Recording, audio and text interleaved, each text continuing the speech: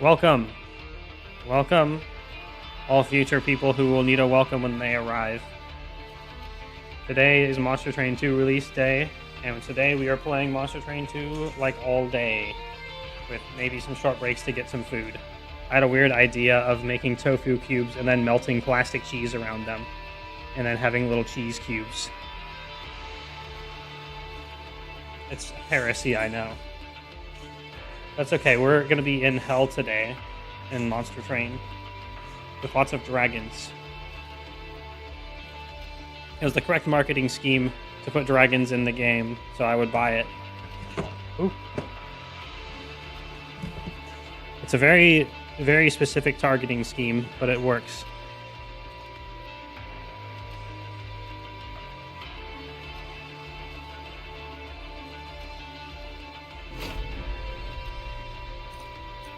How's the volume? Feels a little loud. Let's go a little down to like 65. Music is loud. Okay, I'm turning down the master volume to about 60, 55.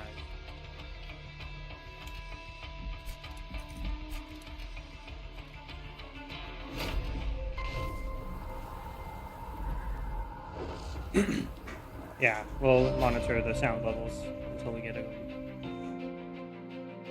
Hey, it's the forces of hell from last time. And the forces of heaven. And that guy.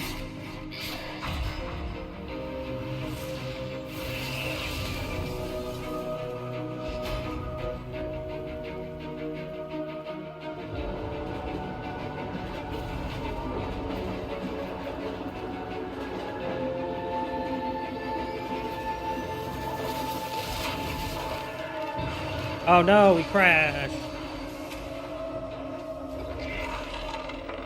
And a spooky eyeball man's up in the sky.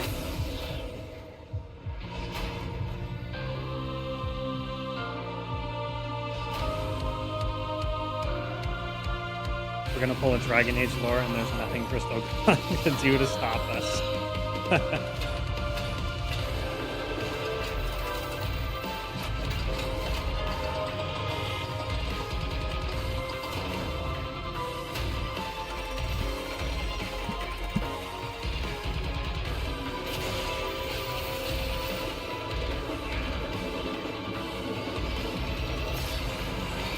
Break down the gates of heaven. Hell cometh. If only Crazy Train wasn't copyrighted, I would play it during the stream a lot.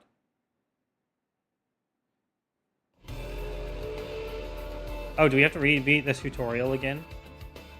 I guess we do. Since the save file was in the demo. Yeah, let's go. I only played the demo. I didn't read any of the information outside the demo. So, no spoilers.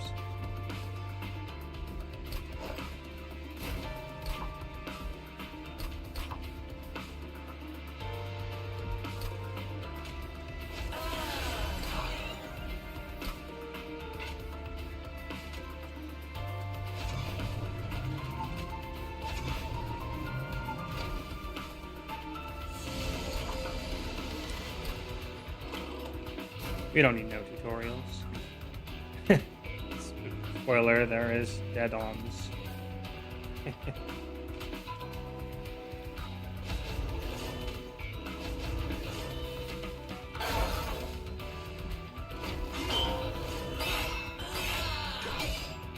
It's demons but spelled bad.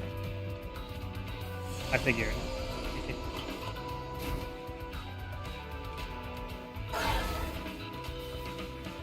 Game sounds so fucking high.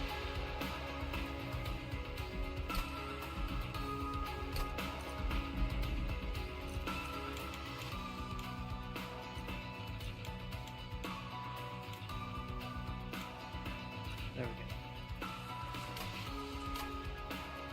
That should be good.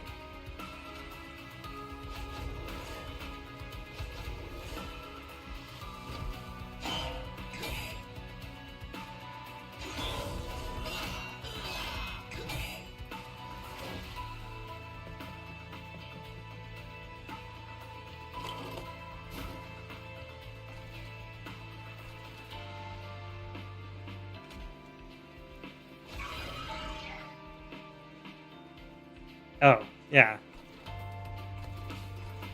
I didn't realize the Spear Stewards would have enough health to survive these. Very nice.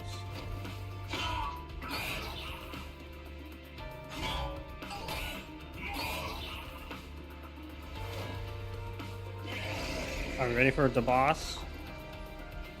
We have a good breakpoint of health if we get... Actually, we don't. We have exactly 28. Alright, healer. Oh yeah, we win.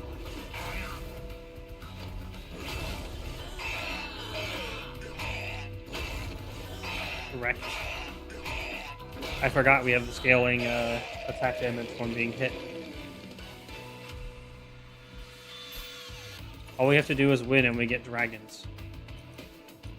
The bird is good. The bird gives everyone quick. Let's take the bird. It's also small, so it fits on the bottom floor. Ooh, Golden Touch looks good. You just need to reduce its cost. He's also a cool boy. I love all the dragon cards.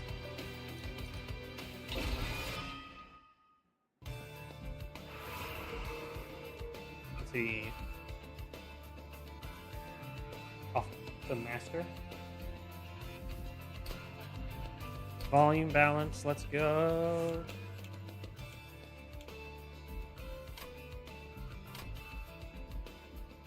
Okay, banish and upgrade units. We're gonna upgrade the spells and get a dragon unit because it's rigged. Ooh, holdover. I did. I already changed it by 10%. Golden touch. For holdover.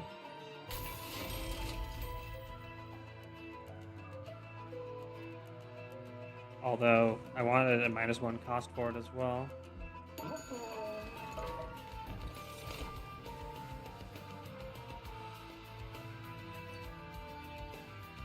Oh, they definitely nerfed the Miser from the tutorial. The Magma Mauler is very good as well. Yeah, it is really, really good to have it done early. I think the Miser was 10-10 before. With Avarice 10. Yeah, now he's 3-9. This is much more fair. He was way broken for a 1-slot unit. Let's get the money guy.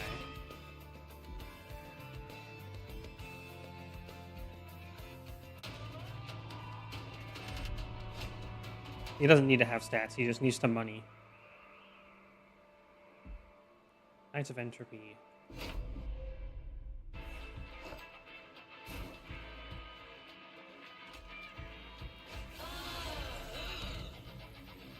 We can put the Miser and the Warbler down there.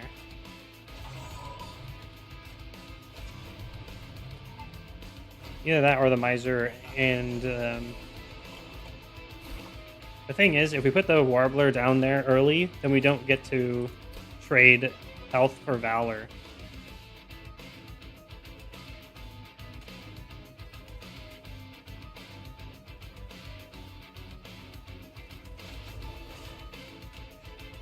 Excuse me. So we actually are going to want to aggressively trade so we can kill the boss.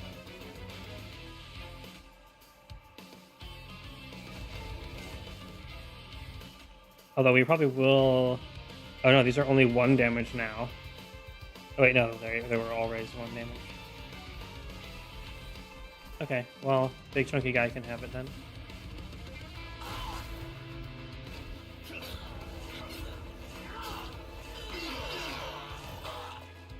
It's a good thing everything changed. Yeah, it's an AoE Valor buff, so we do want it to be dense down here. We want Miser to attack first, to make sure we get the gold.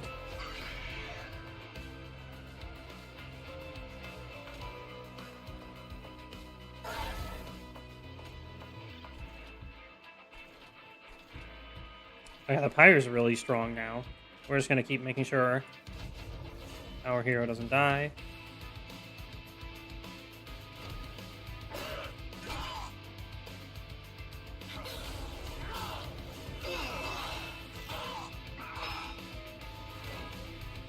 Would have been better to put tanky guys down there, but we would have been adding less valor by doing so.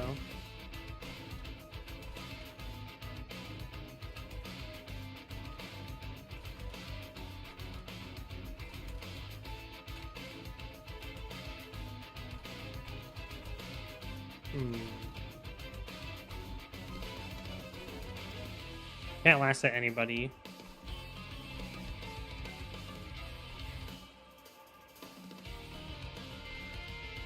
Bird is awkwardly sized right now.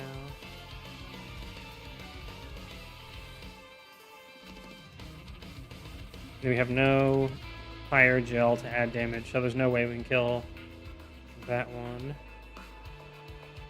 We can add 16, it'll still survive. So might as well go here instead. And then more Valor down here. With all the extra health also adds damage to everyone else if it can survive an extra round.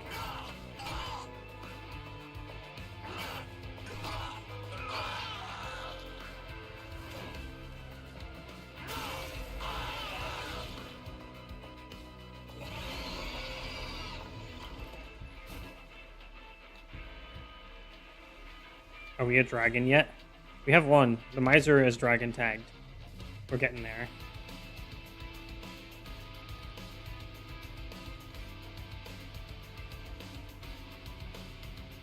Okay. Definitely want to snipe the 5 damage guy out of the middle. Yeah, and then we get much more for this.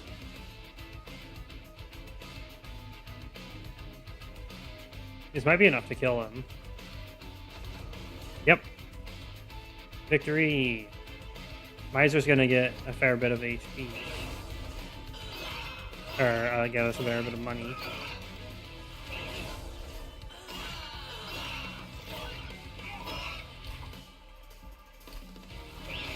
And we can speed up combat.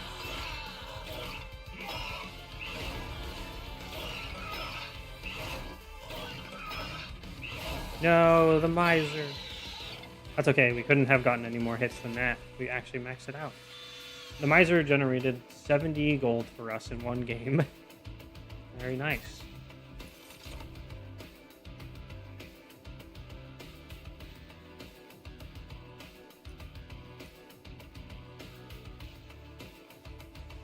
Yeah, he's still so good. Just having an Avarice 10 just generates so much cash.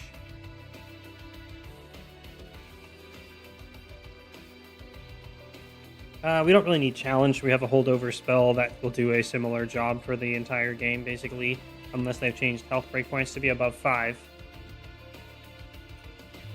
He's probably more fair at Avarice 5, I think, than Avarice 10. I don't think we need any of these.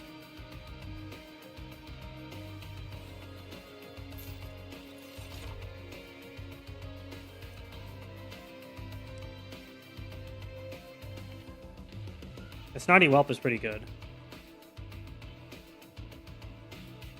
When it's a 2-turn cooldown. Every other turn you can do 10 Pyre Gels to the front guy.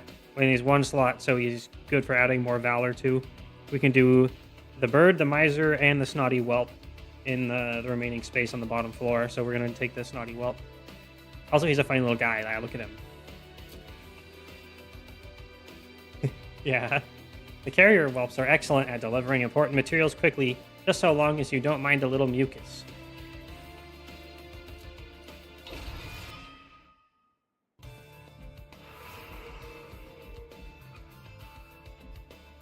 Okay, let's see. We have pretty good HP. Let's get some unit upgrades in the Celestial Alcove.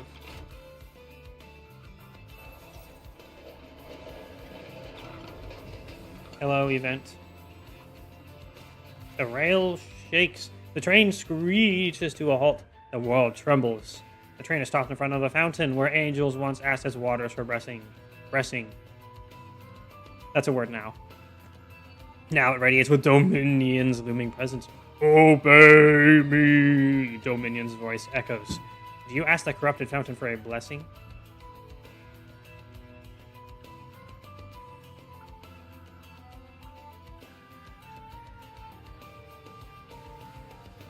Nah, we don't need any of this.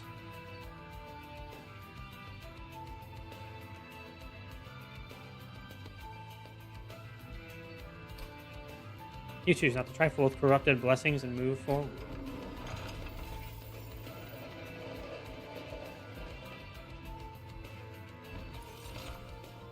Greed Dragon. We don't really have the right support for it right now. We have one thing that can generate it, and it's a holdover, but we need to summon it late. Applying Fire Gel 8 and being a 1025 for 2 slots and 1 mana is pretty good.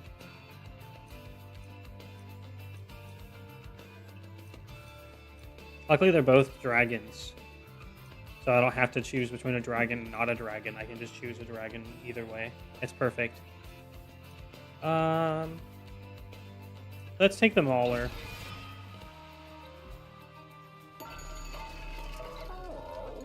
Oh, quick and plus 10 attack.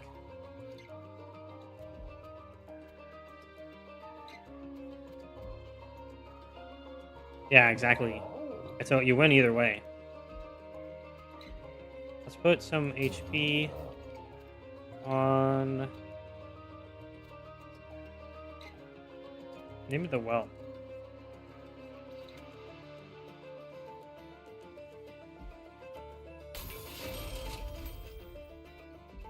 And then we'll put quick. Actually, we don't need to put quick on the bottom floor. By any means. Since we are gonna put the Warbler down there anyway.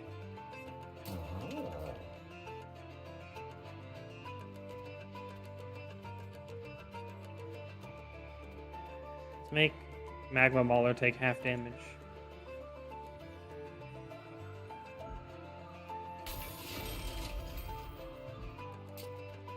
And then we can remove a Fire Gel.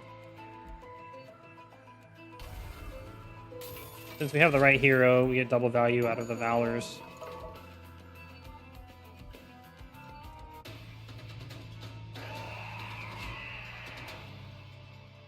Ugh. Don't want to kill stuff on the floor that Archeon is on. If you can avoid it. But obviously not killing things is an even worse idea.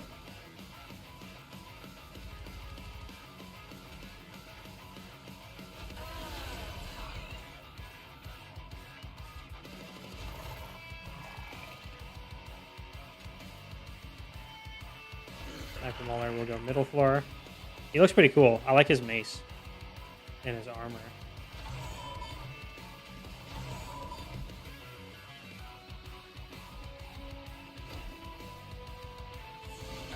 Yeah, cool guy.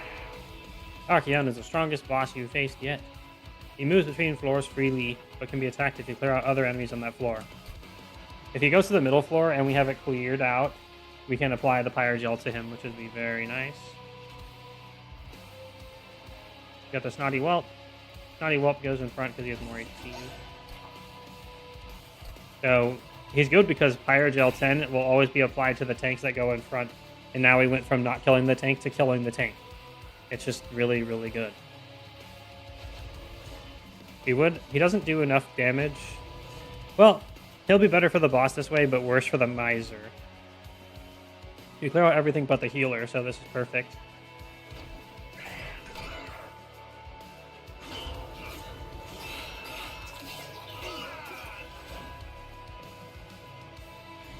I remember that sound from Monster Train 1.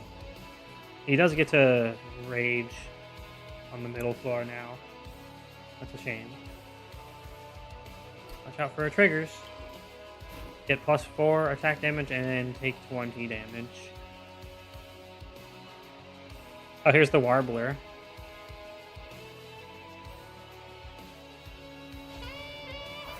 Now we're multiplying everything much more. And we want to stack this because it's double the attack value and effectively max HP for later.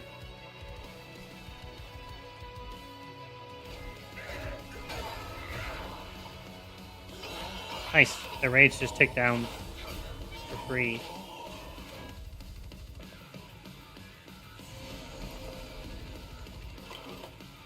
Now we have Jelly Sneeze to get through the front guy again.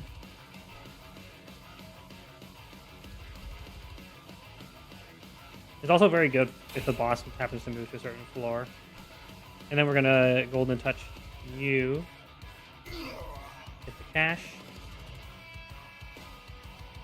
And get more armor.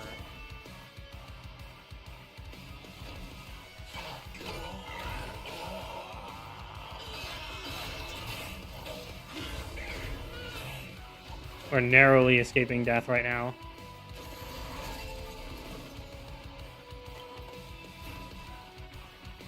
Yes, we're still escaping death. And we have the snipe card again for the guy in the back. Which means we don't take the 5 extra damage.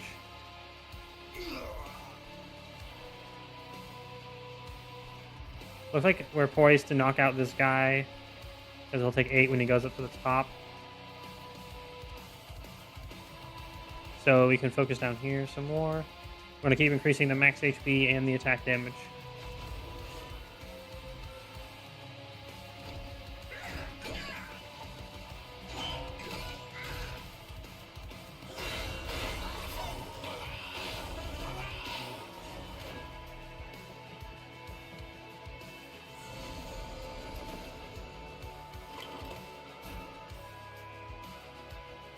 So if we can kill the guy out front, that'd be nice, but we can't really.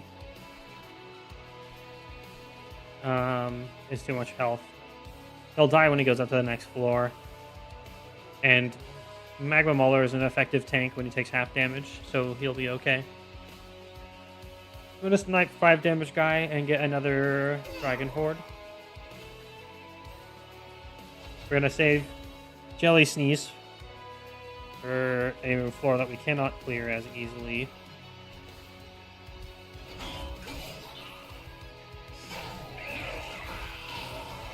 It's fun, the units taking their own self-damage gets increased by the Pyre Gel, so it took exactly 8 extra damage and died with an exact lethal. Okay, we got Jelly Sneeze for the boss. Yeah, and now we just absolutely win. We can kill our own guy to get Dragon Horde, though. That's right. And then we're actually, since we already win, we're not going to do buffs because we might get extra attacks with a Miser, which means we get more money for not buffing anybody. Yeah, get wrecked. Achoo! He just sneezes on people.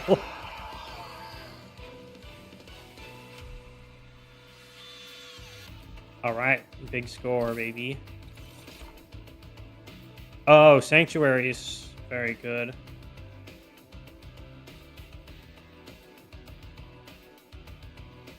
Okay, Soldier of Fortune is a lot better than it looks now. Because if you have 30 gold, you spend it to get plus 30 attack.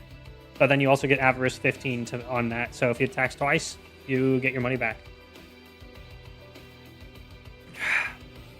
It's a little awkward when you now draw units in like a deployment phase.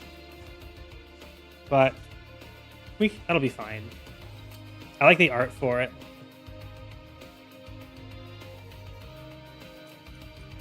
A soldier who goes to war without the promise of pay is a fool with a sword. I'm very happy with the art in this game so far. Zealot? Look at the Draco Zealot. Grr.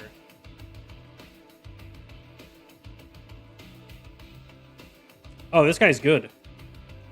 He's got passive sweep, and at the start of his turn, he applies AoE Pyre Gel. He costs 3 mana to play, but 2 slots on the floor. I haven't seen a balance like that very often.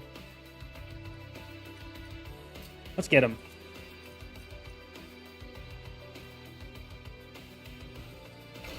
Make a nice Pyre Gel floor on floor 2. It's better on floor 1, but stacking the Valor on the floor on the bottom works much better.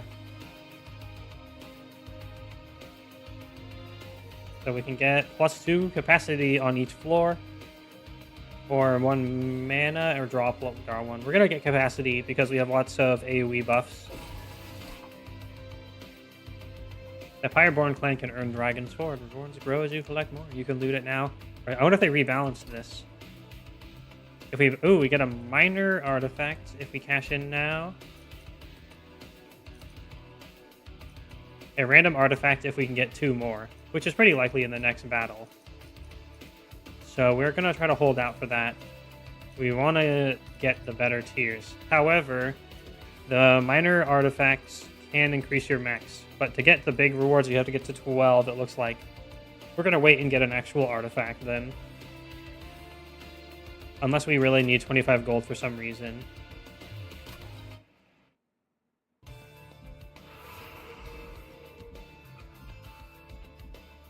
Let's see. Artifacts, 100 gold, and an alcove. We don't really need to restore our pyre. We're only missing 10 health. Equipment or room card, and a merchant of magic. So we do want to make the holdover spell only cost 1, because it costing 2 every turn. Generally, it is still kind of worth it to snipe people. But we give up the artifact in the 100 gold.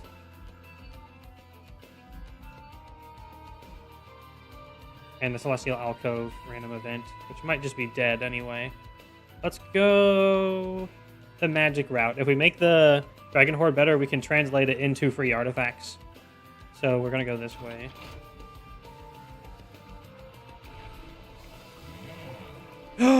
Oh! I do like this.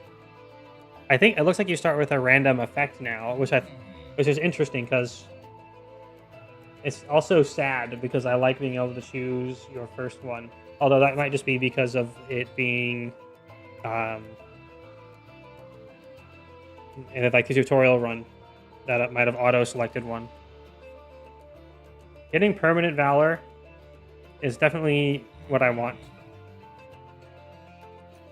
Although we could go for the ultimate here by getting 3 ranks. But getting permanent valor is effectively going to be more tankiness. After we hit at least 10 and then don't take more than 20 damage on the first turn. Which might be a little hard. Oh, we also get an extra multi-strike. No, it's extra 1 attack. Which we'll all get permanently every time we shift around.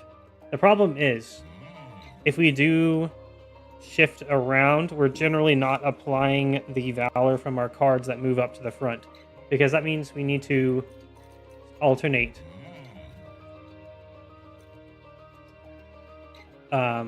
Which ones we're playing it on.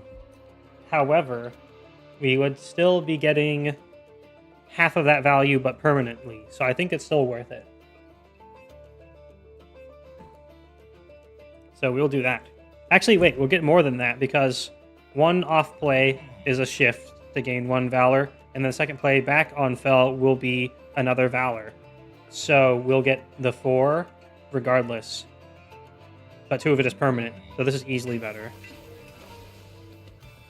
We just are going to have to make sure to not get gibbed, which might mean starting on floor 2 instead.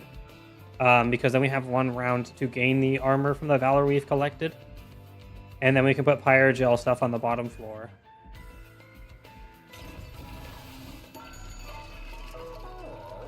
Now, return permanently remove consume on the Soldier of Fortune. We'd have to have a lot of units for that, but generally it is nice to have extras. What we can do with that... The problem is it doesn't also reduce the cost, although it does cost 0.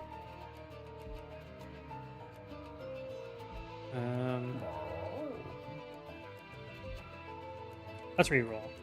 Because, as said, that's going to run out of value and turn into a dead card. No matter how many units we have, it eventually turns into a dead card.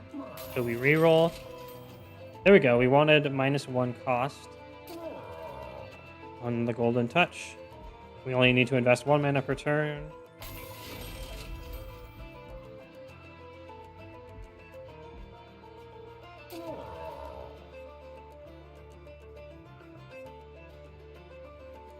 There we go. Double stack right here. You spend money to make it grant extra 30 armor and 30 avarice instead of 15. So we can make that money back, but also have the unit be stronger. We just need to always remember to not play one unit card.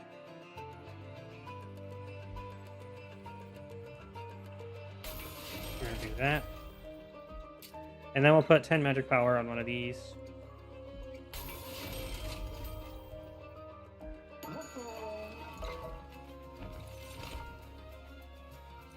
Oh.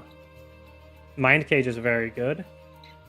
It means we can use the Jelly Sneeze every combat.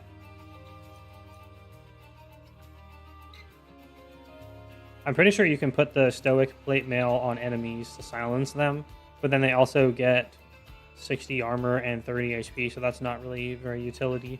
Removing our own abilities is not something I'm super hyped about, but it is a ton of survivability for only one cost. But then in the units you want to keep alive are typically the ones that have effects, because just raw stats. Not great. Let's grab the Mind Cage.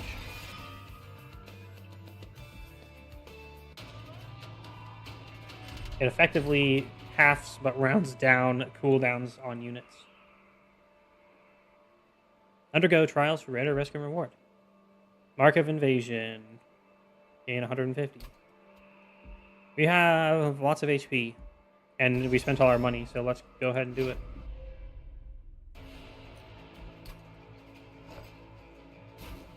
It's a lot less sketchy now that we have... crap. It's a lot less sketchy now that we have something, and I can't remember what it is. Oh, we have a Sweep Boy, which we started with. He's very expensive to deploy on turn 1, though.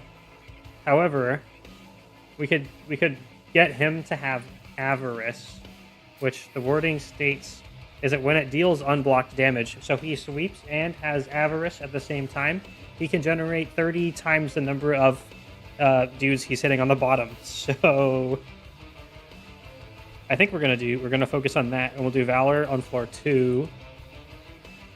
Because we can stack permanent Valor now, so it's not as important to stack it during combat. And we're going to get harder and harder to sustain damage. Although, since they're starting with a bunch of enemies already out, then we'll be fine.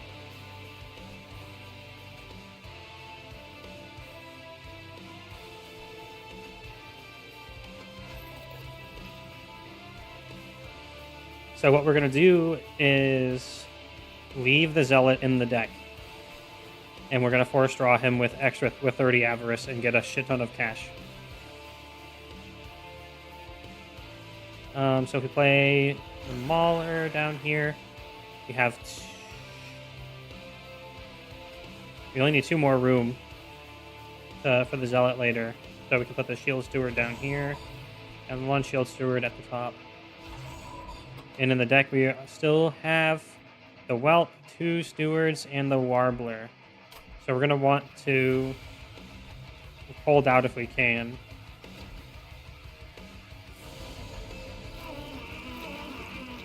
Oh god, those are freaky. Let's see. Extinguish, apply Corruption 3 to the front unit.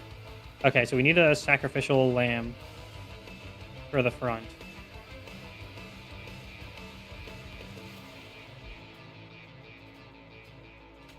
I guess that means we have to Soldier of Fortune regardless. And we don't have enough money to buff them anyway. I just realized.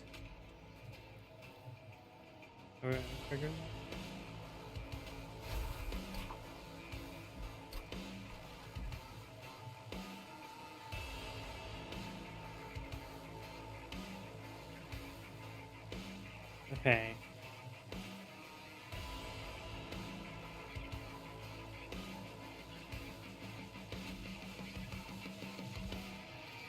We need to keep our hero alive.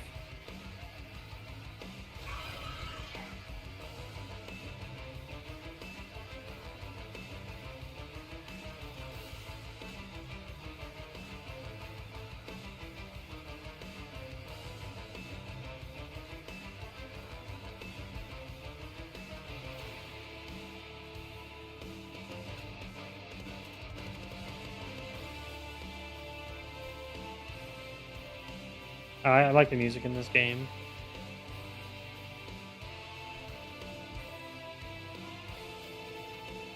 Okay, so letting these guys just go up to the top is a better play because we don't corrupt whoever's in the front. So playing no one behind them is fine. We'll instead probably snipe one of these or let him go up to the next floor and just focus on Valor. Let's focus on Valor. It'll transition into future combats if we pull it off. Let's greed. Greed! We're playing dragons. We're supposed to greed.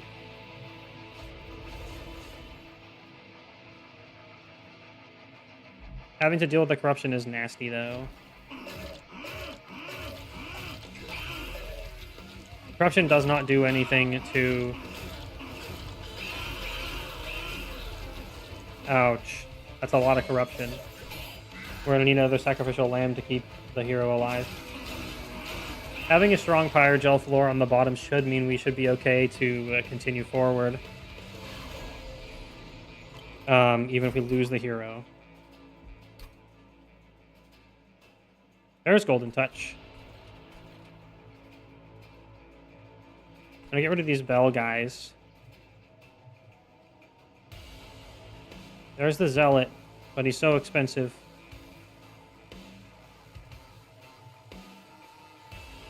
If we skip him...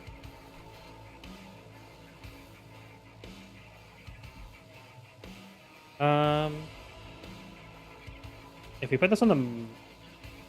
If we put this on you... Oh, we don't have any method of shifting around. So there's no way to save Fell. Unless we snipe the guy off the back.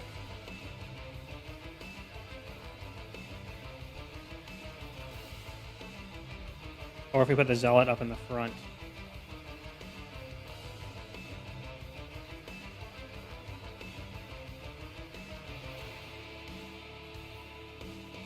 So after combat should trigger before the corruption. So we're going to Golden Touch here.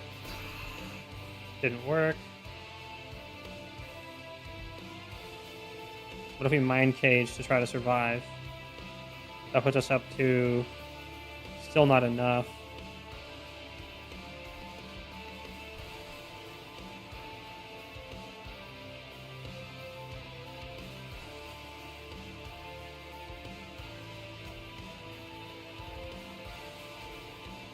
Let's give it a try. Because as it stands, if I'm right that after combat is at the before end of turn, end of round, then we should survive. It's not. Let's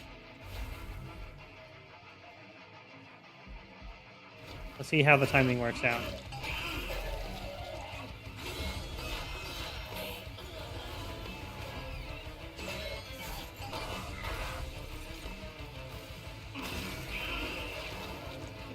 It's looking very bad. Not gonna lie. We didn't draw our units early. Oh my god, they're not ugly cherubs anymore. Now they're like weird little imps. I prefer this.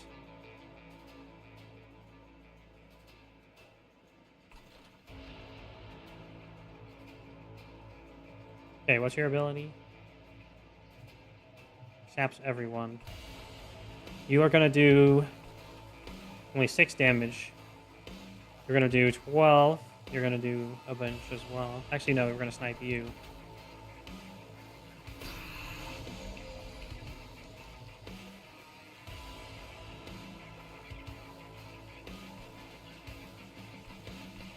It's not as bad as it looks, but it is not good either.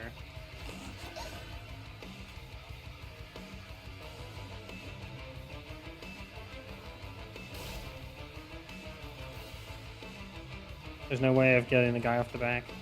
We're just gonna get rid of the bell tolls.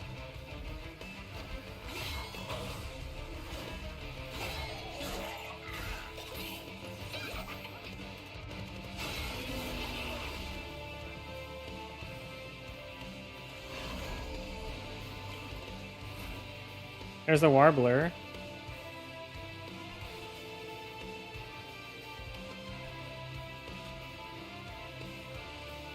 We never got to get much of buffs on one of our dudes, unfortunately.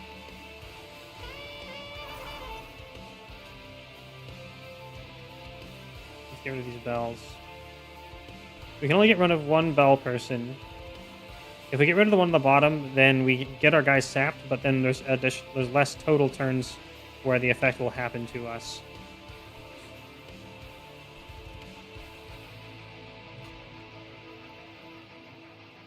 I think we're going to get rid of the bottom one.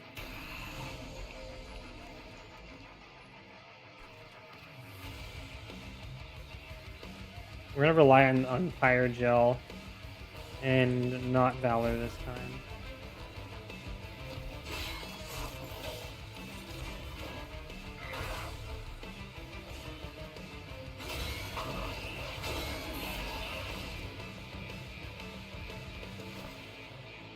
Okay, we get one free round to catch back up. And more free Dragon Sword. We're actually going to max it out. That's awesome. Well, he will die in one hit because he has Pyre Gel, so that's good. He doesn't do anything even if he gets to the top, so we just want to focus on combat down here and not having garbage in the deck. So let's Valor up. I'm going to say that like it's a thing, even if it's not.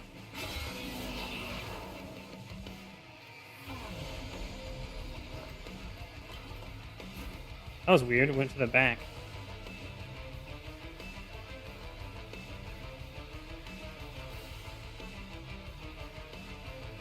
Can we survive out in the front with the Zealot? Then we can sweep everything off the floor.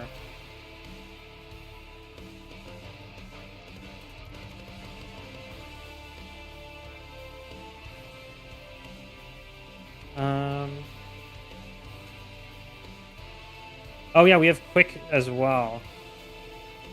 That's beautiful. So we can quick sweep them all, save us a ton of HP. And now we win on floor 1. Delicious. Good job, us.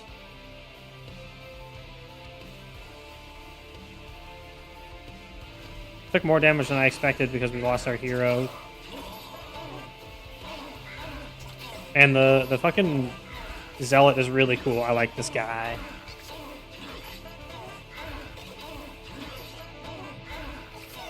Just applying Pyre Gel on strike and being able to survive a number of turns is really good. Well, he got warbled to death. Warble, warble, warble. Get warbled. Oh, strike, apply Valor 2, and then AoE is really good. Valor adds +1 per stack. Consume. Damage, shield, and Valor. We're gonna get the Everlasting Light. That's just easy, a good choice. So the hero attacks twice. Whoa, look at Dragon's Breath. That's new. Ah! It's just like the microwave from a specific reference meme card I made. New card pog. It looks very cool. Holy shit. It's alright. AoE 10 Pyre Gel and 10 damage. You just need to make it cost less. I'm not sure it would be worth 2 cost if you... Hey, thanks Luke Bank for making a cool art.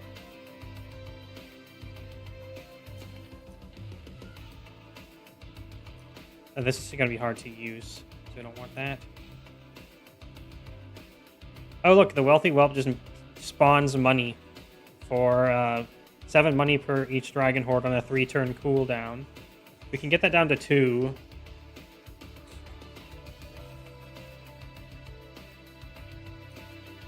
I think we want to keep our units a little managed right now. So we'll probably skip on these. I want to take Dragon Breath just because it looks cool, but we don't have room. We struggled to play the Zealot already, and he was very important.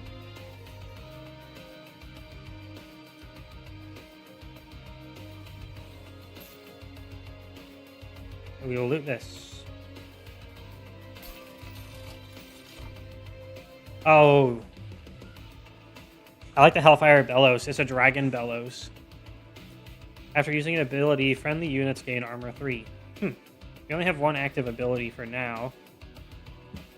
But it's a 2-turn cooldown, which would be a 1-turn if we actually get the equipment where it was meant to go. So that's pretty good. We need that to make sure our hero does not die. The Flaming Talons is just really good for inevitability. It means none of the squishies will generally get to ascend all the way to the top, and a lot of them will die. The problem is it needs another piece like the jack strips, or something that can do damage and when just pew-pews. So it alone, we don't have the cards that enable it. We don't have any AoE because I just get the AoE, but it costs 3, so I don't regret it. Let's get the Hellfire Bellows. We have a lot of Fire Gel. And it's very, very good for bosses. The first room card played, each battle is applied to all floors. I wish we had a room.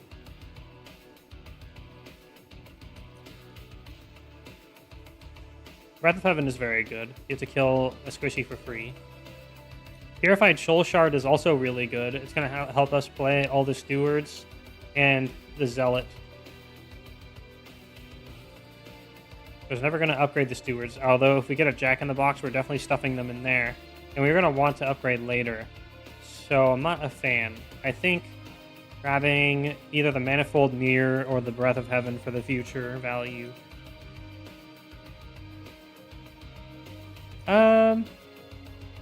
We already have a holdover card that helps, but this lets us take care of multiple squishies at the same time. So let's take the Breath of Heaven. We know that's going to be good, even if we don't get we don't need any other cards to enable it. Dupe any card except your champion. There's a Merchant of Arms there, and a free artifact. Unit upgrade, and an armory. Well, we didn't take the room thing. I think we're going to go left. Duping cards is really good. Especially if we can upgrade something well. Dude, dragons apply Pyre Gel 5 on strike. What? I love Little Dragon. Oh my god, this is the best game. It has dragons in it. At the start of turn, Fully Heal Champions is an extremely good combo with Valor, though. And we have the permanent Valor stacking. We've drafted almost exclusively dragons and one bird. So... Let's go with the Fira's Inferno. I have a feeling our champion will get good enough because it can stack permanent value. So investing further into it, and I think we're just doing safe and putting it on floor 2 is what to do. So we put the champion on floor 2 so we can let it get 1 turn of Valor before it actually gets into combat. And we have Pyre Gel applied at the bottom floor, which is more optimal, because you have more chances to do damage that will add the Pyre Gel damage on. So that's the way we're going to do it.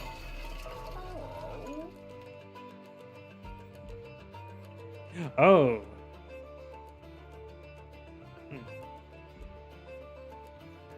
The Steward's Quarters is really good. Then you can just slap all your Stewards up at the top, and it's a very good floor. And then you don't have to worry about removing them, because it makes the floor worthwhile. Having multi-strike, especially when we have Pyre Gel, is very good. The Hell Furnace is obviously very good, too. It's more expensive, though.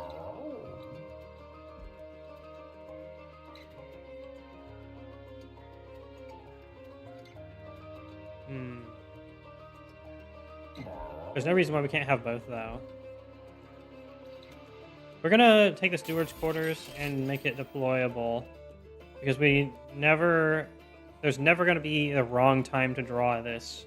It's always going at the top, and we're always gonna play it instead of drawing a card. So that's very good.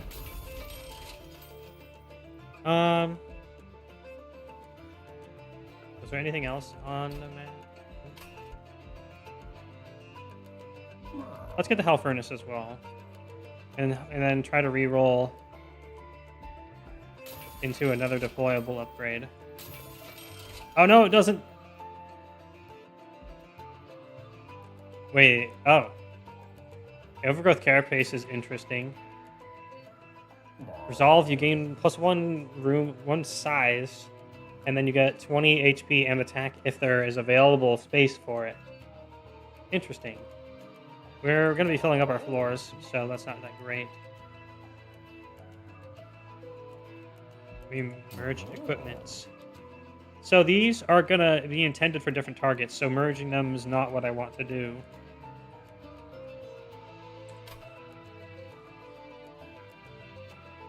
Let's remove a card.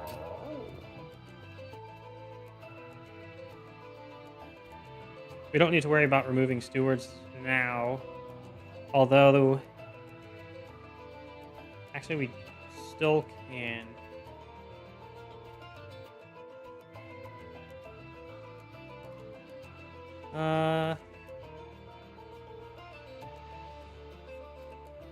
Let's get rid of the fire starters. When they don't have when they don't have 2 damage, they aren't generally good enough to snipe things off the back. We have another card that does that job anyway, and we have passive fire drill application that does not require use of a card. So, and we need that just causes to stack permanent valor. So we remove a fire starter.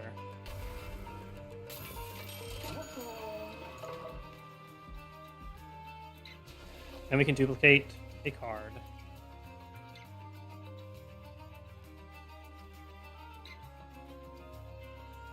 We could dupe the Soldier of Fortune, actually, since we have a lot of units.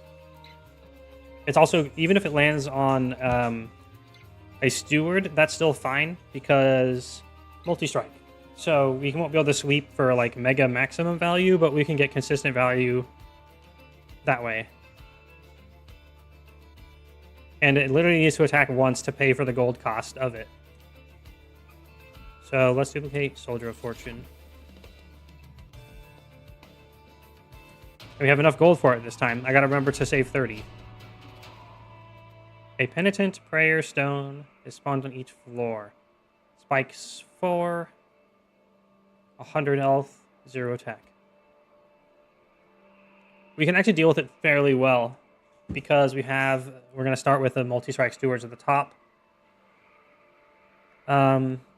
Valor will cancel out the damage in the middle floor, and Breath of Heaven will always push at least one guy in front of the spikes, minimizing it, so we can get 150 Gs pretty smoothly, I think.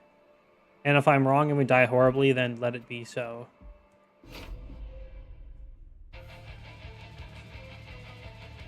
What's that? Oh, a Discord thing? Let's see. Let's take a look. Dude, that's so good. Okay, I gotta upload that right now. For now, this should be perfect. Thank you.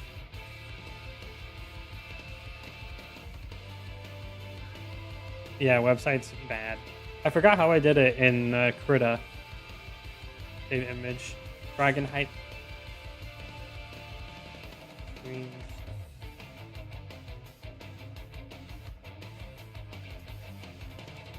This needs to exist right now. Okay, hold on. It'll be just a second. Husbando just made a new emote for my channel. And it's beautiful, and it must be used immediately. Deal rewards, emotes. You spent longer making it transparent than drawing it? Wow. That's silly.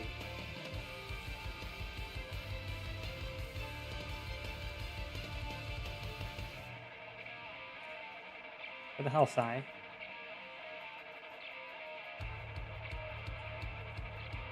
Yay!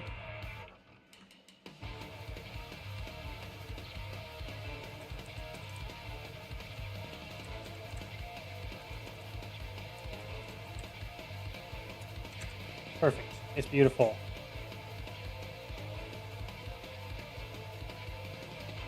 Now I can officially also give you artist credit.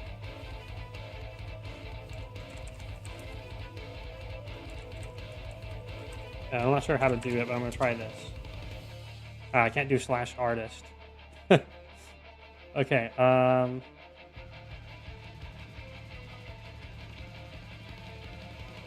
I'll probably figure out how to do it later.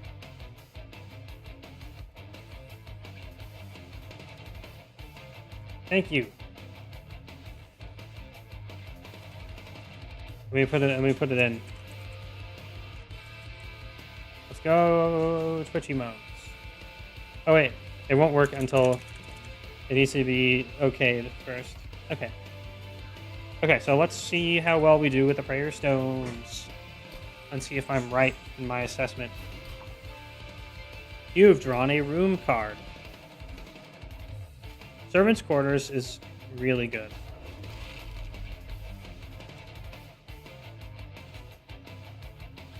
So,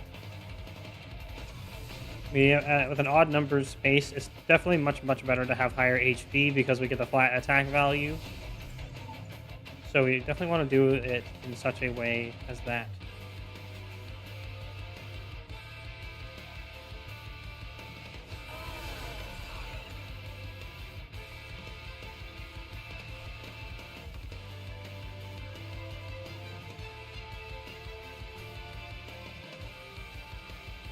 And so Sphere 2 will be going up there. Zealot is going to come in late, which is unfortunate. Having a lot of problems with that. Getting the unupgraded cost reduction would have honestly been really good. But that's okay. We can force draw him with Avarice, and he'll catch up with that. We do this.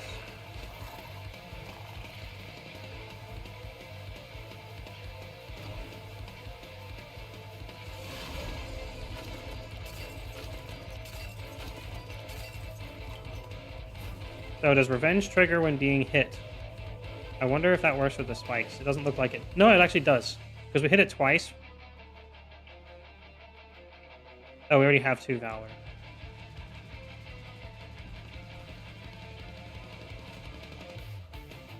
Little Hell Furnace down here.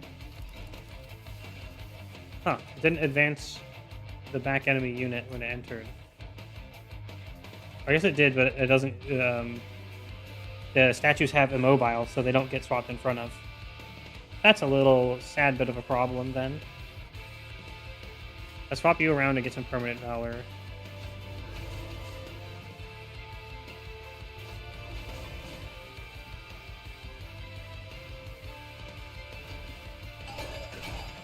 Yeah, we already destroyed the one on the top immediately with 2 fucking stewards. Instantly destroyed it. If we don't get through this next round, the Miser does die. Oh, that guy did get pulled out in the front. So it does work. Good.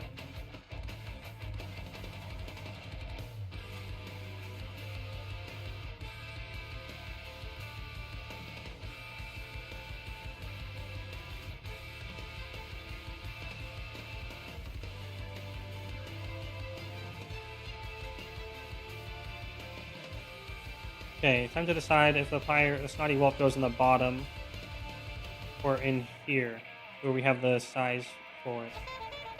I think it definitely goes in here. I put them in kind of the wrong place, but it's fine.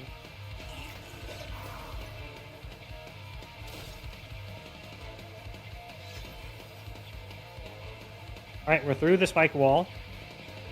Everyone survives. And they should get wrecked on the top floor.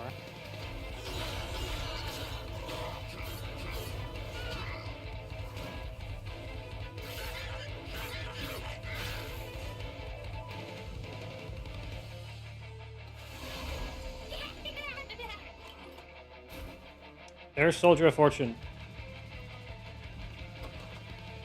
We have stewards in here still, but as I explained with a multi-strike, it's fine to get a steward. It's 2 available. It's a 50-50 of getting the Sweepy Boy. Let's see what we get. Make sure there's no incants on the floor. We got Mega Steward. We want him to be in the front because he needs to attack before anything else. And he gets 30 armor, so he does actually have more health than the rest. Oh my god, he has 64 times 2. That is delicious. And we snipe the baby, as of course is tradition.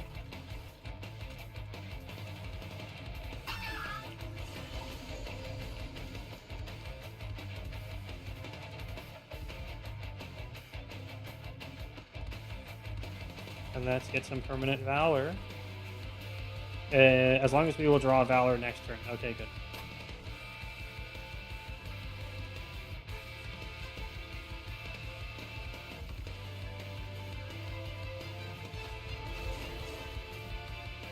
This does add extra HP in total to the floor because we get to trigger the valor on the whelp, and then he'll move backward. And that's why we gave him 20 HP. Man, he's such a tank down there. What a lovely boy. I'm so sad he's gonna die soon. He has really helped. 2 available. Are we gonna get another steward? Or are we gonna get the sweep boy for the bottom floor, which is the dream? Let's find out. Bam. It's the steward.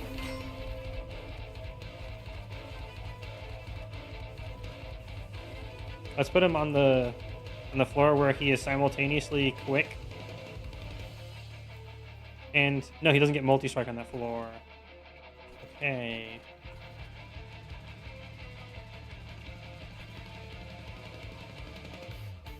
Yeah, you can't actually put him on the top floor. It's too powerful.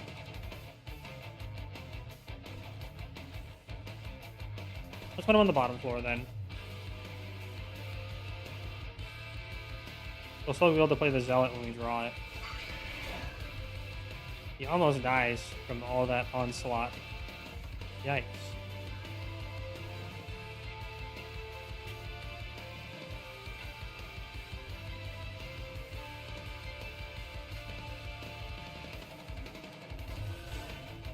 So now we can Jelly Sneeze every round.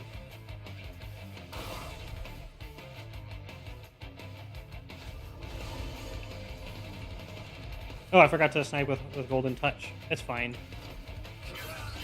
Permanent Valor is also something that is permanent value, just like the Dragon's Sword.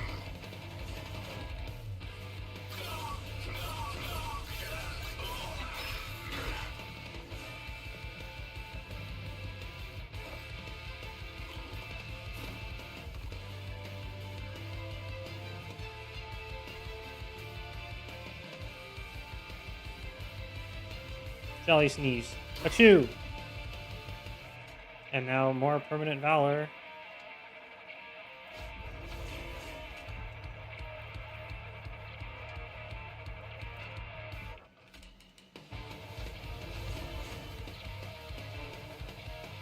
Looks like we're pretty clean. We even get to clean up that statue.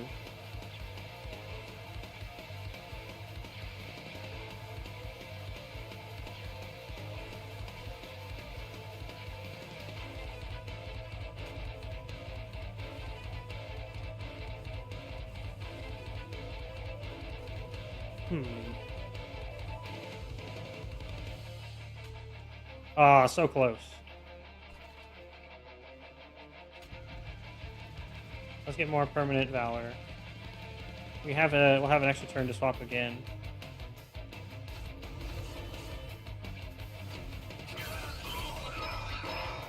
Oh, we just got 60 gold. We're already up to 285 gold. We started with 40. Oh, we just got 30 more gold. Fucking rich poggies.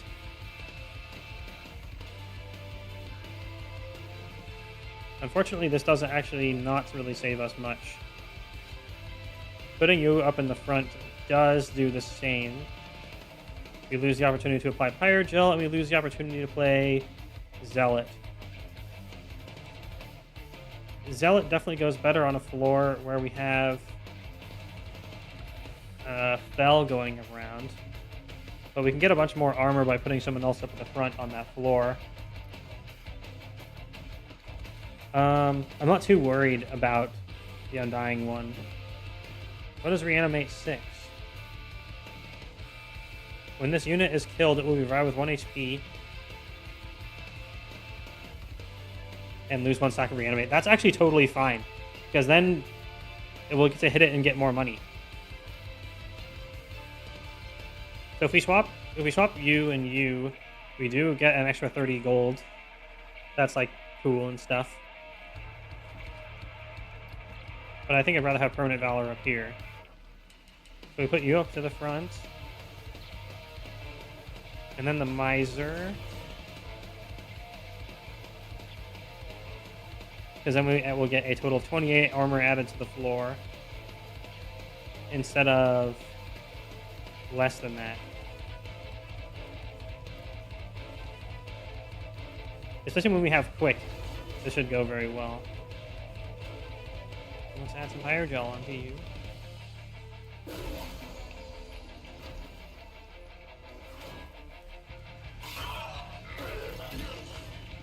Oh yeah, he went up to 27 pyro gel immediately.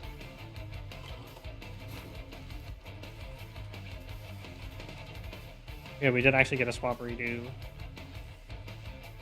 We do beat the boss.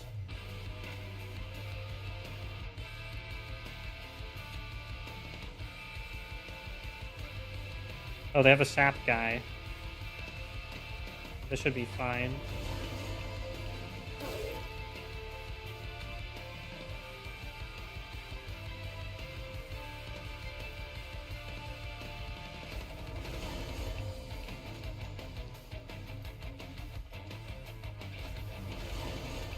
Or Permanent Valor. We still win this floor. Very good.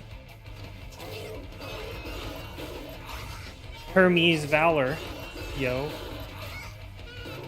Do. Have a monster deal at least 100 damage in 1 hit. Cool. Free achievement. Yeah, we made 335 golds in that fight. And then we also did not take any pyre damage. We did the extra challenge, so we get another 150 gold. We are fucking rich.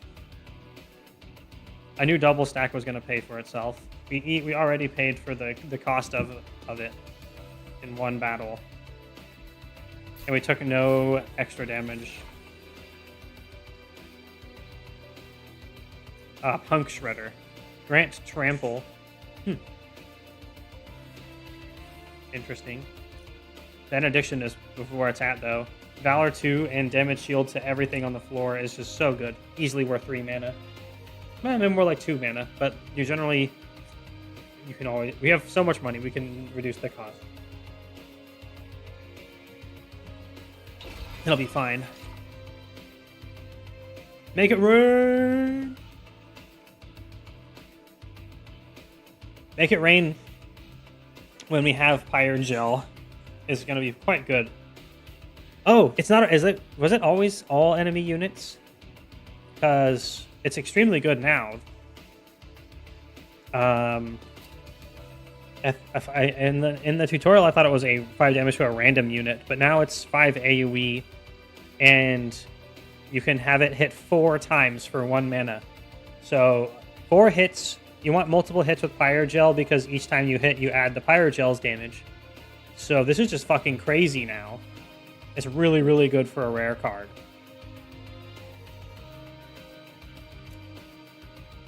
We're gonna yoink that one. We didn't do the holdover and lots of sniping. So we only got 1 Dragon Horde, but that's fine.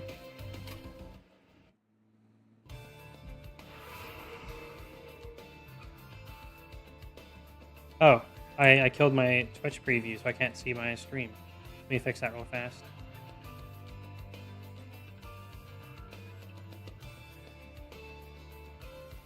There you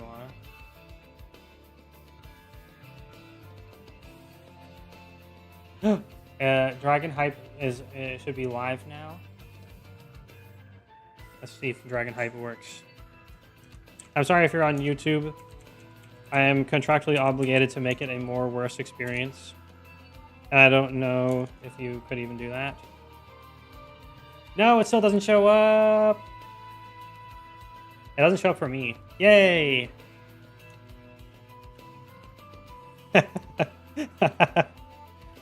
I love it. Oh, dragons apply. That's why he was applying 20 Pyre Gel in one hit. So he had 5. He had 8 from his passive effect. He had. Hey, thanks for the like on YouTube. Yay. He had 8 passive on hit, plus 3 for that hit, plus another 5, which also gets a plus 3 for that hit. So, supercharged Pyre Gel for the Pyre Gel floor. We can get. Anyway, we can get some Pyre health back. That is relevant. We just get the full restoration. 2 card removal is good. We have a surplus of the stewards. Artifacts. Spell upgrade. We did just get the really nice spell, the benediction, and the make it rain.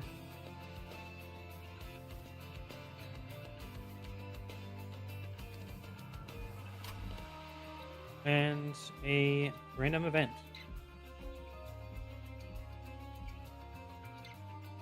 We do have a ton of money, so spending it on artifacts and getting more money is kind of a waste right now. So let's go this way. It's safe because we get the full value in the Pyre health. We get to still spend money, and then this is also worth a lot of money to remove.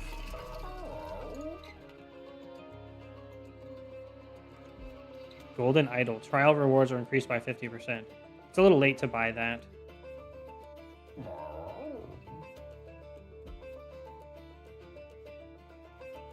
I'm not particularly a huge fan of any of these. Let's re-roll them.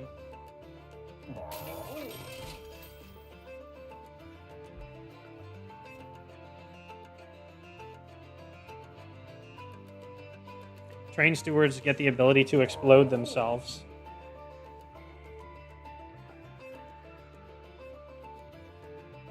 Oh, no, you kill a friendly unit to play this card. Cleansing Water is very solid. Just a chance to remove enemy annoying buffs. Captain's Halo is also very good. Just stack for free Valor for surviving. And you can probably get rid of one of the Valors now. We don't need 5 of them. Actually, let's get rid of one more Pyre Gel, and then we'll get rid of a Valor and a Pyre Gel at the right here. We do need to save some money for both Make It Rain and for the Soldiers of Fortune.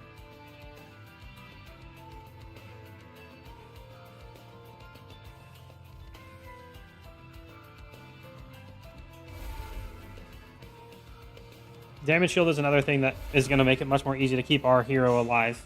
That's another reason why it's a very instant pick for me.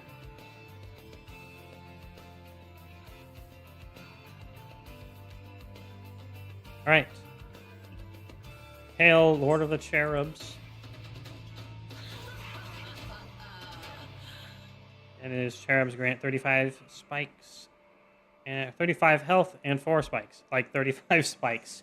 I don't think so. Let's go.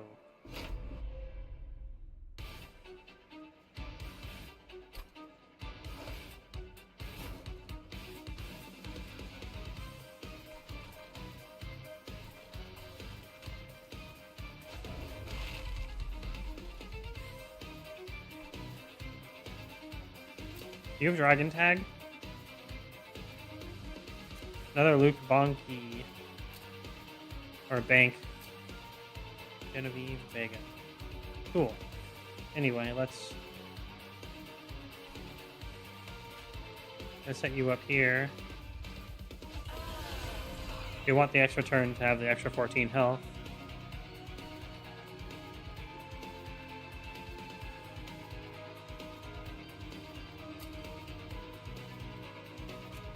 I think we're gonna just go ahead and do Sweet Zealot on turn 1 this time.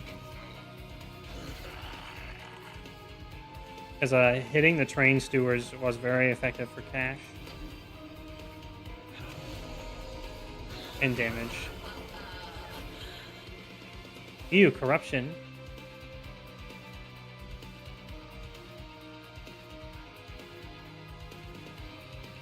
Oh, that's really unlucky to go here.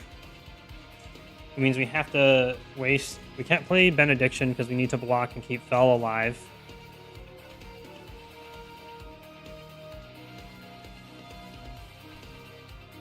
I guess it could be worse, though.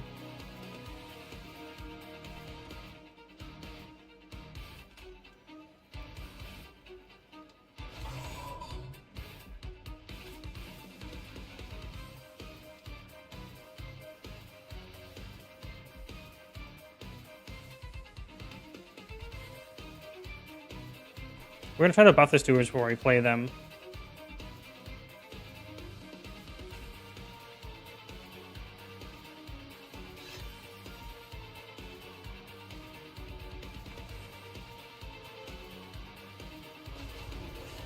See if I can help you survive an extra round.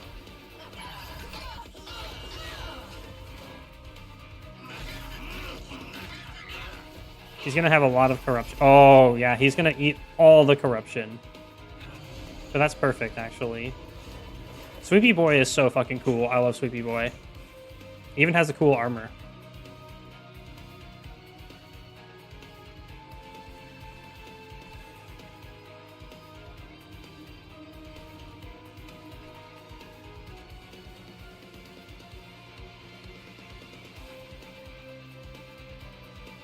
I think we're playing the Miser. We want to play Golden Touch.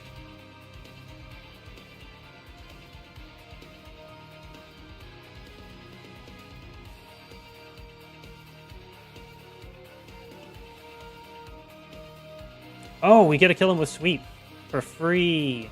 He's already dying, the Cherub. Although I think he is buffing.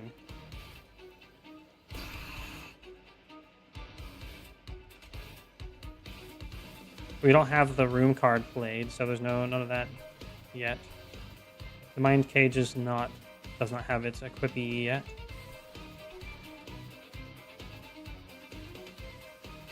Put the Miser out.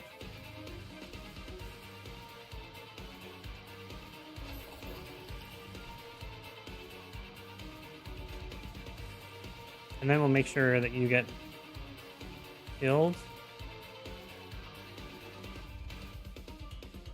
Applies corruption on hit. Ugh.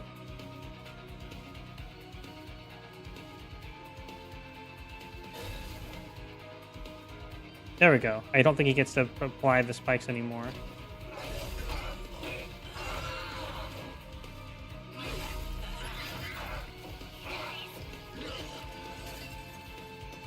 Fucking Zealot.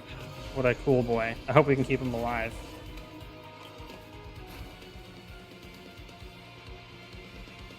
I think we should... Oh, we still can't safely swap up front.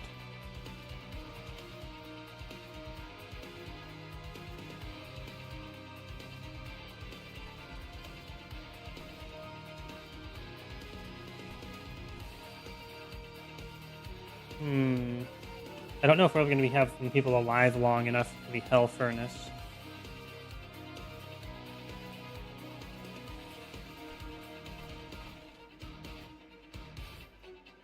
So we can stack Dragon Horde.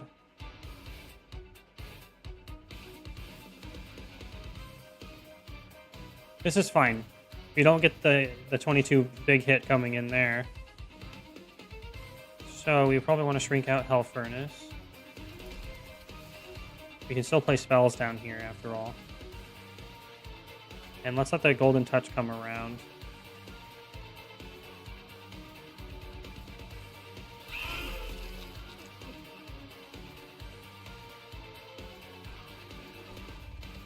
We got none of our buff cards yet.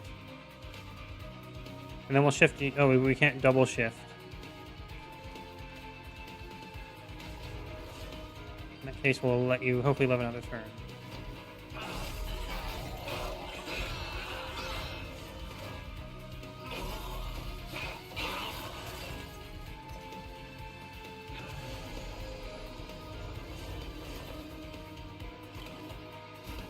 Okay, we got both the Soldiers of Fortune now.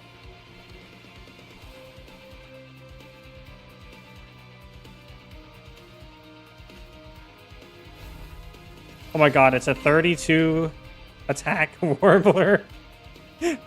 Mega Bird! Crag! I really didn't want the Warbler in particular, but this is fine. And it's the 34 attack Snotty Whelp. Well, things are not likely to get to this floor.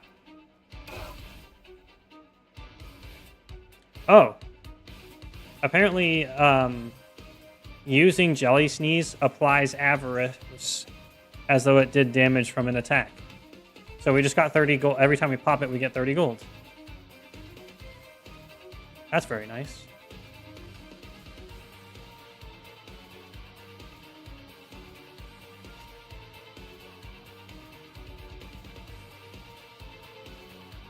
There's no real way to save them down here.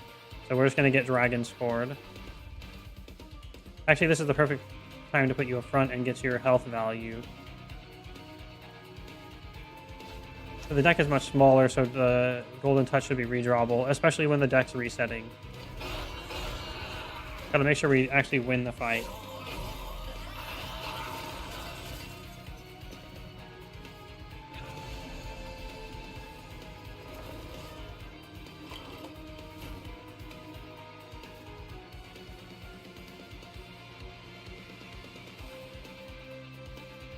Okay, now we're going to make it rain on this floor.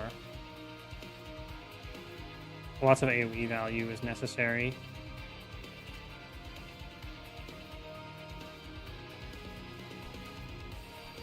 And then we're going to need to put a Sacrificial Steward in here as well.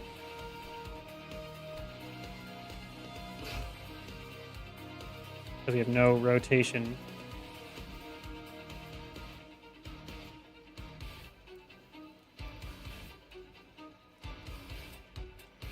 Does this actually help?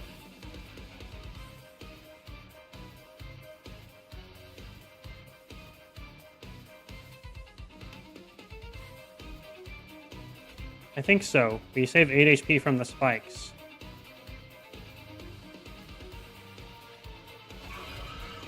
Oh, that did make the difference. Oh, ooh. Close.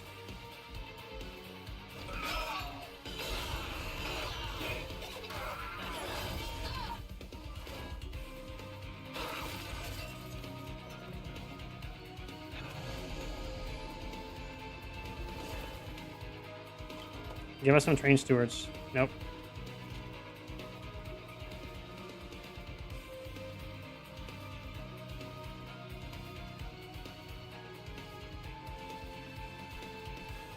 Get this dumbbell out of here.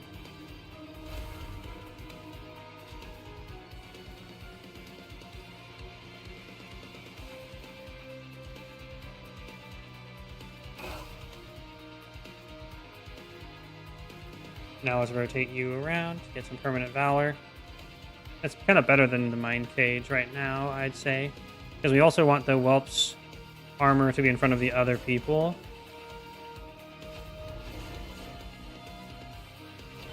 And our hero should basically be unstoppable now.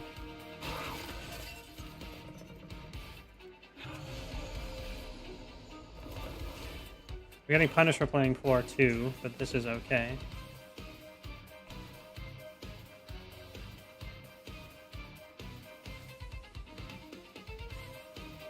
Golden touches you, and then nobody gets buffed by the boss.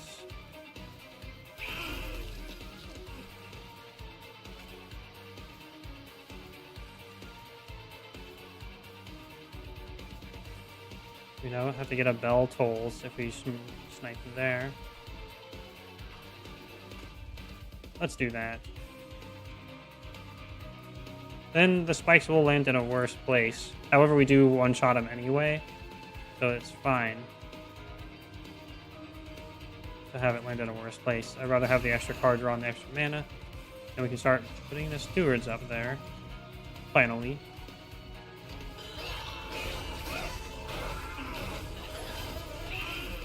Warbler. Warbler Blast. And it does like 60 damage.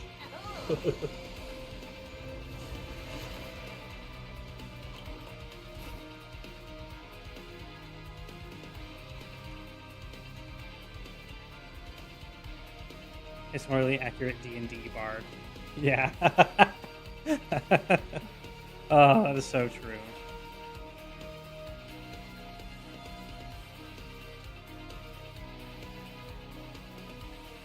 Kind of sad we can't really do anything at the bottom floor.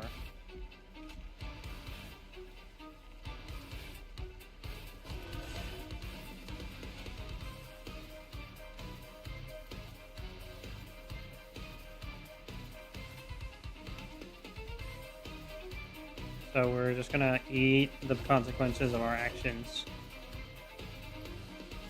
We're gonna shuffle these around so our battle damage boys in the back.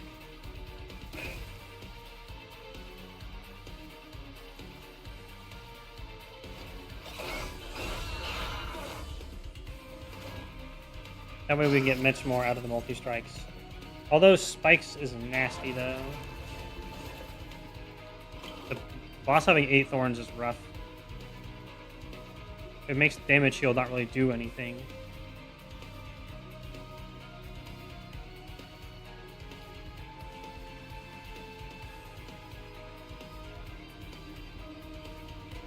It saves 8 HP on each of our dudes, I guess. It might be better to actually just play the steward up top. Unfortunately, we can't really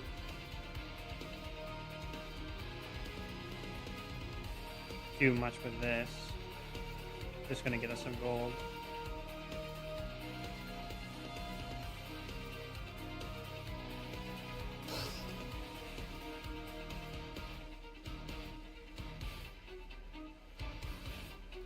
The boss has a scary amount of HP left. I think our best bet is to do damage shield.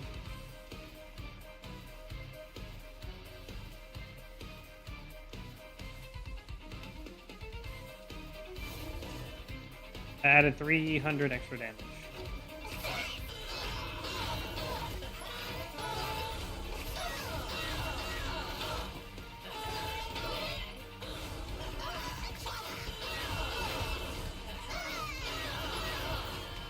Okay, 871. We don't really have any units. This is actually looking very poor. We got Make It Rain at a critical moment.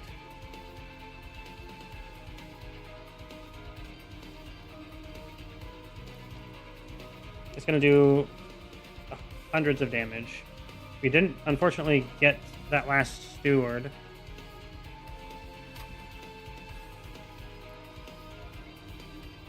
We might actually die here, though.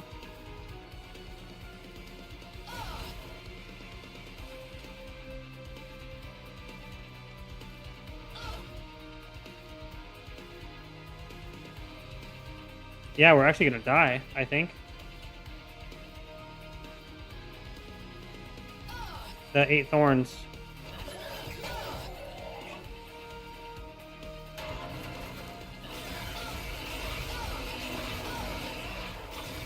Damn.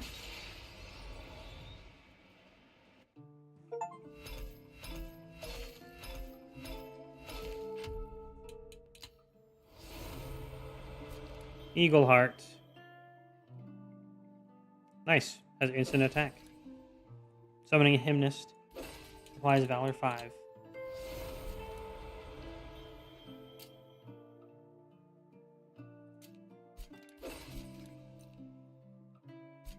Oh, cool. Summoning Whelps.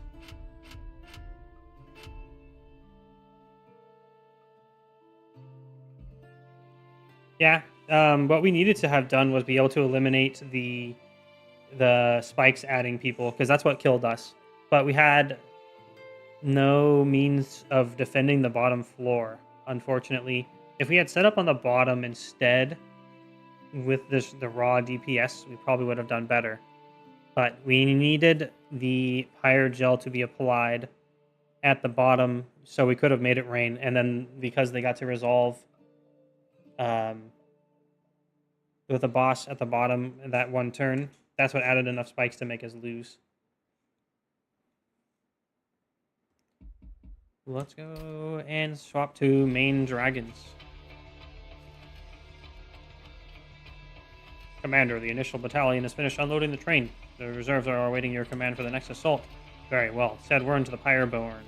We'll depart again soon. I'll join you shortly. Yes, Commander. Angels attacking heaven. I could never have imagined it would come to this. Not too long ago, I led these same troops to destroy hell. Charge! For heaven! For Seraph! When we invaded hell, we fought for Seraph, but now we fight for our own survival. Seraph, my brother, our leader. I followed him without question, but I saw too late the cost of my blind faith. Since the invasion failed, Seraph began to change. The taste of defeat enticed him to seek greater power from titans beyond our world. Until he got what he was looking for. The titans came to heaven and began to corrupt everything. Now they threaten our whole world. Our only hope of stopping them is to reforge the old covenant, an alliance between angels and demons. My legion of angels came to hell to fulfill a covenant once we fought to destroy and reclaim our former home, but old grudges remain. I have to believe this alliance can work for our own sake. Unlock more Pyre Hearts to progress the story. Unlock criteria can be viewed from the departure station.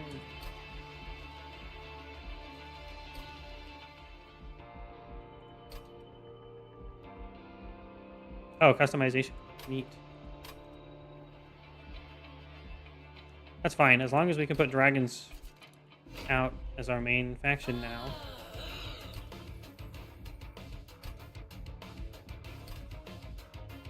No. There we go.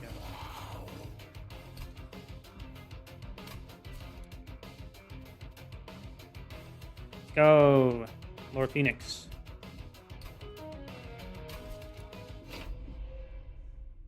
I hope they didn't change Lord Phoenix too much from the beta. I really liked him in the beta.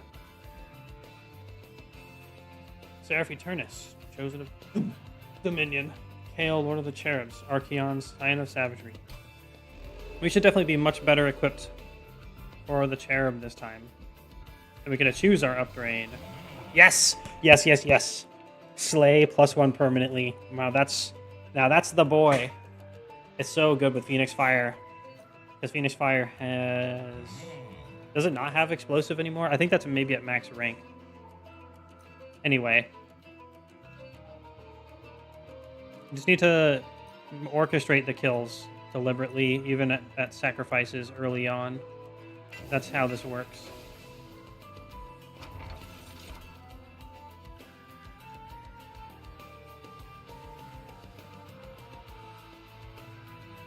Trader's Quill, Hellheart.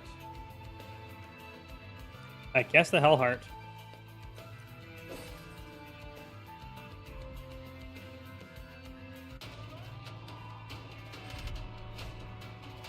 -1 mana per turn for 75 Gs.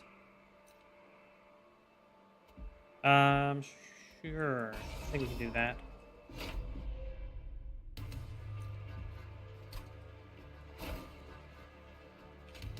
And Phoenix definitely starts at the bottom. I will give you all my treasure as that I can, Lord Phoenix. Once I have treasure. Oh yeah, the undo button.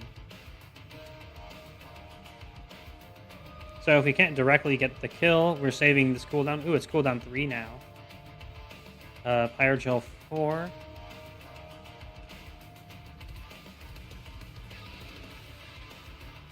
I think we can actually orchestrate the kill. Because this will do 20 damage and get Pyrogel. So if we play Firestarter, then that means the next auto attack will do it. And we'll get a Slay, and we get the cooldown cooling down as fast as possible.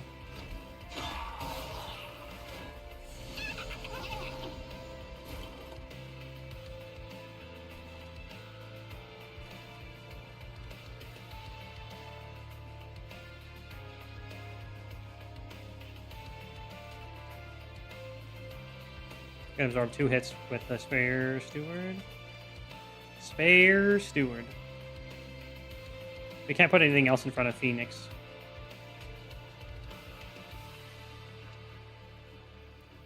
And then I'm pretty sure if he gets 15 HP returned, so this would be 1 damage. Then we do 16, 17, 41. It's not quite enough. So instead we snipe the healer.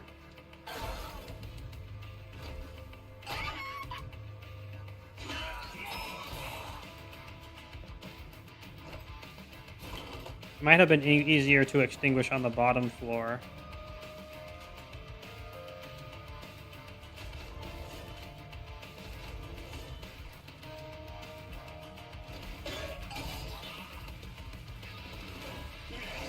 At least we can snipe the back for free.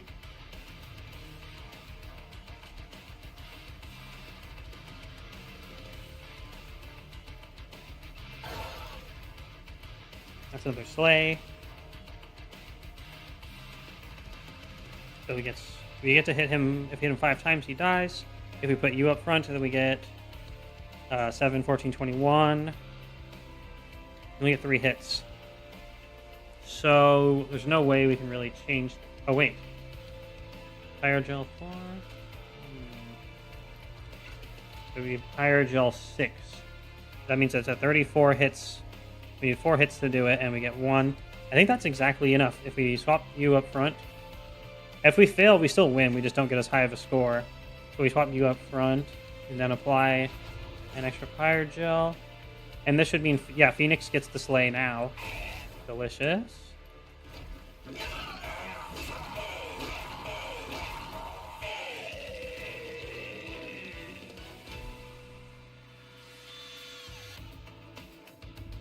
And we did that with the penalty.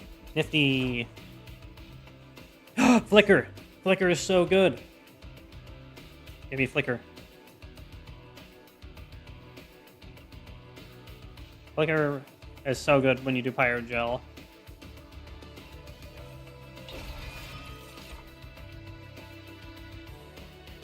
We're going to want tankies that can fit into 1 to the 2 space. Because we need something to put in front of a Phoenix. Quick is quite good, though.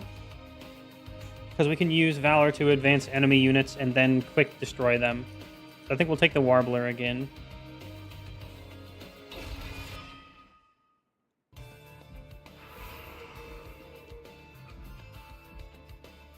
Fireborn and Spellforge. That's definitely what we want right now. We want to upgrade Flicker. Ideally, Spell Power and Holdover on Flicker means you can annihilate all squishies that board your train. That's one piece of the puzzle.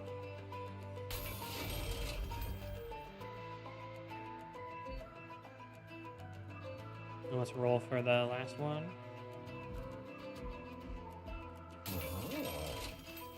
Holdover. Perfect.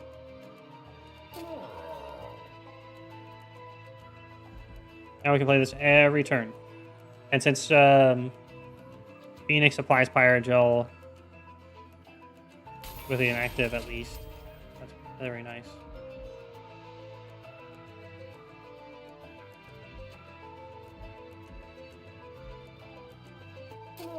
And then this is the priority, having a spell that costs 0. We'll do the fire starters. We're more likely to grab synergy around that than Valor.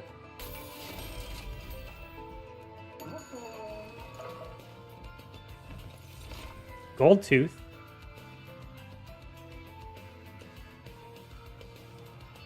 Now that's a good tank.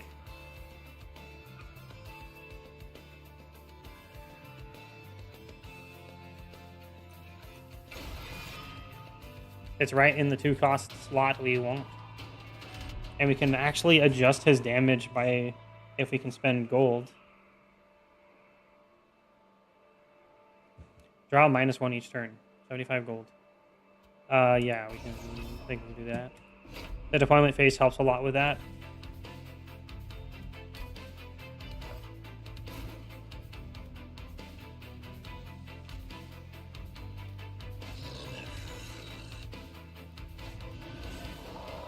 He has Avarice 5 to make money.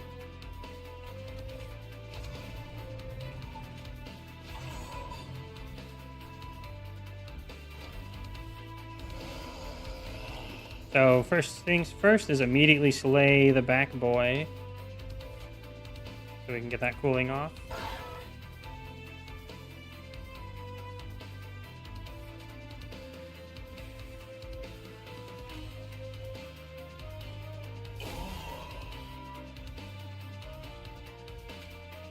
And buff your tank capabilities.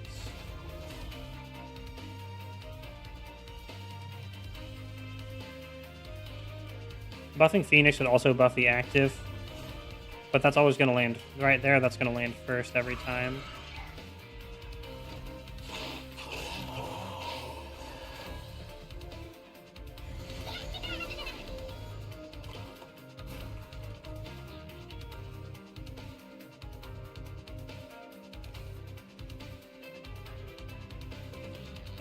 Probably gonna have to snipe you off the back again.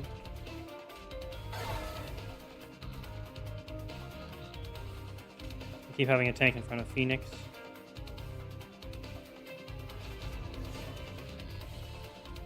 We do actually could deploy the Steward as well.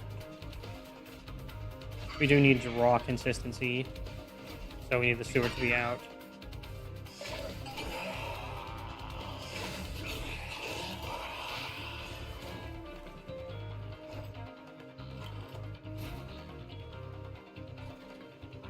No quick on any of these floors. That's fine.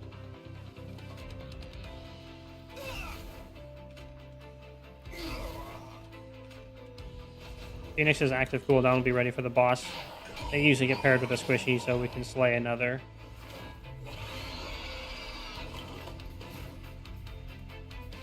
That's definitely the priority over doing damage to the boss. We can definitely kill the boss before it's over.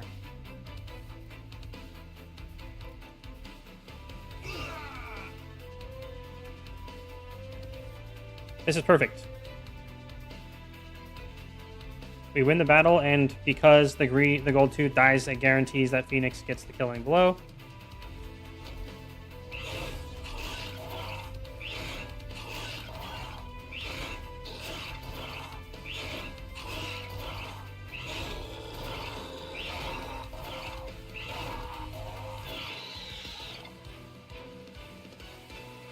I hope those count. I can't say the Slay triggers anymore. The Phoenix should be at 26 attack now.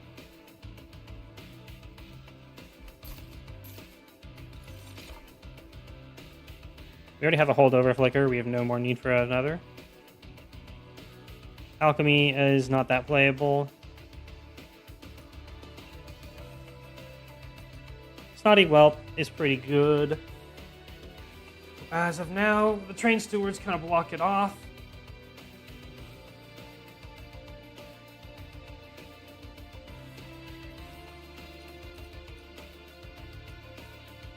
Let's take... Oh, well.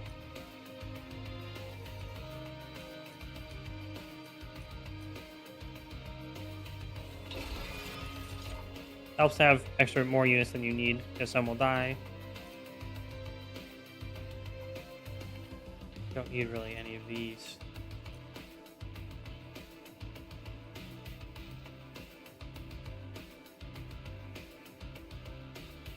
Challenge we could use as another snipe, but Valor does the same thing without the melee weakness, which I've been forgetting to do for Slay triggers, if there was anything that I missed in the last fight.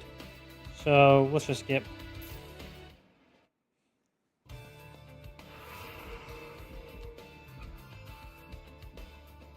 Our Pyre is fine, so this is a wasted node. Upgrading units is nice, but we're going to rely on Phoenix. Oh, the equipment is very good, though. Let's go this way, though.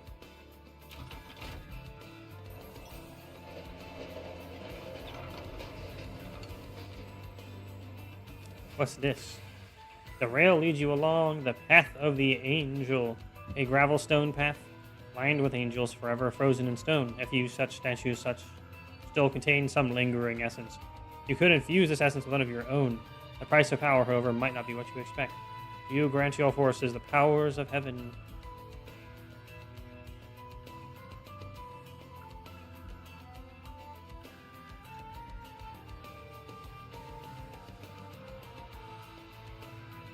These are very good. Attack immediately is what we want for Phoenix. I don't know if we can actually put this on him. But if we put it on Gold Tooth, we can use it to gain money and to adjust breakpoints for the sleigh.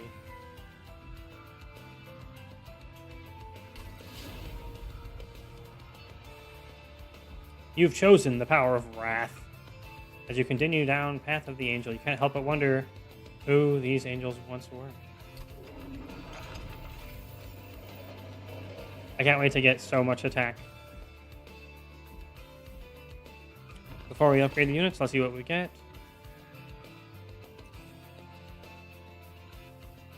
Demonic Fledgling. It's like actually a demon guy.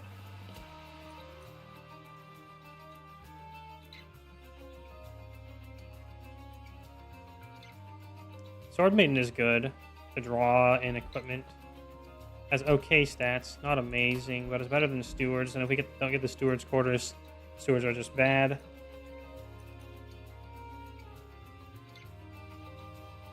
Not really a fan of the Fledgling if we don't have a way to keep Rage. It does gain Valor on Strike, though. We're going to want the cooldown equipment that reduces the cooldown of active abilities for Phoenix. So getting the Sword Maiden in preparation for that is what I want to do. Upgrade a unit with Multi-Strike and Avarice 3.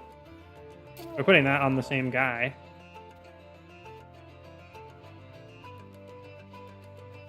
So notably, as I figured out last time, the ability Jelly Sneeze does actually trigger Avarice. So we're going to put it there. And we'll put Multi-Strike on Gold Tooth. Because he has Avarice already at a higher value. And attacking immediately, if that counts, that's very good. And we'll put 20 health again on the Whelp. Health on a small unit is very, very nice. Anyone? Oh, wait, we have the quick enchanter, so that's fine. Let's save some money.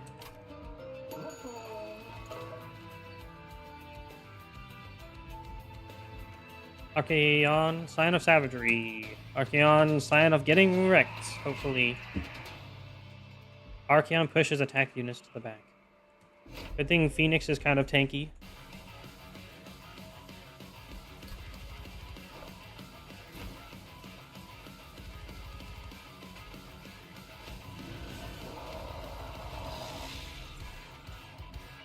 They don't have any equipment, right? Yep.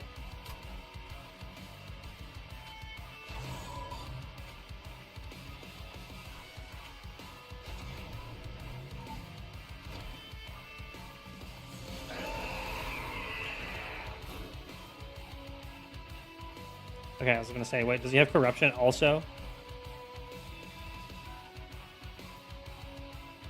Alright, first order of business. Snipe something. We're going to get 2 Slay triggers.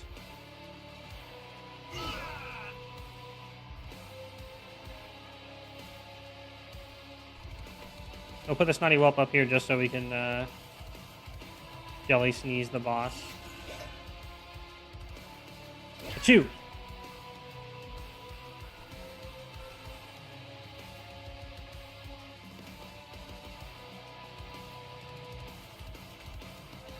And letting you go up to the next floor is totally fine. Let's add some Pyre Gel to the boss. Actually, one of these will mean the Trained Steward can survive an additional attack from the boss. Although he's going to get pushed to the back anyway. So we'll be able to play it at that time. Add that while we have the chance.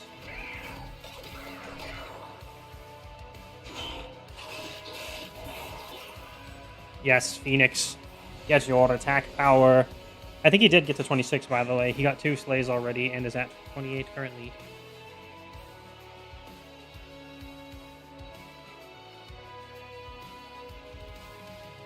We're at a sad breakpoint here.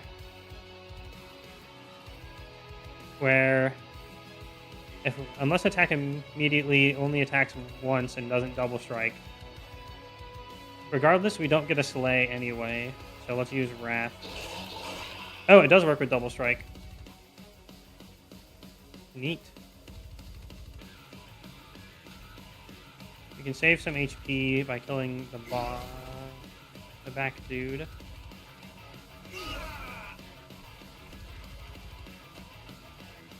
little more Pyro Gel on the boss.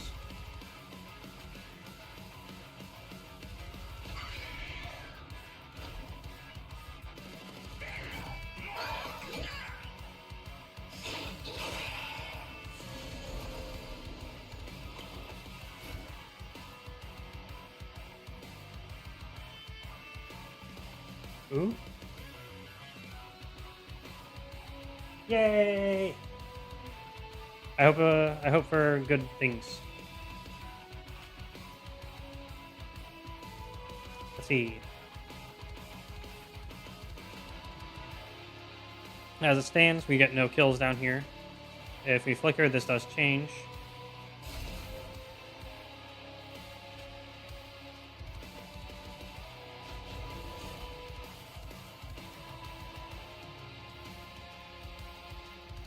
And then 2 more of these is lethal.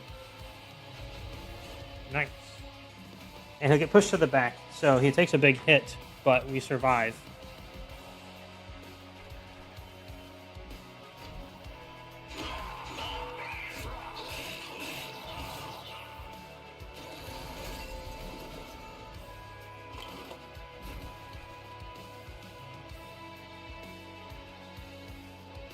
Oh, we can hit for 35. We can actually one-shot the shield pleb. That's so cool, dude. And then we also get to execute the guy behind him. Which does not change if we play Flicker. So we get to kill that dude in the back as well. Yeah, because that's 34, 34.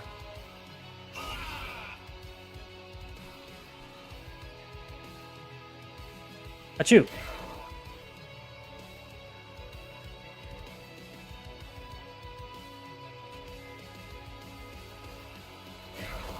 We can stack the Warbler to save 13 HP up here. Sorry, Warbler, but you are a sacrificial lamb now. We don't have enough Valor to have it be worth putting Phoenix up front. And we can't buff 36 times 2 is 72. So we should still get the Slay.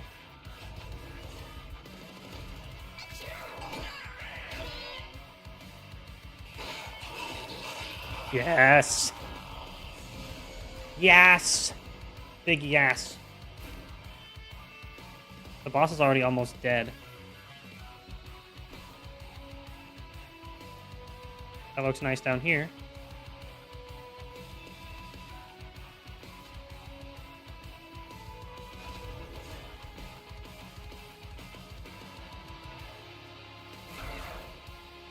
Oh, I kind of wanted to do it in this order, but it's fine.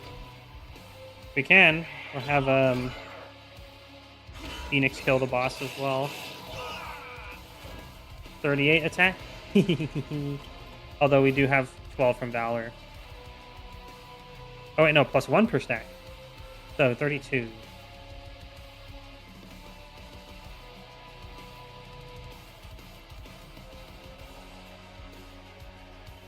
There's no way to force the hit where we want it to be. Because we don't have quick.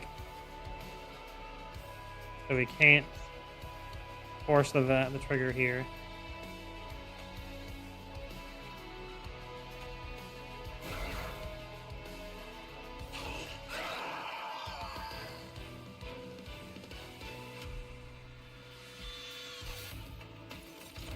Come on.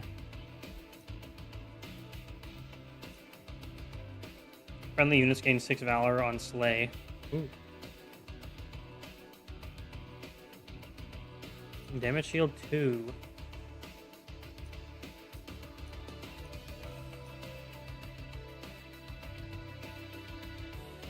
Yeah, we do actually need a means of keeping Phoenix around. If Phoenix dies, Phoenix can't get stronger. The Bloodsoaked Arena is pretty good, but I think the survivability is more of a concern. We'll just make it not consume.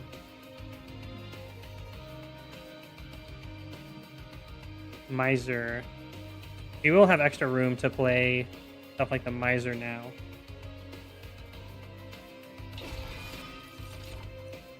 We're going to get capacity.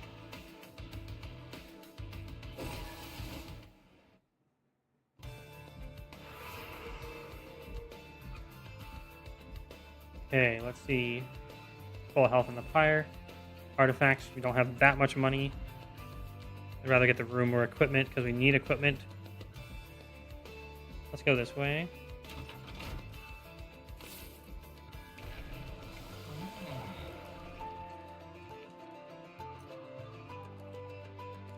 Yes, Phoenix Fire 2 is now explosive, which means it AoEs with overkill, which is so freaking good. And we have to 42 attack. We don't need a Dragon Horde when we can just fire, breathe, destroy everything in one hit. Or 2 hits. Or however many hits. Hall of Mirrors. No way that works with heroes.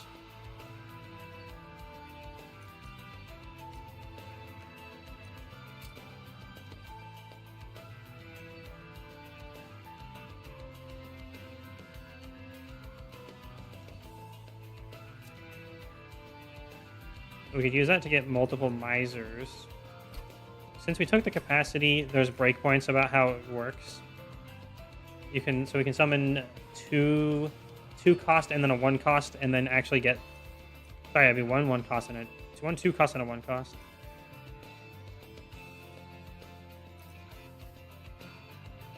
Let's get silence. It prevents things from being interfered with. Yeah. It's going to be very good against the Cherub boss upcoming. Upgrade a spell to remove consume. Upgrade a spell to cost -1. Now it is very playable. Upgrade a spell to gain permafrost. Don't really need anything for like super special timing. It's more for like nukes and stuff.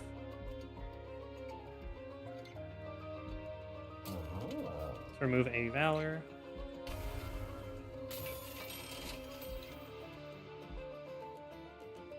And magic power.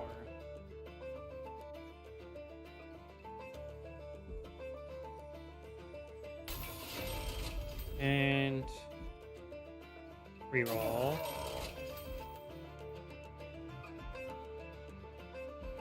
Heals your fire equal to the spell's cost. Anything else that we want to hold over? I would say we want to hold over the big boy 2-mana spell, but let's save the money. I was looking for mostly minus cost spell things.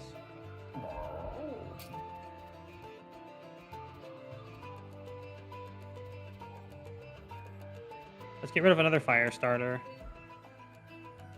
A fire starter. We have burn. We want to be able to adjust things around so we can get kills with Phoenix specifically. It's a good utility and defensively, and we don't really need the generation of fire gel super much. So that's what we're doing. Sad we didn't get the right Mark of Invasion. That's just like free killing stuff for Phoenix, especially when they are splashy boys. We'll probably do Phoenix on 2nd floor. Because now it doesn't really matter which floor Phoenix starts on.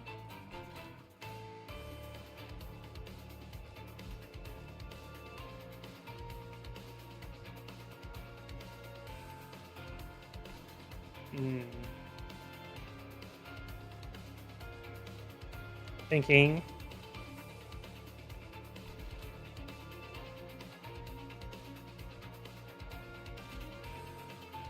Yeah, we're gonna do that.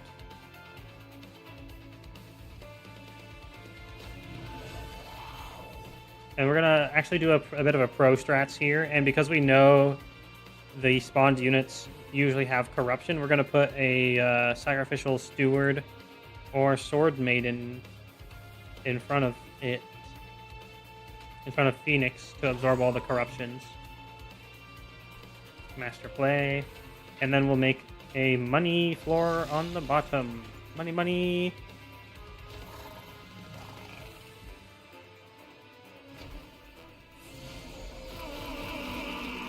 Oh, I forgot about the top floor, but it's fine. Oh, look, Flicker instantly kills all of them, and they don't get to damage our pyre. And then we just do this, and literally all of them explode, and we get 5 slay triggers.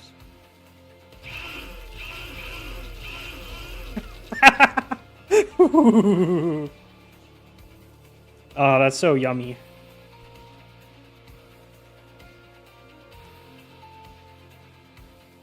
Okay.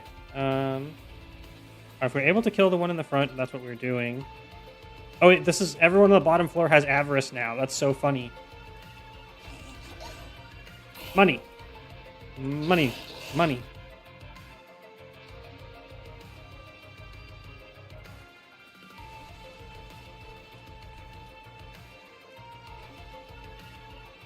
There's going to be less stuff getting to Phoenix, though, if we're killing it on the bottom floor all the time. Let's some damage shields up here. We don't want to kill anything with the fire starter because we want to kill it with attacks to gain gold.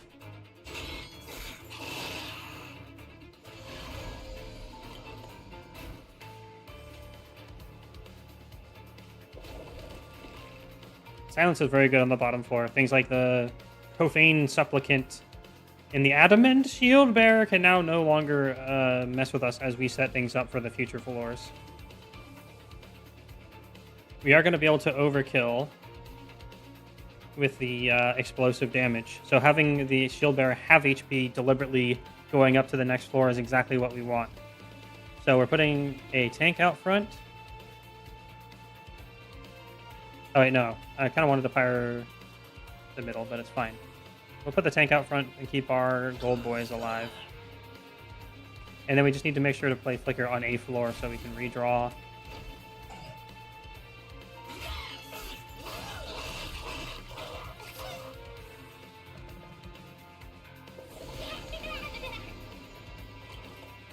And now we, No! No! We're one turn away off the from the cooldown. Fudge cakes.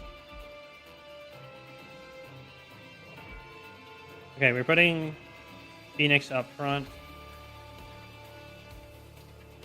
to get that kill.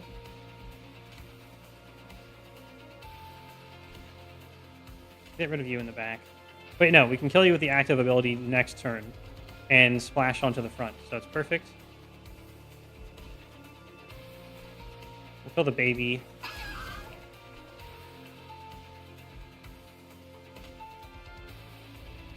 We're going all in on the Phoenix kills. It's not good for the middle dude, obviously. We have no floor above. But we will make some range stewards up here. We'll take a little bit of pyre damage to get attack on Phoenix. Breakpoints are huge for Phoenix. Oh, we have Jelly Sneeze. Now he dies.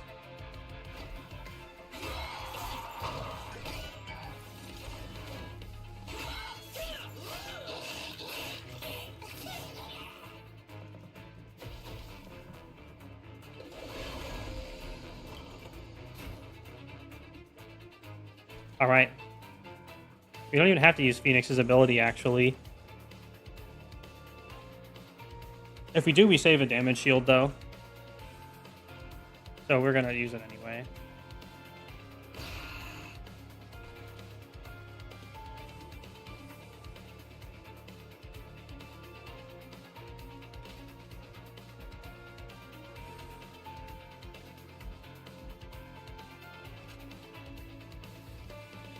Yeah, let's do this. No, I don't think we can do enough damage.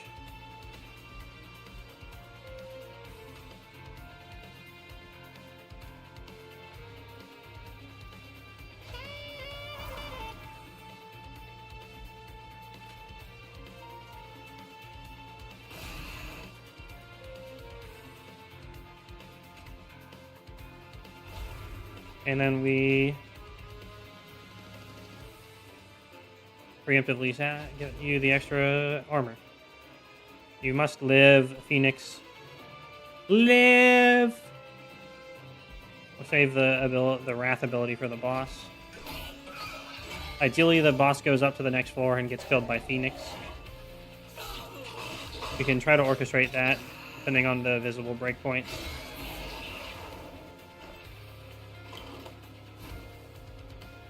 Oh, look, damage shield.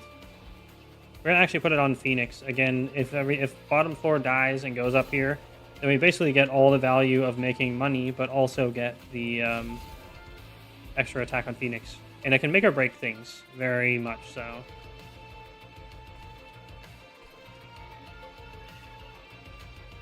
Let's put a... There's actually not much point putting a Spear Steward there.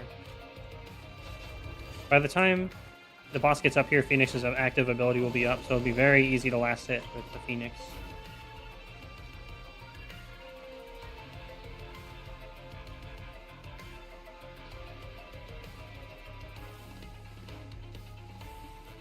Descend all friendly units to this floor. Ah!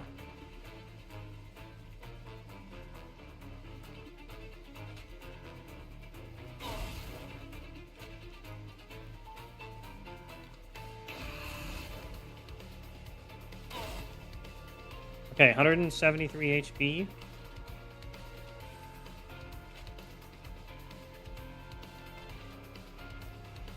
Yeah, Phoenix can definitely do that. So we're not going to mess with this. This might change it enough.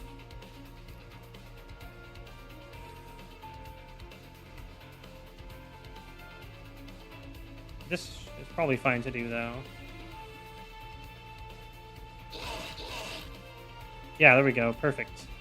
Get up there with 59 HP. Exactly enough to instantly get killed and get +1 attack. And then we still got the extra money triggers.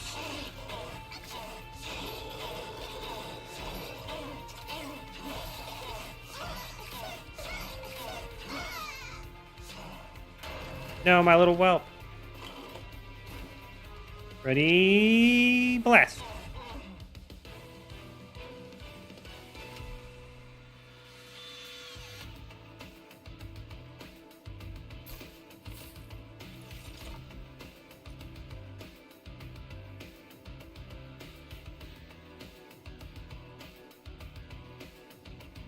Oh. Stuck-up Whelp applies Avarice to friendly units on a 3-turn cooldown. I'm so happy they made a lot of the Whelps better. Ooh, make it rain. Mind Cage. Mind Cage. Mind Cage. That's what we want for Phoenix. It takes a turn off his cooldown. And his active is extremely powerful. He can just wipe all small boys off the map forever. Every time.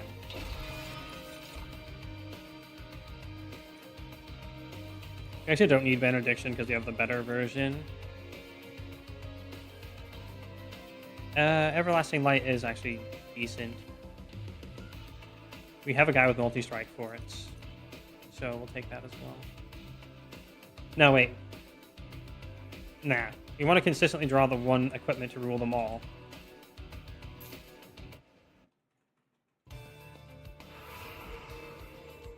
Because we have the guy that summons an equipment to our hand. Unit upgrade, random event, get an artifact, equipment, or rune card. We want the dude who does equipment so we can combine 2 of the cooldown reductions. Because then it's a 1-turn. You should be able to use Phoenix every round if we fuse it together. But first we need to find the other copy of that. So let's go this way.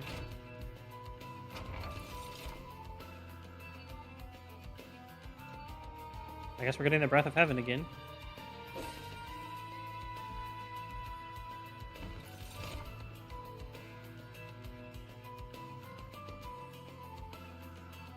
Swift Steel Dagger. Not really what we want. Did we have a room already? Yeah, we have Zone of Silence.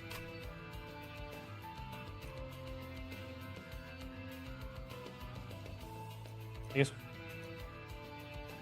we put this on middle floor. Because the... Where are you?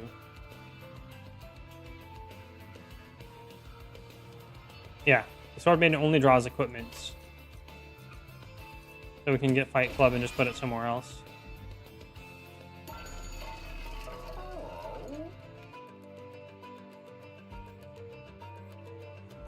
Ooh, do we want a spell to be intrinsic? The Seek Stone, if only we could replace it with the other one.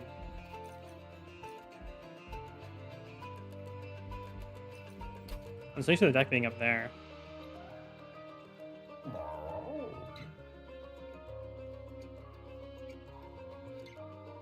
Unfortunately, rooms are not spells.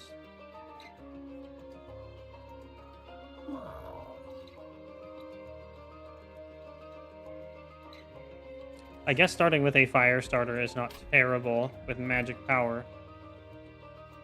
This is not a terrible idea specifically because it'll allow us to adjust breakpoints for Phoenix.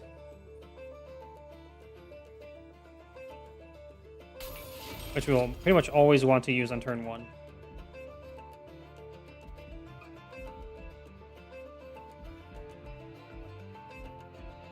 And I think we'll save the rest of this cash. You can get a ton of damage out of our extra attack per amount of gold you start with guy. Non-boss enemy units gain multi-strike.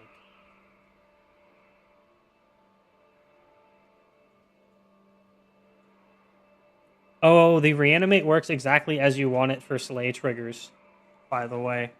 They still count as dying because it's revived. So that means we can kill them multiple times. I think we'll try this. We have lots of money, but more money is more good.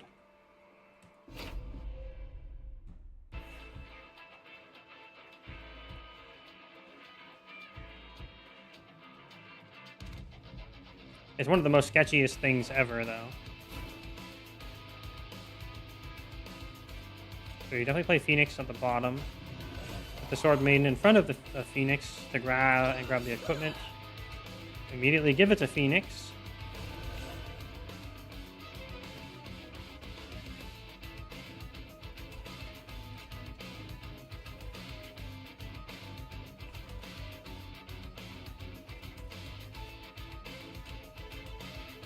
You have the ability to attack immediately, so we're going to put you behind Phoenix. No, in front of Phoenix. Phoenix must live! All hail Phoenix!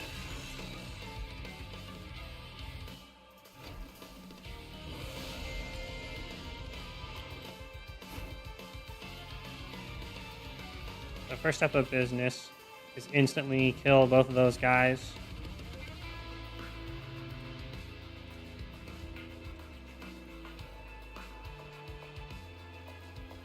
Yep, we do get our 2 attack for this.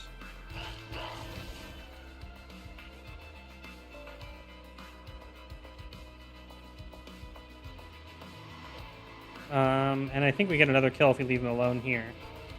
So let's start prepping another floor. Make sure to keep Flicker in hand.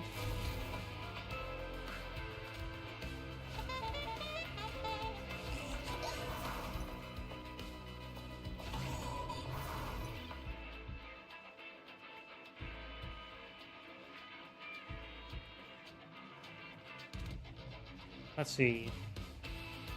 Yeah, I think we can stack some HP on Gold Tooth for extra trigger. Nah, it's multi-strike. Let's not.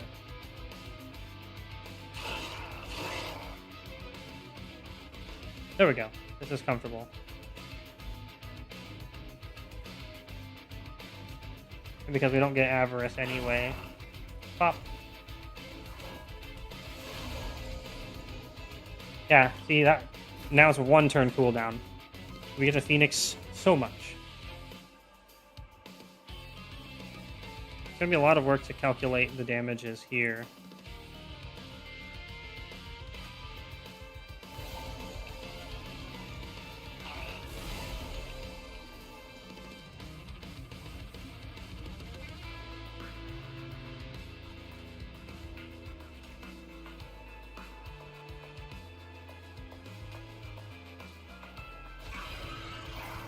Go.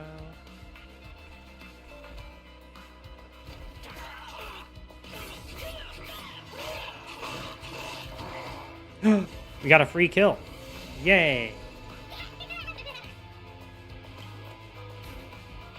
We'll kill him with Jelly Sneeze just to get... We'll use Jelly Sneeze just to get money. Because this floor will not survive.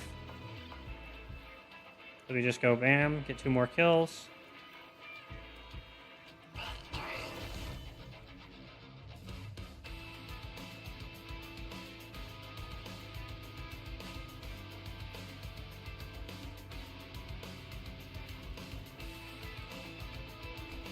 I guess we'll start the Miser here.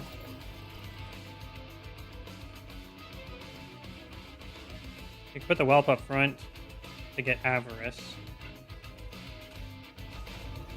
And we want to make sure to keep Flicker in hand. And since the Whelp is staying up front anyway.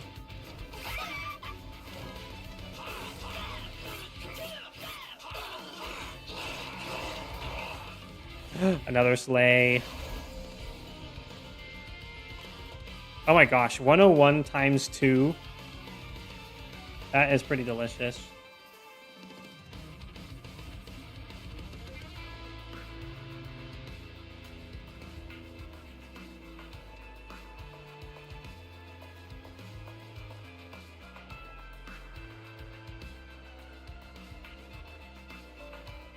I actually don't want to silence down here because actually, screw it. Reanimate's fine. We'll silence down here.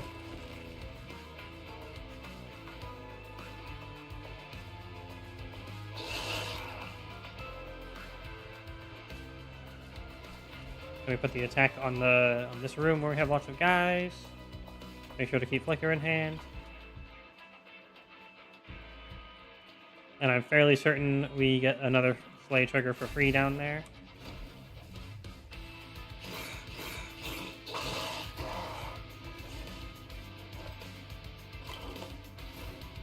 Oh look, more damage shield.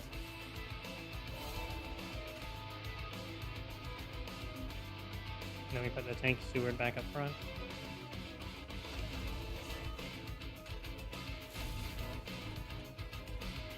Wow, Miser hasn't gotten to do anything, but that's fine.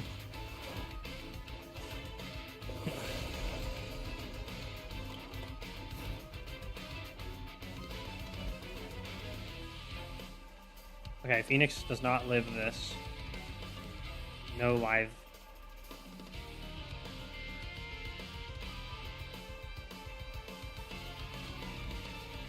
This might do it though.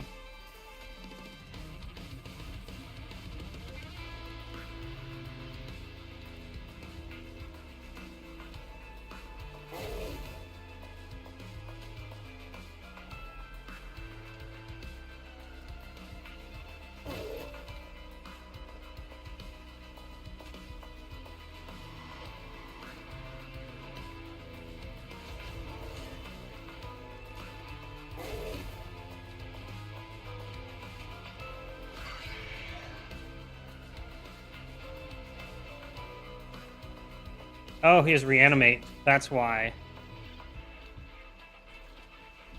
That's kind of fine. That means we gotta kill him multiple times, probably.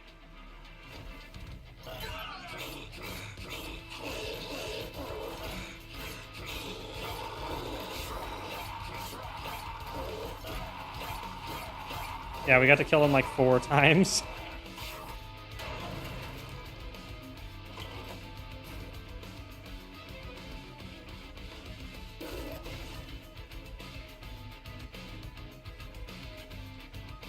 Gotta get rid of that guy in the back. He's killing all the damage shields and stuff.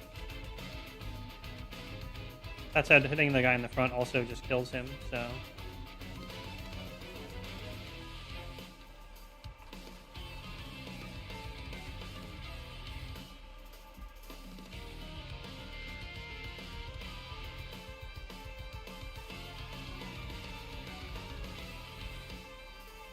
Oh yeah, he's gonna stack a bunch of attack damage if we don't kill him.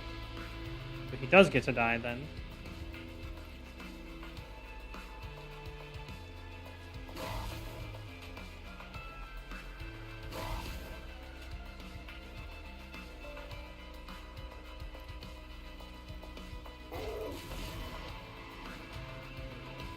It does give him attack, but we're moving him up front so he dies.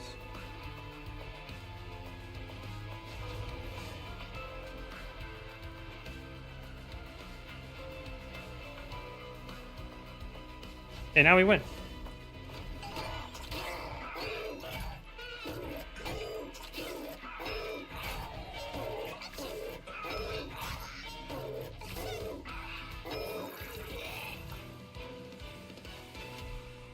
All right, victory.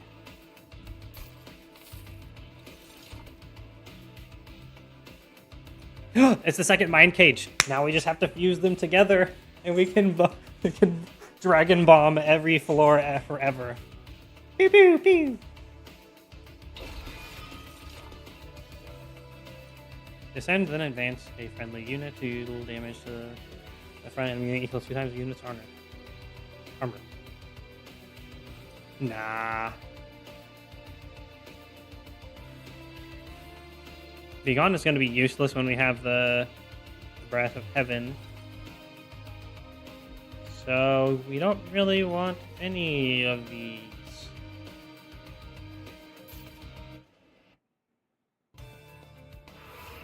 We need an equipment shop. There we go. Merchant of Arms to fuse them. We give up the artifact tor, but that just means we get a huge attack on our boy for a while instead. We have to.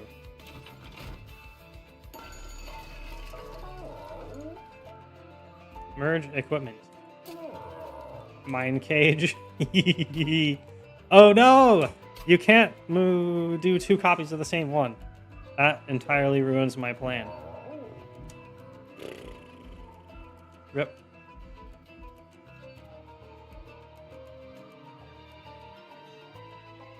I forgot you can't do that. Can't do mind cage with mind cage. We need another way to reduce cooldown. Well, we will upgrade mind cage to always start with it.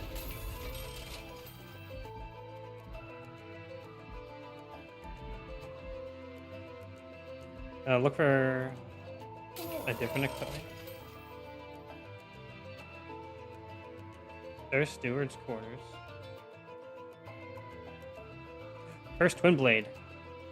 That's really good. Getting multi-strike on our permanent attack stacking dragon. And then we'll combine that with the Mind Cage.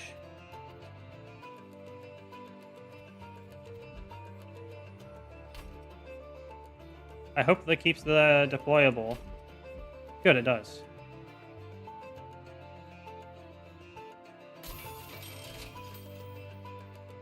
We'll buy a Steward's Quarters for the top as well. Even if you don't use the Stewards, it still has +1 capacity for 0. That's pretty nice. We'll get rid of another... Get rid of a Just Cause. Just cause, you know.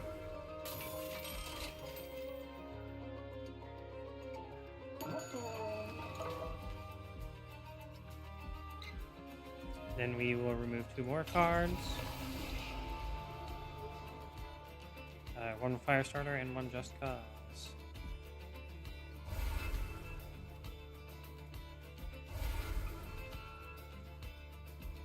Alright, time to revenge Kale, Lord of Cherubs. Oh, he doesn't do spikes this time. Damage shield instead. If we kill him before they can damage shield, then they never get to damage shield.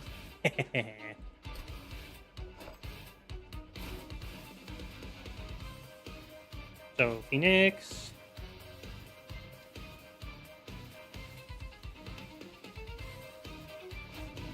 Very hefty to start with this.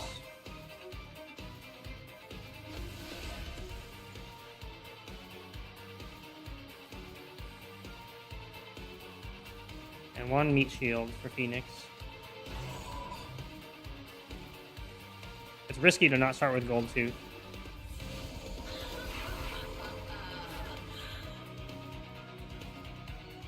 Oh, there's Gold Tooth. Oh, silence on the first floor is really good.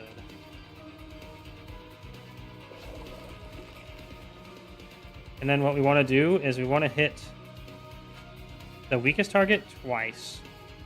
Because then we splash more damage onto the others.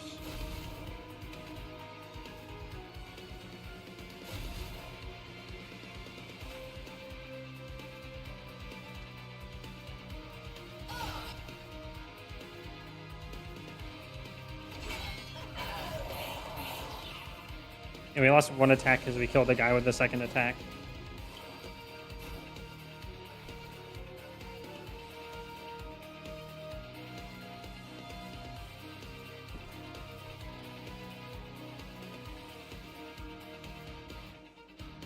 Okay.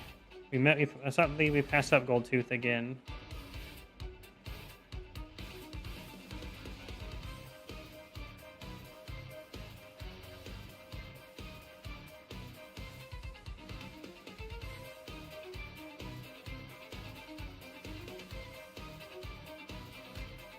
We need to make sure that Phoenix stays alive and kicking.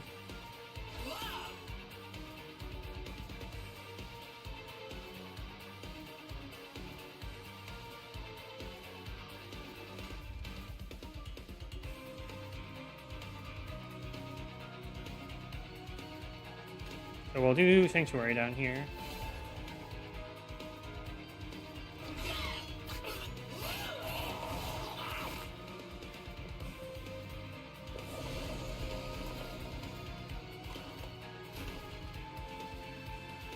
Flicker that guy out.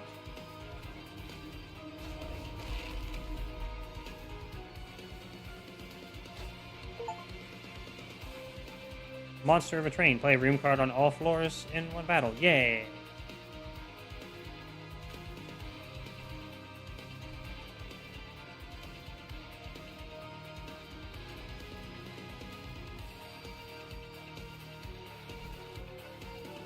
Oh, we have our cooldown again. So we have so much attack damage that we can splash. Oh, you can kill your own units for this, by the way. Interesting. So we can splash 65 damage, killing the entire cherub as well. So good. And then we get another kill. And we just need units in front. Visor is a bit wasted to put in front of Phoenix, though. Put you on floor 2.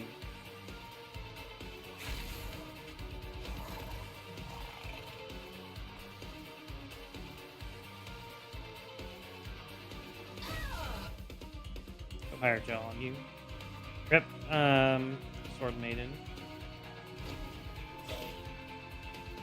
That's okay, she was a temporary distraction.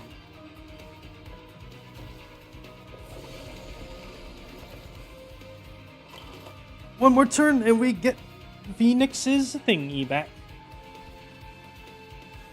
Now we can make Phoenix quick because that's just stupid.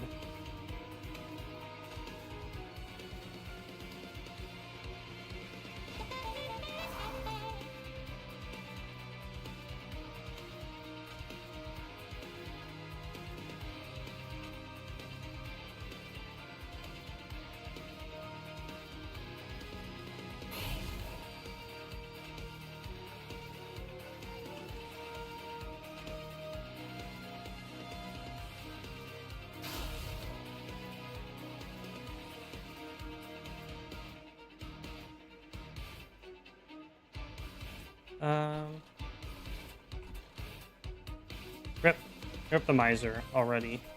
That was fast. We don't care if the Holy Cherub goes up, I don't think.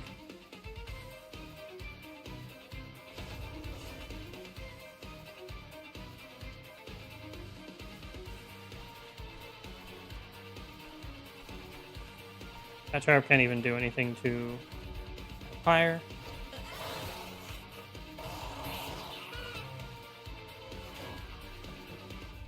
I'm pretty sure Phoenix is almost just soloing basically all of this after last fight.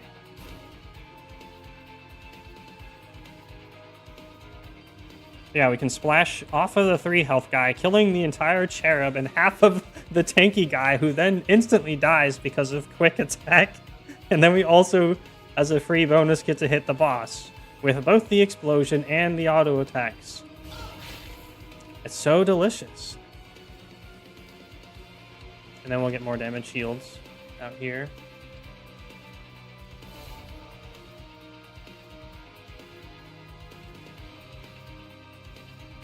And hit the boss some more. We should have done this first, technically. Actually, no. It applies more Pyrogel to use that ability first.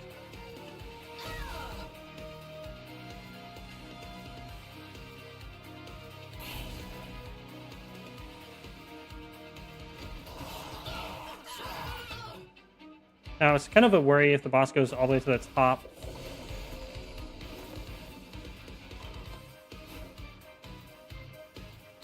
Just kidding, Goldtooth will take care of it. My buddy Goldtooth with 90 times 2 attack.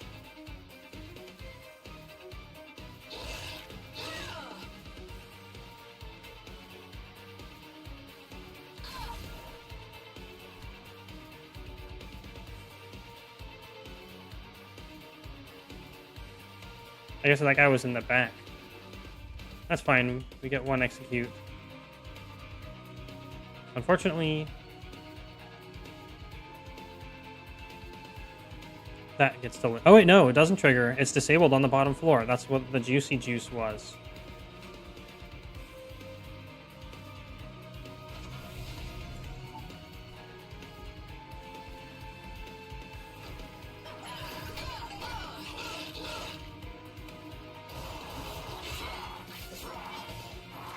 Oh, no, it did work.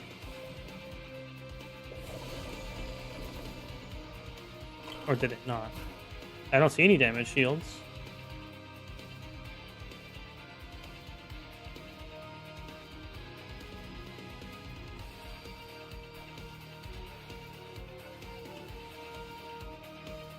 Well, we get to snipe the Sharp Eye Sniper. Ew, they look gross. Anyway, let's check out the bottom floor first.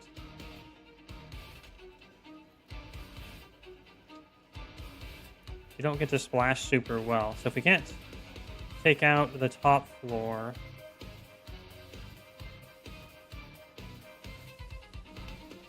Oh, we have 1 more floor. That's the middle.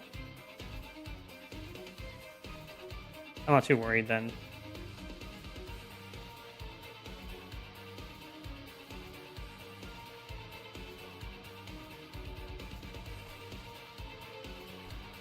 Our boy will get us through.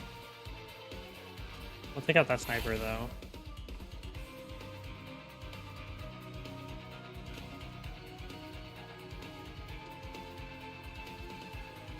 Snotty Whelp is a good one to have in front. You'll get Avarice first.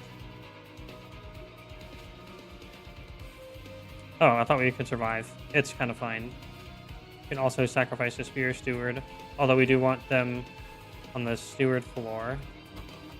We have another one left. We only have room for 1, so this is fine.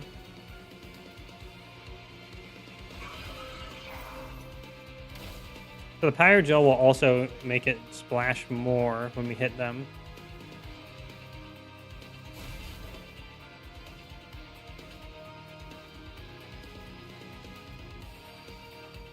Oh my god, I think we get to kill both the big guys after this.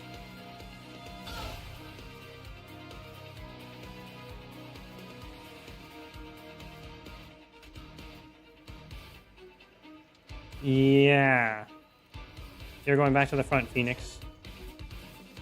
And then you can kill... They have Pyrogel 4, so We kill the first one by doing 77, lose 1 attack but gain 1 attack. Kill the next one, lose 1 attack but gain 1 attack.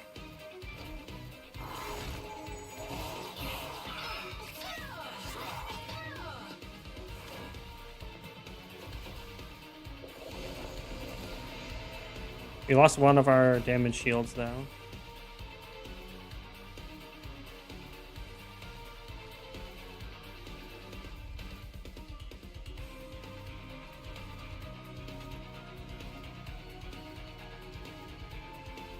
We have annoyingly missing a breakpoint. Down here.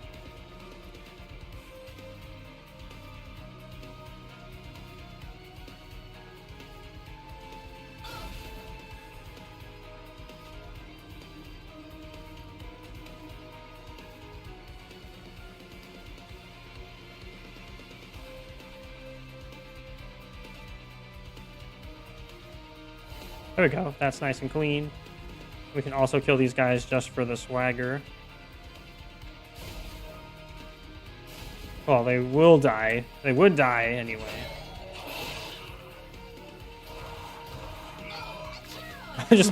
Oh my god, we just went right through both of them.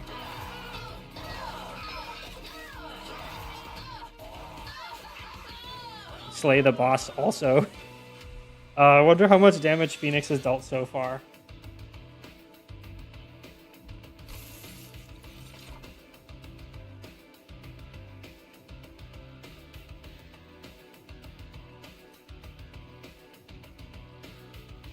Eagleheart is actually going to be really good with Phoenix.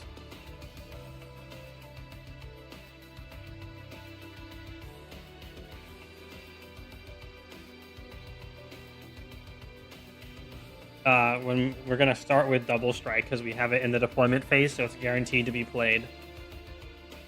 And we get the 5 attack. We'll probably make it not consume as well. And I think we're going to take mana per turn. We need to, so we can set up our units faster. Because Phoenix being able to activate every other round just is already killing almost everything on the board. So just having everything come out quicker and being able to adjust things with spells is what we want. Let's go left.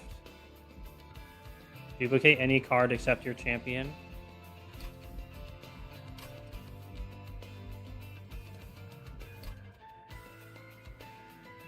Having another gold tooth would be great when we have so much money. Especially when he's a multi-strike gold tooth.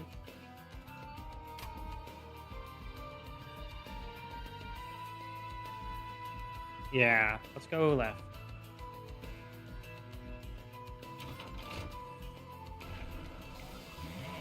Yes. Phoenix Fire 3.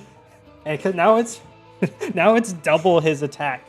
So he has an active that we can use every other turn that does currently 172 damage. That overkill splashes everything onto everything else. And then gets +2 attack every time he kills something. It's fucking amazing. Overlord 3.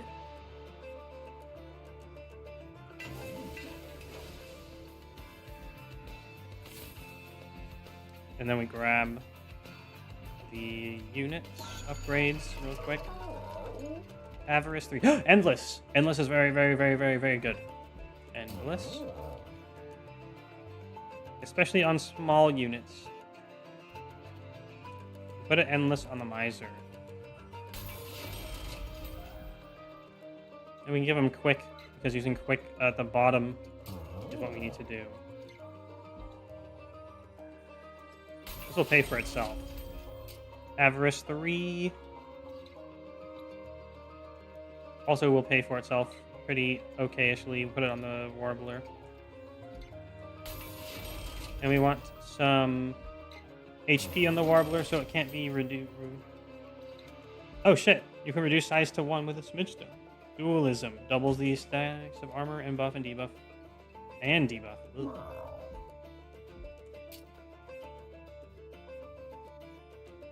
Well, we can make the Sword Maiden one size. The more we can fit on the bottom floor, the better. Just to make sure our Dragon Lord Phoenix carry does not die. That's also why we're putting health on you.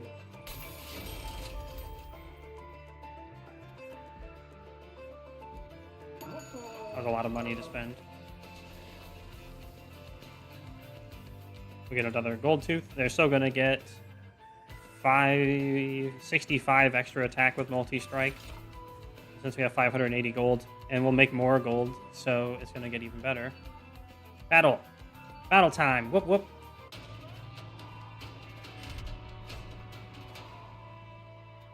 Oh, the penitent prayer stone is spawned on each floor. Oh no, I'm just gonna splash to it and kill it instantly on the bottom floor. It's 400 Gs. We can definitely do this.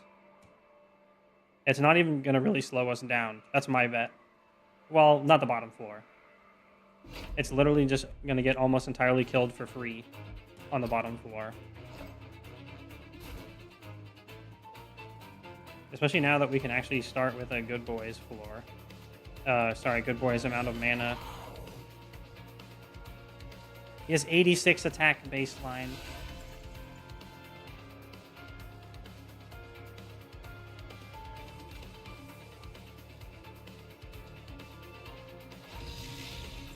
And there's a miser in front. Oh yeah, we have 2 gold tooths now. That's so Chad.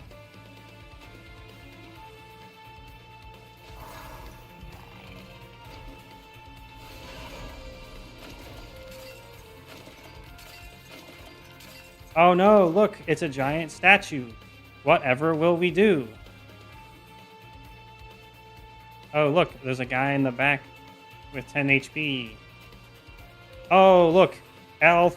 Literally everything else on the floor dies instantly. Oh, jeez. And then we put you up front, and you kill the statue, and you kill the reanimate guy instantly. And you get 2 slay triggers. And then we just slap some pyre gels on these.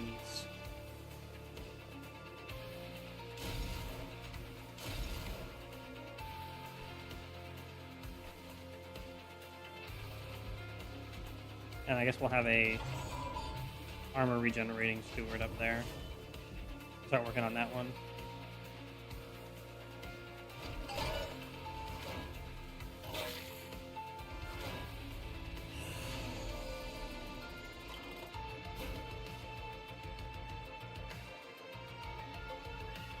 We don't have a quick warbler yet.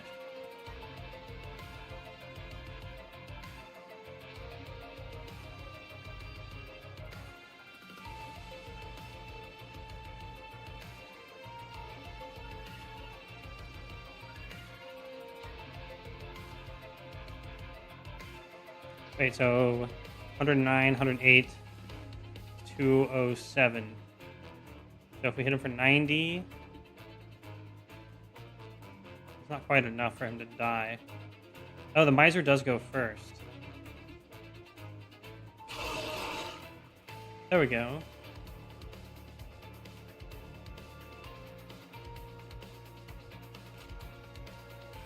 Oh, I actually might want to...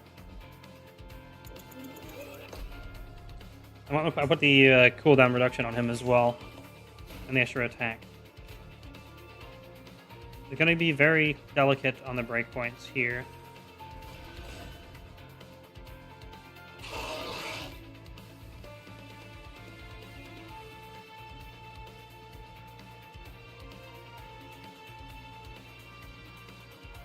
We need to save for the quick down there.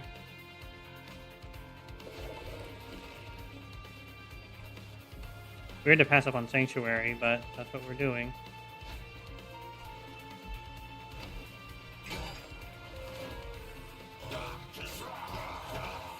Yeah, he had fucking 1 health left. Damn. Oh, look! A cherub! Explosion. Just wipe out the entire floor. Oh, get 6 attack. And then kill that guy also, because why not?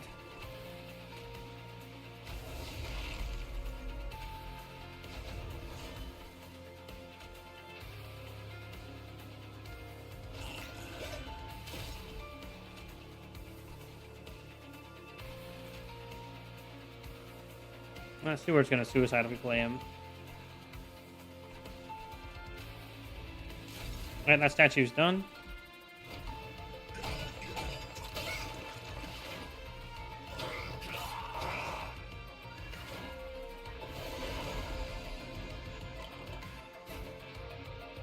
Oh, look, now we get quick on the bottom floor.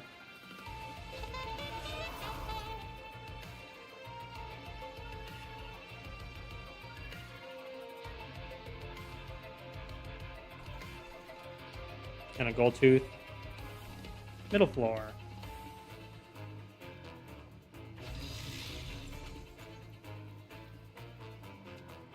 We can just immediately burst kill the statue.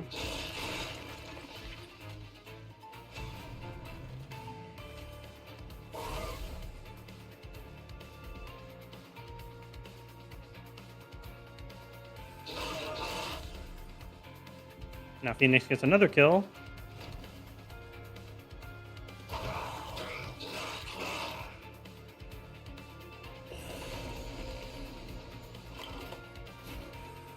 And again, wipe the entire floor solo with, you know, buffs and stuff. But holy shit.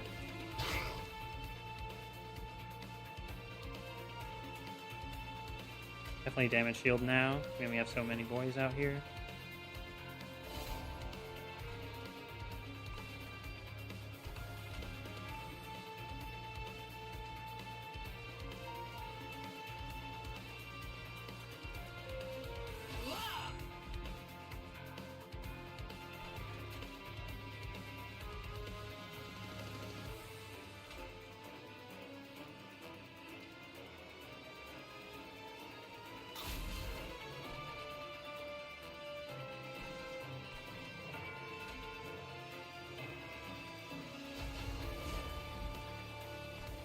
All right, there we go.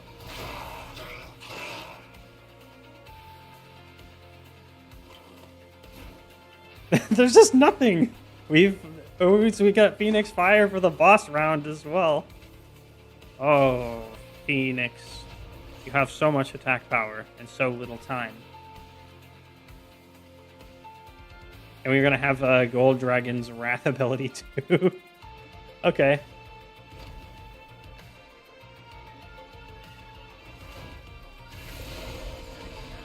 Oh, they were nice enough to put a 20 health guy up front for us. Yeah, let's get him.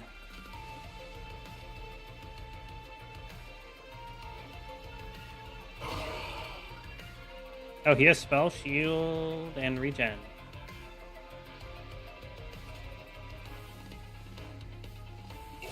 How dare they kill Phoenix? It shan't be. Damage shield, go! Cool, now Phoenix doesn't die. Does it? Stands. We are going to do 126, 250, and, sorry, 126, 252, 220. I think this is not quite in our favor. Let's find out. I think that should do it. See if we can get the boss kill. Nope, not quite. We still get the extra gold stacks, though. Let's go, dragons! We got 400 gold for the reward, too! We already have... We have 1,200 Gs! We have mad Gs. Oh, Fanning the Flame, they actually made better. So much freaking money! So it used to be a random unit, now it's random any unit, but now it has explosive, which is the overkill mechanic we're using with Phoenix. And when it slays, it gains 3 damage. We don't need this because Phoenix already just kills everything that exists. But damn, that's pretty cool still. Thanks, Luke Bunky. Anyway, greed does get money from your own units. We have an endless miser, so we could use it to farm money. But do we need to when we have 1,211 Gs? Probably not. The sacrificial chamber at the bottom could work too. Having the silence down there just means they have no real counterplay to Phoenix. Just like killing stuff or us playing spells. We don't need any of these either.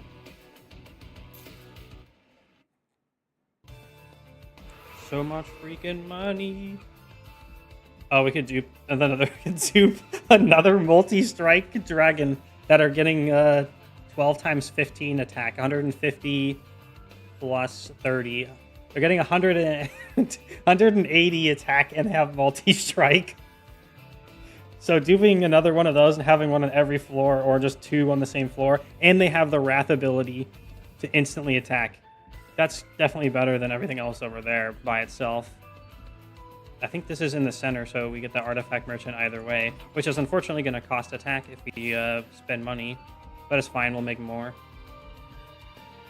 Spellforge.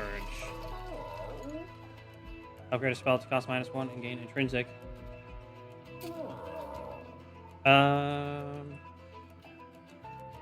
We needed to remove consume.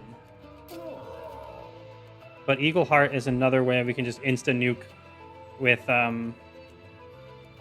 Phoenix. We can do so much on turn 1. We can annihilate everything. We'll make that intrinsic. And then we'll try to get remove consume. Yes! We have the power of Stratovarius and Dragon Force on our side. We have Heart of an Eagle by Stratovarius, and we have Dragon Force, which is Phoenix. Let's go, metal! Upgrade. And also we'll make something else cost -1. How about a Just Cause? Anything need permafrost? Nope. It's a very good upgrade, but we don't need it. Although it effectively does shrink it out of the deck if you don't use it. So why not put it on a Just Cause? We have the money. We don't need all that extra attack power.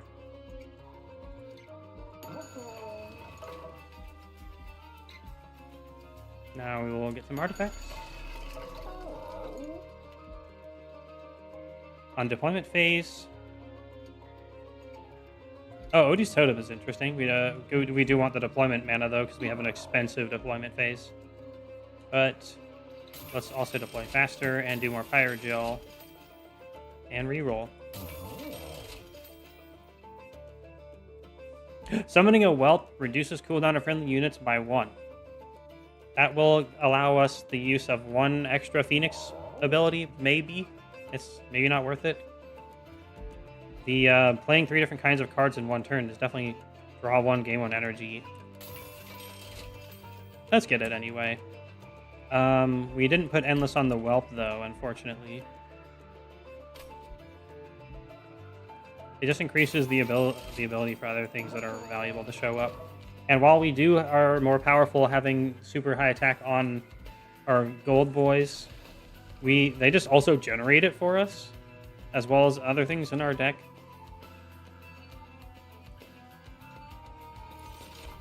Even now, after we spent 800 gold on 1 floor, they still are going to start with 60 extra attack. 75 times 2 should be just fine. Alright.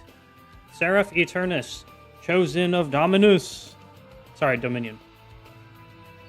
I think this is going to be pretty easy, actually. Let's do a prediction. Is this easy? While I go fill up my water.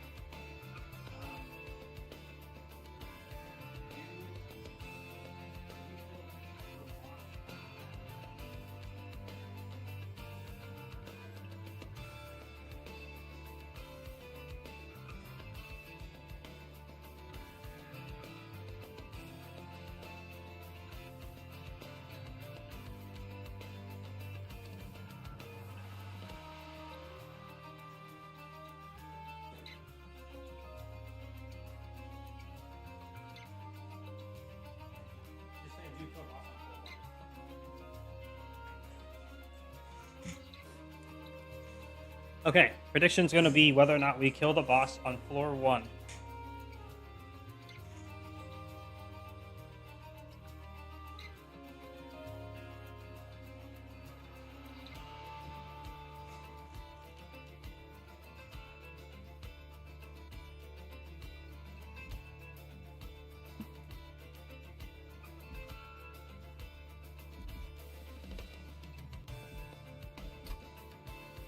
The Great Abyss. Ooh.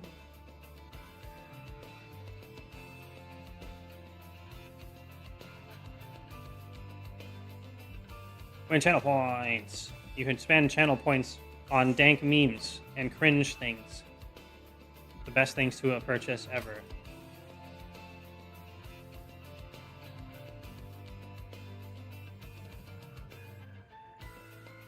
Ooh, I want to predict. I can't predict. I'm not allowed to. I say this is the time to go all in on believing. There's basically no way we don't crush this. We have multi-strike Phoenix with like 200 attack.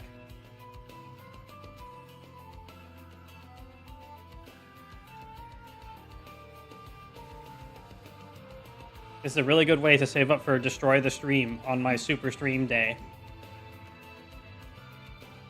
You can spam emotes on YouTube, but I don't have any polls on YouTube. I'm sorry. Okay, there we go. Let's go! Phoenix will end the suffering of all the demons. Seraph applies Corruption 2 to your units each turn and doubles Corruption on strike. Ugh, that's so gross. It's gonna eat up all of our... Okay, that's enough. Jeez. Emotes. Okay. Seraph better not spam bottom floor. We're gonna have to use lots of meat shields. This is why we made a miser with endless, because this would otherwise be an extreme problem. And I'm pretty sure the Zone of Silence sadly does not work on the bottom floor. Okay, Phoenix has 114 base attack already. What the fuck, bro? Now it's 124 times 2, but he loses 1 per attack. But he has so much attack that doesn't really matter. That level of attack loss is pissing in the ocean. And then we need to save...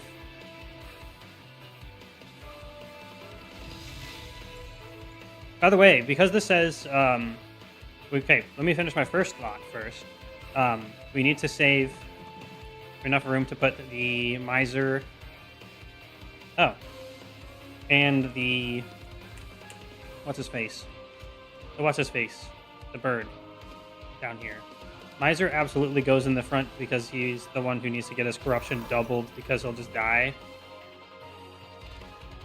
We don't need greed dragons on subsequent floors because we should be able to clear out the floors. Oh wait, we actually wanted Goldtooth behind Phoenix. Oh, look how threatening this floor is. Everyone's gonna die. Goodbye, floor.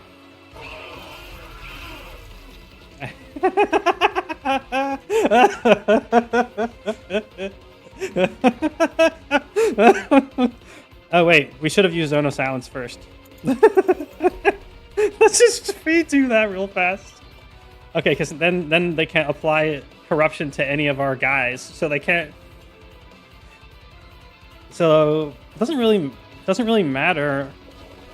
But keeping the miser out, I guess, saves us 1 mana and 1 card draw. Let's go! Pew pew! Let's get 4 kills and do damage to the boss. We're taking out like a quarter of the boss's HP on turn 1. Ah, that's amazing. Oh, let's also do Wrath and take out even more of the boss's HP on turn 1. Die, boss. Die!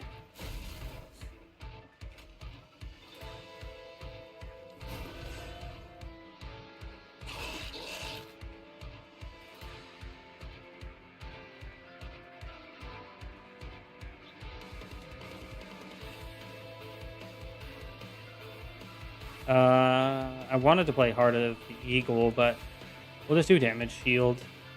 Wait, it's going to get eaten by corruption. This is where you actually want to be able to ascend units. I guess we'll start with a gold tooth on the next floor.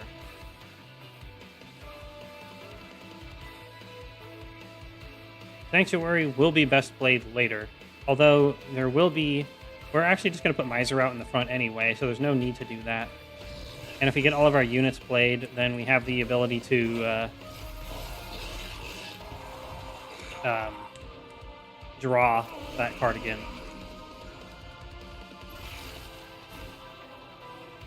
Steward's quarters for the top.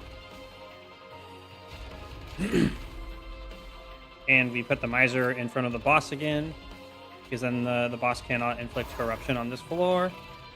And we activate, destroy the boss. Okay, yeah, that's disabled. We want Phoenix up front to get 2 kills. And we can actually... Kill him! There's a Ban Evader in our super hype moment. Kill him! You got him. Good job. Now we are free once more. Oh my god, the boss is already half dead. I feast on his bot soul. Ah!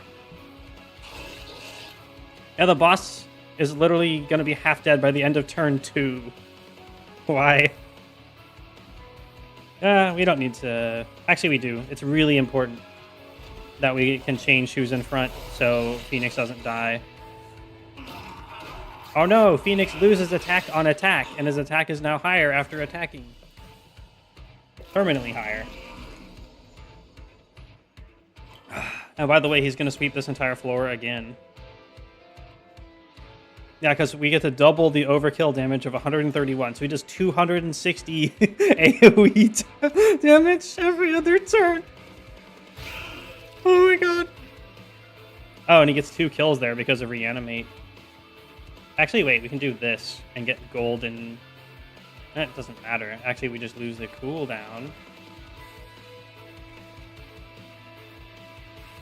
Oh, that guy has 1 HP.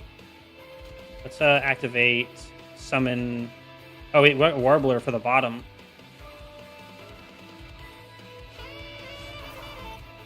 Now we don't take any damage. Suicide Miser to keep the... Keep you alive.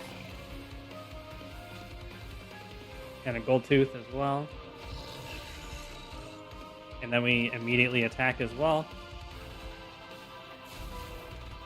Oh, I should have done that on this floor. It's gonna be fine. There's absolutely no way we're gonna lose this. The boss is down to 800 HP. And if it goes down to the bottom floor, he'll legitimately die before the... with 5 waves remaining. Please go to the bottom. I want to kill... Can we do it? Can we kill him with 4 waves remaining? No, we don't have the cooldown. Fuck. Wait, didn't we buy the thing where if you summon a whelp, the cooldown of friendly units gets reduced by 1? It's time. We can do it. It must be. Okay, we summon Snotty Whelp. We needed a meat shield anyway. We'll just... I'm sorry, Snotty Whelp, but... You also get to put Pyrogel 10 to splash extra damage out.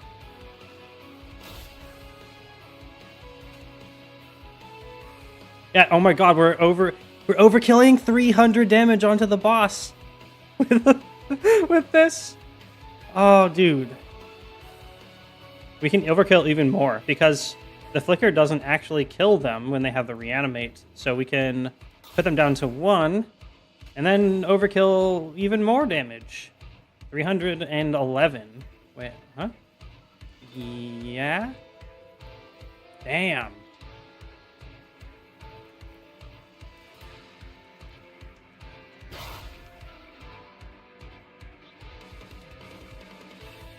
And then we can punch through those 2 guys.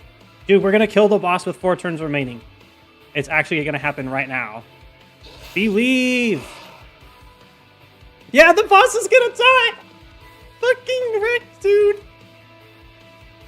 Lord Phoenix is the best.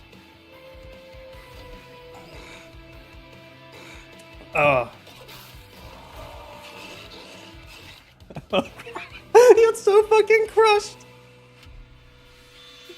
Plus 9,000. And then a 7-turn boss rush for 15,300 points. I wish I could put on One Punch Man as a victory song. That was ridiculous.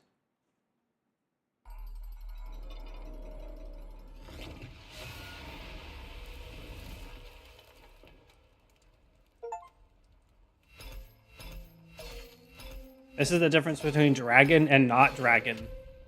When you don't have a dragon, oh, we died because we got unlucky. When you have a dragon, we overkilled the boss with 4 spare turns. Technically 7 or 8 spare turns if you count the pyre. Oh. Yeah, the death roar is really good. This is your brain on dragon brain. Oh. Yeah. Okay, transfer. Yeah, this is actually really good now. It doesn't even consume. If you can, Daniel, oh, cool art. Anyway, you need AoE, you need to apply Pyrogel without doing damage, and then you put this on the boss, and then you get to multiply the number of Pyrogel, and then by 5, and do that much as damage, plus 5, times 5. Plus spell power or whatever else. It's quite good. But why would you need the Pyrogel when you can just fire breathe everything? I want to see what the chubby dragon does, the fat dragon. But we have to unlock fat dragon first. Oh, friendly units gain avarice too. Delicious. Payoff. Consume, restore 2 pyre health for each dragon horde. So you'll do it, said Phoenix. For a price, replied the angel. Though I have to say, I thought you were on the side of hell. Phoenix paused. I'm on my own side, he said.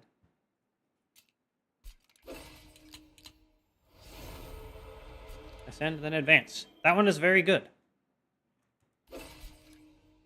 You can use it to remove squishies from the back by putting them up to the higher floor, and then they go up to the front, and then they die.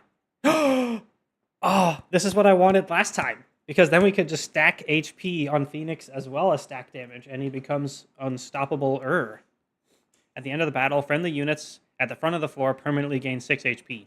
It's so good. This is such a me item.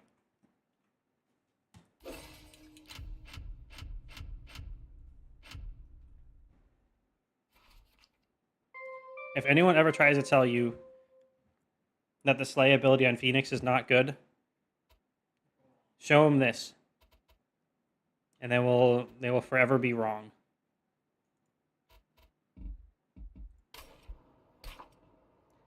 You want to run. Nicely done. You can optionally start an endless mode run with this deck and artifacts you had at the end of this run. How far can you go?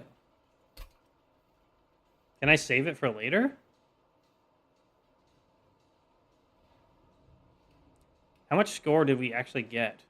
49,302. Do they have leaderboards? I want to see how high that went in the leaderboards. Defeat all Seraph variants. I wouldn't mind doing Endless, but I kind of want to unlock stuff and explore the game before we start doing Endless. So let's do a new run. So we're probably playing Phoenix again, and I'm probably going to grab the same thing if I can. Okay, we need to defeat enemies with spells.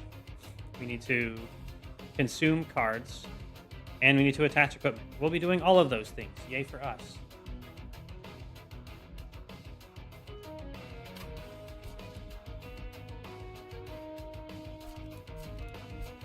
Add mutators.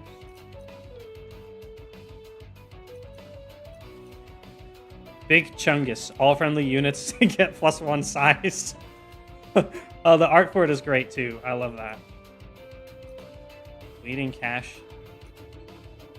Runs customized mutators don't count for card mastery covenant. Okay, we can't do that then.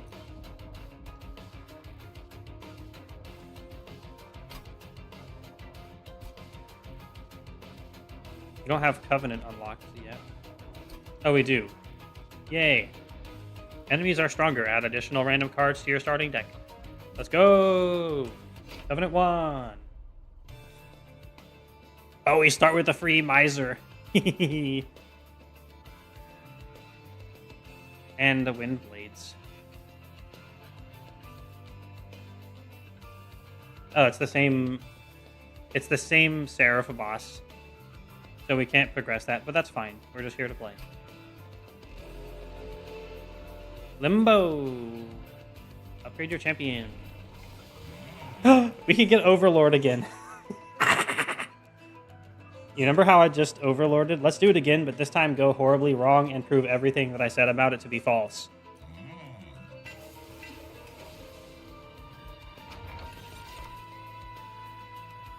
Train Stewards gain Boom, or the Hell Heart. The Hell Heart didn't really do much for us, but, you know, something.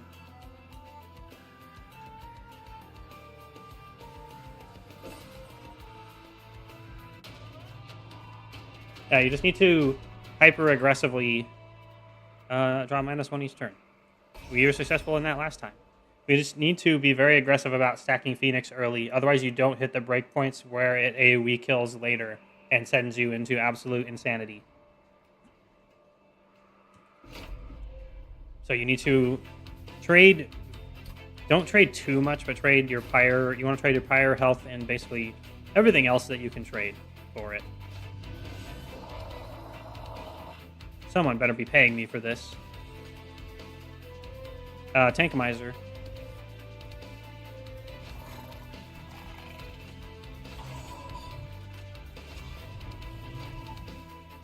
And then we just put the Shield Stewards on every floor so they can block attacks. And then... Oh, wait, we got Pyre Cast. The Miser actually has enough HP to buy some time.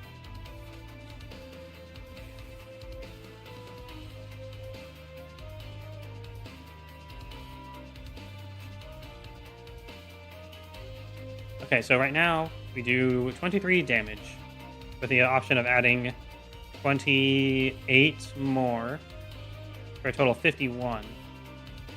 So if we do this and this, then we get a kill with Phoenix.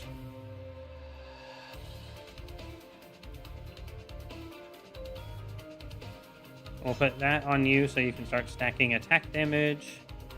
Prepare some stewards behind the others for future turns.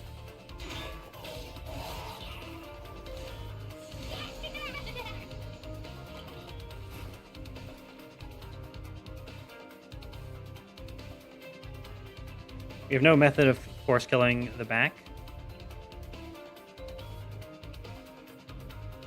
So we are just gonna swap you two around for now. Because you have Valor, so you'll also gain tankiness by going up front. And then we'll deploy another Steward.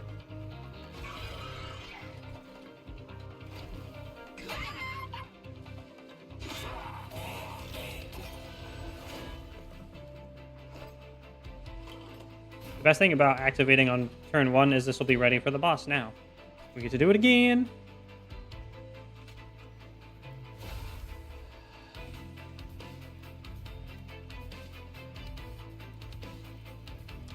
You'll be at Higher Gel 12, so you'll take 20 plus 26. Yeah, you'll die then with that.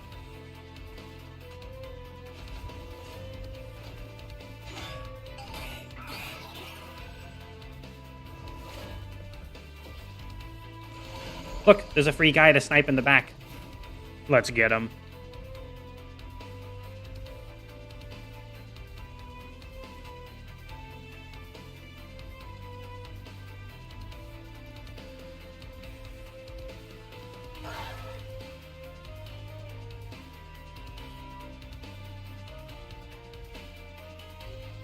Okay, he's actually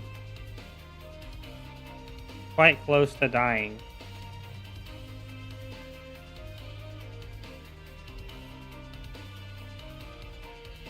He starts with a bunch of sap. So what we're gonna just add some fire starter to the mix. And we get the kill. The fact that Phoenix doesn't die doesn't guarantee that Phoenix does get the killing blow. But we're going to add more attack to Phoenix just to hope that makes a difference. And if we get an extra attack with the Miser, so be it. It's extra money.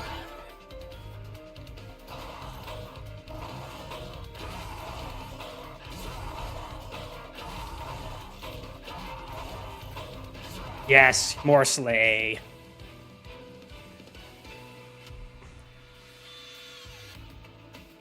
Oh my god, I want to listen to Slayer now, but it's so illegal. Rain and Blood! Fireball. It's explosive, but it does 15. Not too bad. The Snotty Whelp never betrayed us. The Snotty Whelp is a good boy. Let's get the Snotty Whelp. We don't need more Wind Blades. Don't need Divinity. Cleave is not also something we need. We just want the equipment for Phoenix, so he doesn't need to use Cleave because he just belargs them, and then they explode. Merchant of Steel, Merchant of Magic, Banished unit, Fireborn unit. We're gonna go Fireborn side. I want to get some Dragon's Horde. It's so weird. I've been calling myself Dragon and being a dragon on the internet, which is why I call myself Dragon for such a long time. I thought this was like, wait, is this referencing my name? But no, it's not. This is pretty funny, though. Anyway, always go Dragon. Unless you hate dragons, in which case you're banned. I like this guy's funny hat. But I don't want to have to kill him to get Dragon Horde. That's just so sad. I want all my boys to be happy boys.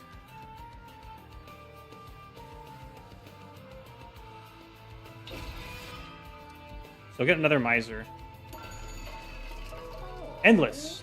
Large Stone, Heart Stone, and Strength Stone. If we do Endless on the Whelp specifically, then we can do things that interact with the Whelps dying or being summoned. So we're going to do that. We're also going to give them HP, because that always feels like it's good worth, even when they are endless. Because even if they have too little HP, then they can't be a reusable tank, which is very sad. So, and besides, I don't want them to die. Endless is if they do die. He's too much of a happy little guy to die. Reroll. Reduce size to 1. And ooh. And we can make something take half damage. I want to put it on something better though. But we definitely want Avarice 3.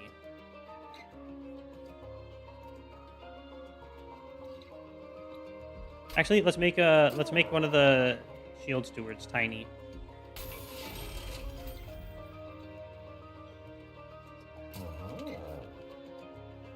And we'll give the Miser some Avarice as well. Even more Avarice. And put Valor on the already upgraded Train Steward as well. Because of the artifact existing and being very good, that reduces the cost of unupgraded units. And because of duplicates, you will basically always want to focus your upgrades on a single unit at a time. Barring specific upgrades that interact extremely well with certain units. The reason why you put Avarice on Miser is because you can double it, and you get more. You're already encouraged to double it because it's already a high value of Avarice. Oh, look, Mark of Invasion. You remember what happened last time? I call this an upside.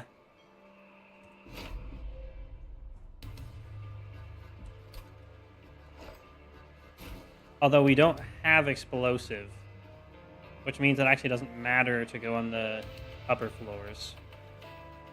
But that's okay. What we will do is still put Phoenix on the bottom then.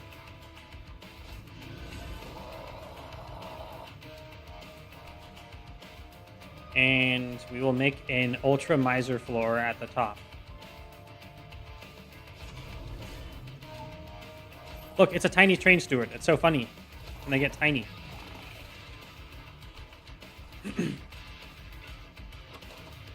Still have... Yeah, we have the Snotty Whelp to tank when we draw it.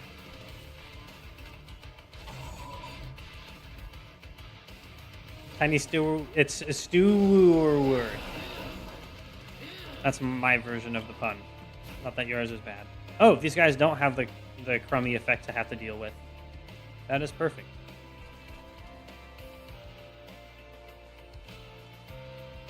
Bam. Dead.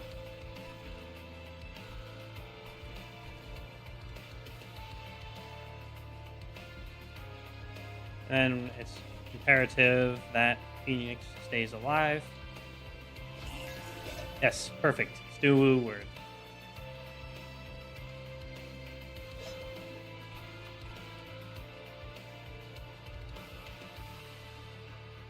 I forgot where you got Valor 8 from, but good job.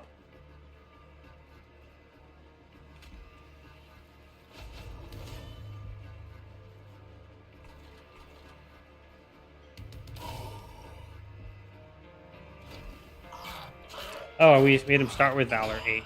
That's why. We're going to take 3 pyro damage. But it's worth it for the gold. Not only do we get the extra gold for the challenge, but we also get the extra gold for having these extra attacks with Miser. We already generated 23 extra gold, so it's going to be 50 something.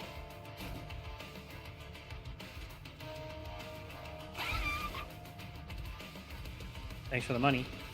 It's going to be 56 extra golds. Cool. They're all dead. Now y'all are all dead as well.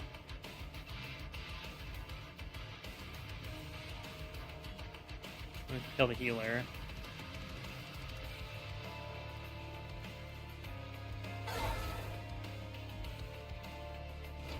We'll use a just cause to shift them up front. Or let them get to the top. Because if they get to the top, then we get money. And money is good. Money can buy us dragon treasures.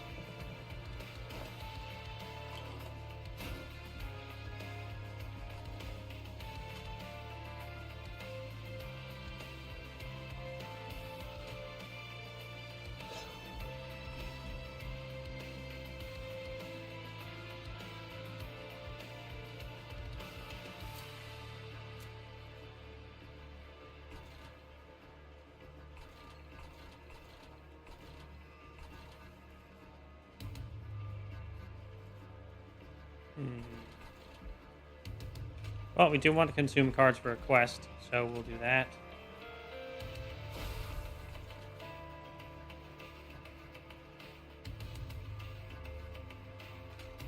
And then we'll move Phoenix up front and get the extra Valor.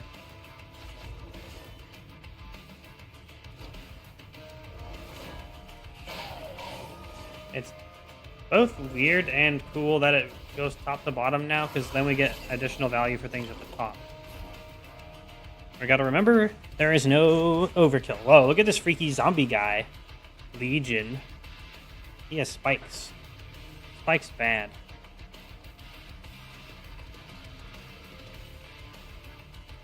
Top floor is clear. Nothing to worry about there. So it's only the bottom that matters. We will snipe you. Put some Pyrogel there.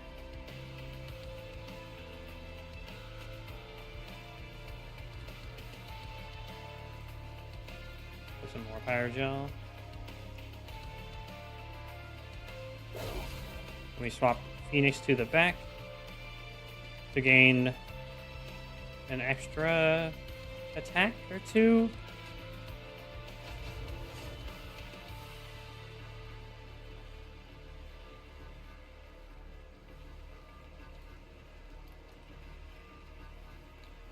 Feels like we're doing less damage. Is that true?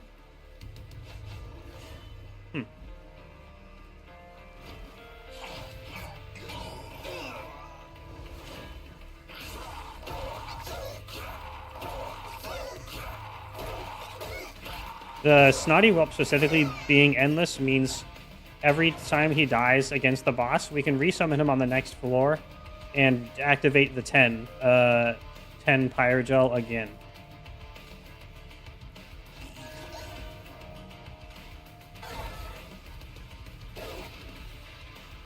It's pretty baller, actually. It means for the boss, he can provide a total of 30, even if it's not 3 floors of value on all of them.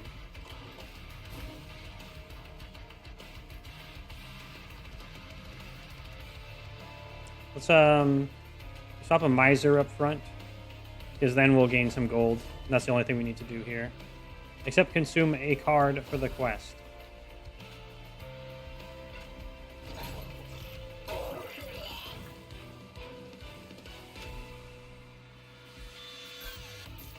Fire Heart, Heart of the Pact unlocked.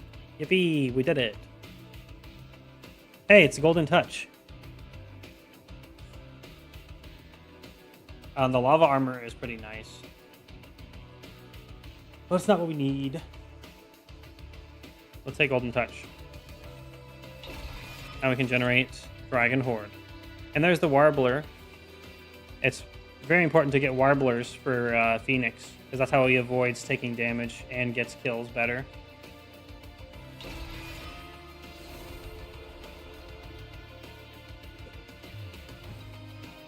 Part of the Pact is extra card draw. Very nice. I think it has weaker stats than the base Pyre, but that's fine. Let's see. We're basically missing only 3 Pyre health. That doesn't matter. Equipment in rooms, it might be where we want to go. It's really want to dig up that equipment, that cooldown reducer for Phoenix.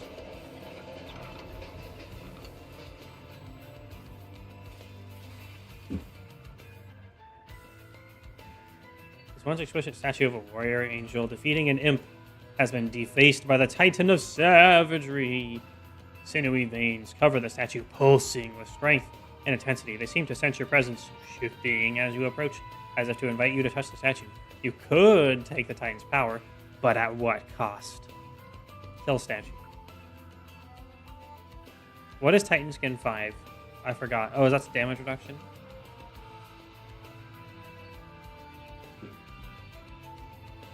That is a nasty cost.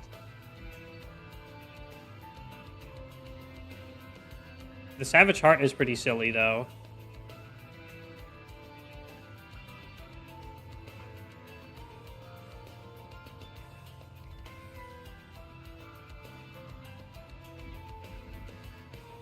We don't need it. We don't need Rivet. We don't need Rage because we can just get attack anyway.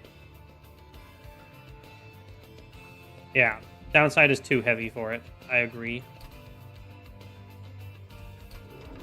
Might unlock stuff by doing these kind of things.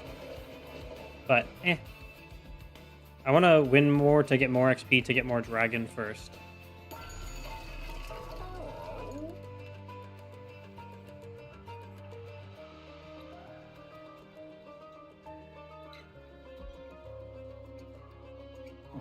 Okay, the Bloodthirsty Blade is kind of fun.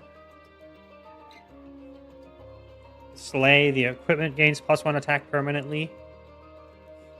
Specifically, the ones you would want on Phoenix is multi-strike, because that's how you can kill multiple tanky units. Sweep is kind of redundant if you are able to reduce his cooldown, which you absolutely should if you can. So Bloodthirsty Blade is not what we want for Phoenix, but it's probably fine to put on a Steward or a Miser, or give it to the Whelp. I don't know if dying removes equipment. I don't remember. It's kind of cool as well. Nice, some nice art. Let's just re-roll while we have extra cash, because we are going to need to merge, possibly. And we also want deployable upgrade. There's a Steward's Quarters. It would be very fun to do the Overgrowth Carapace on Phoenix as well. But we lose the ability to put stuff in front of him. And the multi-strike is just so much the better choice. Let's get the steward's quarters, though. And let's make it a deployable steward's quarters. Because then it's effectively shrunk out of the deck as well.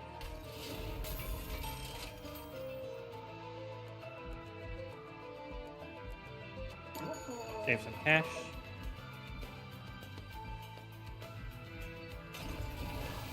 Shame we didn't get what we wanted. Not getting that kind of stuff is going to hurt the max potential of Phoenix a lot.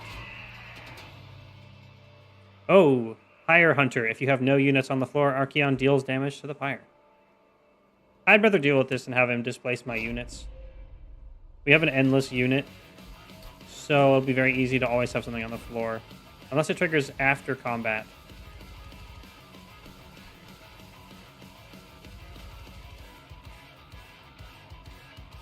Top 4 stewards.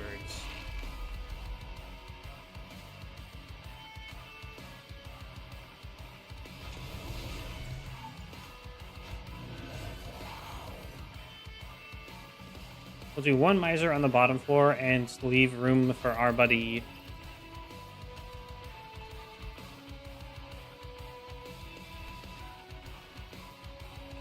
We actually want beef on every floor. Our buddy, the jelly snot boy.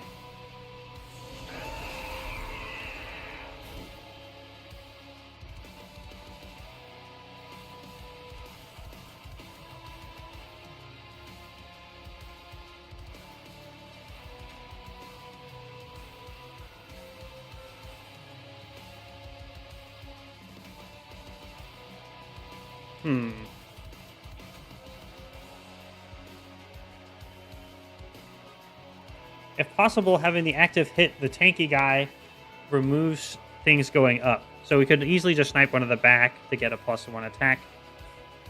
But we instead are going to want to try to kill the front guy with it. Should be very doable with Jelly Sneeze. Should just automatically make it work.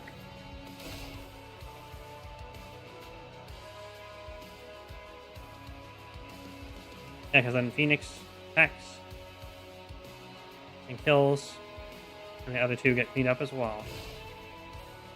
And then we'll just need to, we're going to want to Valor the jelly whelp, snotty whelp back up front. And then we'll put a multi-strike steward up here to bonk the boss for 34 times 2 damage.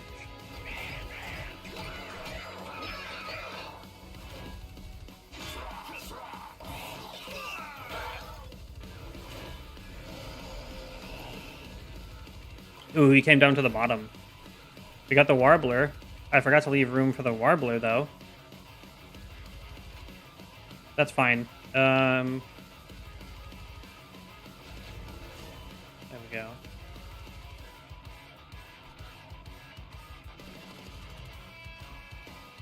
We can make this floor quick.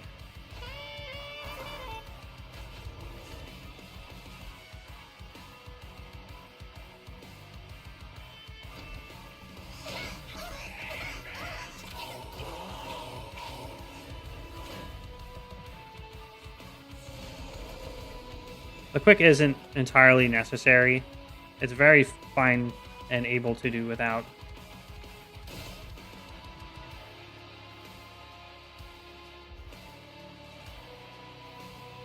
Ideally, these would go on the boss.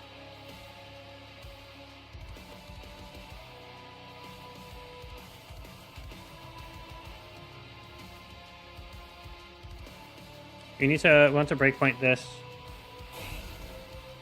So Phoenix gets the kill. This would be 41 damage.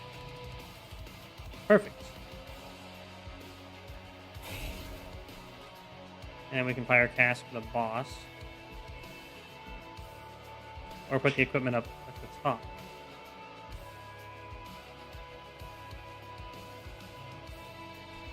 We unlock new stuff either way. So probably actually want the Valor up here.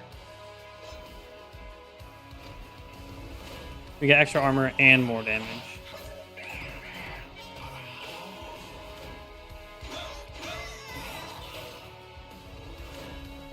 Let's go! Endless jelly.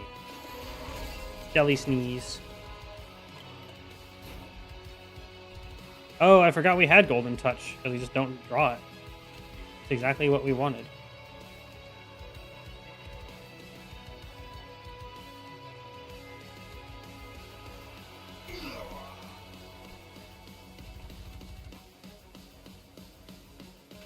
And we make another shield. We have enough active damage here to snipe the spiky dude.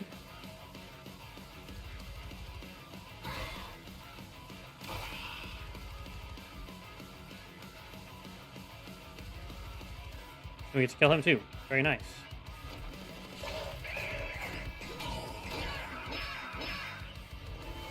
Boss is mostly dead. This is going quite well. Getting a lot of cash.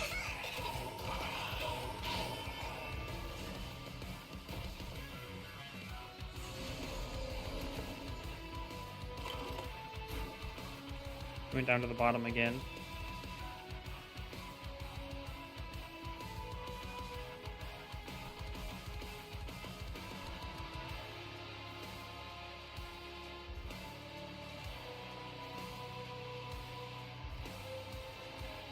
Yeah, it's a lot of damage to take in the front. So we don't want that landing on Phoenix. We have quick, so this doesn't matter. And shift the Miser up to gain 10 gold. And technically gain 2 HP as well.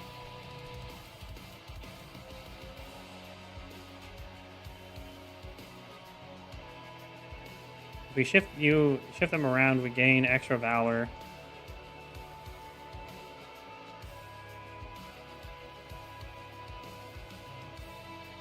We won't be able to use Phoenix's active cooldown again.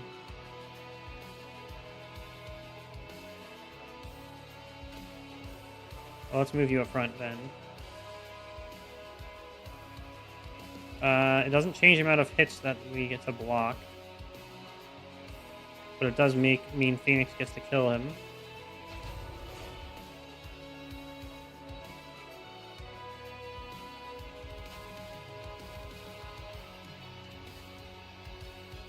We do want Fire Jaw on the boss.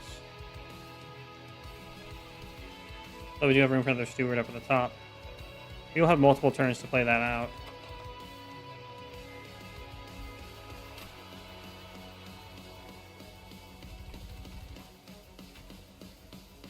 So let's do the fire shot.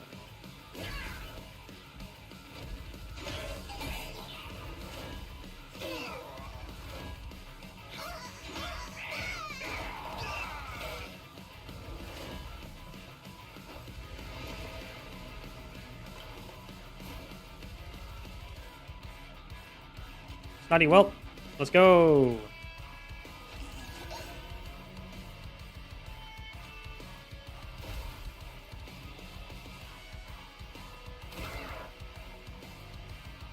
Most likely Phoenix is getting the kill. It takes too much time to math it out, so we're just not gonna.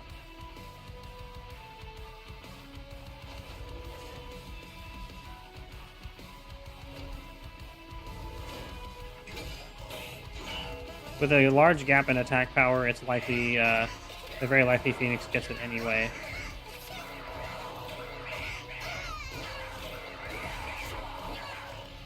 No, Miser, how could you? It's extra 13 gold, though, I guess.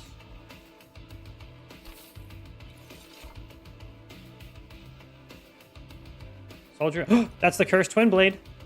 That's probably the best equipment for, aside from the cooldown reduction on our boy, Phoenix. Let's get it.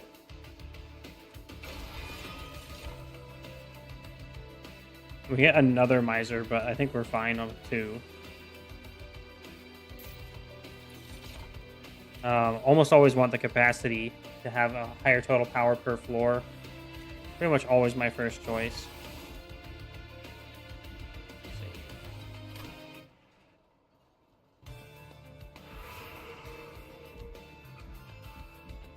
Okay, magic spells, 100 gold and a Pyreborn.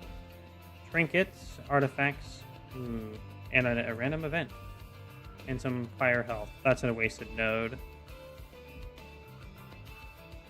Let's go for the event and the artifacts.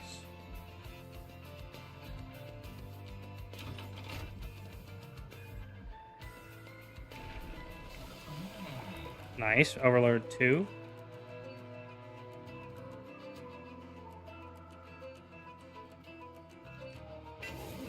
$39 attack. Getting places.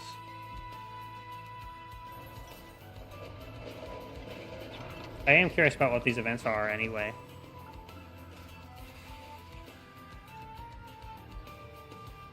Dante the Dependable.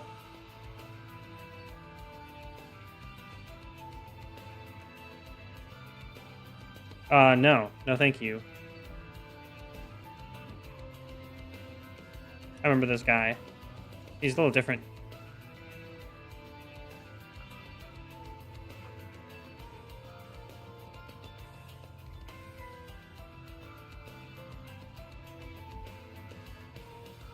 If we could fuse the silence thing onto him, it would not do anything. It would ruin him anyway, so...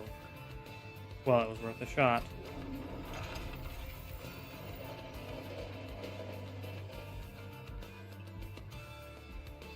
Yeah, whatever, bro. I ain't buying you. Ooh. At the end of battle, gain 3 Dragon Horde if your pyre took no damage.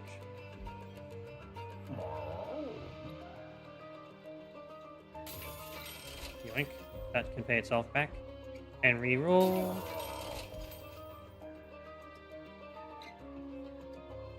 Ooh. Increase max Dragon Hordes. What's that? Follow an old friend on Twitch. Oh, hey, what's up? Thanks. I'm trying my best to make some success on Twitch. Playing stuff with dragons in them and some RPGs. Let's get max Dragon Horde. Welcome and hello.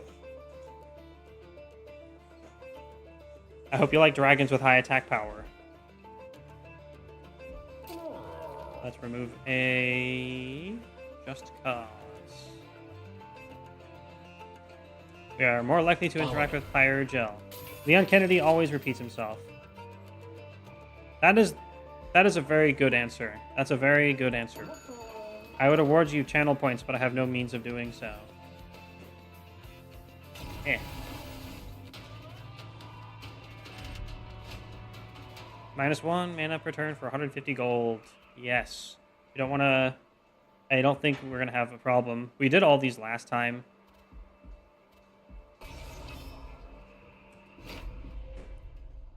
We have a very consistent ability to remove things from existence. As usual, Steward's Quarters at the top. Have the most time to deploy all the stewards up there. Phoenix goes at the bottom. Friend the little miser. And we need to make room for the Warbler and the Jelly Snot boy, which we can do both. It's okay, I'm just reacting to the journal I saw. Thank you. I appreciate it muchly. Almost getting to the goal of 69 followers. Cursed Twin Blade. It's perfect. Well, Phoenix.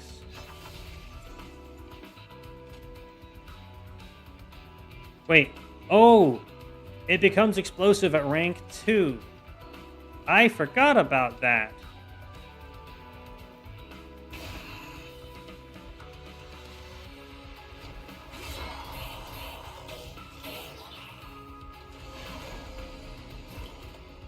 Well, we already cleared those out. There's the Snotty Whelp. Hi, Snotty Whelp. Get out there.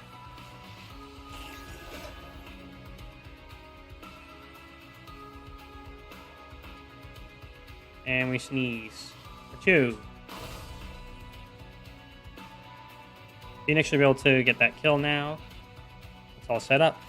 Start snacking damage and tank up there.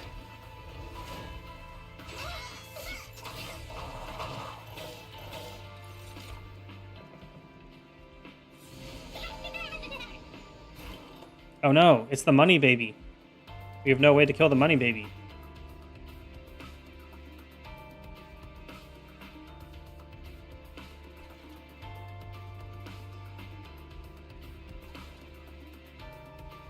Oh, this is kind of a rough circumstance if we want to take no damage to get the 3 dragon horde.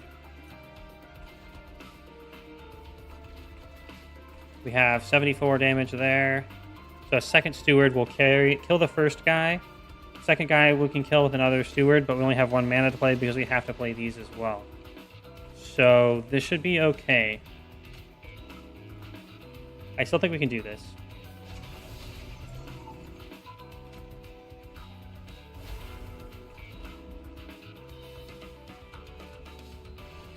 Oh, there's 2 bellboys now. So you will not be able to play another card next round.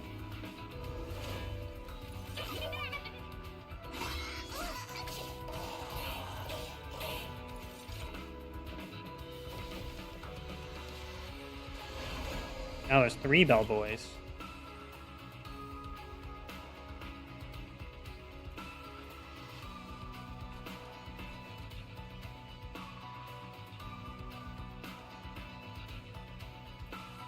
Okay, so there's no way to avoid taking pyre damage. So in that case, we have to just roll with what we got.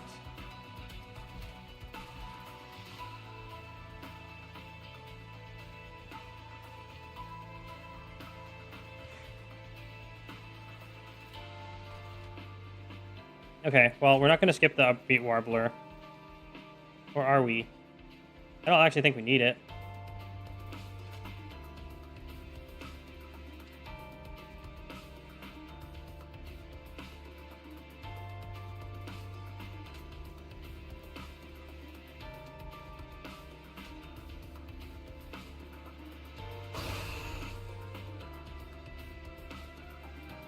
That's perfect.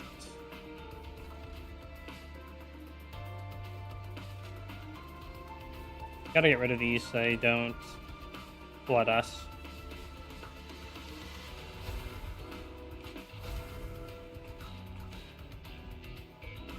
We're gonna take 1 hit from that 4 guy.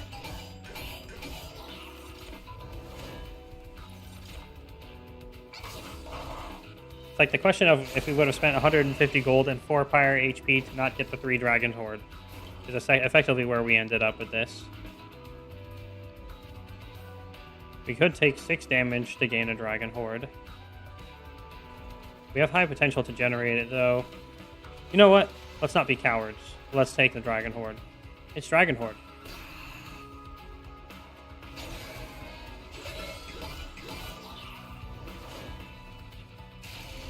It's going to be very sad if we miss the breakpoint by 1. It'll also be sad if we miss the breakpoint by 3, but, you know. At least neat.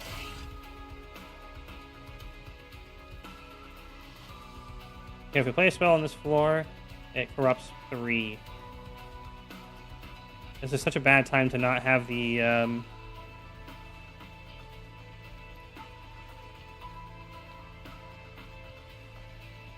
Wait, actually, Corruption doesn't do anything until after combat. So let's bring up Bellboy up front. Or Miser. Actually, let's just kill a Bellboy.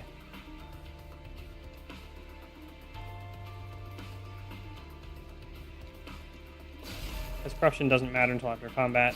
We can't afford to have bell tolls just spamming us. We already have extras in there. This is looking bad. Oh yeah, we can add more Pyrogel to him. Yippee.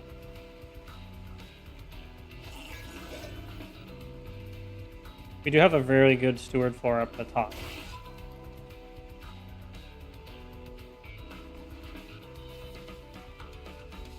Speaking of which, let's get more multi-striking stewards up there.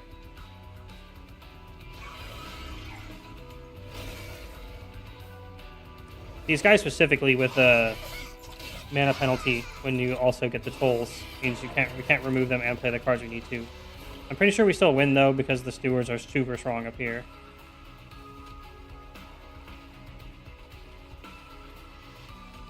Let's get another Dragon Horde. Take 3 more damage for it.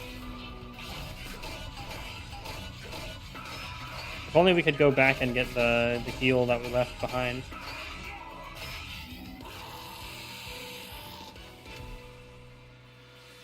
Ow, 22 damage.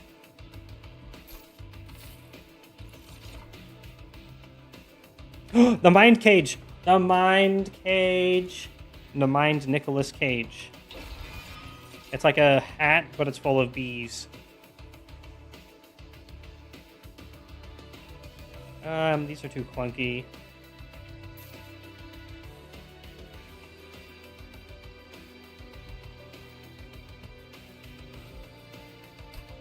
So 12 is the huge breakpoint. The likelihood that we are going to get a plus Dragon Horde artifact is kind of low. We can always loot it right before we buy stuff. But we can potentially get +1 max mana per turn. Trinkets, magic, event. Oh, double removal and a free artifact and artifacts. We're going that way.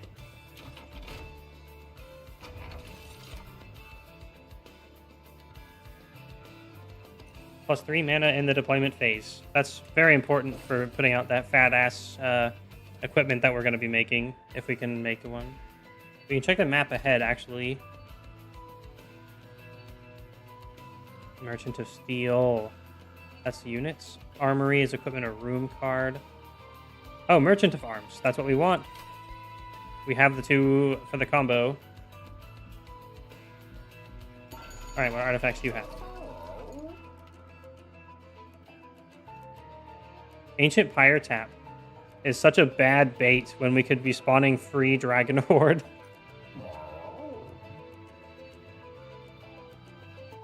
Winged Steel is not good yet, because we need to make things cost 0. The Spark Flint Catalyst is very strong. Let's buy that. Free roll.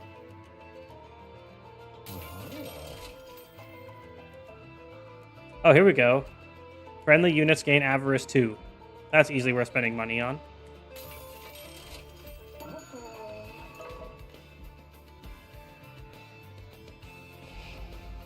Now we need to remove Fire Starter.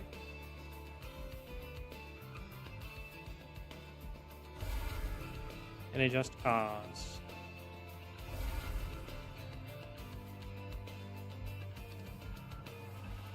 And then onward. It's the Penitent Prayer Stone again. We do start with explosive. I think we can do this. We have the stewards that we guarantee with the multi-strike on turn 1 tomorrow. Not tomorrow. I got distracted. I got a text from work. Top 4. We have stewards for top 4. We have the explosive Phoenix ability on turn 1 and for the bottom floor. Work. I know, right? Can't I just stream more? Start battle.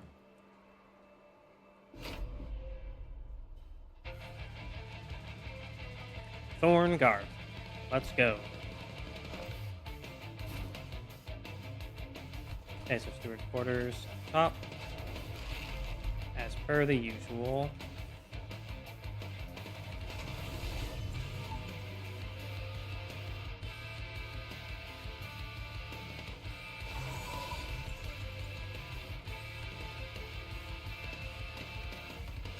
Phoenix with the 2 visors at the bottom.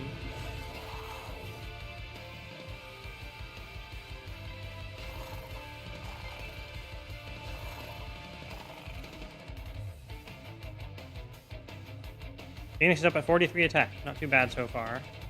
Could be better. Now that we have the Mind Cage.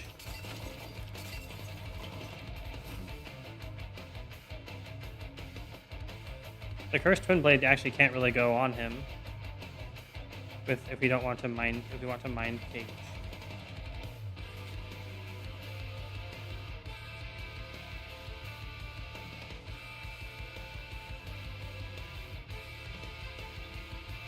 Then again, he can still get kills by bonking. And because of breakpoints, it's 2 turns instead of 3.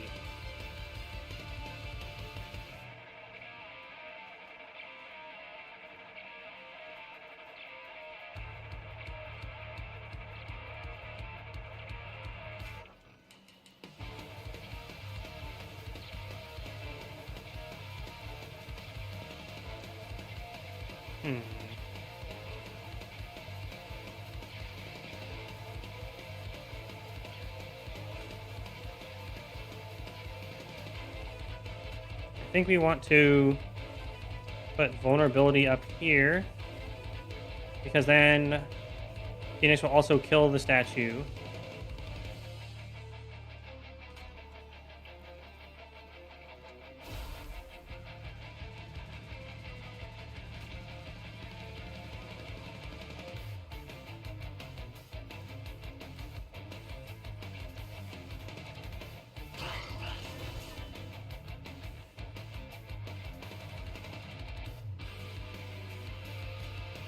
We could have actually done this first and done a little bit more damage.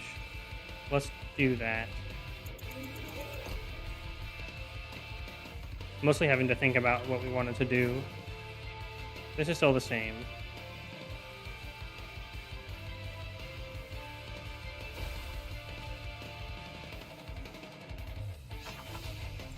We get 2 kills back there, a kill in the front.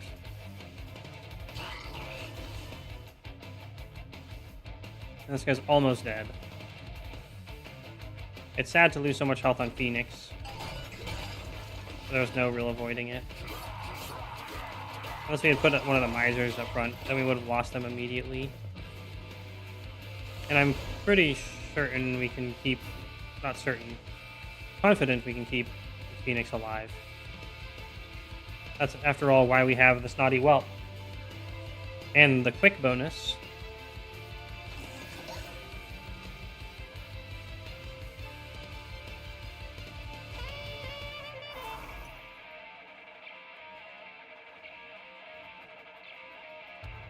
I think it's time to swap to the mine cage.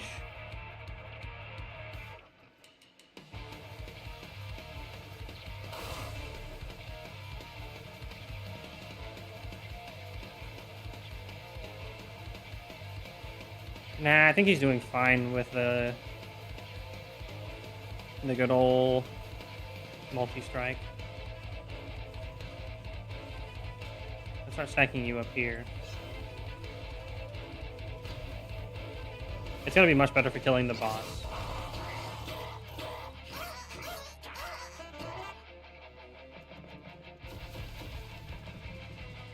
We generate money from multi-strike, right? Oh, we got the Dragon Horde generator for killing the baby.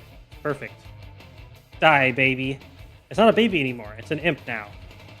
I gotta stop thinking of it as the baby.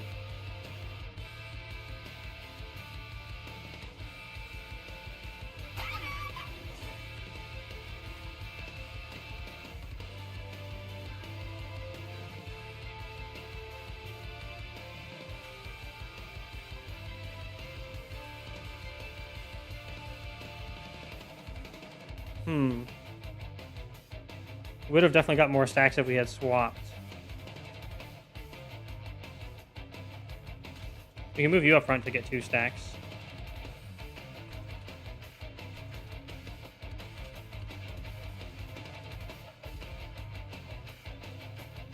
We will lose a little bit more HP on Phoenix, but we get more stacks. No, actually it's the same. Ooh, perfect.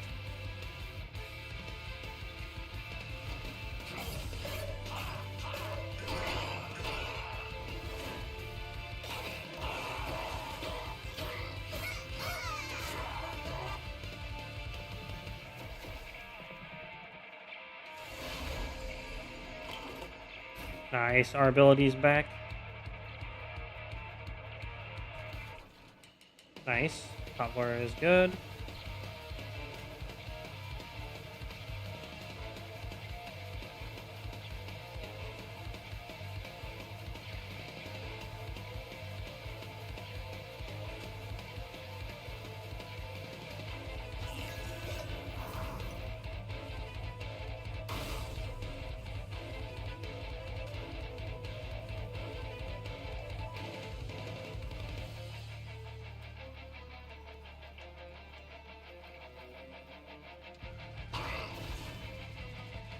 Nice. We get to sweep the floor. Oh, that's right. We have quick now.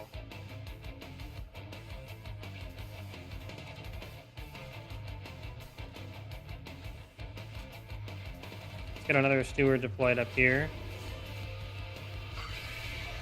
Should make sure that this floor does not go anywhere.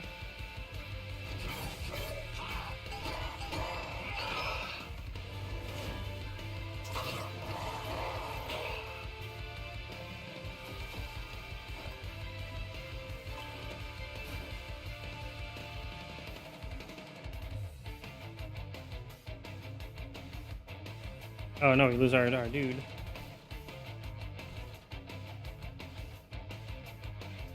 So we're gonna want to shift these around. So the miser is in front of Phoenix as well.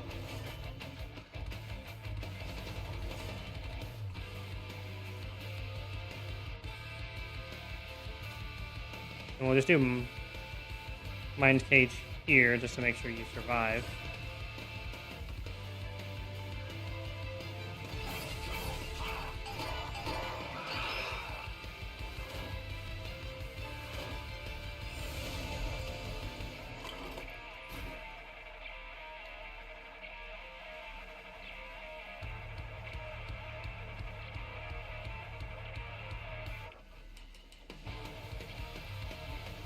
Triggers from being hit.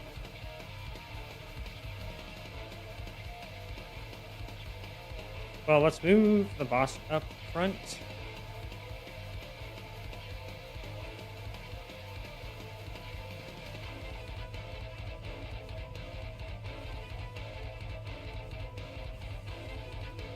It does give the boss more attack.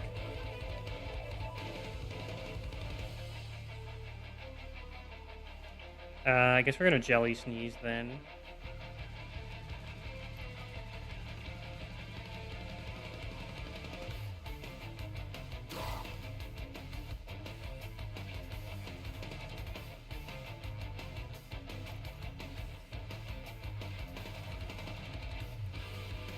And then fire starter.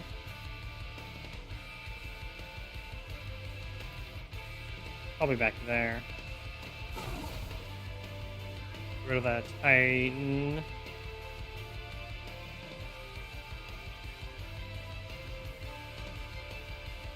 Stacks of Titans gonna need to go away. Move the other miser up in front as well.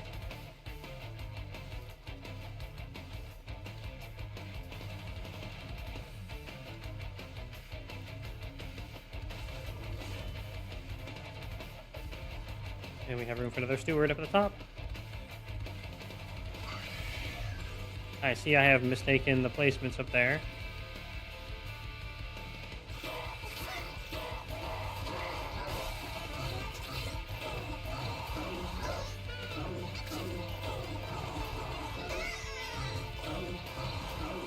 Okay, the Titan skin is going away. Now we have to deal with this statue that I have been ignoring.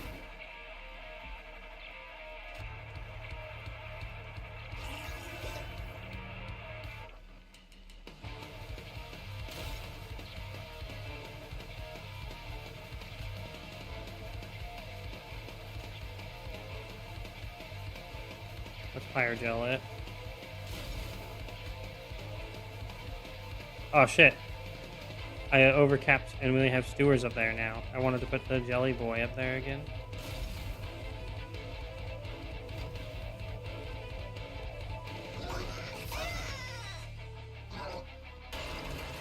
Do we win?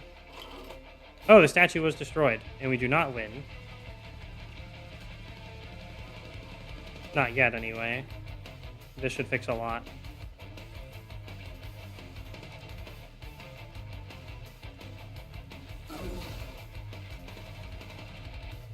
Oh, I should have done this first.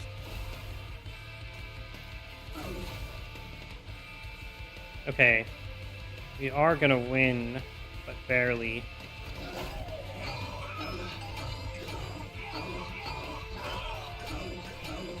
And that's due to the placement being wrong.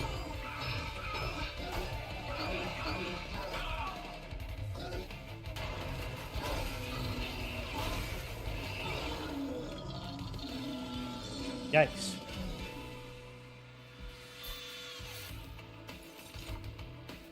Well, another mind cage. If only. If only.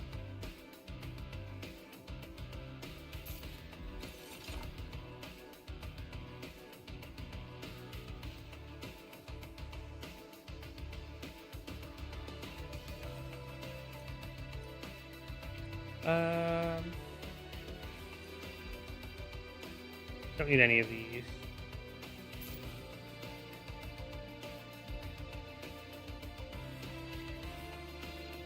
Man, we're so not getting value out of not taking fire damage. It's bad. But this is how where we this is where it gets good. Now we don't have to choose between the double power. Merge equipment. Twin blade and mind cage.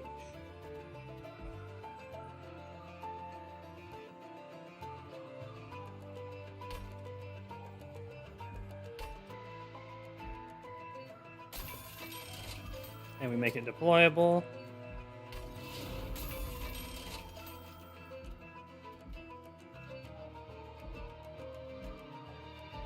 And we reroll.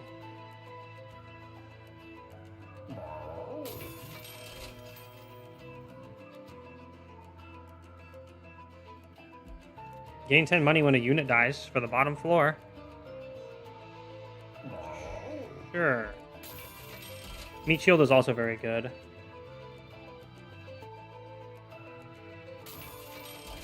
Let's remove. One of these wind. No, the wind blades are kind of okay. They kind of shrink out anyway. Get rid of a fire starter.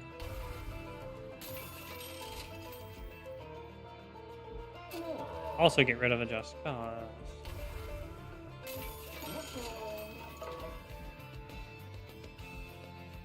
Need to duplicate.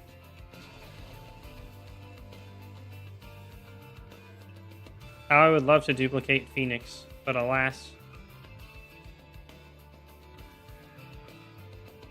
I guess it's gonna be the merged equipment is probably our best bet.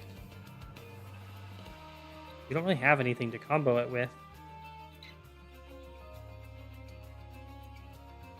Kind of a Sag one. Oh! Double Endless Snotty Whelps. That's very good for Boston. Alright, it's Kale of the Cherubs time. Are we gonna die? Let's find out.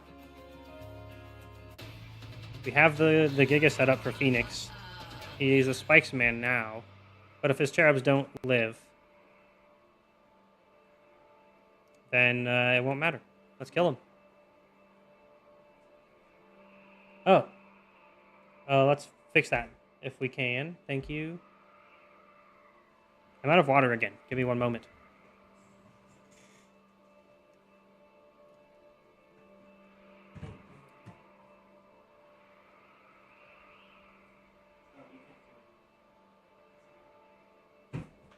Actually, I need to fix the prediction.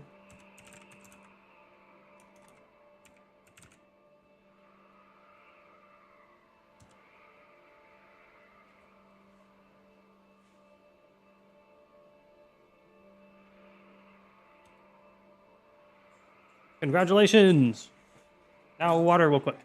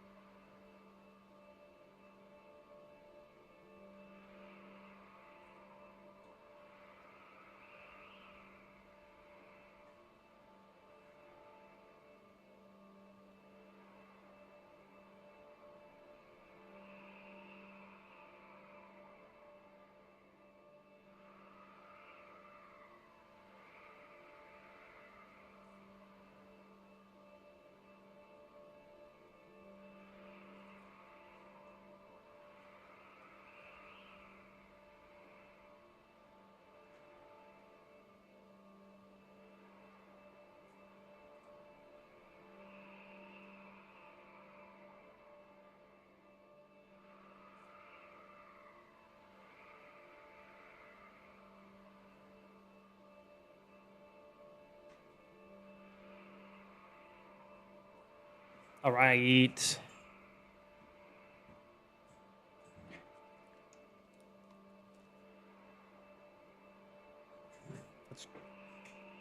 The prediction's good to go. Let's go then. Oh yeah.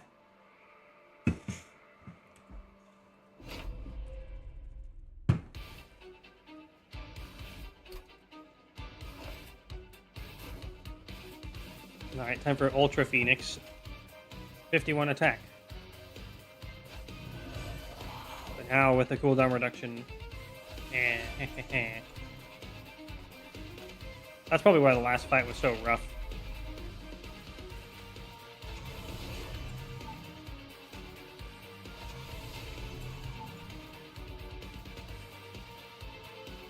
Do the misers in front as well.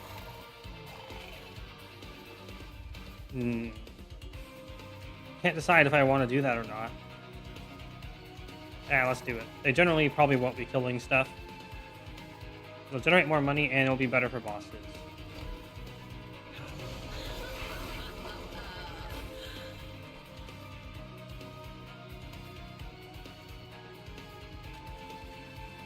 Jelly!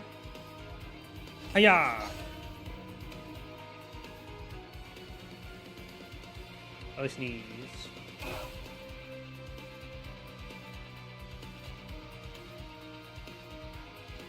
And then AoE destroy everything.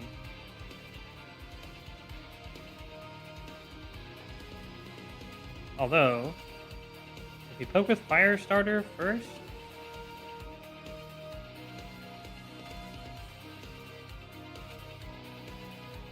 goes down to 25.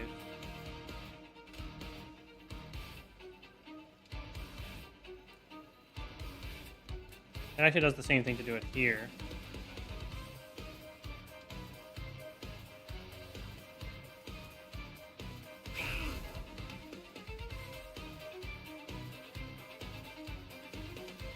Not quite enough.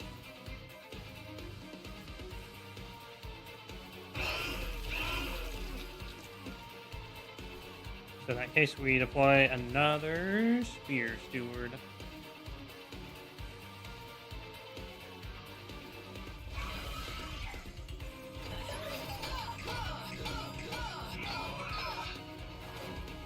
We're going to use the meat shield on the guy at the top.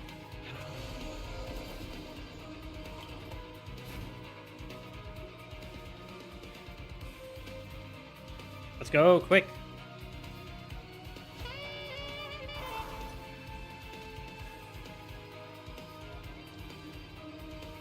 And he's very tanky.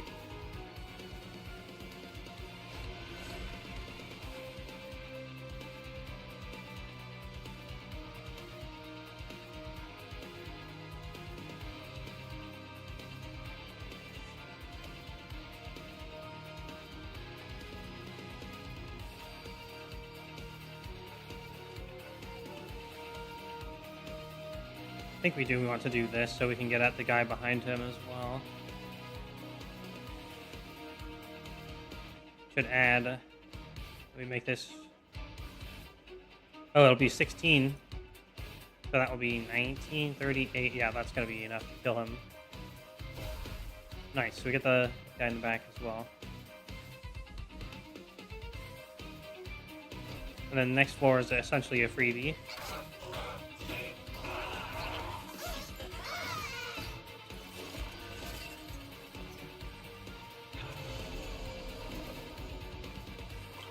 Ah, we survived. That's enough HP.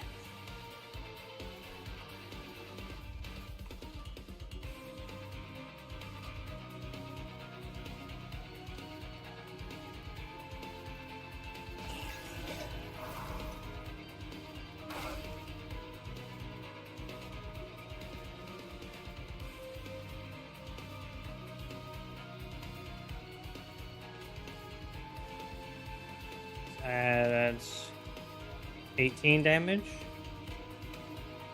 Oh, not quite.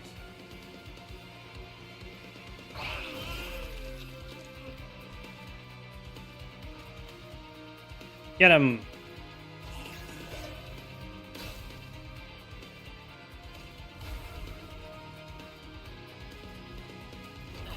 The meat shield is so good when the guy has the armor up there.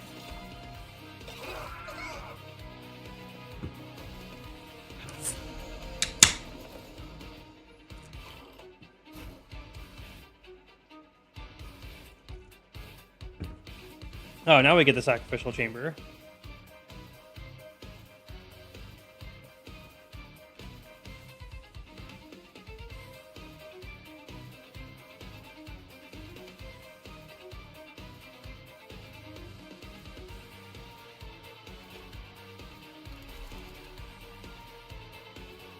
Get rid of the bell tolls.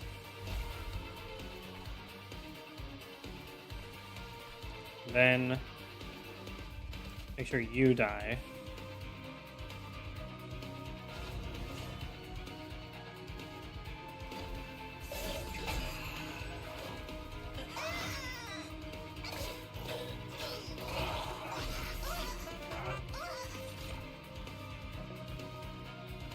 And we should have a nuke ready for this floor again.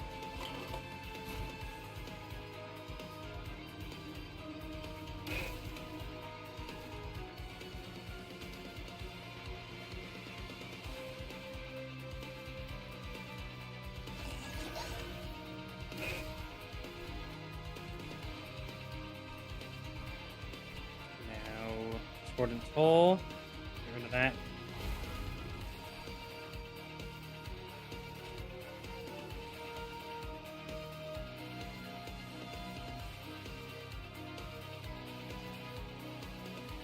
Two kills, almost 3.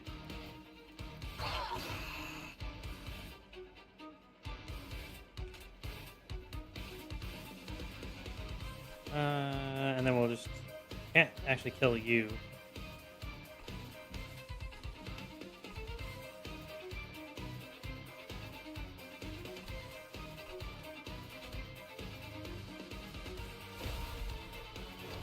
It was more optimal to do it first, but I'm just doing this so I don't have to reload.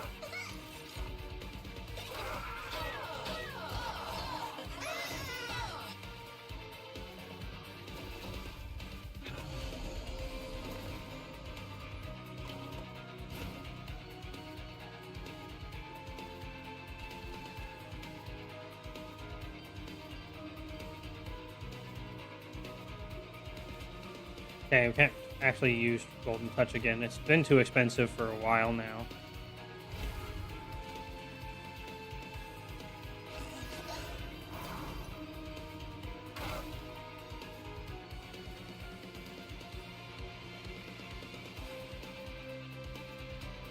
Get rid of the Cherub. Wait, you're good up here, right? Yes. It's much more efficient to gain the 3 at the end of battle than it would be to try to get this here.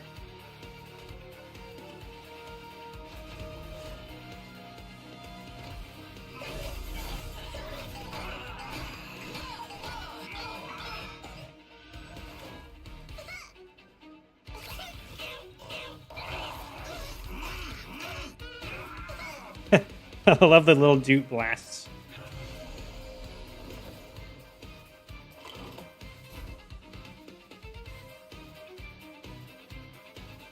There's no reason not to jelly sneeze.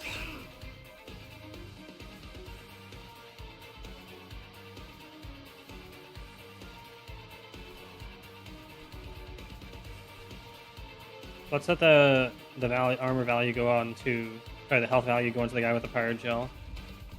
If it's going anywhere, that's where it's going.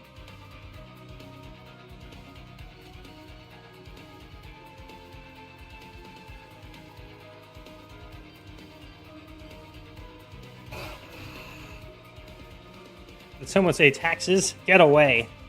That's me every year when I have to do my taxes. This whelp definitely gets it.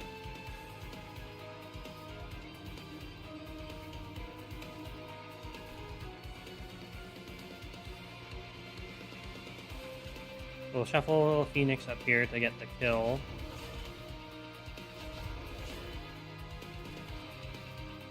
Just add some more fire gel to the boss.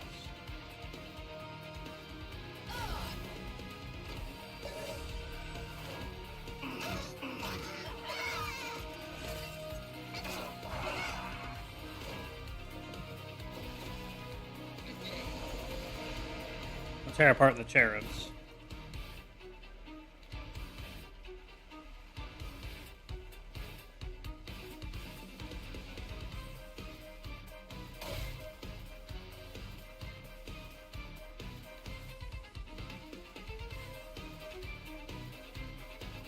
We can kill one with Golden Touch.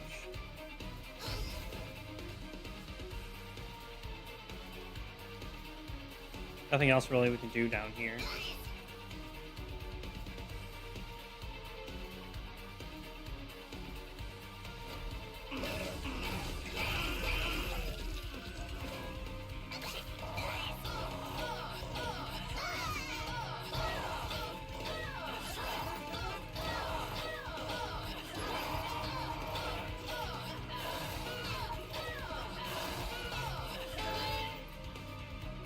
Unfortunately, we probably aren't going to draw our jelly whelps, except for the one.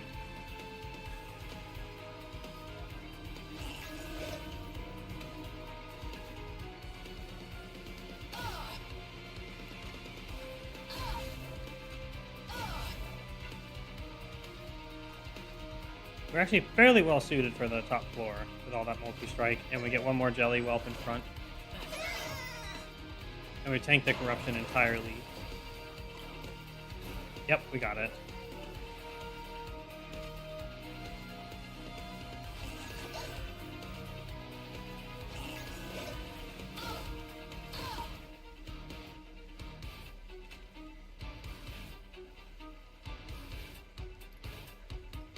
Get him.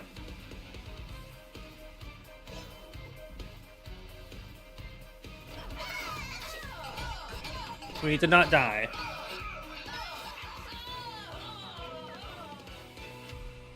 Congratulations, us. No death. Yay!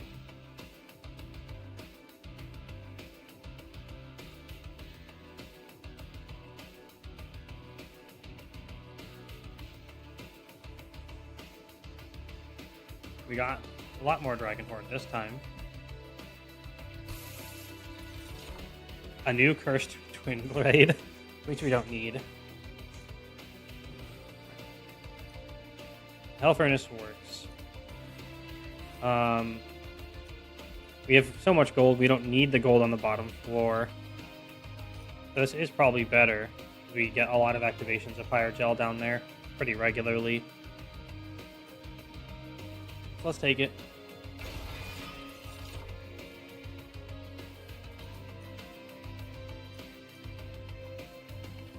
We'll take extra mana per turn.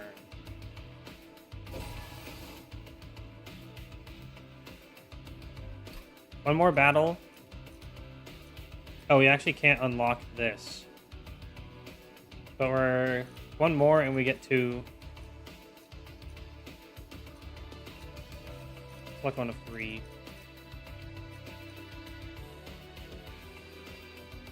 We got an extra of the mini artifacts. I think we'll wait one more. Man, missing one this entire time. We really should have gone for the spell upgrade at some point. Speaking of which, we also need health. So we're going here. And the card removal is very nice.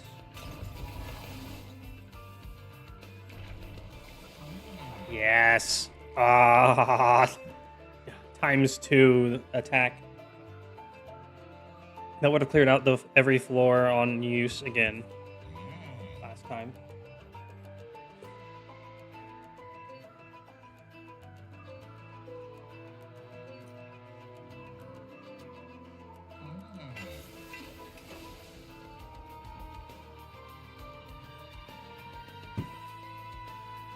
And then removal.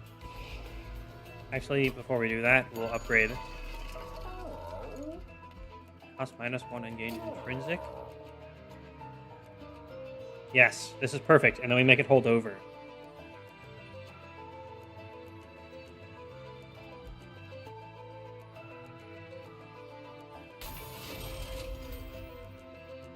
-1 cost.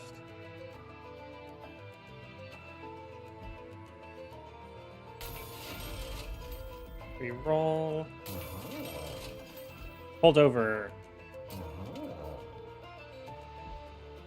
anything survives, we can snipe it. If we get in access to another endless, we can spawn Dragon Horde every round as well this way if we have spare mana.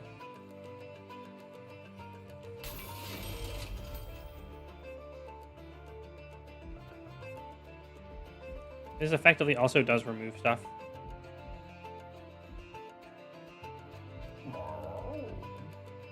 Let's get Pyre Healing, actually. You'll have an expensive spell for it, though.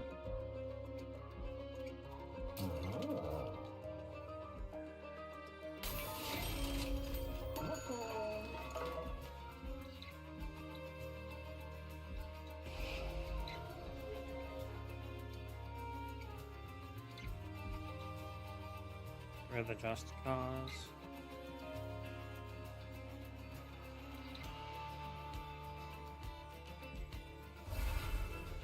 And a Fire Starter.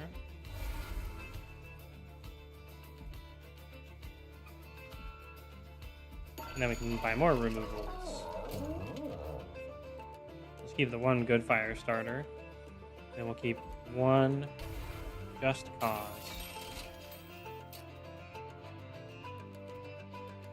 Should be good. The Wind Blades we can shrink out of the deck opportunistically and progress towards unlocking more stuff with it. Especially when it costs money to remove, we're going to save the money so we can buy powerful things.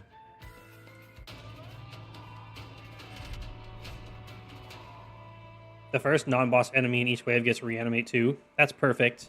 It just means we can kill more enemies.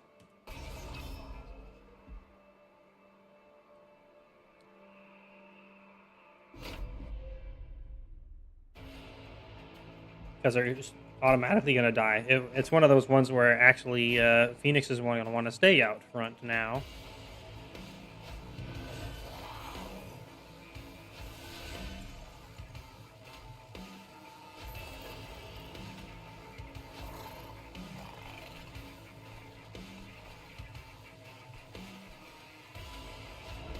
Steward's quarters.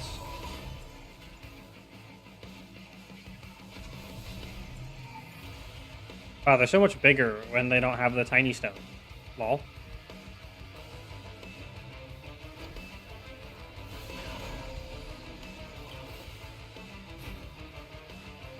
Oh, what is this? Guys alive on my floor. No more. Oh yeah, it splashes 2 times, so they just straight up mega die. And then Phoenix kills that with multi-strike, so we can Golden Touch you for some more Dragon Horde. Although we don't actually have to. Actually, just in case we take damage, let's do it anyway. And Meat Shield goes on you.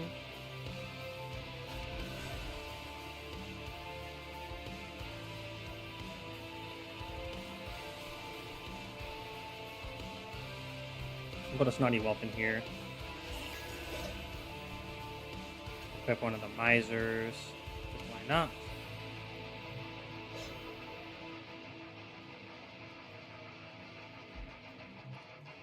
And we could be mean and do this, but there's not really a need to. It'll be too clunky to try to farm Dragon Horde.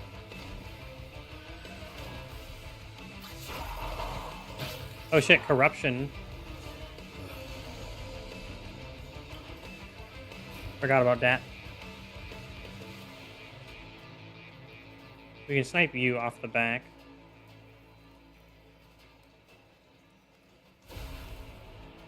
By doing that.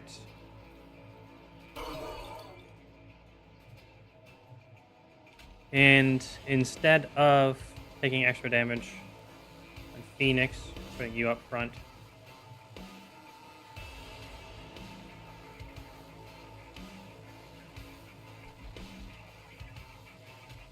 And start stacking attack damage on you as well.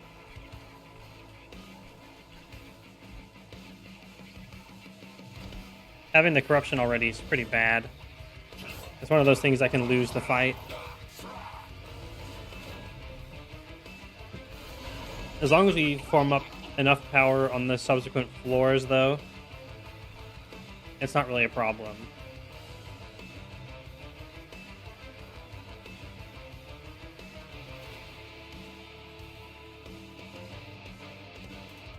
Guys, get him.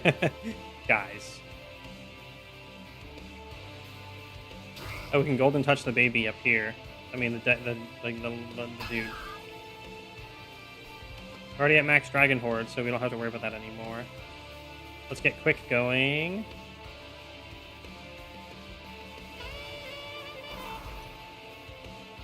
And then explode the whole floor.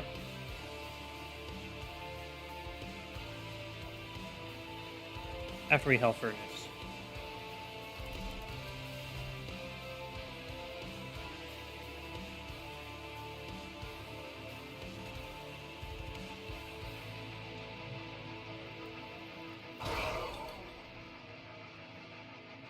And then if we pop you out,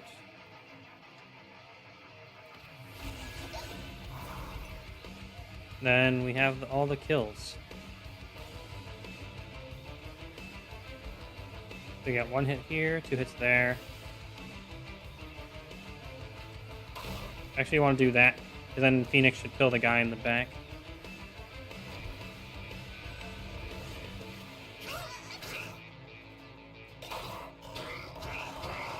Perfect.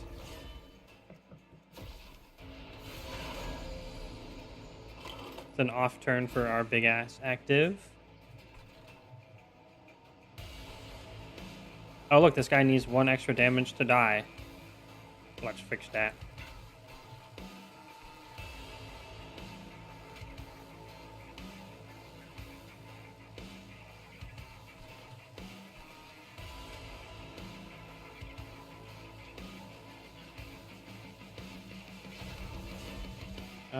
Huh? Oh, he has reanimate, that's why. We actually need to poke him. Poke! He needs to specifically die with an extra hit from one of our... Take an extra hit from one of our guys. There we go. That still allows us to higher cast Golden Touch, snipe this annoying person in the back.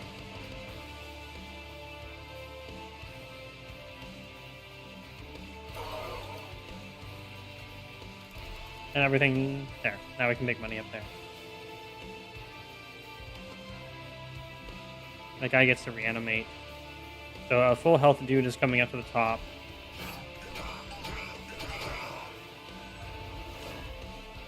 We'll be able to Jelly Sneeze to execute the guy in the front. Oh, he has Titan Skin, 10. That's why he didn't get executed by the Warbler in the back.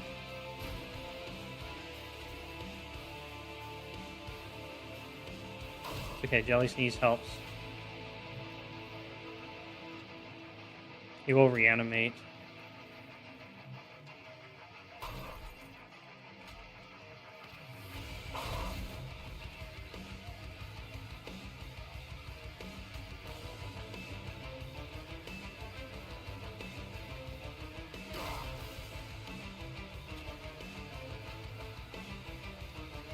Big splash damage.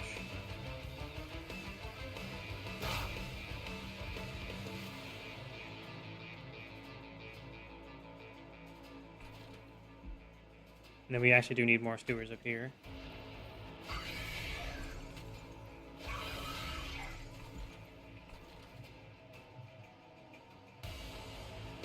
Phoenix will die if we put him up front. Can't do that.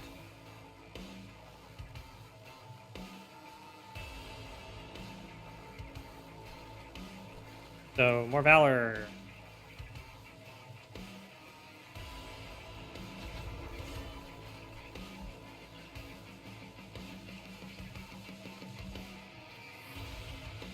Yeah, applying Corruption 6, not good.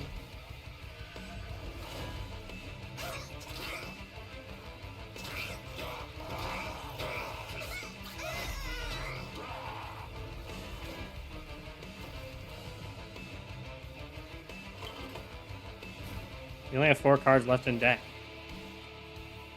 Okay, he fully dies. Perfect. Now we just need to work on this floor.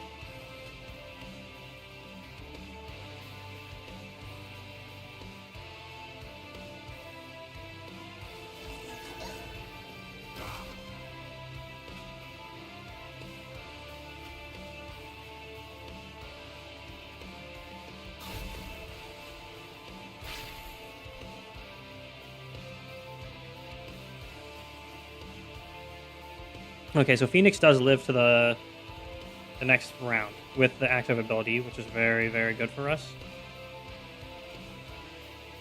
And one of our snotty whelps will die, so he will be able to be tanking in the bottom. That is perfect. Let's just give a little bit of HP, a little bit more armor to the Miser. Hopefully he can take an extra hit.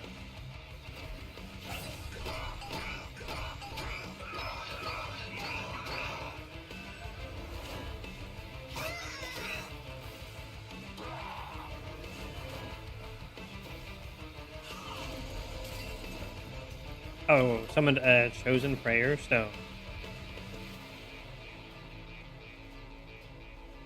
We need to hit it with large hits. Guess how we do large hits? Explode!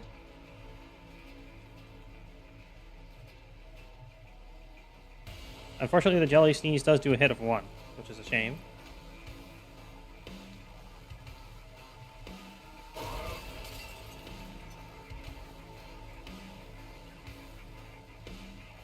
Oh my god, I wish having silence on the bottom floor. We can overkill more if we do this first.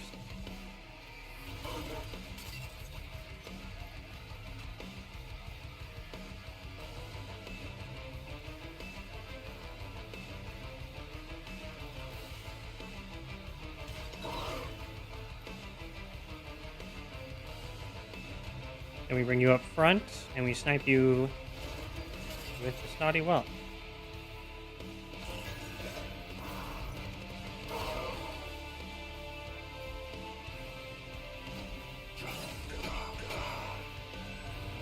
I don't think they're going to get past the train stewards, though, even if they get up there. Damn those spikies.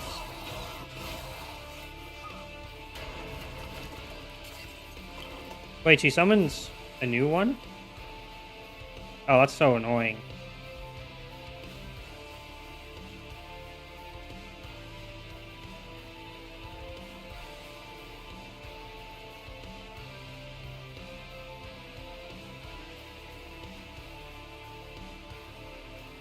Okay, let's see. Can't be moved.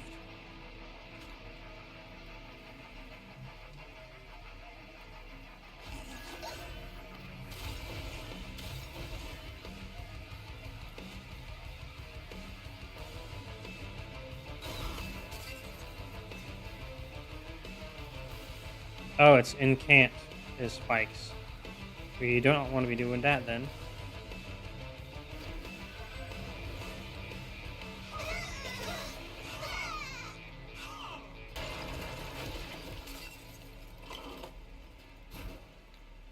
Wow.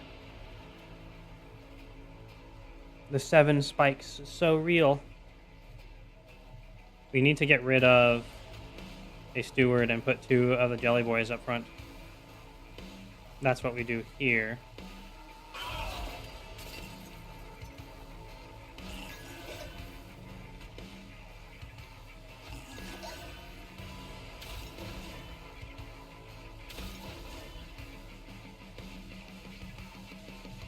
It looks like we're gonna die still, though. No. I forgot to read the spikes.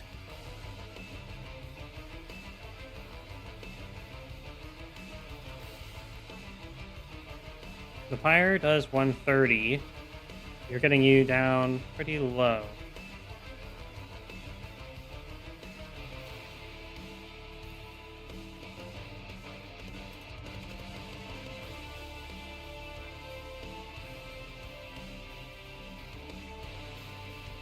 This is a really hard boss.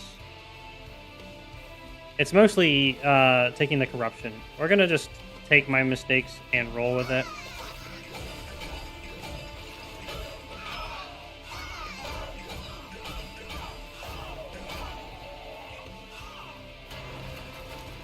Oh my god, she does summon a statue up there. That's so nasty. Holy crap. What a boss.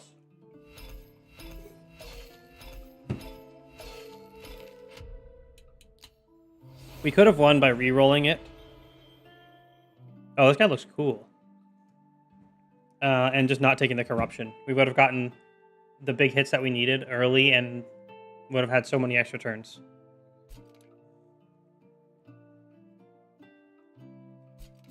What is Empower? Gain attack equal to Pyre Gel stack. Oh, what a cool dude. Hell yeah. Your Pyre applies Pyre Gel to all enemy units on all floors on Revenge. Not amazing. Lady Gilda. You unlock the alternate champion for this clan. Yay. We can try someone else. Although I do like Phoenix, but we're going to try.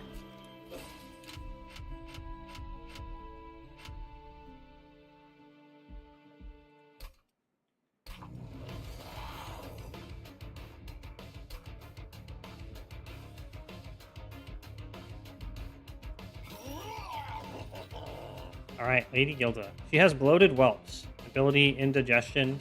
Sacrifice 1. Deal 1 damage to enemy units. Can I ally with another dragon? I wish I could.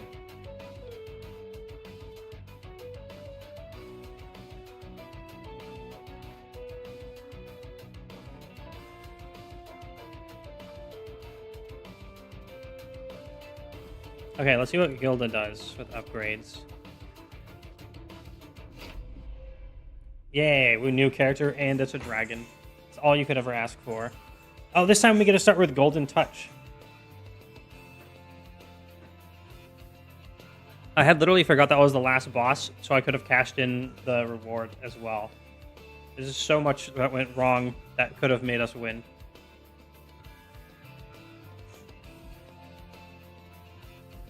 Oh, prediction? Do we have one active? Oh, this was technically the previous one. Okay, well, I already cleared it out. Good, good.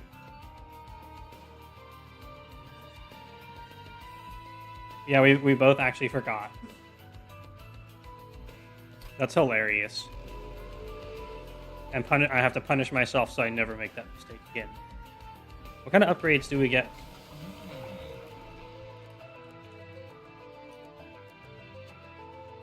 Okay, so we can make her extra big.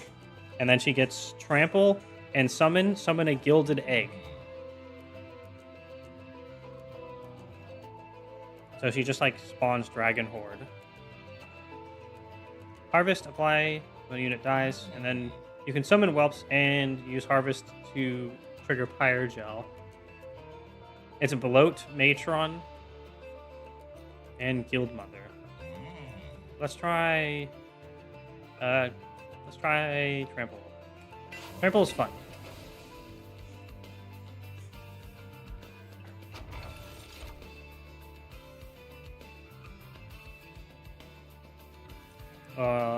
Lost Luggage. Very, very good to start with a lot of cards on turn 1 in case you need something specific. -1 mana per turn for 75 Gs. Let's try.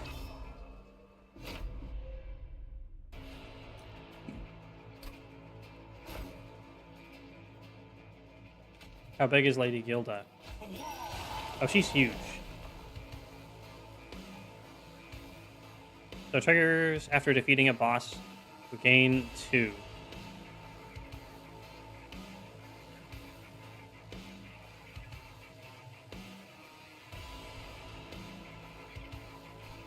Maybe actually we should summon her higher up. Because she does have a lot of damage. But the Firebrand is a really good tank. Getting Valor on taking damage. And the priority would be to keep the egg alive and get our Dragon's Horde. So I'm going to say Lady Gilda is actually a floor 3.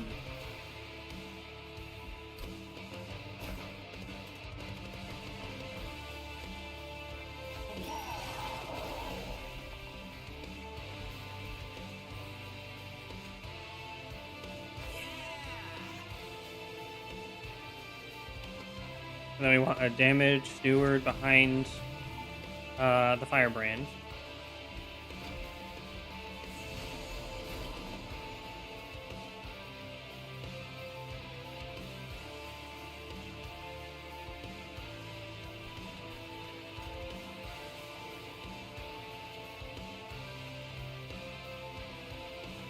Oh, we do 1 damage to enemy units.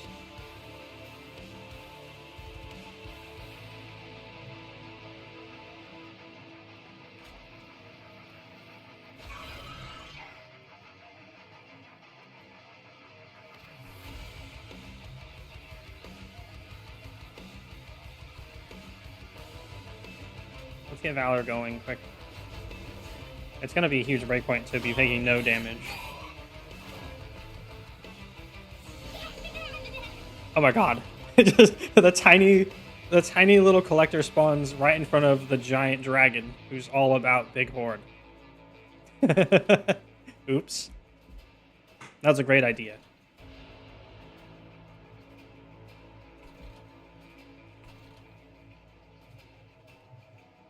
Wait, do we have to defeat the boss on her floor specifically for this? I guess we'll figure out.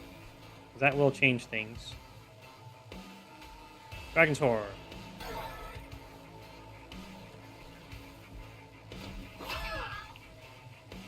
Oh, she doesn't have a melee attack. She fire breathes people.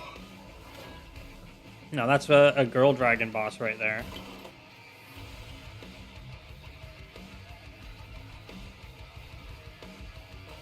Technically, if worse comes to worse, we can kill our own egg to get money.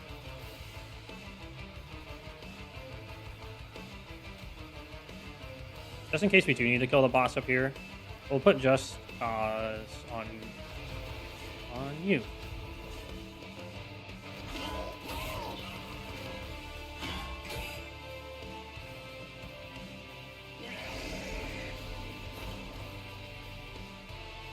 Look, it's a perfect guy for killing with Golden Touch.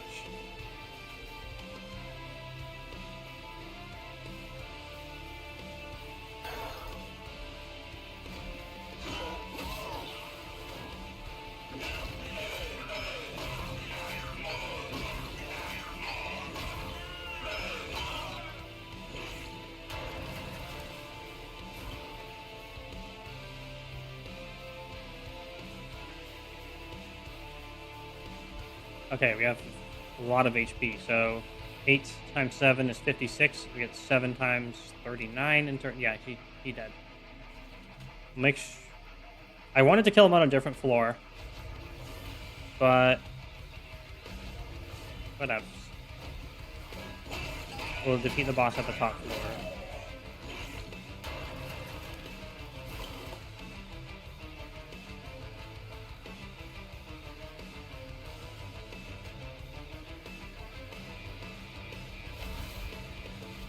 Let's get him!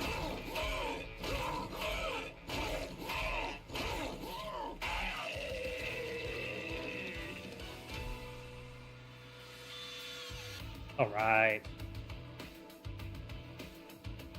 We got 4 dragon hordes on the first battle. That's pretty damn nice. We could get a 3rd golden touch, but nah, we don't need that.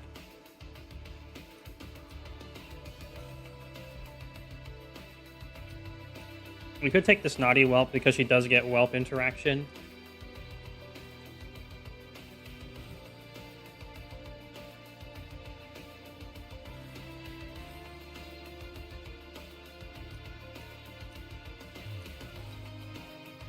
We really only need 1 golden touch and upgrade it to be good.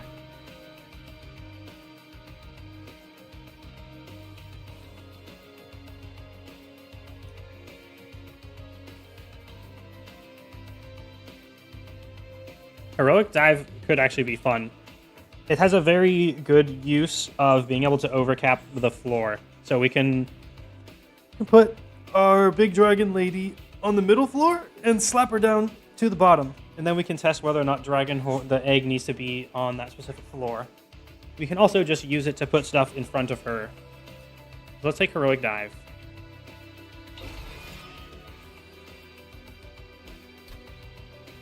So we can get up to an artifact at the end of next battle with 2 more Dragon Horde. There's a chance of increasing our maximum, though. But I think we want to go for the artifacts.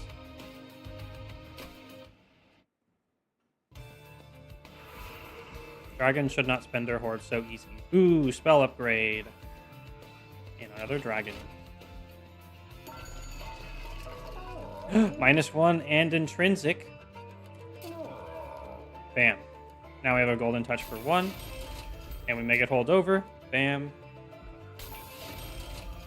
And that's all we need. Now we can get hordes so nicely. Oh, the Magma Cultist is very good. I haven't seen him in a while.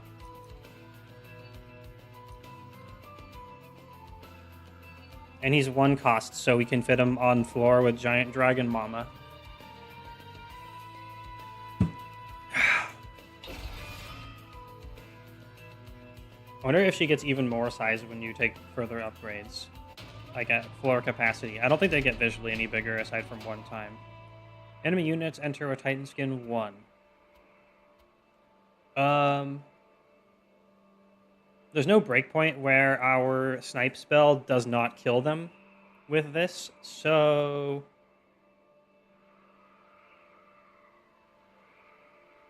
let's go for it.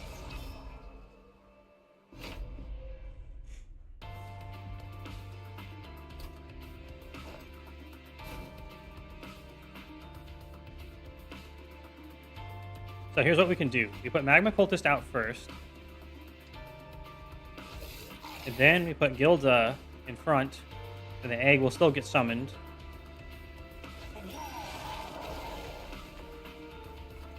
And then we put the Firebrand up here with the intent of sending the Firebrand down the floor.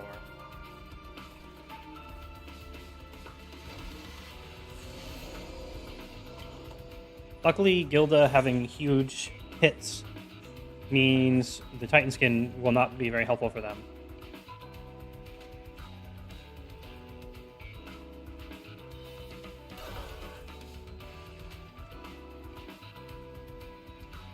And we want to play spells on this floor. Sadly, we only have... Oh, we can do 2 of these. Go, big dragon! Get him!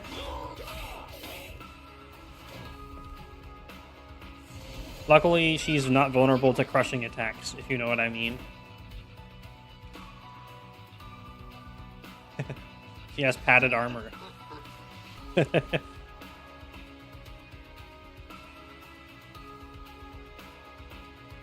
Lol. That's pretty lol.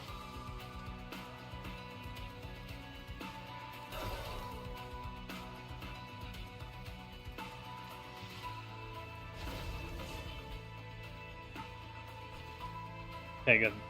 We haven't been able to send the Firebrand down yet.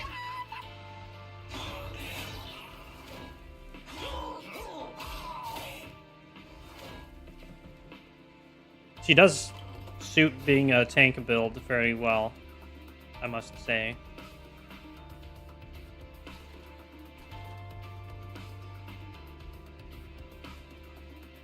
Now we snipe you, get more Dragon Horde. And send the Firebrand down.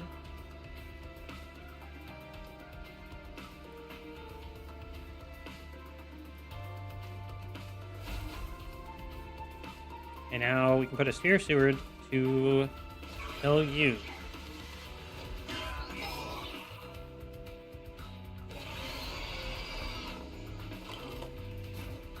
Nice. We instantly just win against the boss.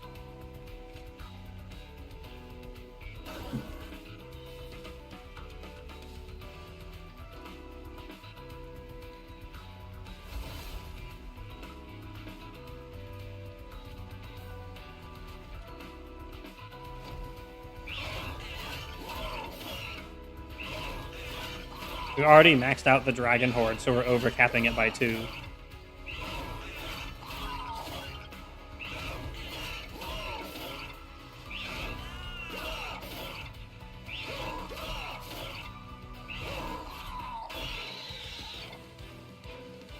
Dragon Horde! Foggies. I definitely need a Dragon Horde emote, but I have to animate it because I'm out of emote slots now. Finally.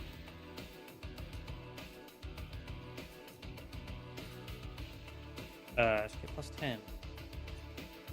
Hi, Goblin Drunkbot. I see you found the new emote. Welcome. Husband made that one today. I have to give him artist credit. I choose to give him artist credit. But I forgot how to do it, so I'll have to figure it out when I'm not streaming. It's Super Monster Train Day.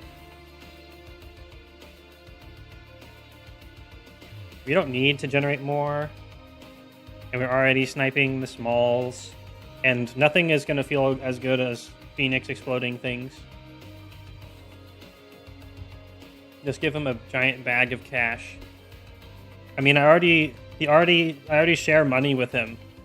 It literally would be like, here, I'm going to sacrifice $100 to give you $100. Now we have $0 extra dollars. They would look really good on your record. But you're also not allowed to have a job. It would look really bad on my record. Rising Rage is actually not a bad card. You can separate the squishies with it. So you can use it as removal, and you can also use it as an escape for important units. For when timing is bad. So I'm considering the Rising Rage. The Windblade, I don't know if we're going to get better equipment for our Dragon Queen. So let's take the Rising Rage. Time to cash it in.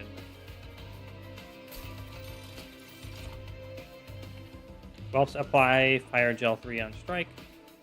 When you equip a friendly unit, apply Conduit 4. Oh, there we go. After using an ability, friendly units gain armor 3. We can use the exploding whelps to give AoE armor now. Although we just don't have capacity to support it yet. I kind of want to just have a big sack with a green dollar sign laying on it. I think, oh, Blood of the Apex. Permanently add +2 attack to a unit's equipment on Slim.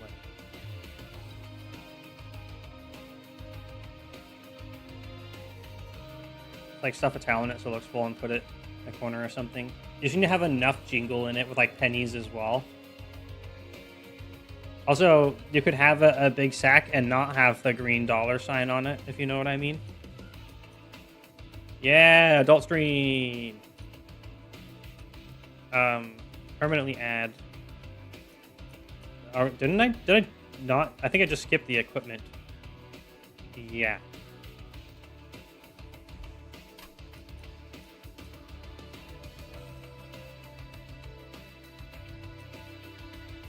Let's try the Shadows sheet. That's a WoW item, large brown sack. Yes, people also, if you were cool, Chad, you would link large green sack instead. And then you'd be playing, you can play as a Director now, a green one. That's the way you do it. Okay, equipment and room cards, magic, and Fireborn. This is a dead node, but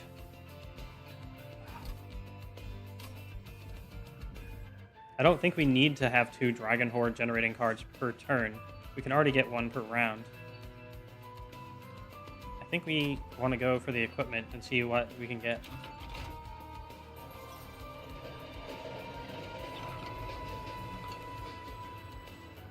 Hey, it's the Wrath. It's Wrath ability. Benevolence. Restore friendly units to full health. Ooh. Advance. Restore to full health and gain armor equal to amount healed. These are all really good.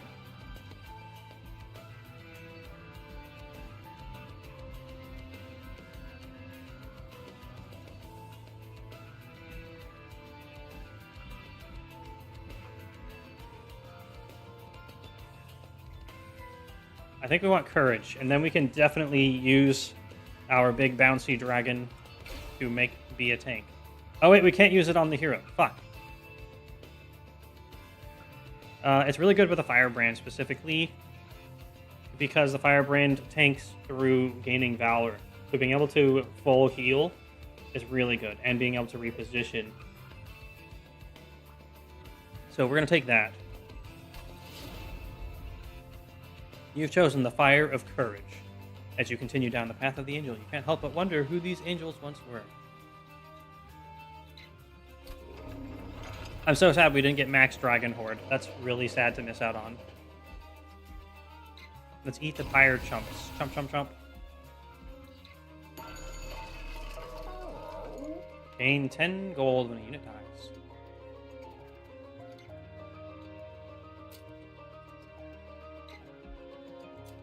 I do like I really like the Hall of Mirrors art. It's really cool.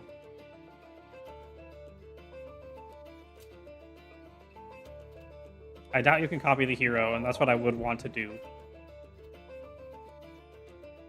And it also make it impossible to summon there. Let's take the Sacrificial Chamber. And reroll. Oh, there's the Steward's Quarters again.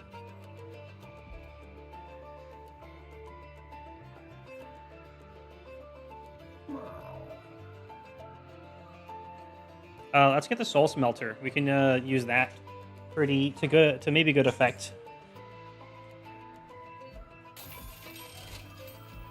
And Steward's Quarters is just solid. Another game I will eventually buy. What is it? Is it Monster Train 2? Archeon gains Rage 2 on Cypher. Archeon, you are a joke to me. I will destroy you. For I have the power of dragon! I had Monster Train 1, so technically I got a little bit of a discount.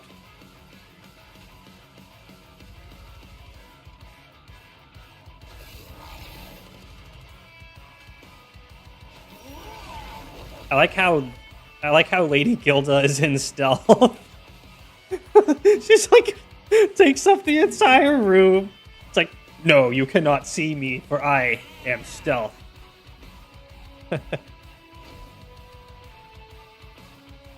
Stealth. Yeah, it's definitely an STELF type of stealth.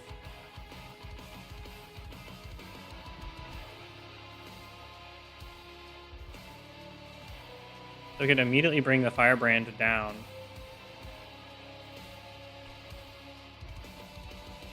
We want Sacrificial Chamber going, though.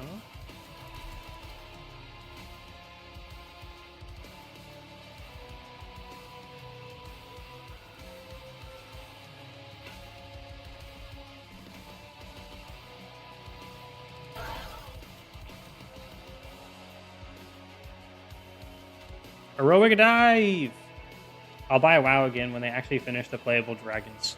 I can't wait for them to be able to... I want to be a fashion dragonster. Oh, alright, that does damage as well. Cool.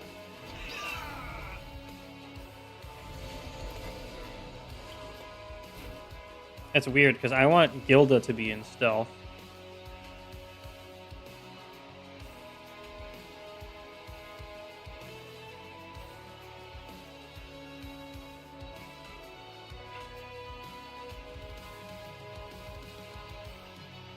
Because now the Firebrand doesn't take the damage.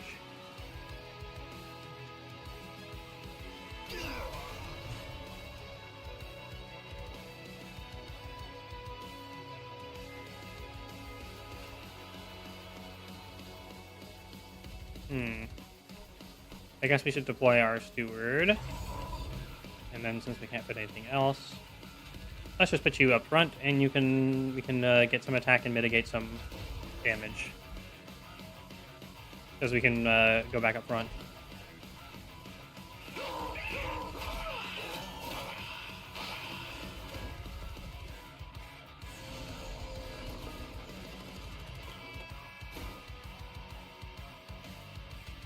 Nice, we got the Steward's Quarters just in time.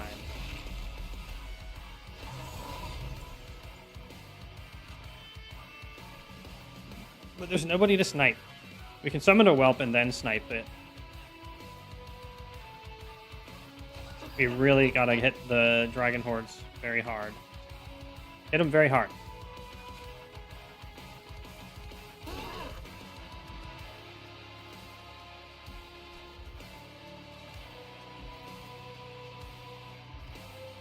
We want a courage to go up front.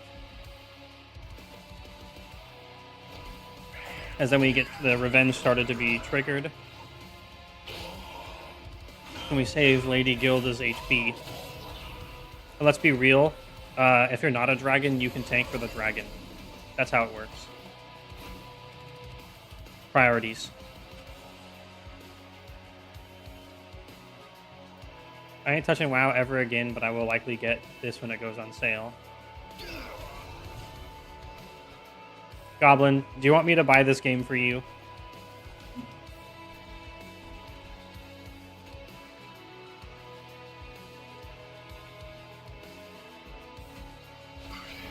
You've given me more. You've given me that much money, and if you can't,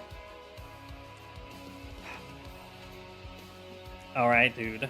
Whatever, man. I'm just kidding. It's fine.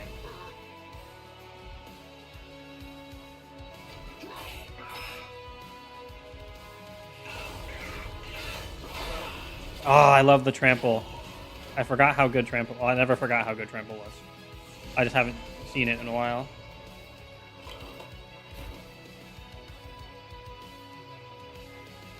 I have never given you money ever, and you can't name even one time. I can't name it because how do you name a thing that is nameless? How does one? So we're going to put Gilda up front again so we can stack armor on her, and then we'll be able to swap with the ability next turn. I love not having to worry about the top floor. You call it Bob. Bob is a thing at work for me. I must not call anything Bob. It is a cursed name. What?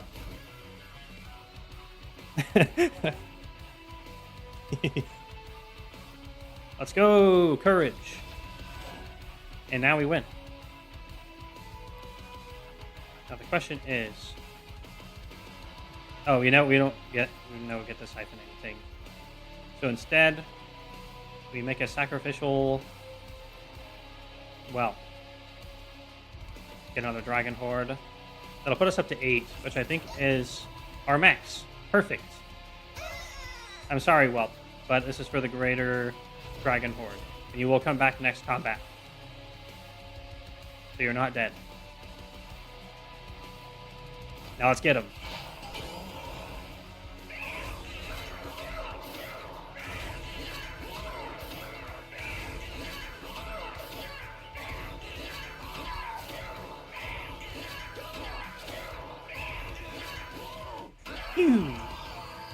Yes. Die. Omae wa mo shindairu.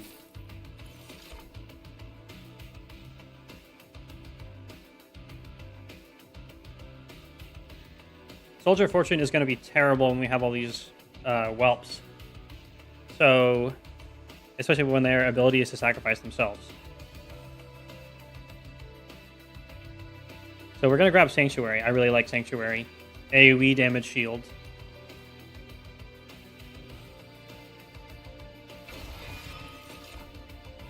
Divine Dancer. Apply armor 5 to friendly units. I bet you we're at the top of the leaderboard. I probably would be if I redid the fights where I could identify the mistake that I made before I ended it, but then I'm like, nah, I'm too cool to redo the fight. I'm just going to do a new one. But maybe. I doubt it, though. Fire breathing is pretty good. But Miser, the cash flow. Let's take Miser. We're probably gonna overcap cheese continually.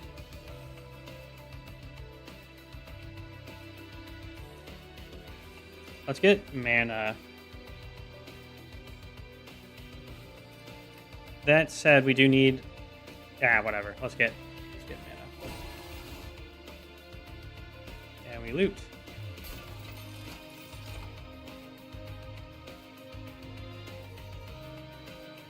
Spells gain +3 damage for each upgrade on their card. That's kind of okay. When you damage your own unit, reduce cooldown by 1. The problem with that is that you also apply Pyre Gel with most sources of damage.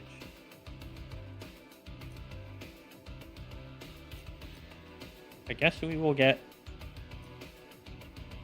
the Sizzling Firecracker.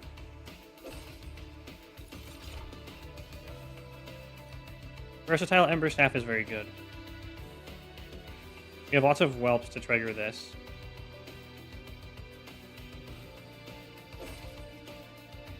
That said, making all the whelps cost 0 would have also been good. This has a little bit more utility than just being able to play all the whelps in one turn. It'll allow us to play one additional other card in one turn, but only one whelp.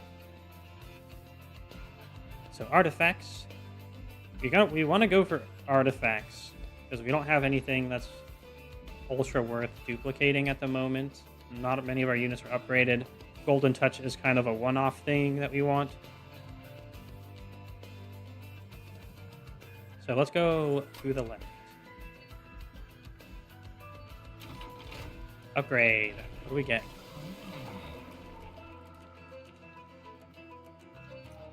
Summon a Guild egg.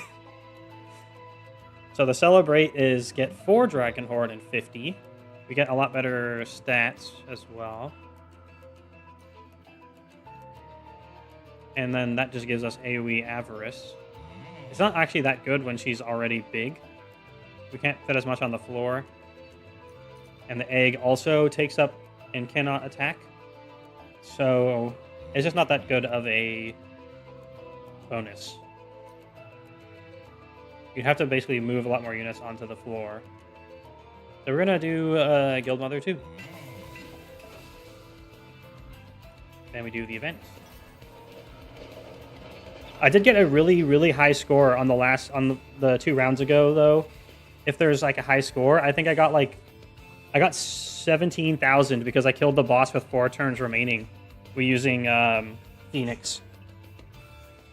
Because I didn't make any mistakes that time.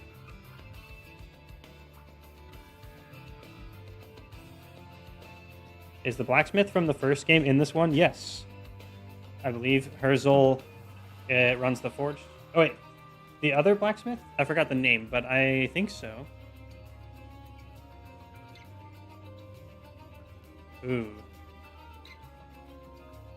I actually think... Oh, no, we can't put this... We can't put this on our hero. On our champion. So I don't care.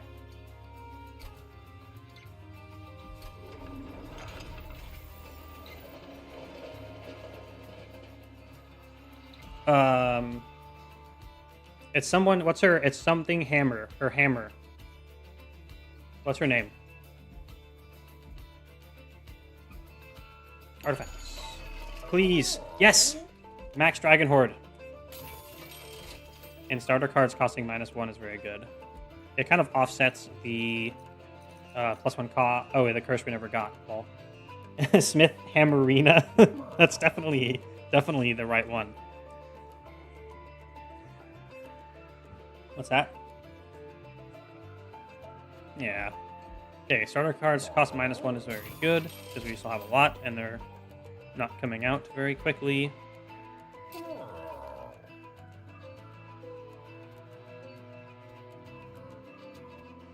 That's really good with having the Incant Boy as well. I don't feel like we need to remove much. Let's remove the other Golden Touch, actually. We only need 1. 2. And...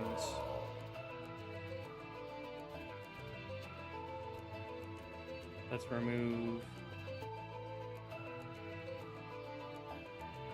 the Selfish Sacrifices burn out.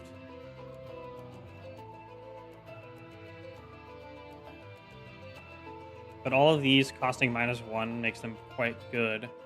Especially when we need versatility in number of units.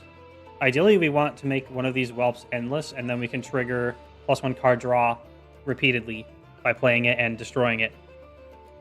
Which effectively means it's going to draw itself, but then we also get an extra mana every turn. So it does still have a net gain. We still do want just slightly less of them, though. Because they're the kind of hard to get out of here. Ah, we restored our health to fuller. Just like the Hoarderer one. Okay, -1 energy per turn. Well, we made everything really cheap, and we just got +1 max mana. So this will be like a normal fight, because I'm used to having 3 mana. Look, they have a big chunker as well. Gets Titan skin after combat. Ugh. And then a healer. Luckily, the healer has 5 HP, and we have a snipe that we draw every round. That gives us Dragon Horde. Okay, gotta do this in the specific order again. Magma Cultist, and then Gilda.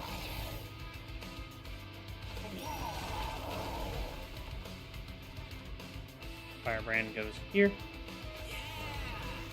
Miser can go up on the... Oh wait, the Miser is going to be hard to use.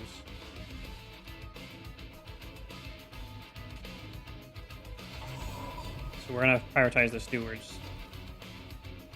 We do at least get extra gold from collecting Dragon Horde. Wow, starting with 63 attack is pretty baller.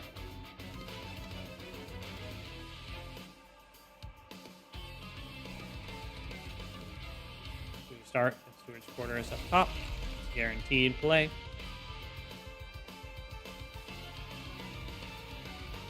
Let's get some more attack on you because you can trample. Trample, if you get enough attack, can actually work better than multi-strike. Snipe you in the back. Oh, wait, I forgot to play that first. I forgot we had the money room.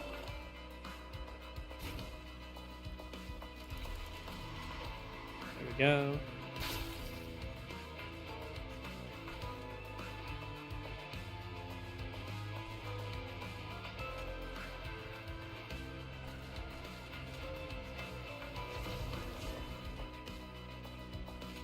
We play the whelp up here. We get a new card and an extra mana. Steward's Quarters. It's actually better to play the tanky Stewards with Steward's Quarters than the spear ones. They will typically do more damage because they can survive more rounds. And we Heroic Dive.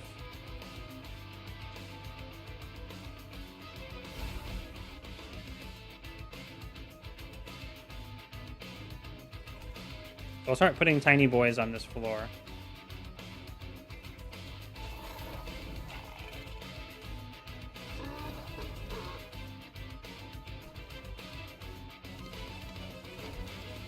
And now Lady Gilda gets this stealth somehow. If we can orchestrate her slaying multiple enemies, it's very good.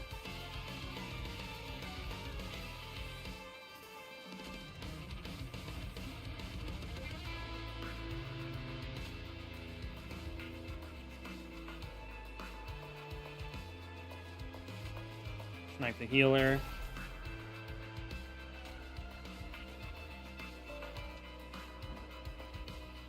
And then... yeah, we're not going to be able to multi-kill right now. Thank you, Steward goes up there. We'll leave room to play Whelps to draw more cards.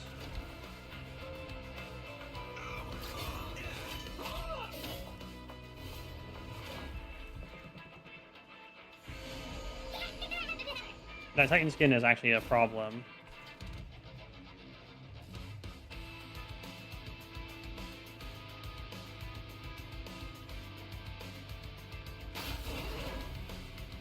Actually it's not. They're just gonna go up to the top and die. It's fine.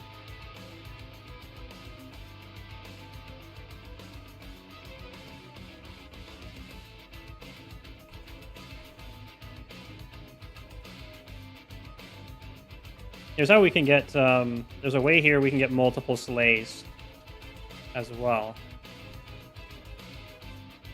And that way would be to Rising Rage. Right, it's fun to Rising Rage the tanks and separate them from all the DPS behind them. But that does stack them up into the same floor. But then Gilda would just kill all three in one hit by putting her up front. We lose the opportunity to stack the Firebrand, though. So that's probably not worth it, and we can Golden Touch still. Get the money child.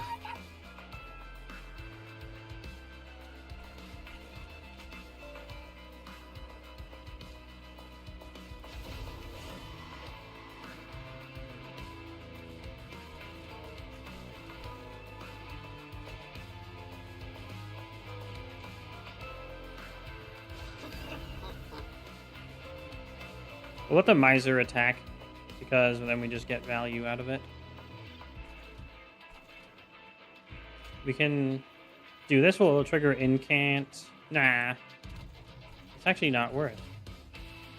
We can actually cheese the Miser up to the good floor. We have to be able to shift him around next turn, though.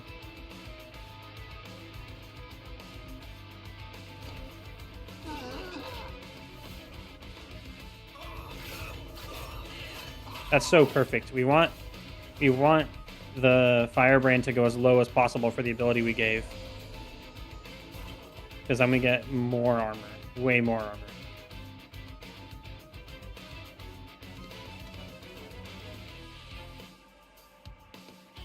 Okay, before we do it though, let's check out the other floors.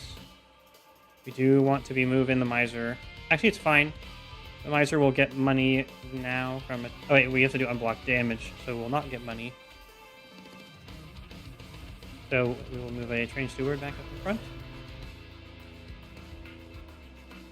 We can use this whelp to clear out the back dudes, because they have Pyre Gel.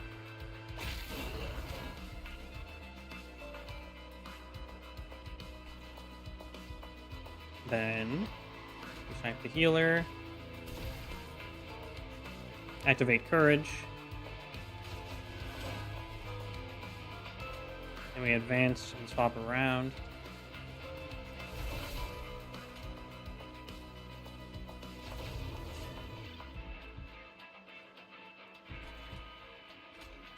Weirdly enough, I'm getting some, like, a little bit of Ratchet and Clank vibes from this specific track.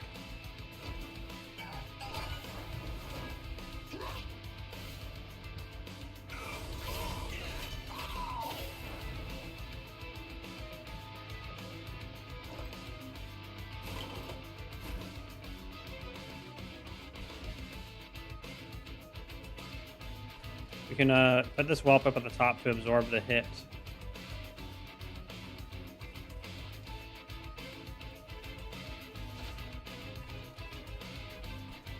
We use a snotty whelp to kill you.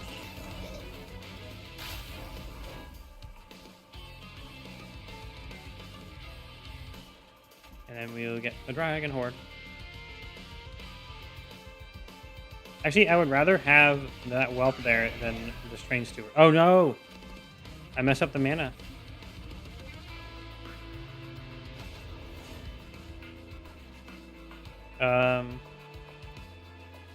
Oh, we do have max 11. We need to redo the turn.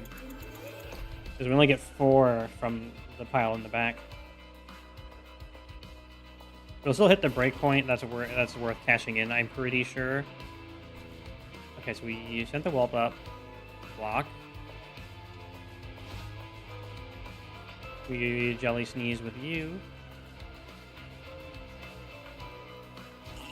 And we just don't summon the Train Steward.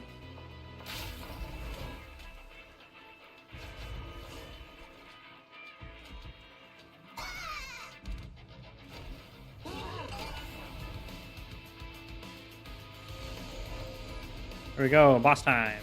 We definitely wanted to eliminate the healer in the back.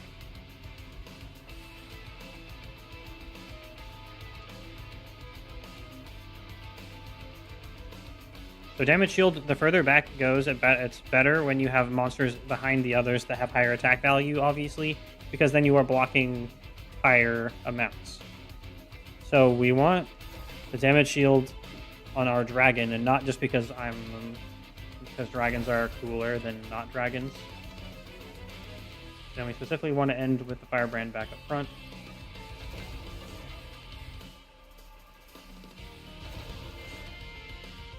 We go. Oh no, we don't get to keep the dragon horde alive.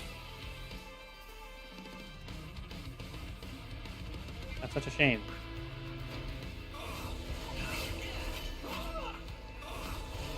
Because of all that sapping.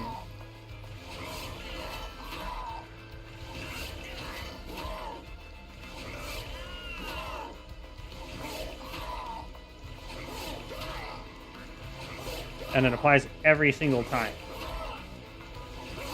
That's really nasty. They definitely made the bosses a lot more nasty.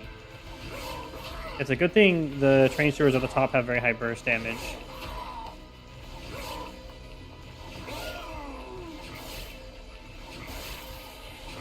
At least we get a lot of money for everything dying down there.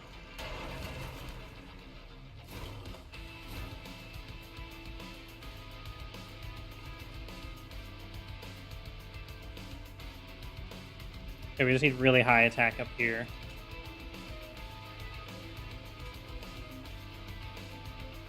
What is the breakpoints for the Dragon Horde? I guess I can't check right now.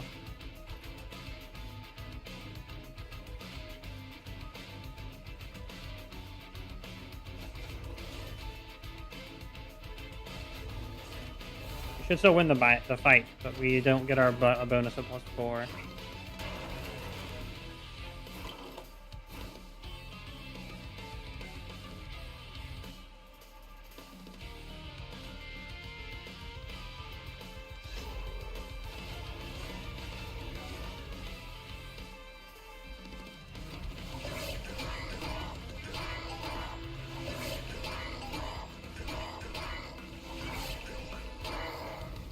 We do definitely got to try keeping the egg alive on a different floor. Now, that was a wonderful... Oh, yeah, you mentioned the pizza. Are you glad I didn't hire the pizza assassin to come kill your pizza? The Mind Cage is going to be good for the activatable on the tank. I also want pizza, but I'm not done with keto. No...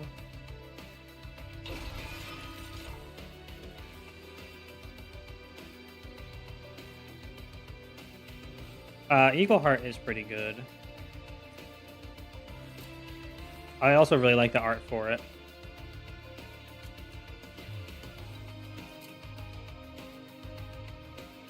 I had extra mushrooms and spinach leaves to toss onto it. Yummy! I know most people don't like mushrooms, but I am one of those people that does. Bam. Oh, we actually hit the random artifact tier. Okay, we are at a actual breakpoint, so let's cash in. On your first turn, +2 mana. That is actually quite good when we draw to 10 cards. Yoink. Train stewards gain the boom ability. I probably won't use it, but it is better to have than not. They break, there are ads. Nope. I turned off every single ad I can, and I never play them. Although technically, if people are here but like listening instead, I could and away from computer. I just have to figure out when everyone's AFK and then bombard with ads, and then I can get like 2 cents per minute. Whoa. Okay, let's see. Artifact shop, and a room or equipment. Let us go that way.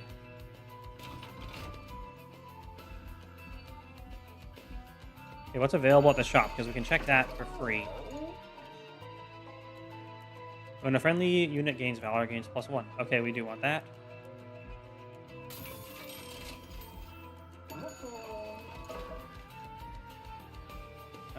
Free artifact. Units get an extra upgrade slot. Winged Steel is going to be really good, too. We play lots of cards that have bonus mana. That's actually quite good. We haven't really filled up most of our upgrade slots anyway, so less good. We never even got to equip the soul smelter yet. This should help.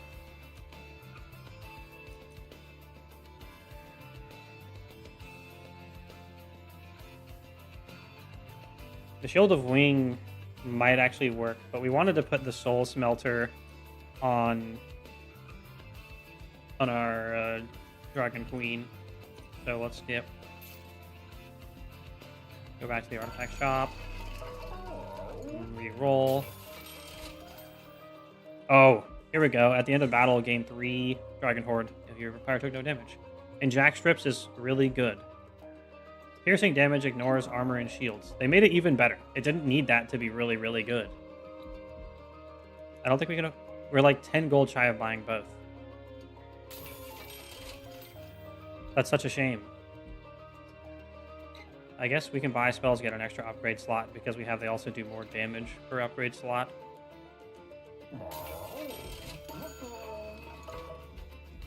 Alright, let's go foe. Heaven's Seal. Non-boss enemy units restore 100... Oh, they changed it, not full health. Okay, how many tanks? Okay, they have a lot of tanks. Thank you, boys. I think we do... For once, we do not want to do this one. You don't really have the burst that Phoenix provides. Instead, we just have a big horde. Just good in a different way.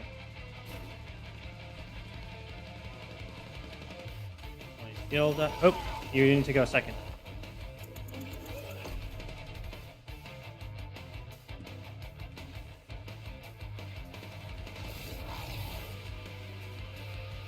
We needed another max Dragon Horde so we can get an additional one of these big crystals. I do like that we get a hoard a bunch of artifacts though from being a dragons. It feels very fitting. So Miser goes in the middle floor so we can move him up with the stewards.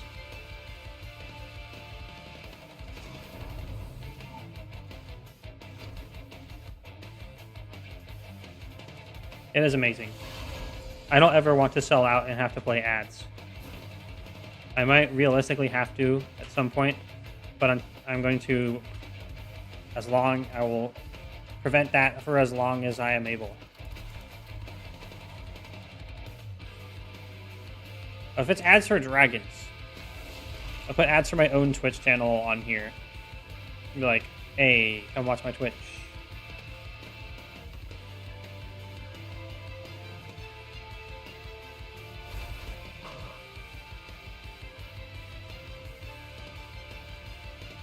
Let's get the kill with Draco Mom. Actually, wait, we want to...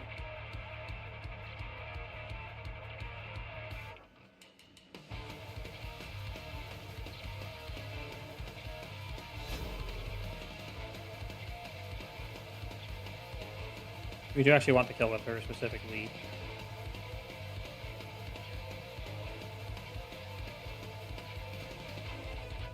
Unfortunately, the incant is annoying. We can't golden touch. Actually, we can golden touch on this floor.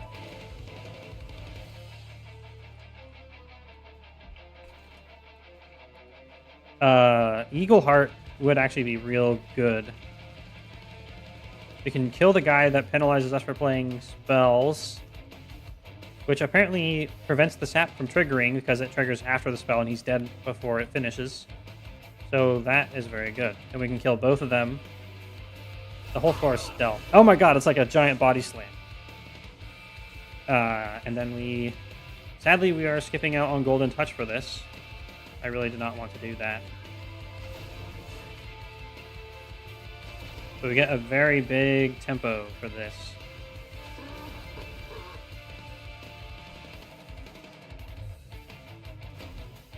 Because you also get +3 attack per stack of stealth. So she can just chill up there and trample people. And we'll just need to draw through the deck as fast as possible.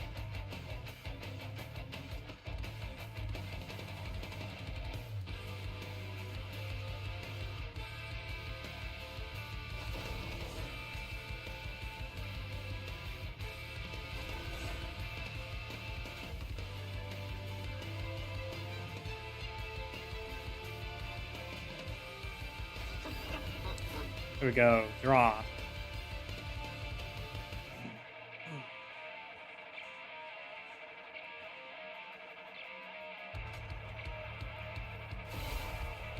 Excuse me. You want to play the Tanky Steward up first. It's more important that Tanky Steward is up there.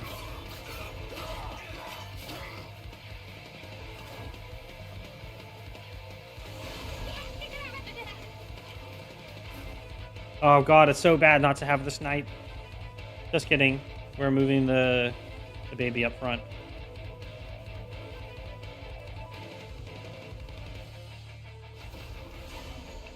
So we get a trample and we don't really lose the damage as a result.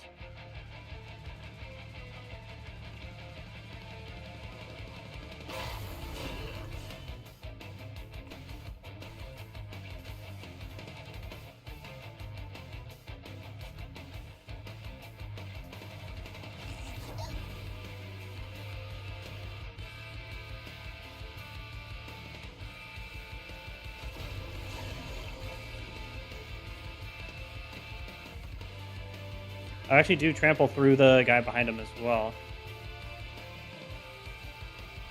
I'll just send the DPS out of here.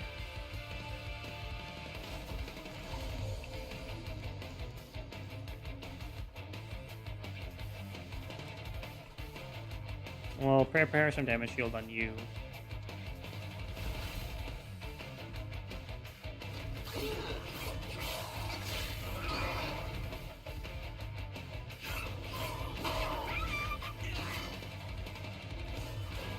We're losing out on a lot of Dragon Horde not having the holdover.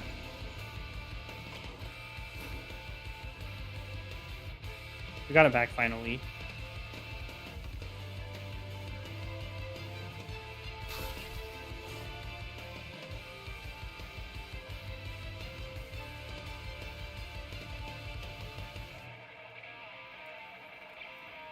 Let's get more trample damage. We want to move the Pyreborn up front.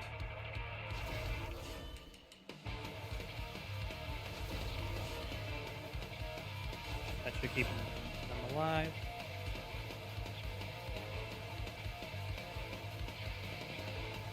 And then we do that again.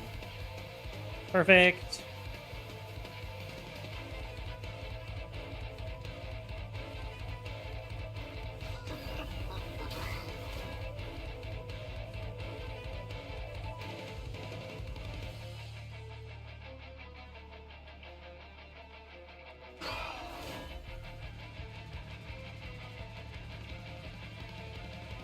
Oh, now the whelps are in stealth.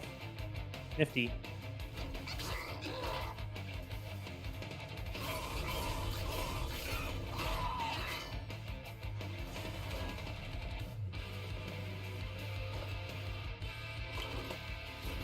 Okay, now we want to... Actually, we don't need to advance you.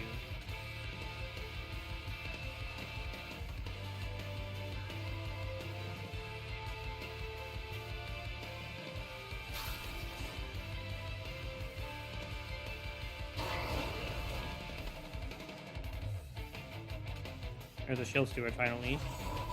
We can use the ability to advance next turn.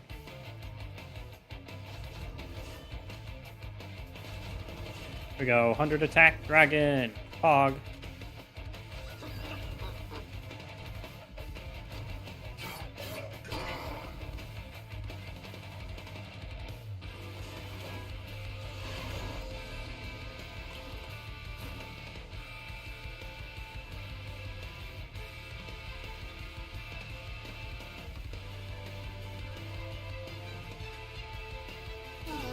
More horde. And we already win down here. So playing spells has a chance to screw it up with that. Instant win, Poggies. Yeah, they can't get past our trample dragon. No need to mess with anything. It's already a win. Better not to.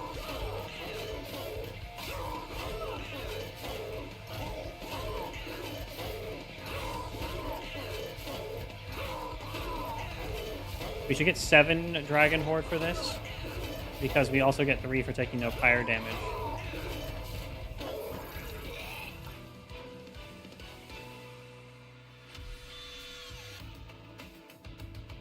Very nice.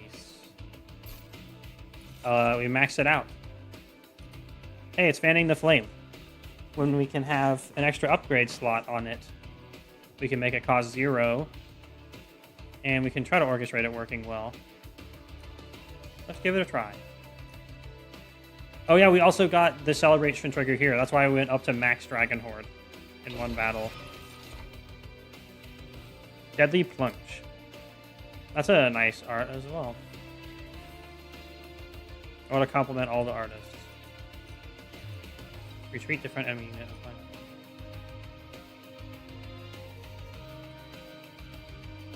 That will actually go extremely well with Trample.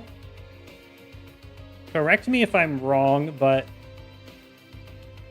if we hit a guy, trample the damage through, but we do double damage to that guy, and then that hits the next guy, which has melee weakness, which does double damage.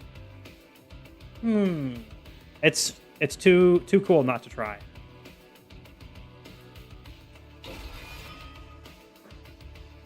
And then we loot.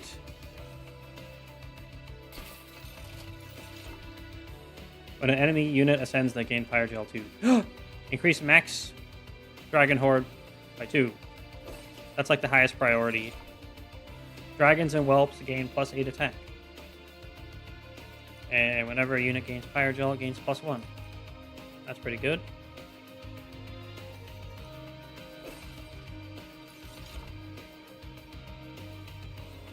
Clan card drafts only offer rares. There's not that many giraffe things left.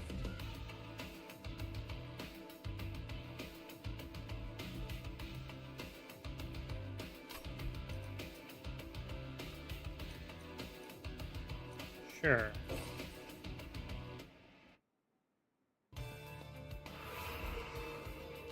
It's the cherubs again. Event, money, and spells. That's probably where we want to go, because we can house extra upgrades in all of our spells. Getting double stack on the Dragon Horde should make it do 2, hopefully.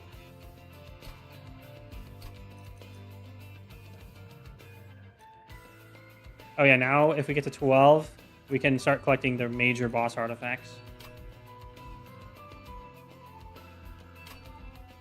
Anyway, cash. Check the event. We have 2 layers of treasures.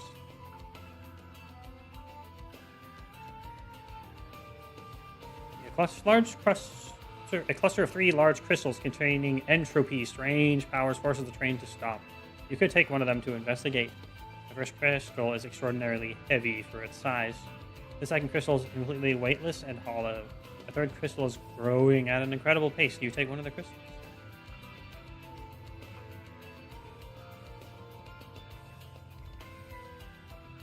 Ugh.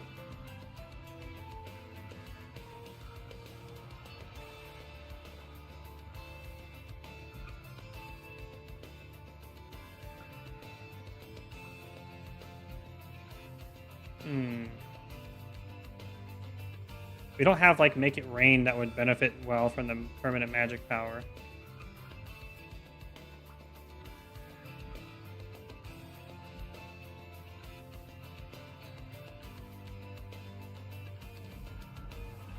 What would this go on, ideally? Reserve is if you don't play it.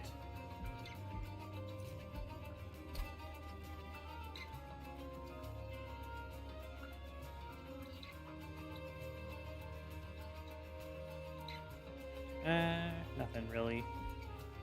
Let's leave.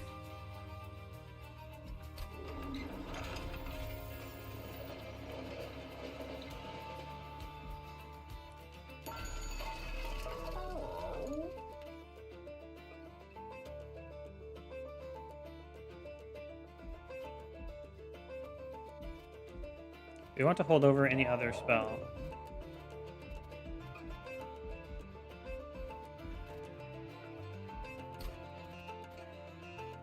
Oh, we want to hold over Fanning the Flame.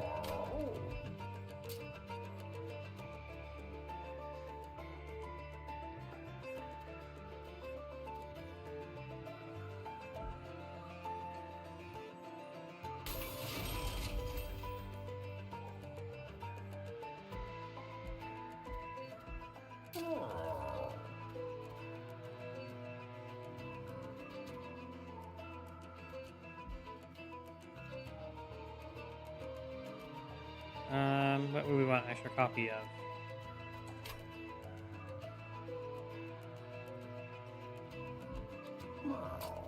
Well, getting to double some of these would actually be fine by me.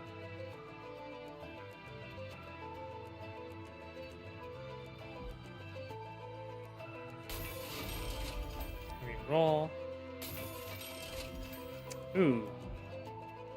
-1 and gain intrinsic.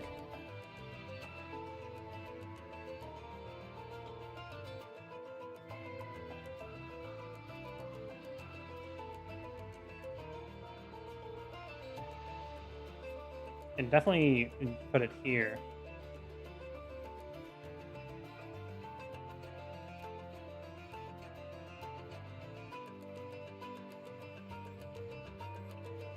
We actually do want the -1 there as well. Double stack. Ah, for status effects.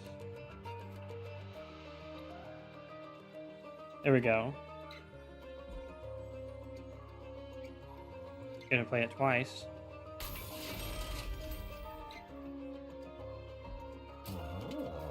Make something cost -1.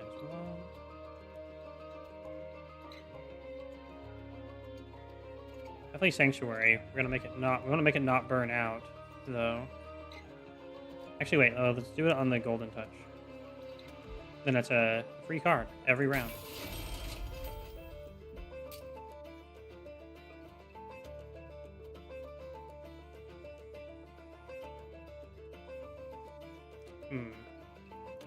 We can save that last bit of cash.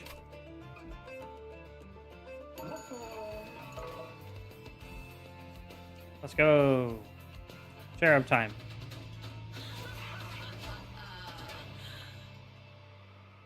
Gale into Cherubs or Spikes mode.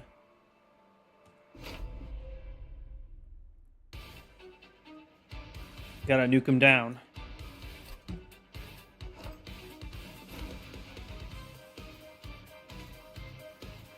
Oh yeah, this is Pyrogel 2 now. That makes a big difference.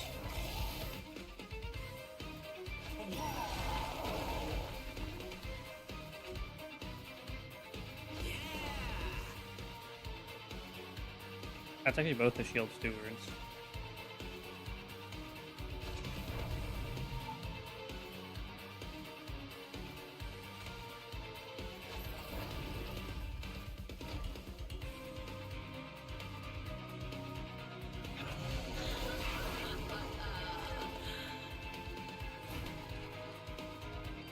You have a good chance of killing something with this. The 50-50. Oh, and it... Oh, I forgot about the corruption. Hold on. If it rolls differently, so be it. I will have to roll with it. The corruption is what got us the other time.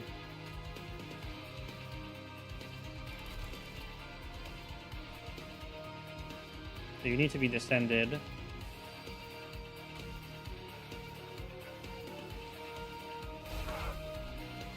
You can tank the corruption. 50-50.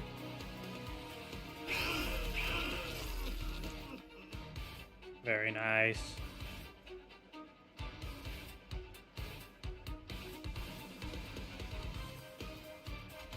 And then we'll turn the weapon to cash.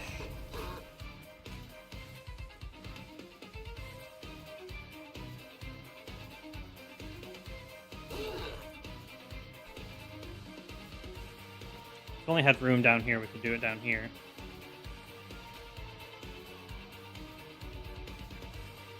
We can get 2 of these. Big Valor.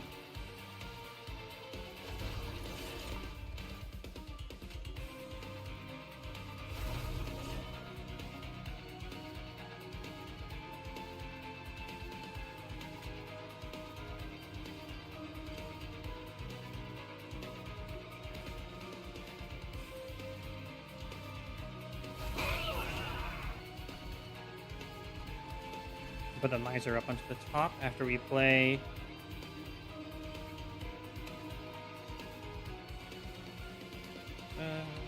Actually, we'll put the Miser up top right now.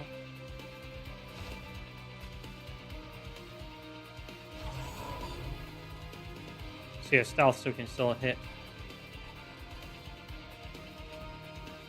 We need room to summon whelps there. Jolly Sneezer can go out though.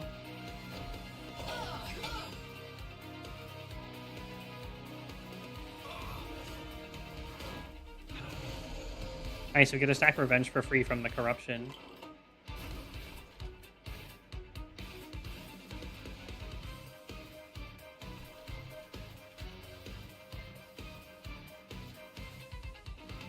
Cool.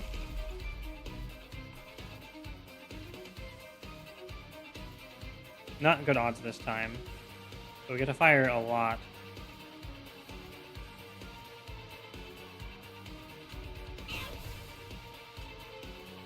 That still works.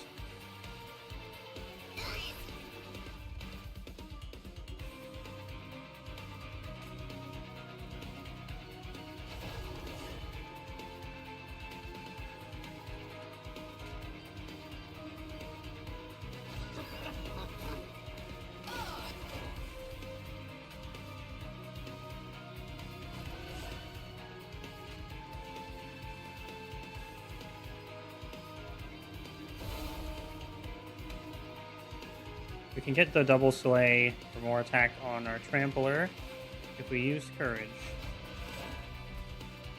We're already at the maximum armor we can get out of the Valor, so it's a good time.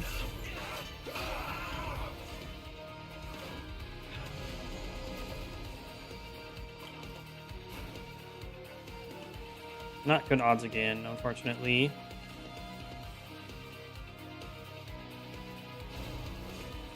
It's gonna still be ramping up for a bit before it can kill. Excuse me, before it can kill mid-range targets. If it fails to kill and hits here, though, then we still can get Golden Touch.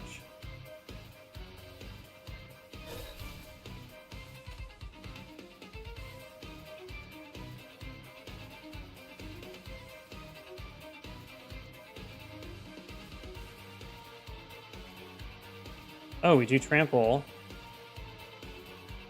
105.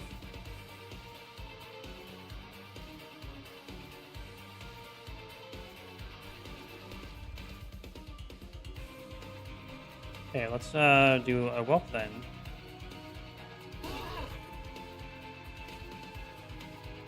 We need room up there anyway. This is actually better.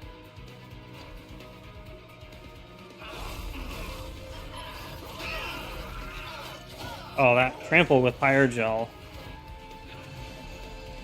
Sent you a PM, definitely not spam. Okay, I'll probably take like a couple minutes. Okay, pretty important.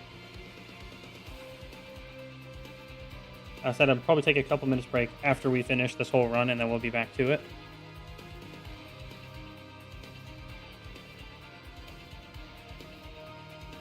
Let's look in.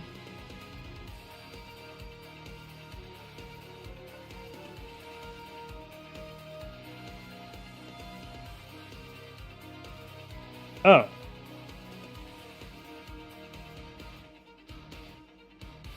Important. Thanks for letting me know. Okay. Where were we? Oh yeah, we need to heal you with courage. But we want that to be the last thing we do to guarantee you're up front. Get a 1 and 3.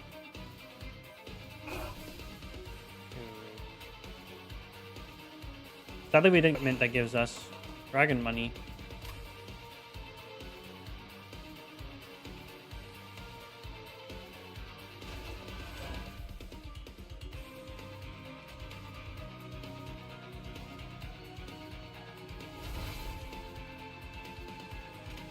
So much damage, shields, and stealth, so we can get so many attacks through.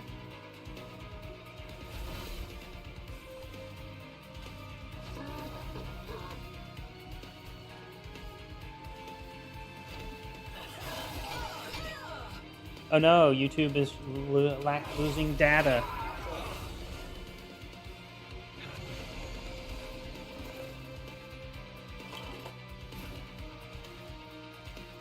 There we go. Fan the flame. We got one. Doesn't quite kill, unfortunately. That's what we have these for.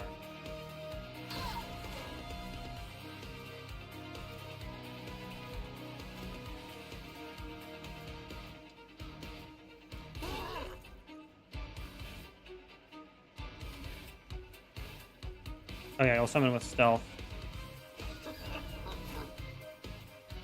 I'll be big soon and rich. Okay,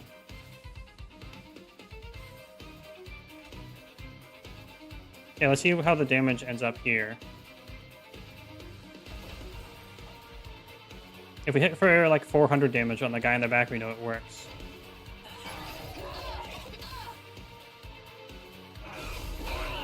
We did 225. So I don't think it works like that. It doesn't double the multiples, which is a shame. But it also makes sense. Okay, best odds are immediately... Oh, we did actually get a slay last time. Cool. Okay, didn't hit, but that's okay. You don't want corruption to hit our dragon. You can go up front.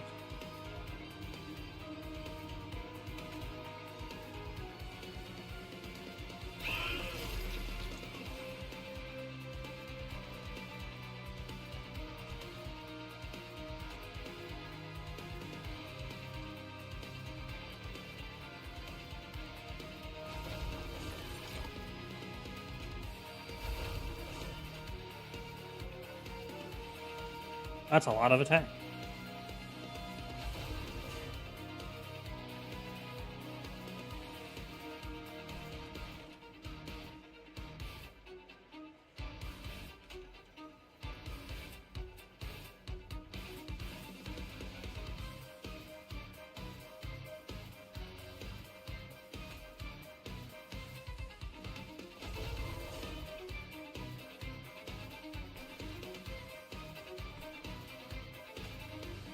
And then we'll move the cherub. No, we need to reduce damage. You can go up then.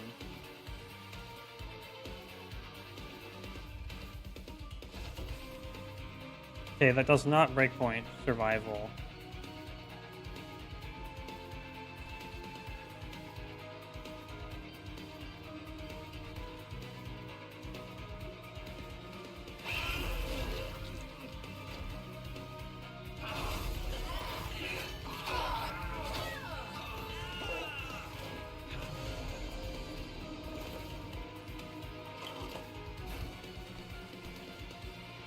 Okay, 1 and 3.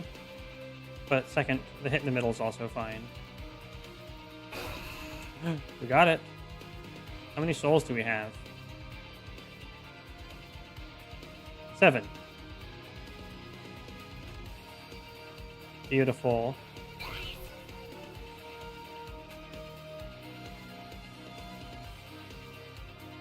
Get a miser's damage value. Oops, I forgot.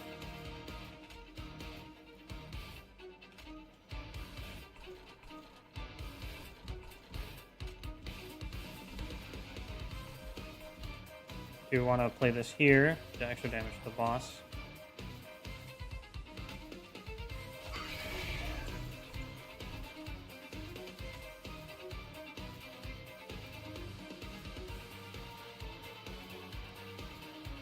Okay, we have 8. So we have 8 turns of stealth. Doesn't actually matter if she's up front. This just allows her to tank the corruption if she stays up there in that case.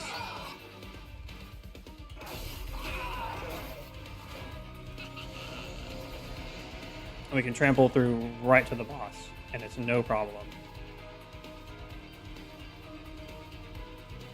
We play these first to apply the damage, or the fire gels.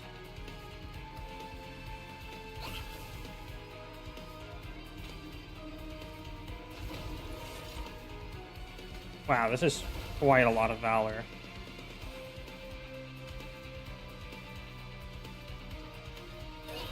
We're definitely gonna get to 13 Horde in one battle.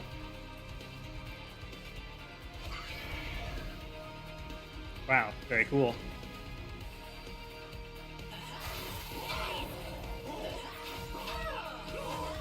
Sadly, the damage shields are being eaten.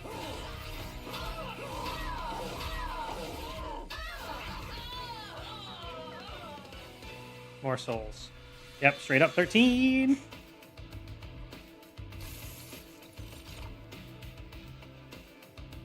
Multi-strike. Attack -1. We want the soul farming.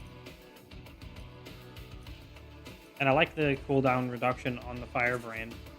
So unless we want to combo it with another, it doesn't feel like an amazing choice. We have the money room at the bottom. We could put this on another floor. But we have the guy that also fire gels. This is probably better for the last boss, so we'll take it. I guess we'll get some capacity. And loot for a max. And we'll get card draw this time. And we'll get a fire gel when ascending. Dragons and Whelps get 8 attack. I guess this is probably fine. We do equip twice on the bottom floor. So it'd be +8 power on the bottom floor when they're both played.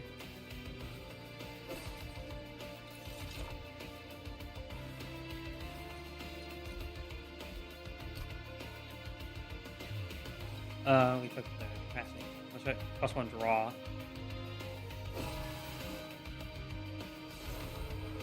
We unlocked the Luna Coven. Align with the secretive Luna Coven and tap into the mercurial power of the moon to empower spells and weapons alike. Hell yeah.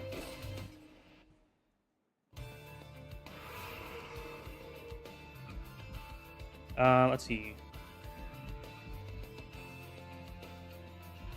Duplicate any card. Restore fire health is empty. We do have the extra spell upgrade slots.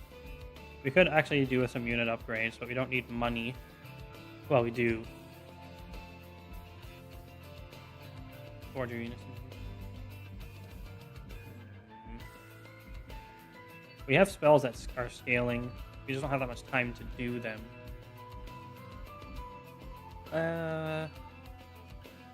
We mostly just need extra draw to play more per turn at this point because we've made it very cheap.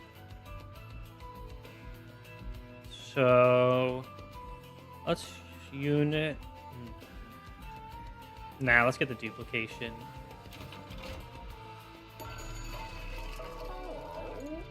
We can remove consume on some of the really good stuff, like Eagle Heart. And then we'll make it -1 in intrinsic.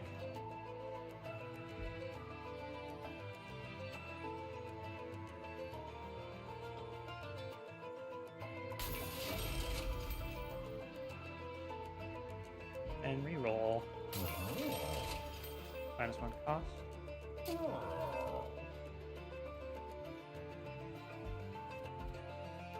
Probably actually want to hold over it because it's so much valor. Or spell chain.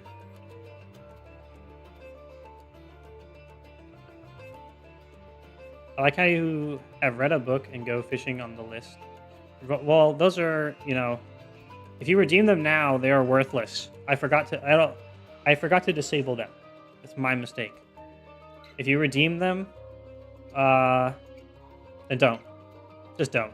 I have no way of not scamming when you do that. Actually, being able to heal the pyre allows us to take chip damage. Sanctuary is the one that's most likely to stay at a high cost. We need to remove consume on it, though.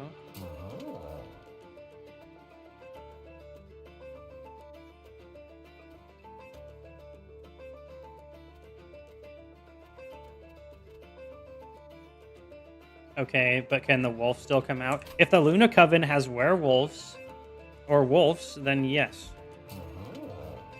The wolf is gay. Don't worry, it's fine.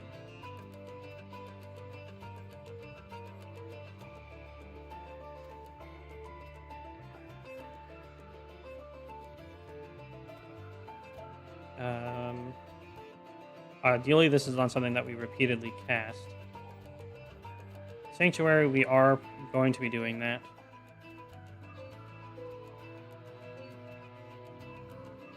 We want to hold over Eagle Heart because we're going to do a lot of damage with it. I guess we'll do it on Rising Rage. Let's do it on Be Gone. The wolf is gay is not a thing I expected to hear tonight. Well, you know, sometimes you just hear new stuff. Let's have us hold on to Be Gone.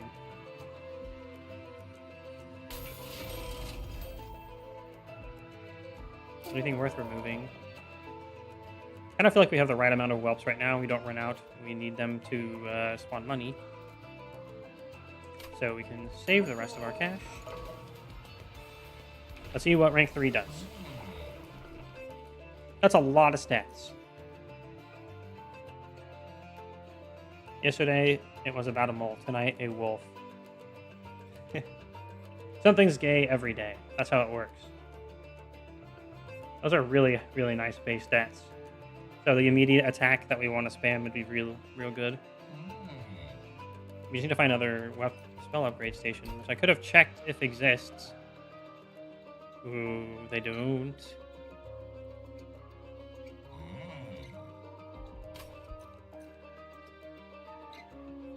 I think I just want the raw stats. Even if the Guildist egg. It's a 400 gold and 6 Dragon Horde. That's so much. Alright, there we go. What should we do?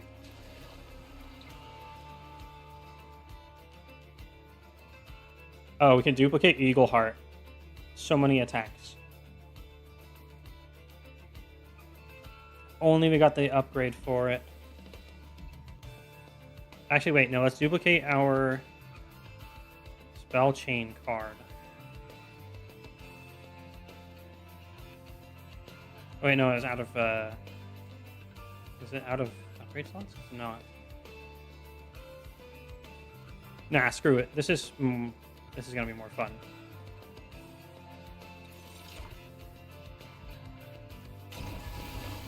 We have lots of Eagle's hearts. With all these hearts, we cannot possibly lose.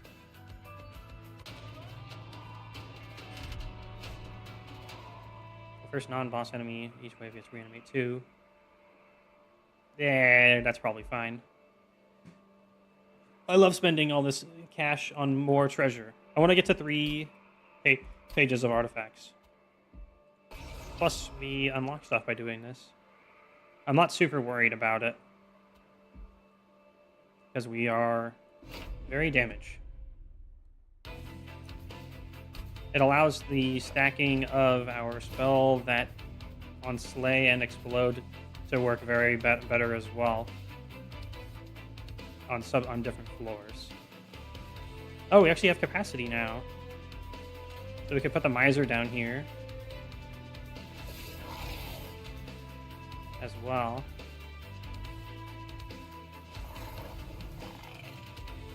One more 1 cost could be fit in here. The boss dragon is here. What a boss. Girl boss. She a big girl. She boss.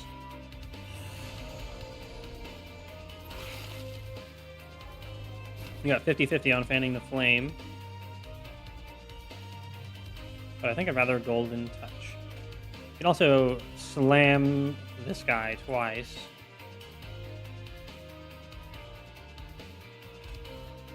With the Incant Boy, this is going to be real solid.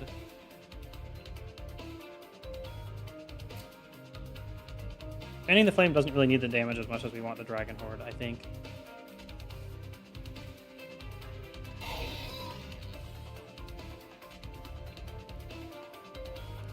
Blam! More attack! More attack!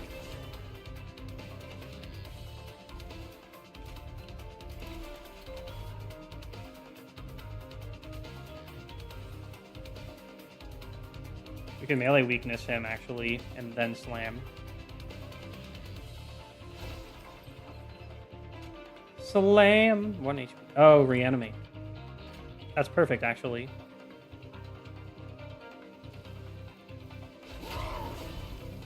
Then we fanning the flame.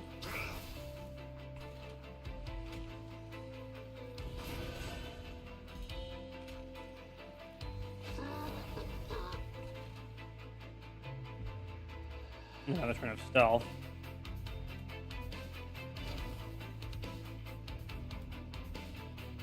Gotta shrink the deck so we can draw our slim slams more.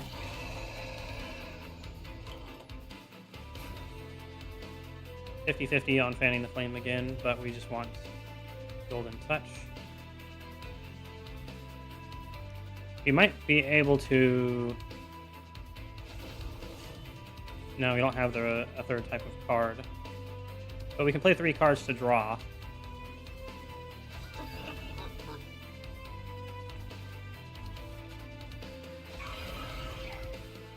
There we go. To get Dragon Hordes from killing stuff.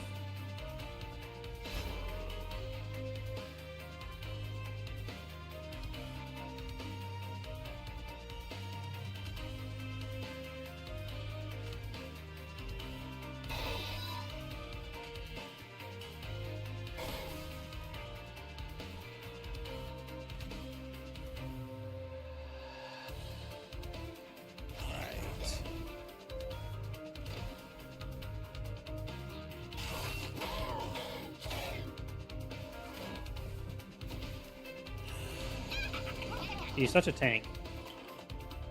It's delicious. Gorgies.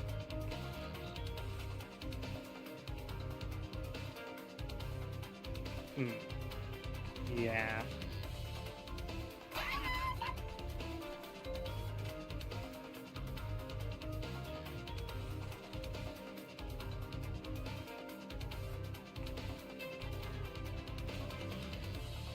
We still haven't been able to descend. Not drawn it yet.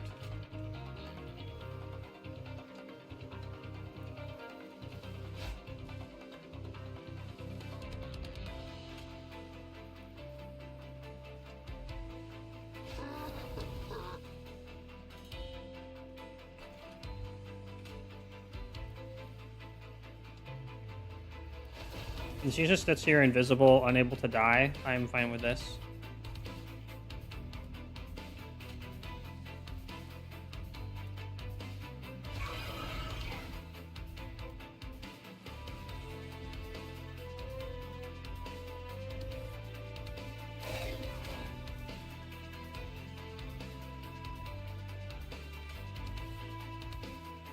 Oh, this will actually do a kill. Perfect.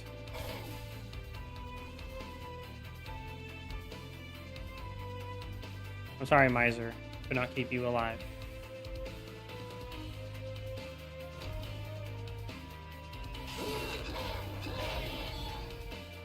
Because we didn't get our descending for our tank yet.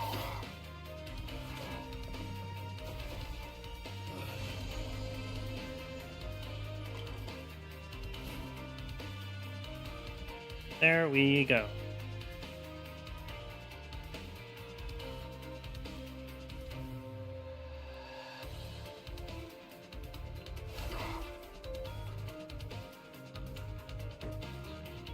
We fan the flame. Oh, it exploded them both.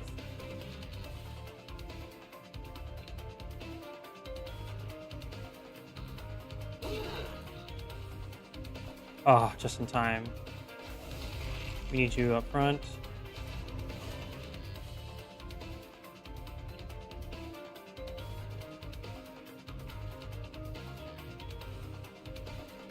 That's a nasty amount coming up here.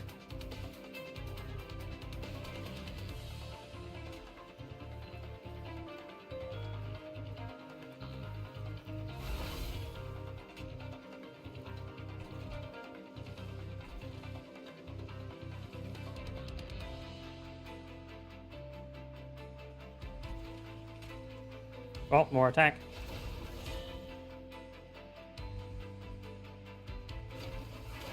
I don't think we're going to get the no damage Dragon Horde. But if we have enough souls, we'll be okay.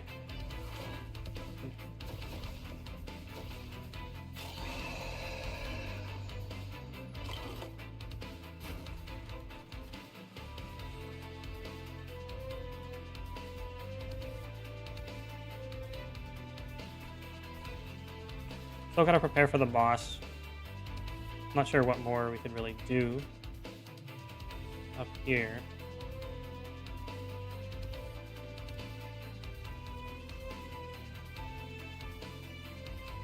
This will add, we could add an extra hit. I'm gonna send you and then blow you up. Then she'll just die from attacks anyway.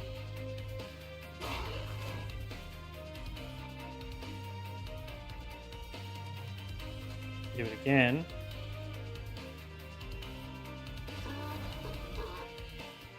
Okay, that's a kill on the front guy.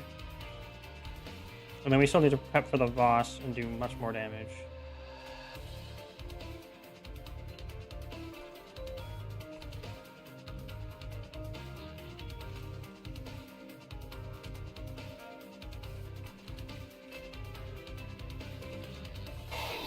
Yay, we exploded. Oh, we could melee weakness.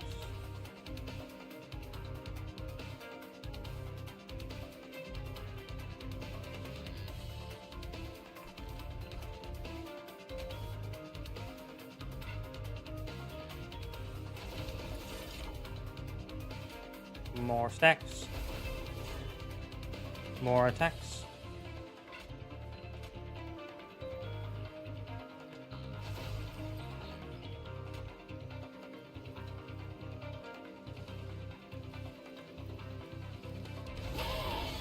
We want her to get the kill specifically so she can stay in stealth forever.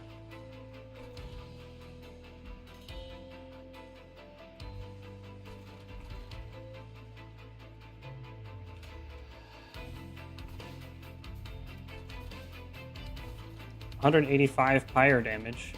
Wow.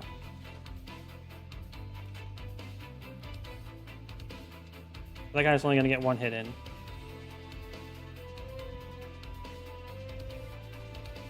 I don't think we can prevent it, unfortunately. Well, let's just get the Dragon Horde.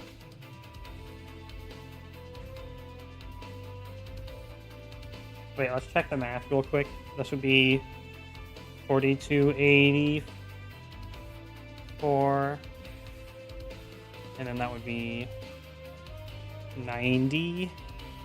So it wouldn't actually be enough if we do that. And I don't want to kill the Magma Cultist. We're just going to have to not get a Dragon Horde this turn.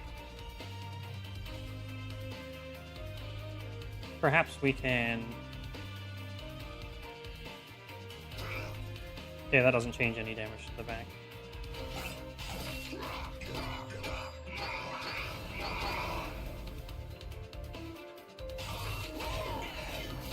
We'll take 10 damage.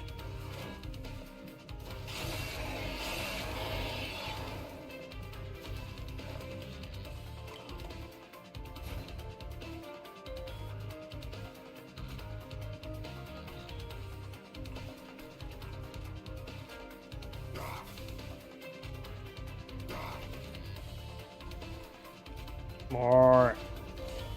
More.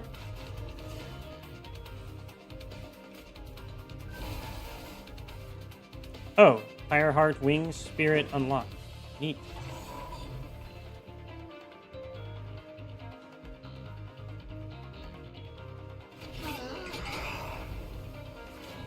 Here, it took 7 damage. Unfortunately, we can't heal because the card consumes. We never got the unconsume on it, or did we? Anyway.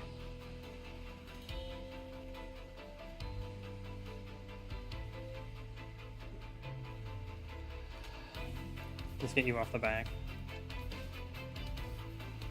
The sweep is nasty. Although we might actually want the splash damage. Do we have any minions we can kill? How many souls do we have? We have 9. We'd have 12, so we get 3 plus 4 Dragon Horde. Oh, 6. That would take us to 14. So we just need to focus the bottom floor. That's all we need. So we don't... That means we want to try to hit the explosion. We did not.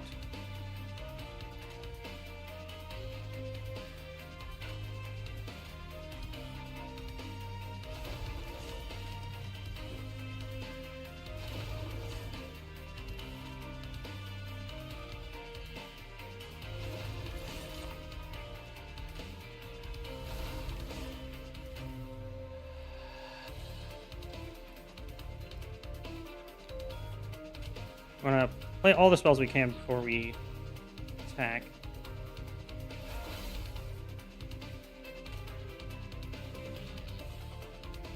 Takes you down to 38.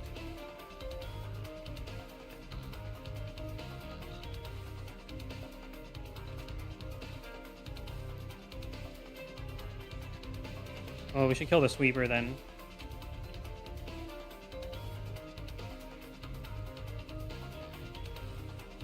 Oh, you have 30 times 2.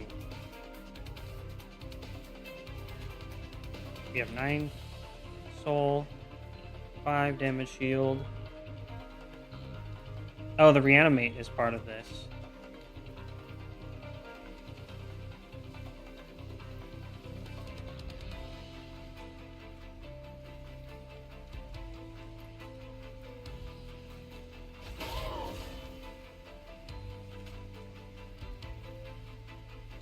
We can trample right through that.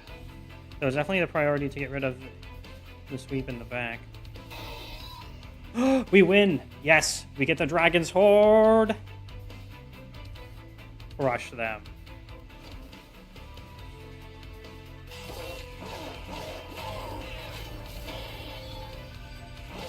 Oh, the trample didn't even matter.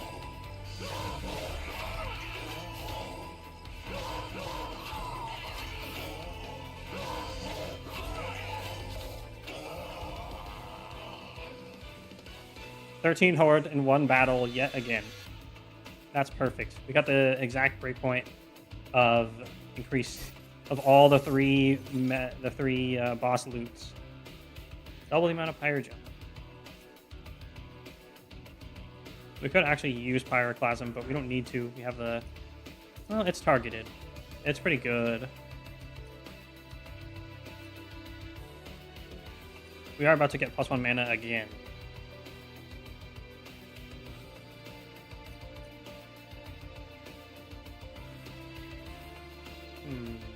Soldier of Fortune is also not gonna... It's gonna land on the imps, or the dragons a lot. Little whelps. That's a little hard to use.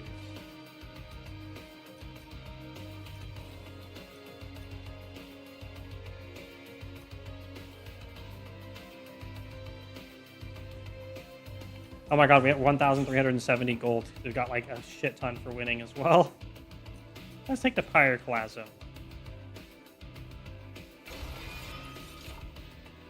And let's take another Sanctuary.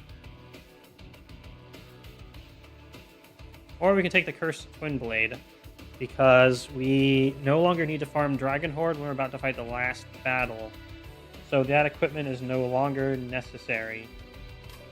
Let's take the Cursed Twin Blade. Loot.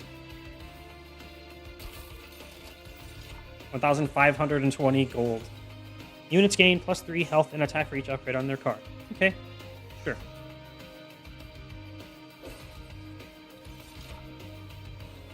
Whelps applying Fire Gel on strike. We can stealth the whelps for a sneaky surprise one.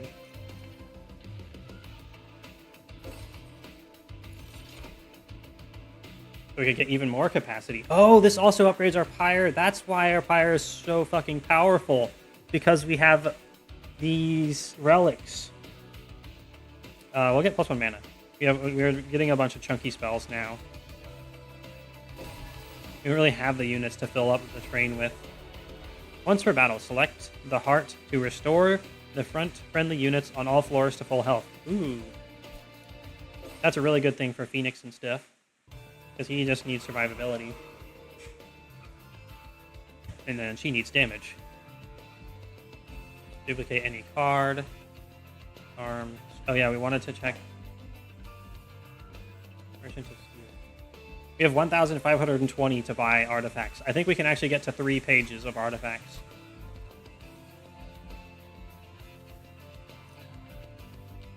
We probably end up duping the same car before. We don't really seem to need the unit upgrades. We can just make the giant dragon stealth mode activate. So I'm going to say we go this way.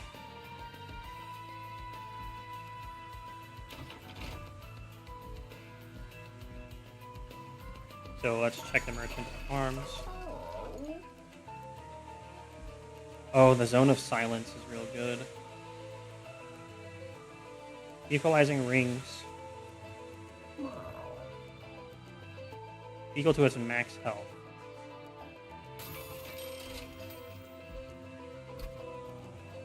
Oh, is that a room? Oops. Wait, what was that? Where is it? I, for some reason, got... Oh, it's equipment. Okay.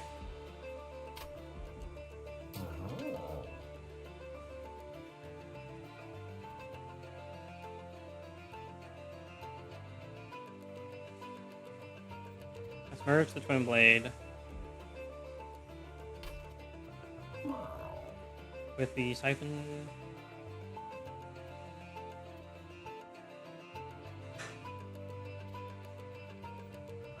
Or with the equalizing rings.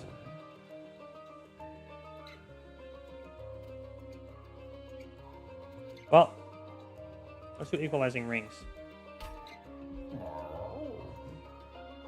There's like so much that could this work a certain way. Like if it's fixed and cannot change with buffs and everything, which I doubt, then we ruin Valor. But if it does make it completely fixed, then that means we can't take the penalty. So we're going to try that. Upgrades and equipment. Drawn in the deployment.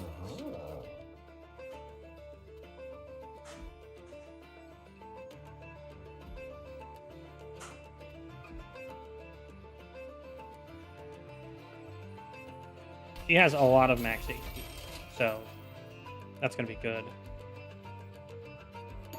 Now we need to check the trinkets, artifacts. The first room card, play these battles apply to all floors.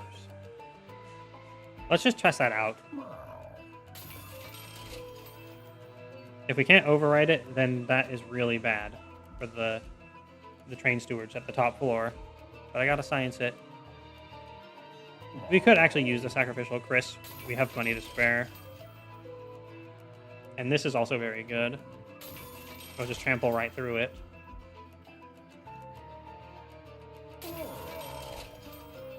Avarice is no longer useful. Oh, when you equip a unit, apply a damage shield. And the Pyre Gel buff. See, if we don't buy this artifact, though, we don't fill up this whole page. And we aren't going to quite make it to 2 pages, it seems. Duplicate. You want to duplicate Eagle Heart again, because it's also a very good damage spell that specifically counts as Gilda killing, so she gets the stealth and extra attack for it.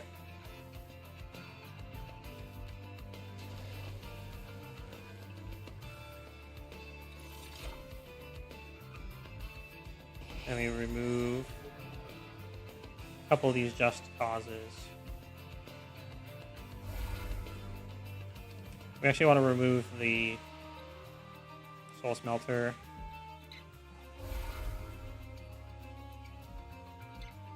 And then we also want to remove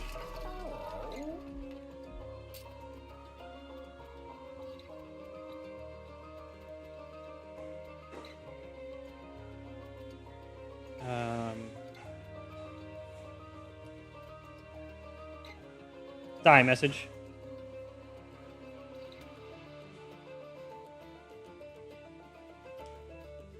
No spam. No breaking the TOS. You also want to remove... what was it? I had something in mind, and now I can't remember.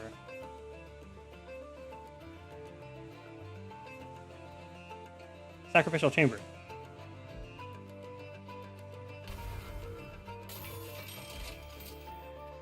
And then the less good Just Cause. We don't draw them. When we could be drawing the Spell Chain one and the Eagle Hearts.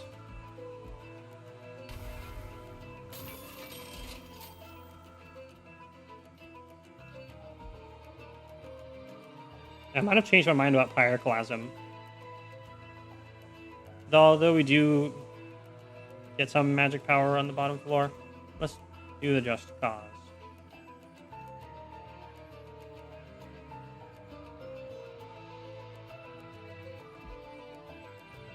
I have a feeling we won't really be playing the Pyroclasm though.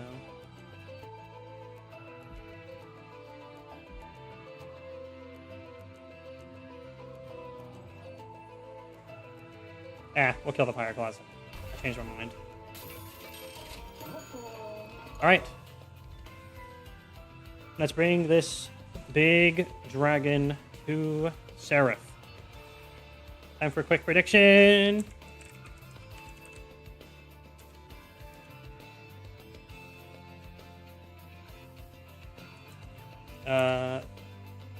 Does Big Chunk Dragon win? This time you can predict, Husbando. Yes, obviously.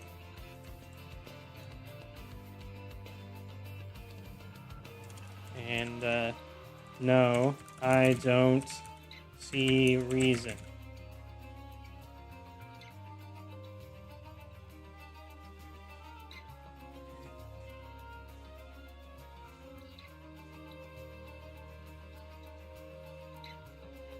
Let's go!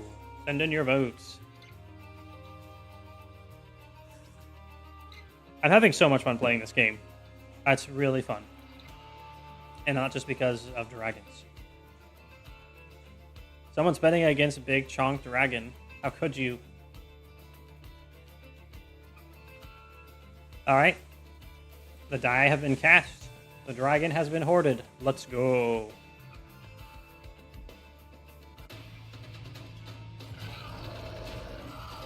Seraph enchants your units with Sap 5 and adds a Curse of Entropy to your deck on resolve.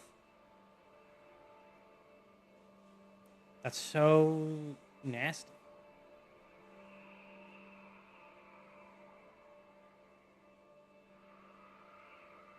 I guess that's enchant. Okay, well. I wonder if that reapplies. That's gotta be nasty. We have to stack lots of stealth for this to work.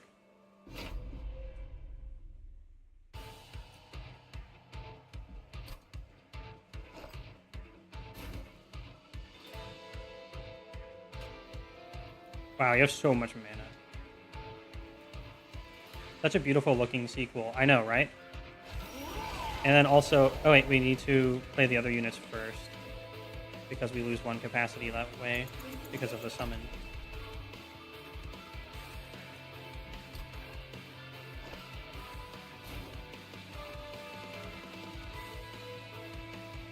So, Magma Cultist goes down here.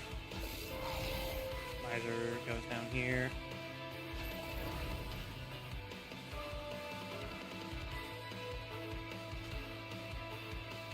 That's about all we can do.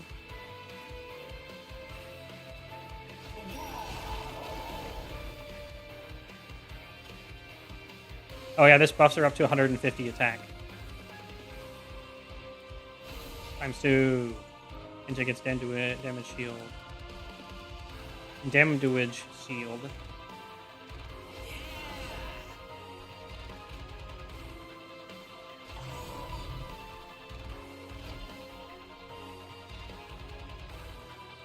I hope the room application doesn't screw up the train stewards.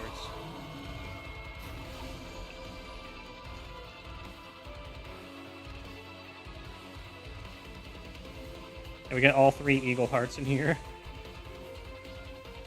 Spell shield. Gross.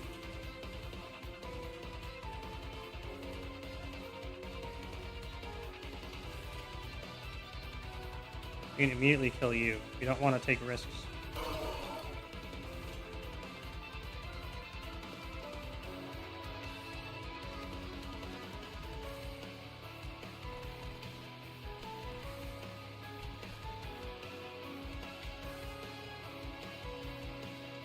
I wish we would want to hit the boss if we can.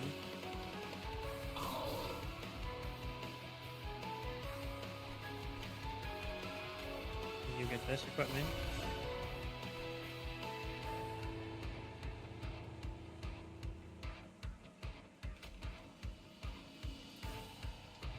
That's a lot of stealth.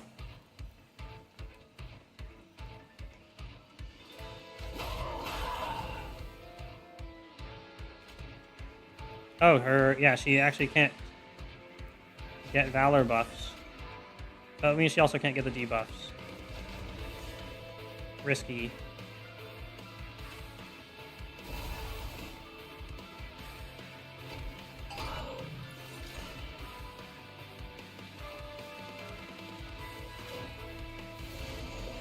That's not what I was expecting, honestly. Just trample the entire floor immediately, which is nice.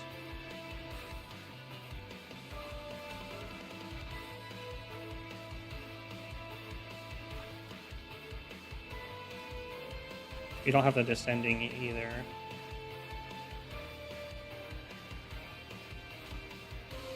We want to get rid of you so incants can trigger. This is our chance to stack free Pyrogel on the boss.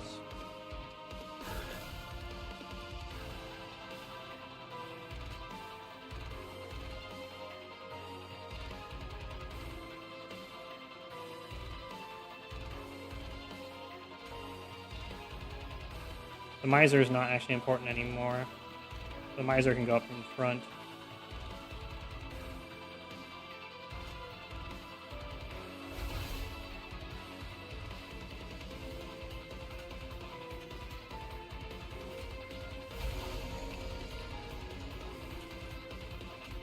We can start Valoring you.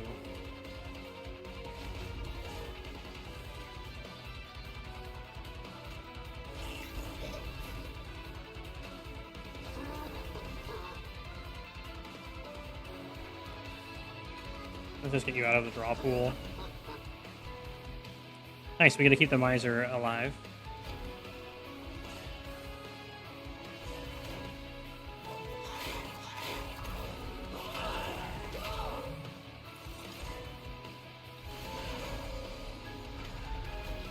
Hard to value whether or not the lack of punishment is worth.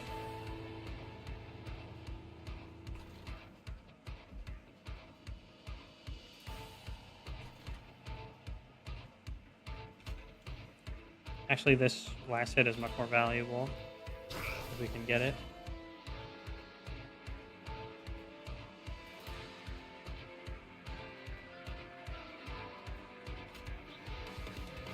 I forgot to do that first. I forgot to read the incant. do that. He's such a perfect dragon in terms of wealth and greed. They both are. They're perfect. They're both perfect. That applies to all rooms. We should be able to override it. Yeah, no incant for you.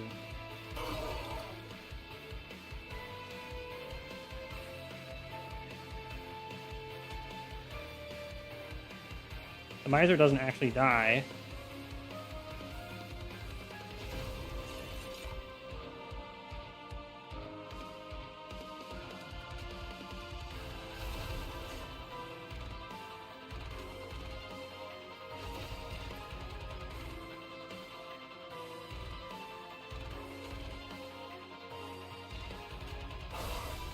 Make sure you both die, ideally.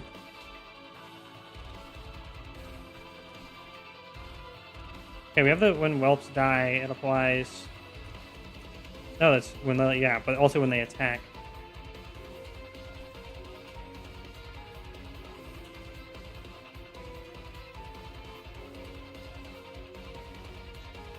Oh yeah, you won't get your armor if we move you.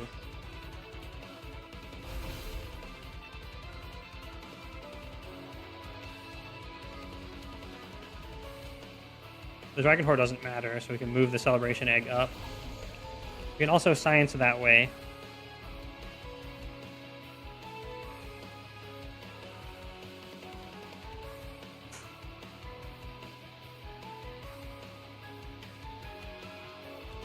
Let's still actually make sure we get the trigger. Being immune to the sap is actually very good, now that I think about it.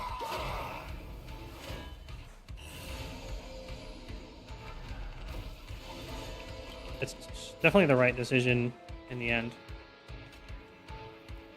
So this will change to stewards.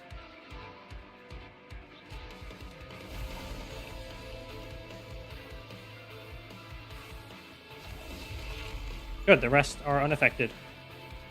That's how I wanted it to work.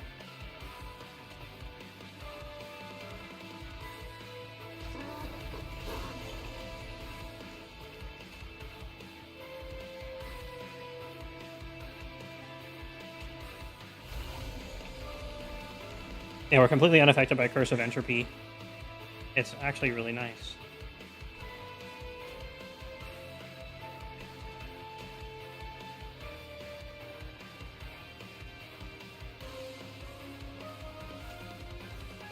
Oh. No incant for you.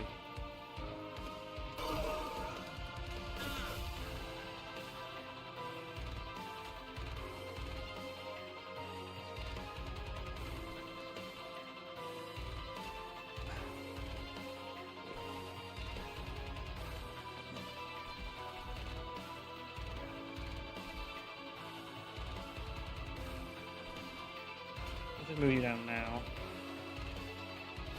Ooh, tofu. Thank you. Go, slam, bam.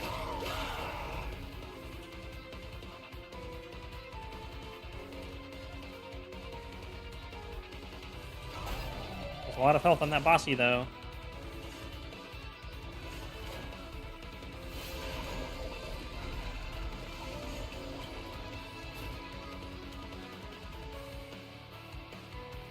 I think we have a holdover spell to remove your annoying silence.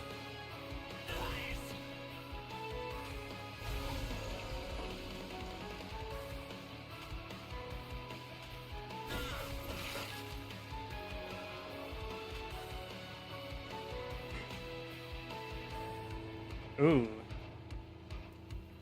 That's gonna sweep the board. Attack! Eagle Heart! Body slam. It looks like body slams because you can't see the thing. And this also looks like stomach sometimes. It's like, how'd you get bigger?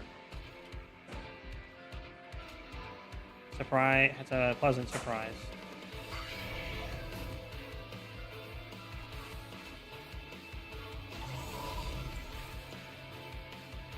Definitely playing units late is where Let's at. Because then they don't get sapped. Okay, we get to do 400 to the boss.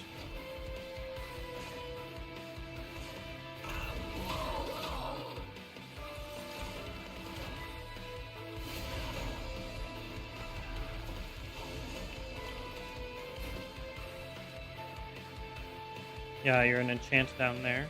Die, enchanter.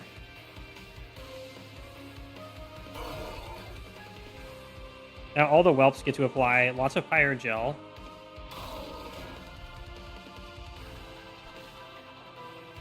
We can start stacking the stewards upstairs.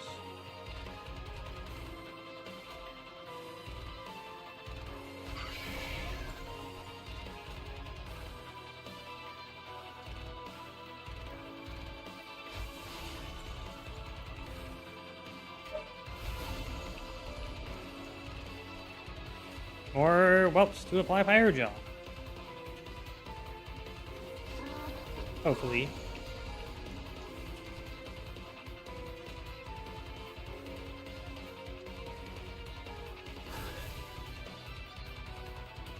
Let's go, courage.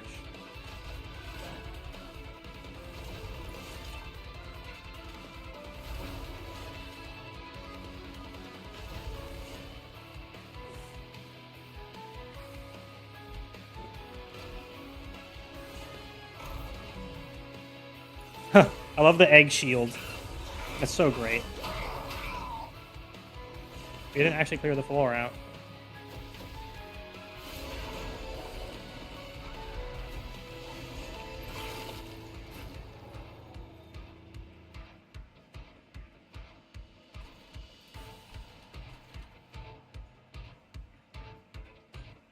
I guess we don't attack.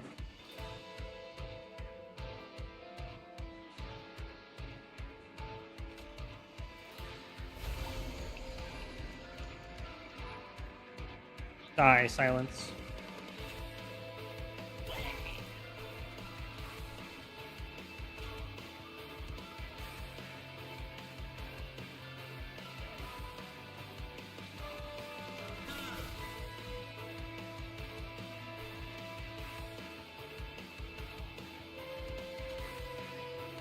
Let's go. Eagle Heart, body slam. Oops.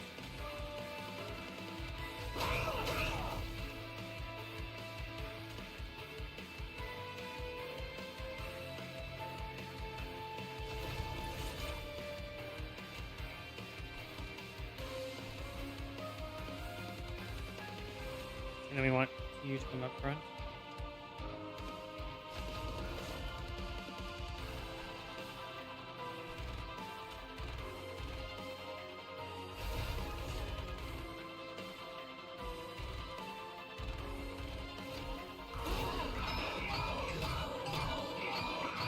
Boss is dying. That's a 2,914.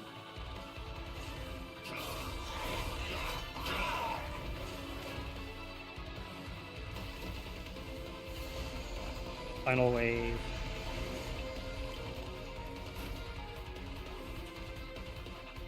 Okay, that actually clears itself. Nice. Oh, we already win down here, but we could win harder.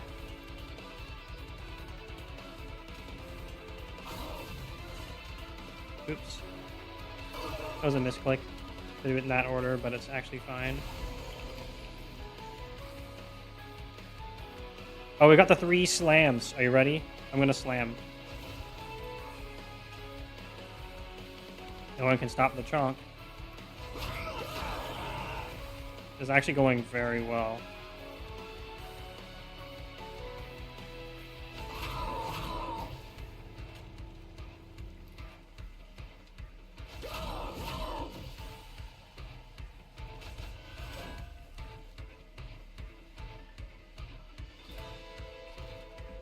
I'm gonna see if the egg works outside of its floor.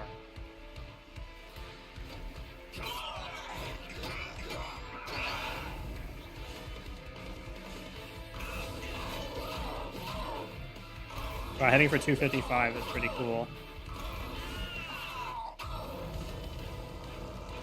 It did work. I saw it's got 400 gold. let's check real quick. Yep. So you can actually send the egg up different floors and not have to keep it at the bottom. You can just be like, put the egg to the top. Just like you put the egg on the top of your shopping bag when you go buy eggs. You know, before eggs, you know, became expensive. Let's go! Chunky Dragon 1 out of 1. Into the void.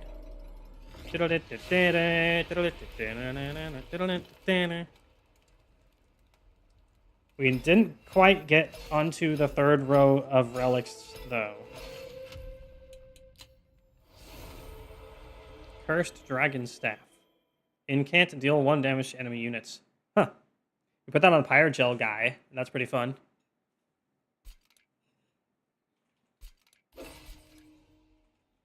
After using an ability, friendly units gain +5. That's nice.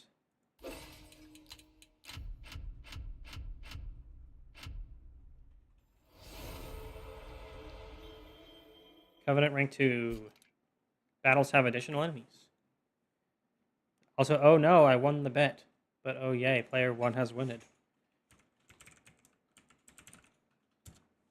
It was an easy bet.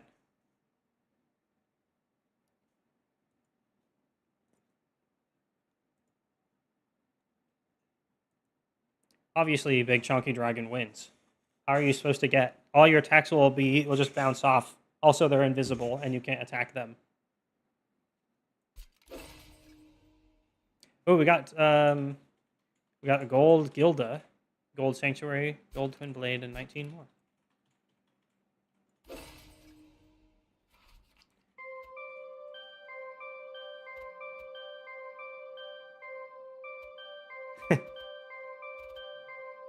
We have Luna now, so we can try a different combination. We almost have the alternate hero for Banished, but I highly doubt that I'm going to want to play not the dragons as my main hero. Someone's going to have to really, really force me to not do it. All right.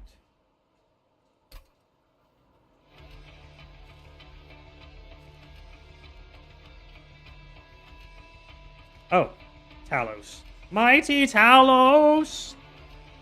Bell, there's a problem. It's the hymnists. They're reluctant to board the train. For the last time, it's a train, not a cage.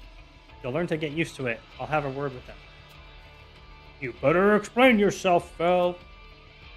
I agreed to let you use my Pyre Gel, but this much? You'll need to pay me back with interest.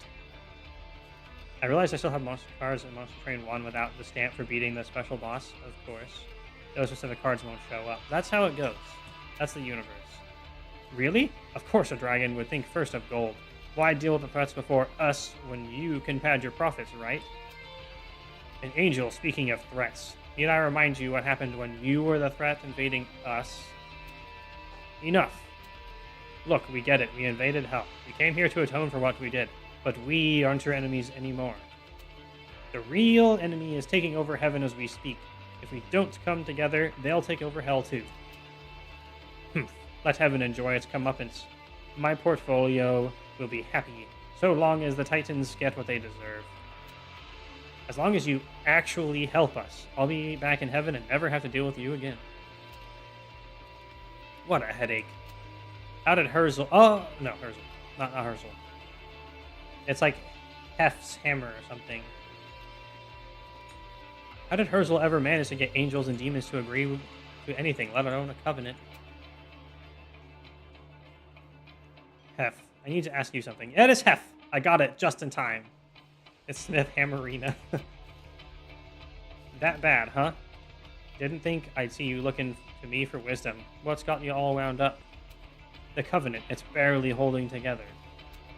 Angels and demons. No one trusts each other. And why should they? It wasn't too long ago we were fighting against each other. Your father, Herzl, brought everyone together. He unified the clans of hell. Then he forged the covenant between heaven and hell. How did he do it? Huh, funny you should say that. What do you mean? Early today, I found something. Something better than advice. Come on, you're gonna want to see this. It's more dragons. Is that Herzl? It can't be. It's him, all right. Never thought I'd see my dad again. He was frozen solid. Wait, was this in the first game? I think it was. Frozen solid, deep within some cavern just waiting to be found. And he's alive. A bit of ice ain't enough to do my old man in. Once he thaws, he'll be up and running soon enough. Then you can ask him all the questions you have for yourself. This is incredible. I thought your father perished in the invasion.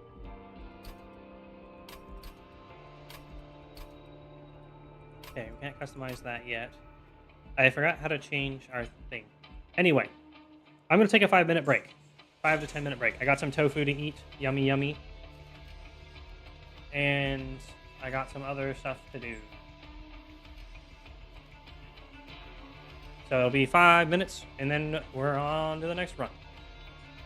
Give me a moment.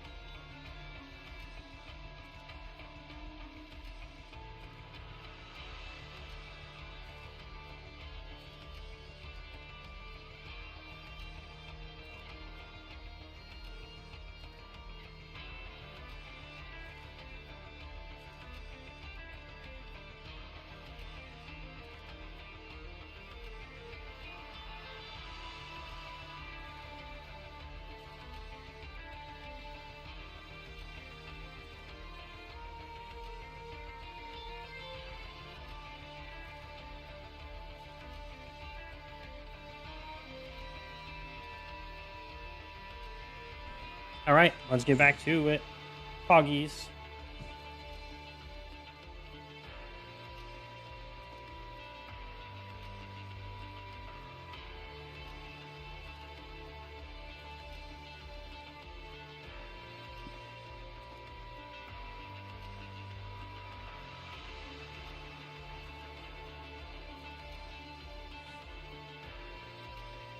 I love the dragon height. It's perfect for my channel.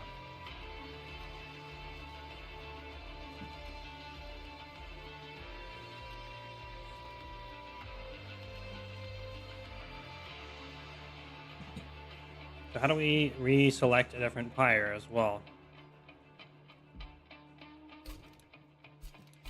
You run.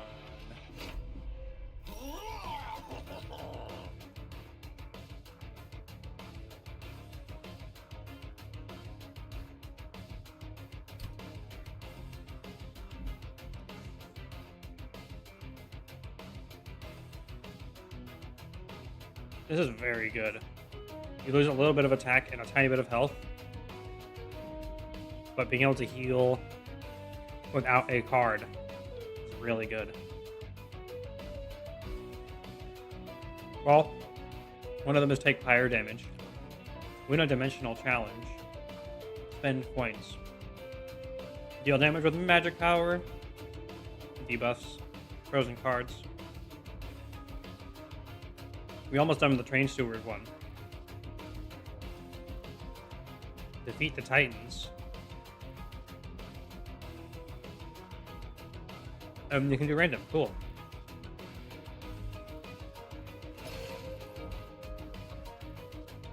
Okay, let's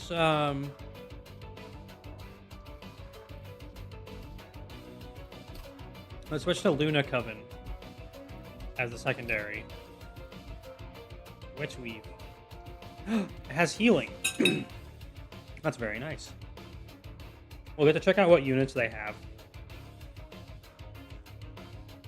It's going to be nice to have different tools. Covenant rank 2.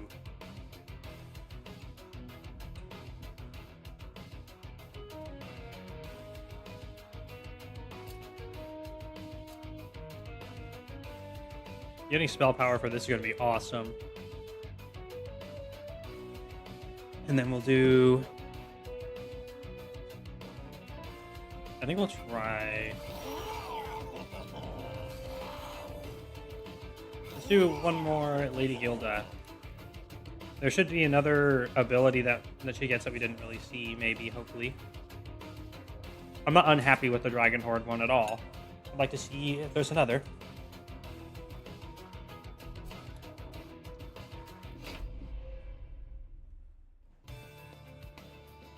Oh my god, we got 2 flickers. Starstruck. Full moon, apply dazed 1. Oh, that's really good. You have just a lot of spells. Which should combo well with Fire Gel.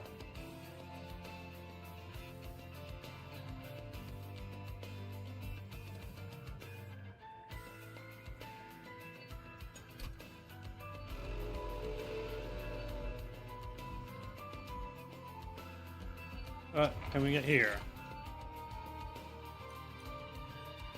Mage Blade increases the amount of damage. Oh, magic power. We also get attack per magic power. The first room card played, each battle is applied to all floors. That's kind of means we can just get one room that works for everything. It's kind of anti-Train Steward, but it might be fun to try to steer away from the Train Steward meta. Let's try that.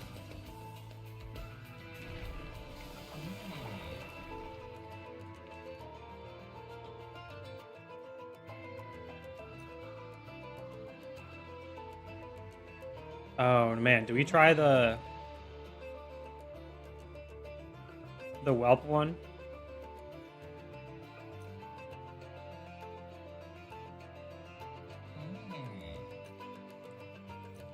But Dragon Horde.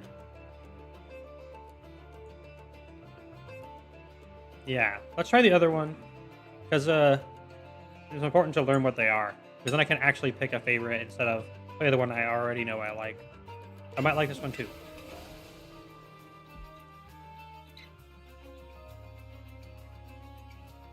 I have a feeling late game will be difficult unless this one gets really good. This will be very difficult when we have a bunch of 1 damage spells. And we don't have trample. So we're gonna...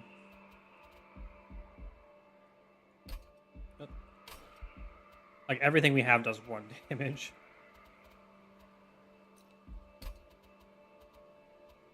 The flickers... Actually, the Starstrucks don't. We'll just do without.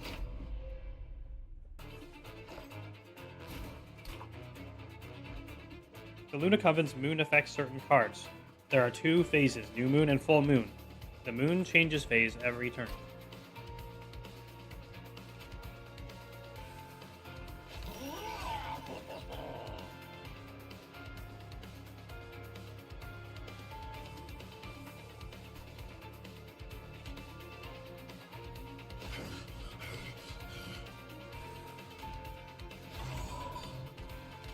All right. Let's see how this goes.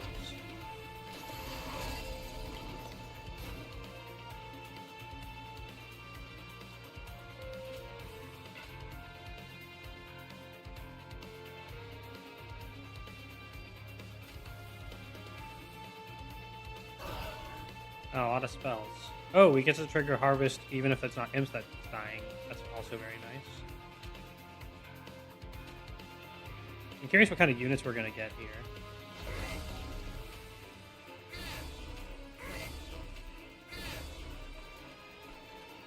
Oh, she doesn't have nearly as much attack as Sag.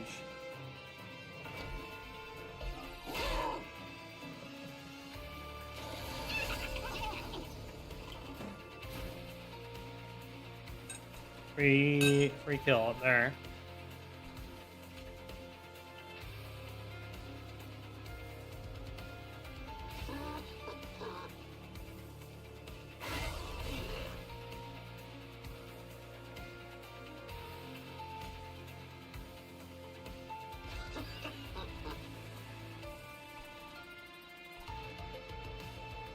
That's a low cooldown. Very nice.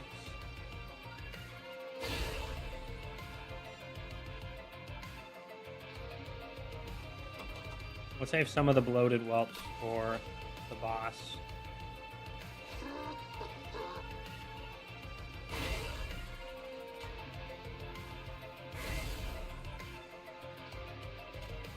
Psychosphere Steward.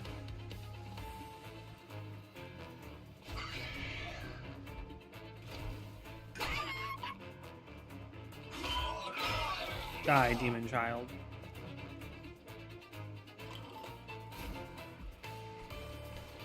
It's full moon. Can't attack. Oh, right, it just kills it.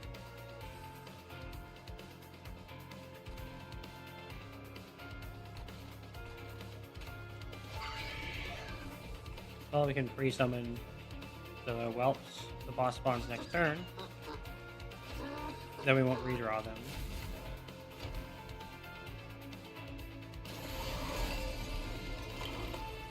Oh, look at this cool dude. Gotta kill him fast. It's gonna be hard.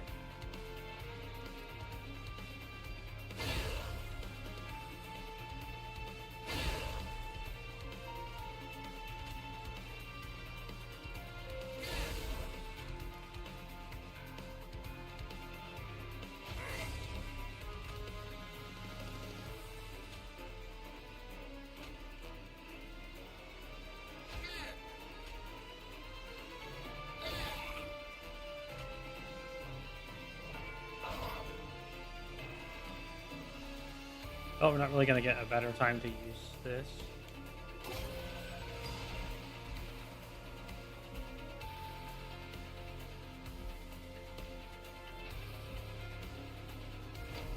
This is already not looking very good. This boss will absolutely wreck the pyre, and we don't have that good of damage for it.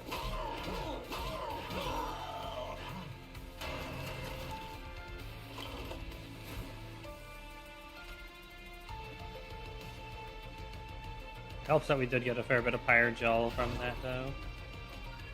Oh, it's an additional effect, so you can always rely on it doing the first effect. Because it's happened twice now, so it confirms that's how it works.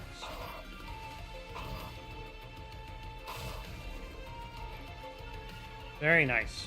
That means you can always rely on the first effect instead of it only doing something half the time.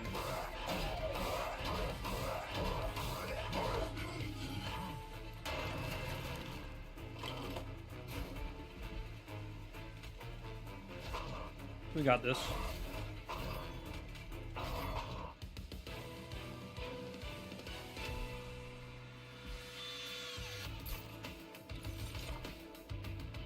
There's Golden Touch.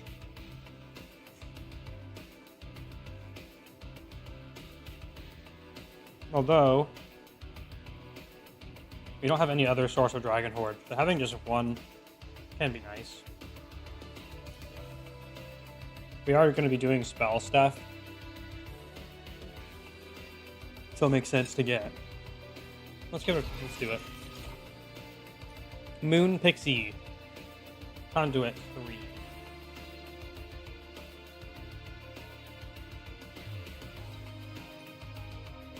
Oh, look at this. This is great. Restore 5 health. Healing over max health applies armor instead. You can actually scale it with magic power. The Pixie would be nice for that too, for getting the magic power, but we want this so we can overcap health. We definitely want to go for spell upgrades. Let's see what kind of Luna unit we get. Astrologer. +4 attack, whenever the moon changes phase.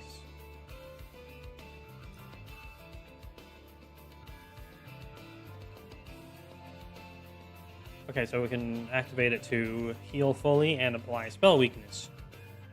We don't have magic power for that to be good enough yet. So stacking attack is pretty good.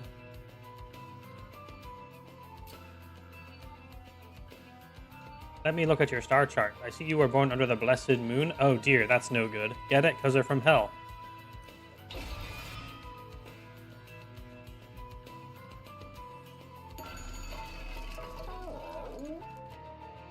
Oh, there's the -1 and holdover for stacking Dragon Horde.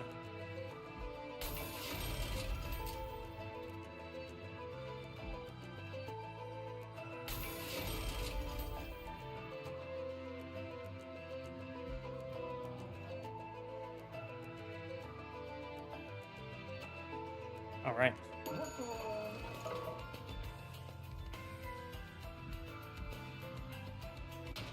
To the battle.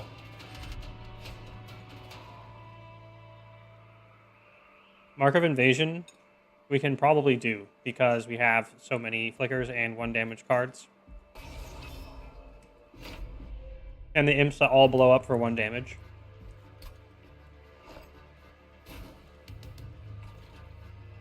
And fire breathing. You want the astrologer to change phases a maximum number of times. So astrologer goes up at the top. And Lady Gilda, get down at the bottom. It would be bad to be top heavy in the train, so she needs to go to the bottom. She's small now, because she ain't the brood mother, guild mother.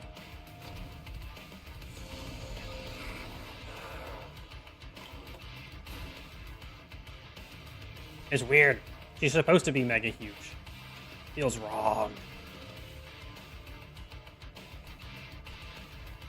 Okay, flicker at the top. Activate in the middle. We can do all of our imps and spells down at the bottom. Trigger the harvests.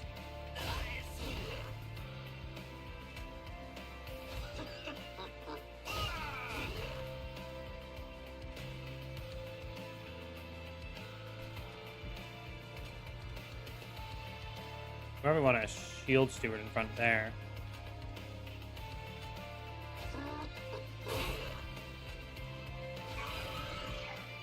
One HP to the next floor. We don't have any long-term plans for that spear steward, so that's why it goes there. Free guy. You do get achievement progress and take less damage by finishing with a spell.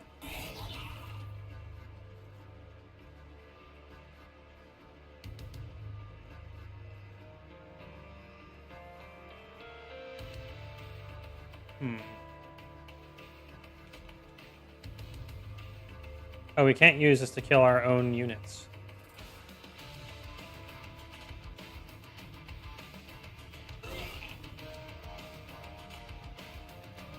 We can do this. Because now we apply Pyre Gel. We'll apply more Pyre Gel.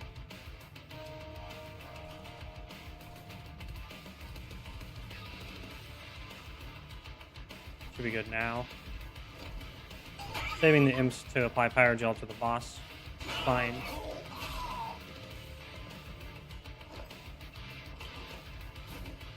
Where's our... Man, no shield boy. Yay! Free Dragon Horde. It came at the latest possible time it could, though. Big shame.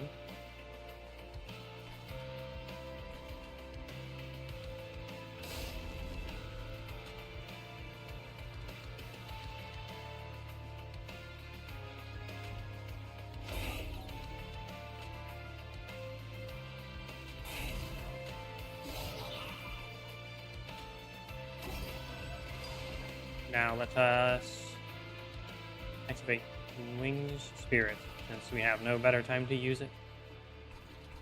Because we won't be able to take preemptive damage. That's a really nice Pyre ability. I'm very happy with it.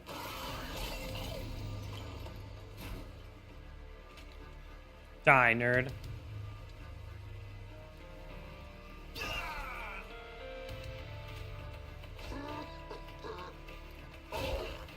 I'm gonna be the richest whelp you ever seen. Sorry, but you're just getting summoned to be detonated.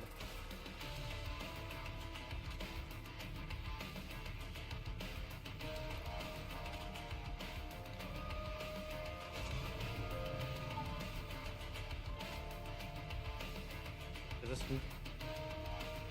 8 damage? 8, 16, 24, 20.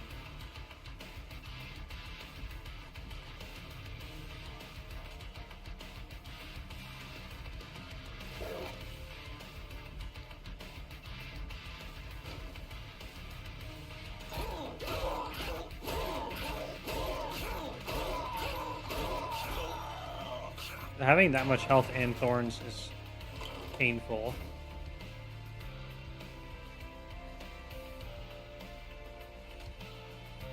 We didn't even get that many Pyre Gels out.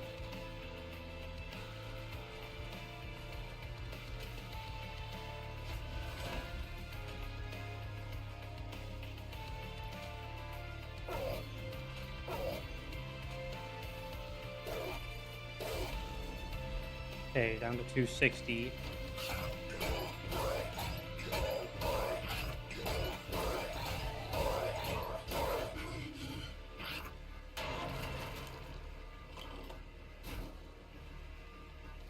Ooh, not enough. Let's shoot him. Pew pew.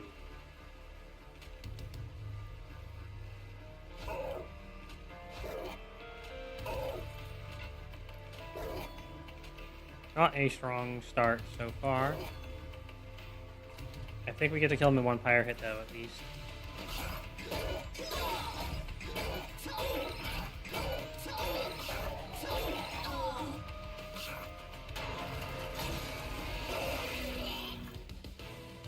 Ooh, we did it.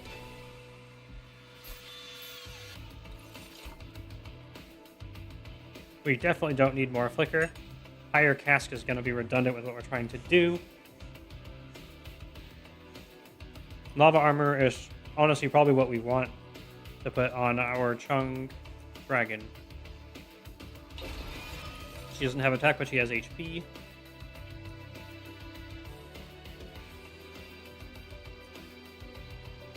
We'll probably take another Phase Blessing. Then we can stack armor on our late game damage dealer.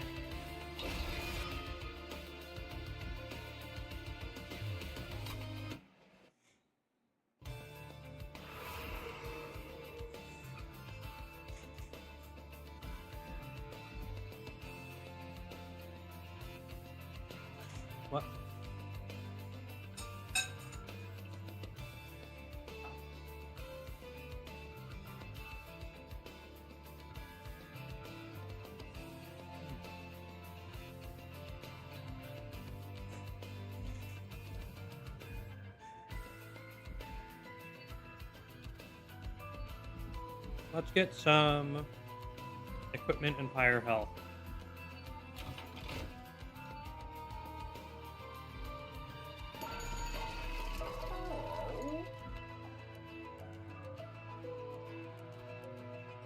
First dragon staff.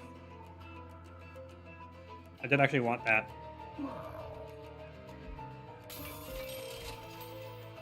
Let's combine it with the lava armor.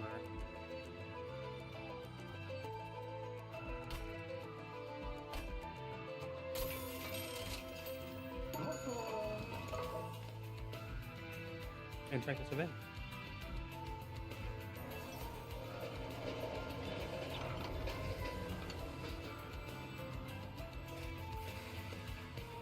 You come across a strange inkwell portal rippling in liquid ink. Two mysterious figures stand before it. The world is certainly unrefined, Nib. That just means we can give it our signature touch, Bin. They exchange a knowing glance. Several vestiges emerge from the portal, each pulsating with an unfamiliar energy. You take one of the vestiges. -1 mana per turn, draw 2 additional cards. At the start of turn, apply Dazed 1 to a front enemy unit on a random floor. Friendly units get +12 attack. Deal 1 damage to friendly units each turn. We could probably do that. We have healing and stuff.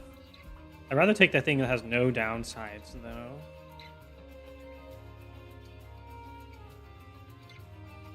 We can play a lot with everything with things costing -1, or drawing 2. We have a lot of 0 cost cards. The imps can be played for 0 flickers, and all the witch weaves. But that's going to be something we're going to be trimming out. So let's grab the Daze a random front enemy unit. As you take one of these vestiges, you realize that they carry a power that is not of this world. You look up to the two figures. They give you a wink. May the ink guide your journey.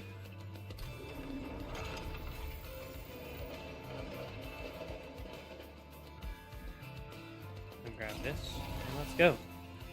Can we beat the first boss? Let's find out.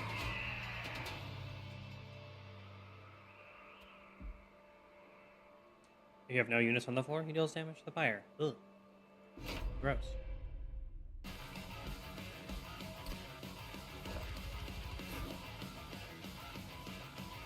We'll do the same setup as last time.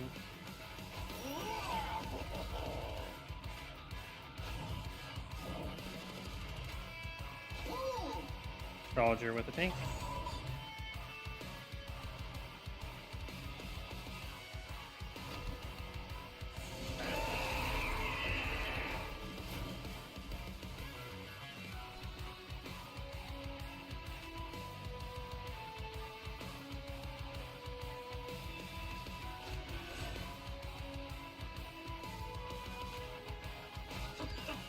And we explode.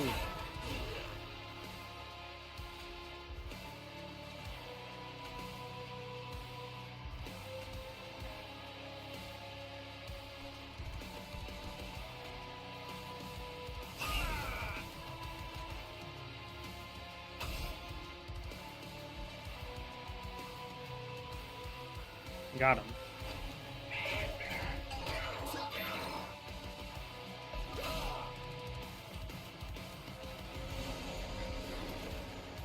Oh, cool. Free time to activate.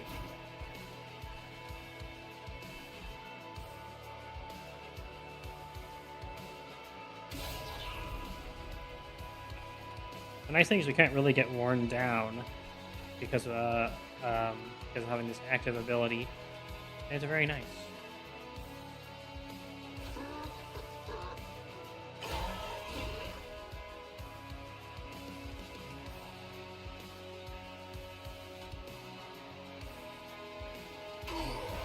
Stacking armor on her now means we can apply Fire Gel from Reflect. So that's pretty good.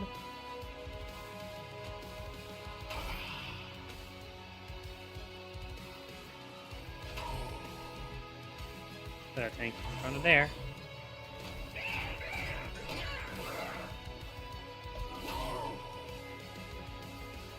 Y'all are rat messing with my treasures.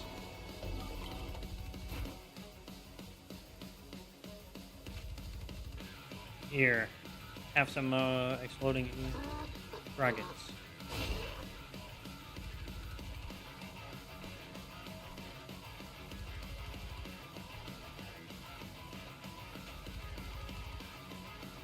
Daze the boss. And actually, we want Pyrogel on the boss. Let's daze the guy who's already dazed.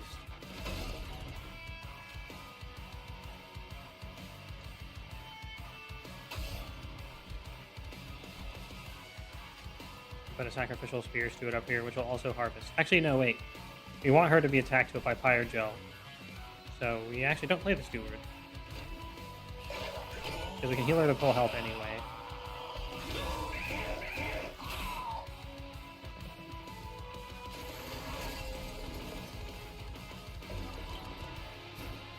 Nice. We want to survive like that. Perfect.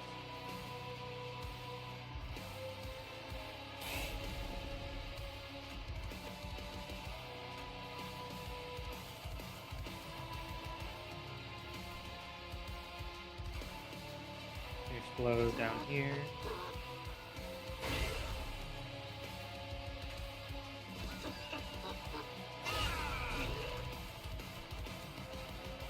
Because that's the harvests, and then we can use Golden Touch up here.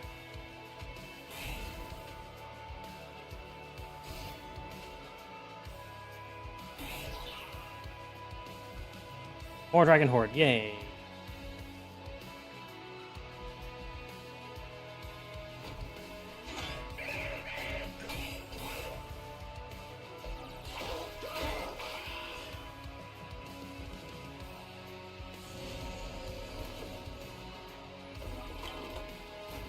Cool, that floor is fine. This floor could use some help. We need 9 more HP. We did not get that much. Unless we do this.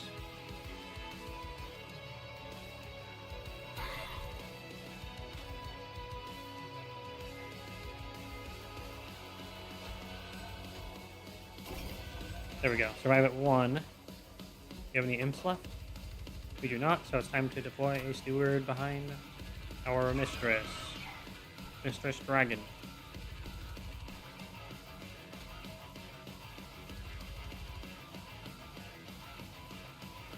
We snipe.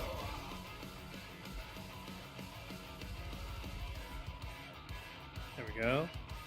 Miss Dragon. Miss Streams a lot. We need to get a gray color version of her for Miss Streams a lot.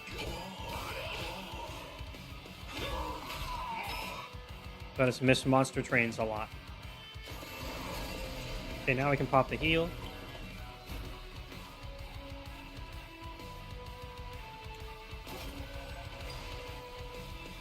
Ah, so much value.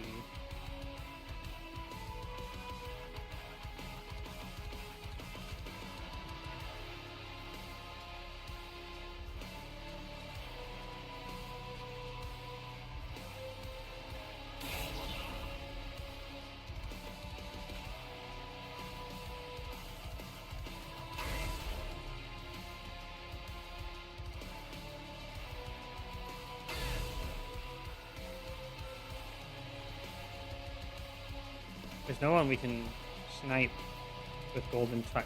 Actually, there is. It has to be our own steward, which we can then just replace. It's perfect. And we also get to trigger the Pyrogel, so it actually is a net gain to do. Fun. And now she doesn't die for the swag points. Yay! Swag points. Plus 10 swag points.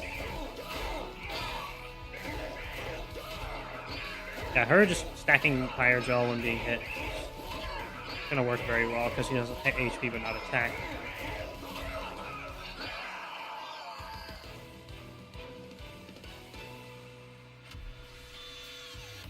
Alright, get reflected. Break yourselves upon my body. Consume. Phase. Create an ephemeral copy of a spell in your hand.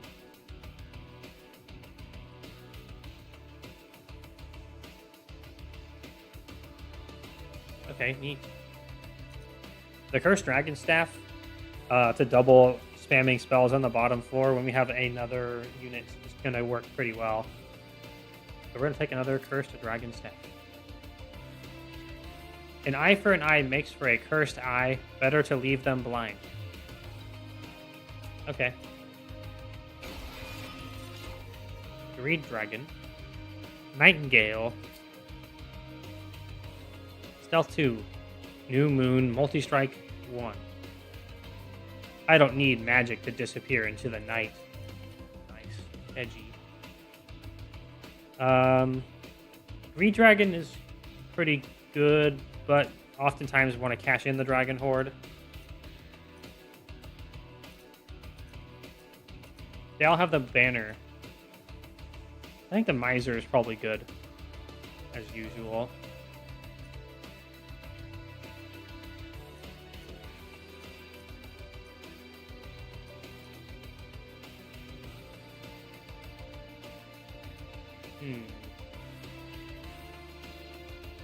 We'll probably take the Greed Dragon. We definitely want capacity, because then we can actually use our Chonk Dragon as a shield. Oh, we're one below the level. Okay, we at least need to get one more Dragon Horde and we get an artifact. Save.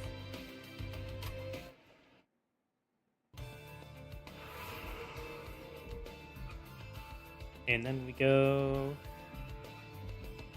We don't have that much money to spend. So let's go with the side that has money on it. And a Pyreborn unit. Getting the Incant Pyre Gel dude would be great.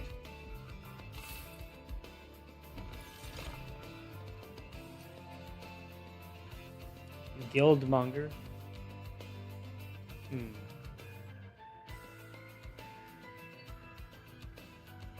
can always try to make him endless, I guess. We want an endless imp, though. I mean, dragon. They just remind me of the imp so much. But these are better.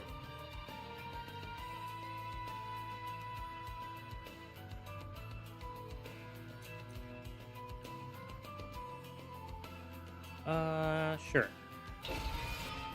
I like collecting the gold borders of stuff. It's a reason to pick it. Holdover and Spell Chain. Oh, +9 magic power. On the Phase Blessing. We can get 15 armor. We're going to hold that over as well. Because then we can start stacking armor on people very, very easily. Anything worth spell chaining? Not necessarily. Holdover on the Flicker would have been nice too, but we don't need that when we have the Dragon Staff. Let's leave and check out the upgrade. Okay, Bloat Matron 2 is Pyre Gel 4 on Harvest. That's much better. Not that much extra stats, but she doesn't get bigger either.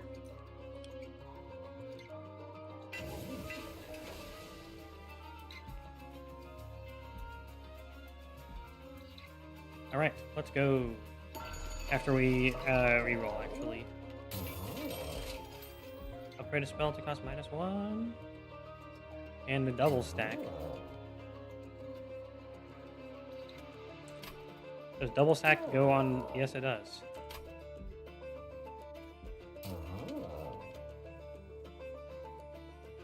Dazed 2.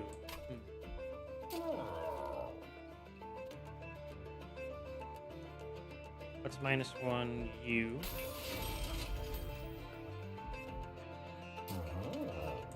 And we'll save the rest of the money. Maybe remove a card.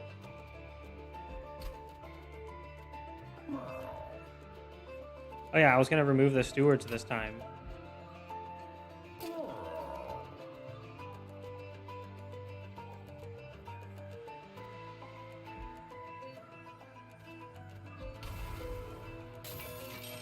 There we go. Actually, we can remove the other. We actually need one more tank, and actually the Guildmonger is an effective tank. So... Actually, let's get rid of the spears. Keep some more utility alive. And then we go destroy the boss. Heaven Seal. Non-boss get 150 HP.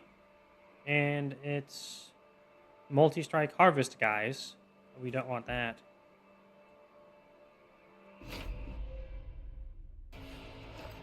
Because we are going to be trying to harvest. So letting them do it would be bad. Go dragon.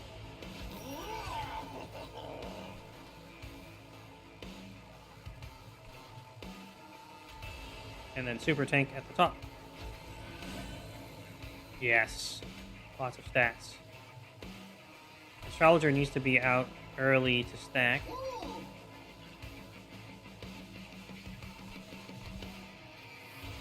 Guildmonger. We do want Pyre Gel to be applied from attacking. So Guildmonger can go in the middle.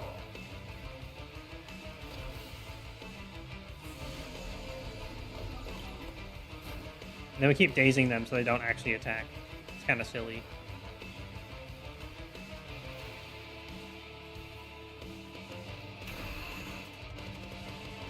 I think we wanted the upgraded equipment on our Dragon Queen, so let's put you here.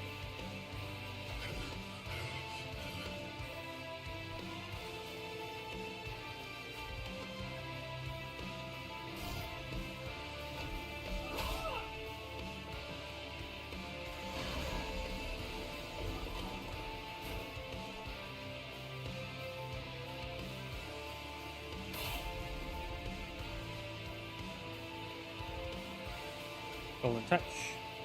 Get harvested. Put our GPS steward behind there.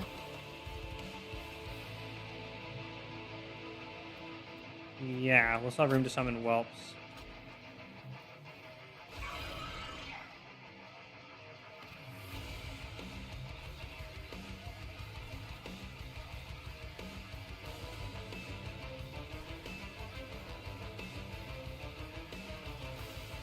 I guess resolve abilities will still trigger, so we don't want to use Lich Weave there. Let's pew pew you. Free Dragon can now finish off.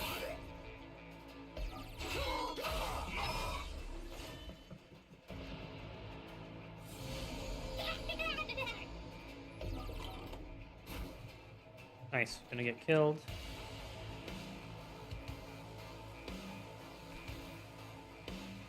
We will need more damage in there.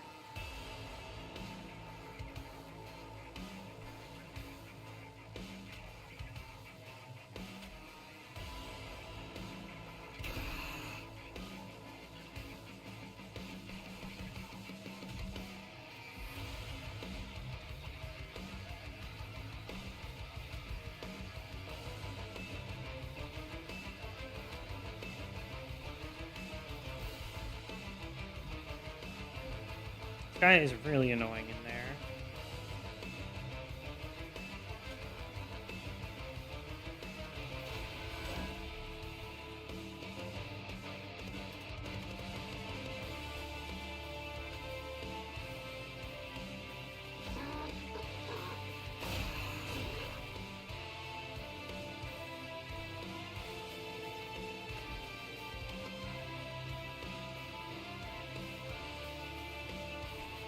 Well, we want to avoid the sap.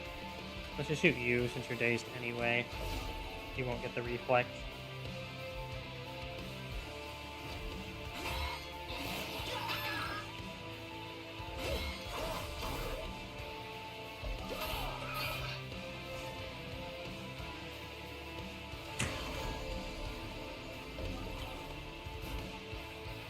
There we go. Finally, our equipment. We just get both of our holdovers for it, though.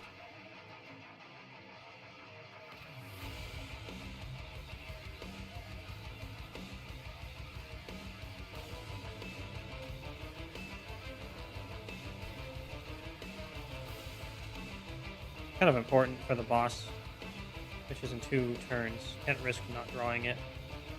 We already maxed out the Dragon Horde anyway, so we missed the Phase Blessing holdover. That's the price we pay.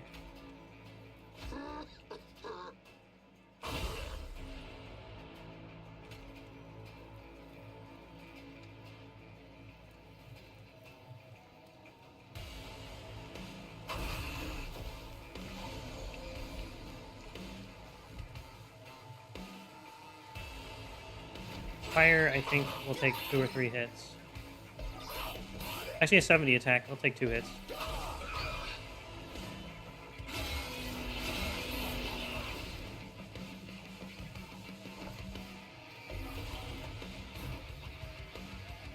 Lady Gilda doesn't lift a claw. It's up to us. But she's literally right down there doing stuff. Don't be mad. What a time to draw all the imps. It's not ideal. I guess we can preload them. That's not never really that bad. Never mind.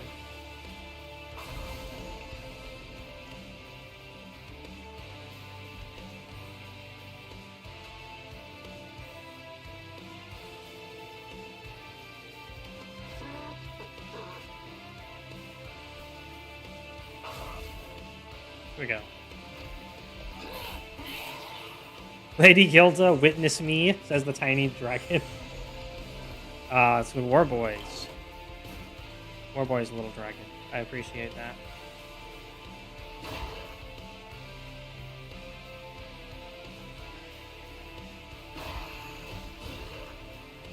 Lots of fire gel. Sadly, it's not a full moon this time. Have to heal to full.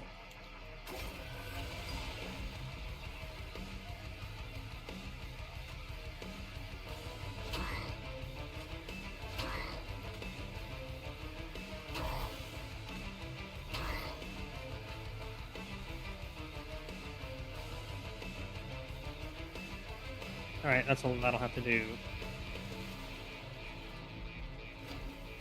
Gonna stack a ton of fire gel attacking our glorious queen. He has a crown and everything.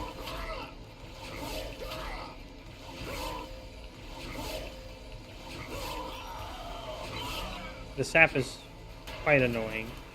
But luckily we stacked all that fire gel. Got 37 of it now.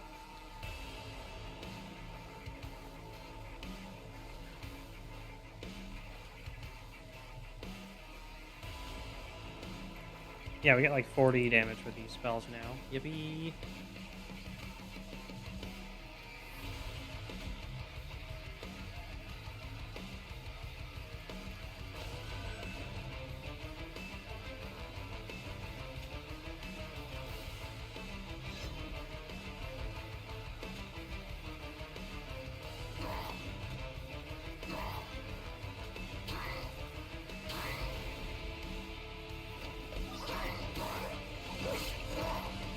Guildmonger didn't actually need to give us a Dragon Horde. Warboys, well, yeah.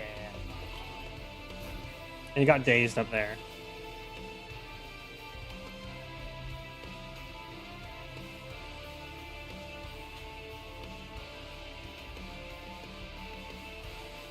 Wow, why does he take so much damage from Flicker? Oh, because it double casts.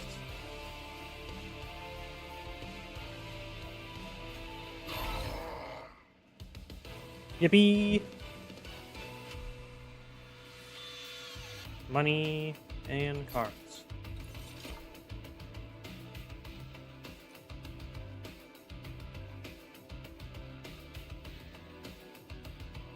Let's try the stuck up whelp this time. You can activate it to add avarice to units. And if the staff counts as the unit that is equipped on dealing damage, then we can farm so much cash. Plus, it's a one size. I'm not stuck up. I just know you're not worth my time.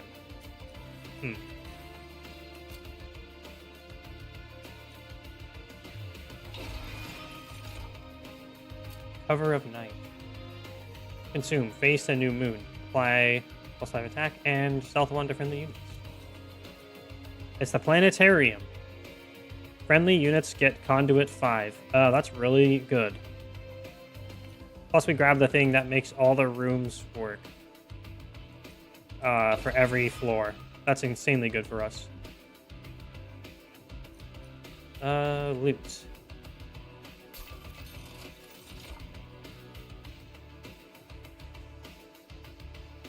Spell gain +3 damage for each upgrade on their card. That means we don't need damage upgrades for, like, some of them. Whelps applying on strike. We won't be really attacking with them. Whelps, our units gain +3. Let's do the spells. We have so many spells. Lunar Lantern. Selene units get 20 attack during full moon. Silent units get 20 during new moon. Okay. Let's just get the healing from spells increased by 10. Or Dante's Footstool, so we always start with our spell upgrade. That's probably better. Delicious. Now, let's go. We can dupe a card. Get an artifact, a Fireborn unit, and upgrade units. I think we want to upgrade units and get an artifact. What do we have that's duplicatable? The merged equipment is pretty good.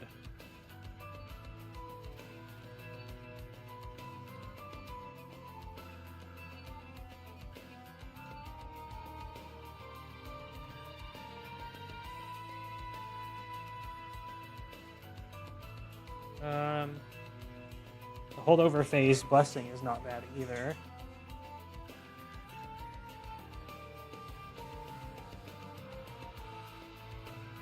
Doesn't feel super worth duping anything yet. So let's go left.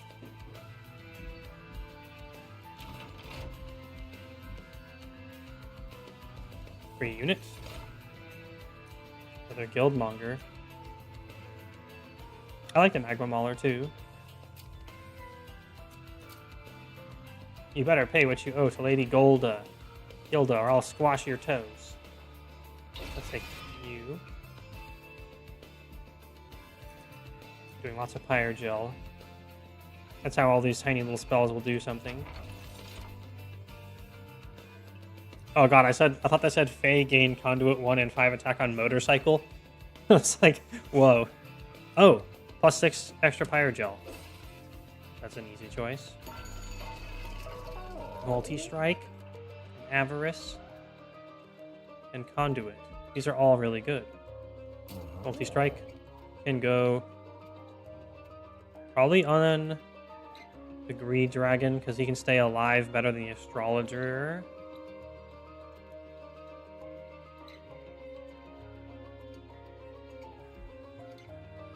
And can get better attack scaling.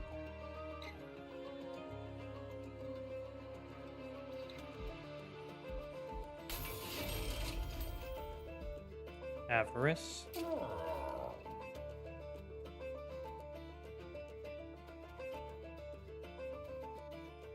Put it on our multi-striker.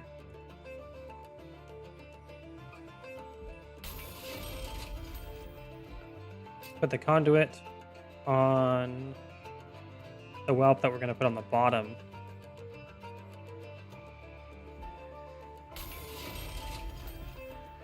And we'll make the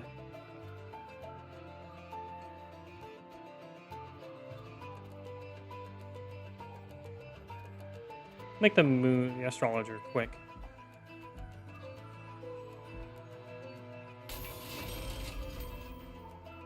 I was perfectly spending all of our cash. Let's battle. Draw -1 each turn for 150 Gs. Well, we are low on Gs. Let's do it.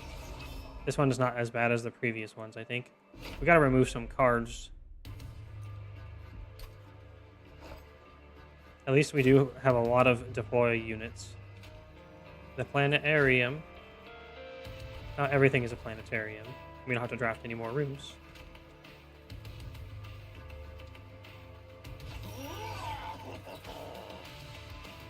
Oh yeah, every unit on the floor it now gives conduit. They want lots of small boys on the bottom. We can wait for the Greed Dragon because there's a chance that we are able to generate whatever it's called. Dragon Sword before it gets played.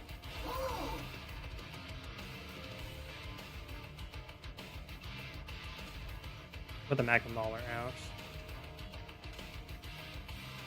How much? We have 4 space down here. So we can have a whelp just chilling for the conduit. We want the stuck-up whelp down there. So that means we can use 2 space, basically. Put the Magma Mauler down here.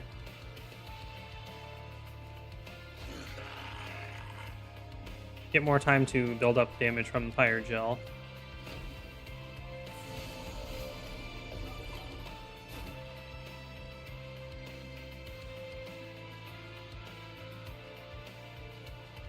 Oh, you granting Titan skin? Explode!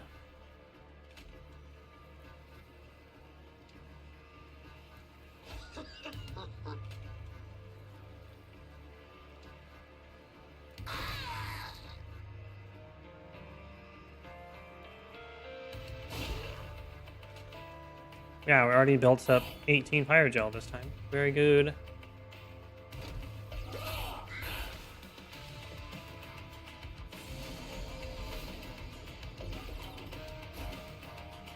There's the stuck-up whelp. We could deploy him for free down here. Yay.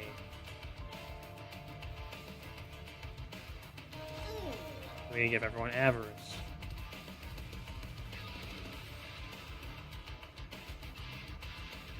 And the incantability as well.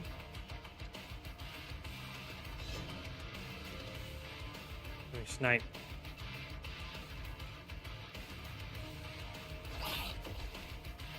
Fire Gel 10 from 1 spell. Nice.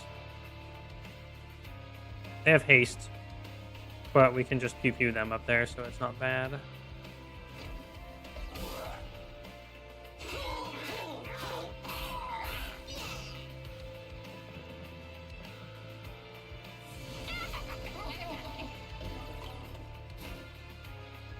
Fire breathing.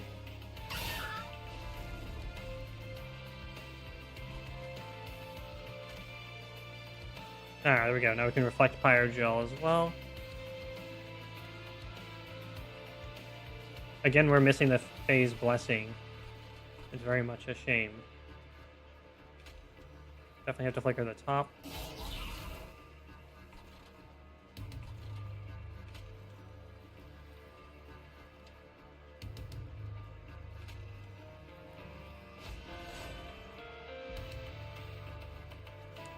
Not going well with this floor down here, though.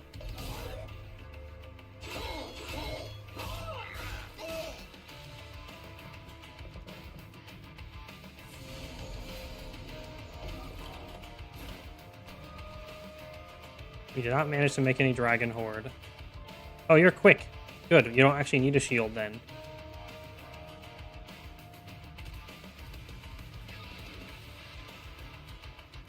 Not really any chance of making Dragon Horde before we go.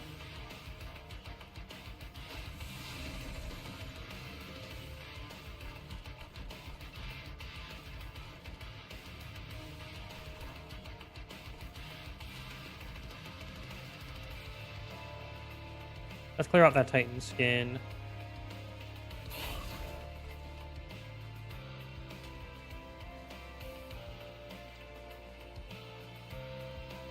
Give you some armor.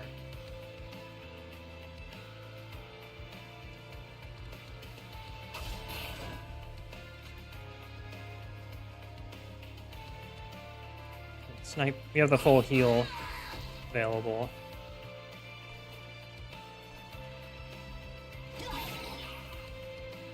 Moonblast.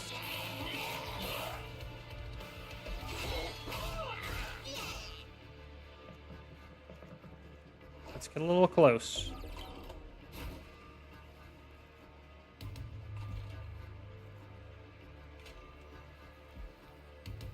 Got 9 Fire Gel on you. What we could do is play the imps up the top. Get more conduit.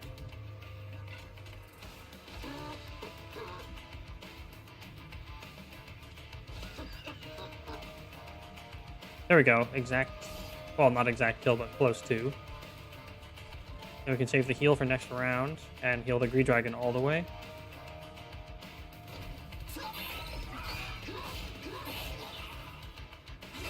Lady Gilda, witness me!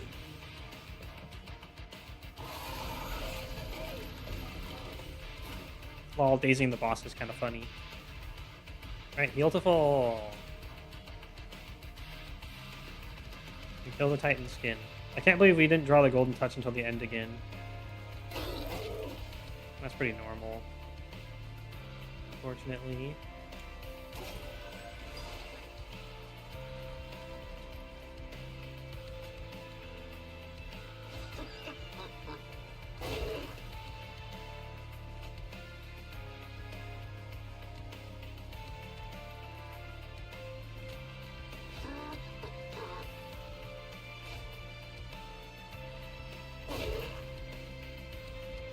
Okay, we don't quite get through all the health up there. It'll kill you either.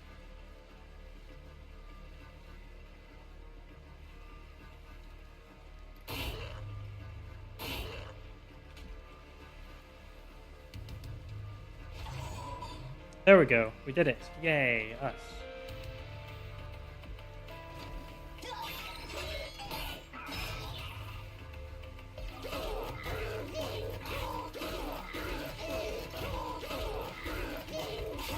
That's a lot of fire gels.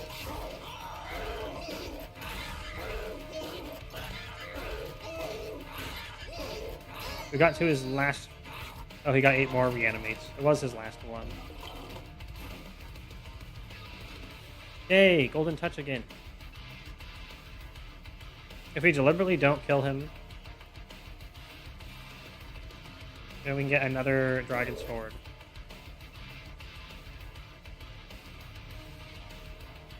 We get 1, 2, 3.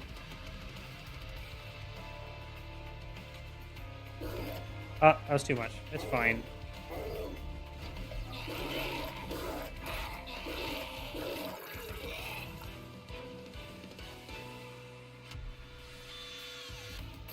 Spoils. Oh my god, another stuck up whelp. We can make so much cash money on the bottom.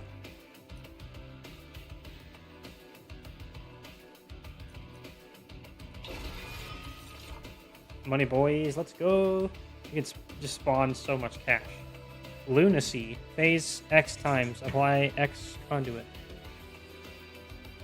That actually does work when we have a trigger off of phasing. Technically, you can play it at 0 as well, just to trigger incant. Always fun to be able to do that. Moonbeam. Deals 20 damage to the front enemy unit X times. That looks fun.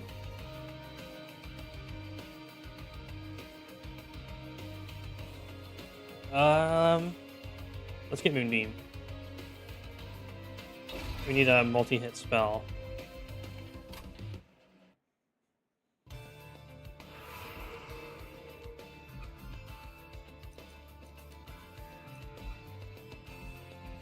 Let's see. We're missing a little bit of HP, artifacts, and some card removal. We probably need the card removal. Yeah, artifacts might be nice. We have 31 in here. That's a bit much.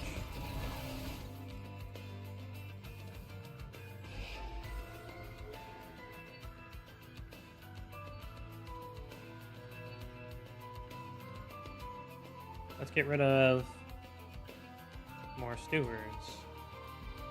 We're being able to pick up other cards.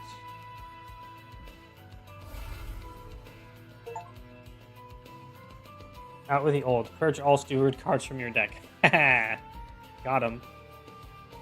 Updated to dragons and mock boys. Ooh. If you get 3 dragon horde, if your pyre took no damage, yoink. You just get extra upgrade slot. Yoink. That should be good. We don't really have the ability to buy more if we spend more. Okay. Cherub Lord. this time with spikes again. That's actually shouldn't be that much of a problem because we have spell damage. Woo!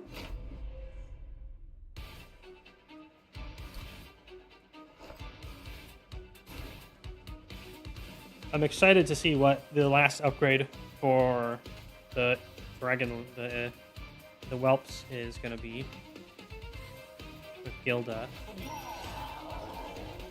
Because that's when you often get something that, like, absolutely changes everything about it in a good way.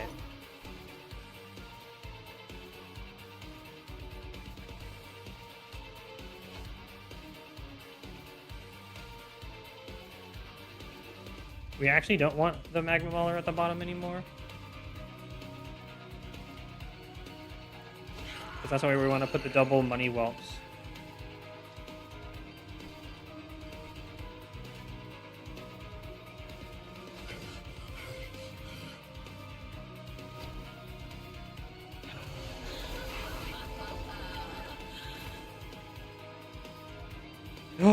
Got dazed, so not actually killing our astrologer.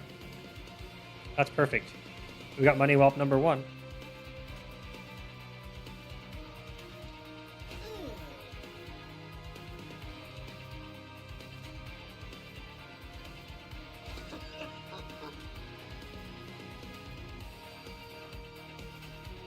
Let me just flicker the entire floor.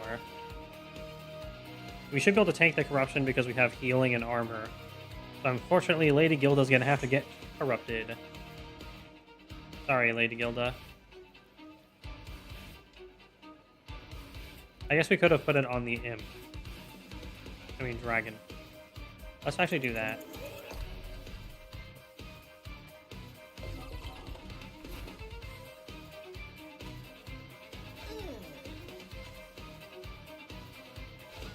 It's so much harder to not take that risk at all.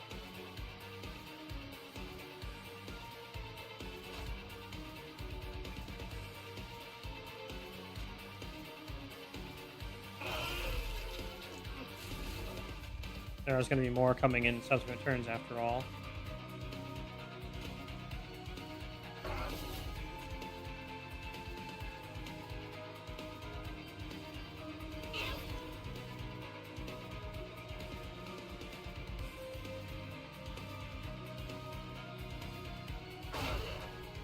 You're also dazed now. Hee.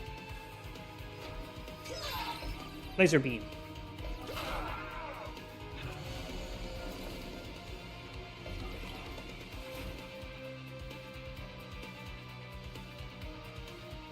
Oh good, no corruption plebs this time.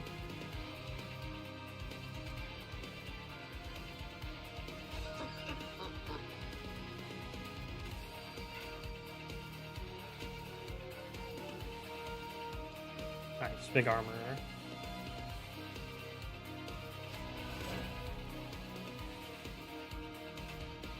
Snipe the cherub. You actually can't quite snipe the cherub unless we blow you up.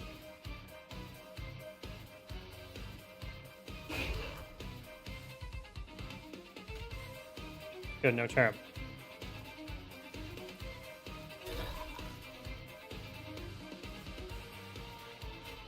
Give me moonbeam. Oh, it's a nice animation. And we do get to kill the card denial pleb. I like this. I want my cards to not be denied.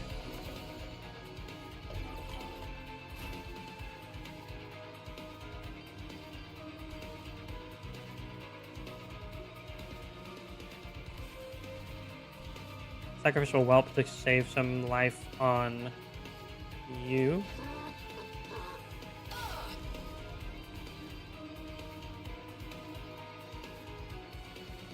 Skip the Cursed Dragon Scaff for now.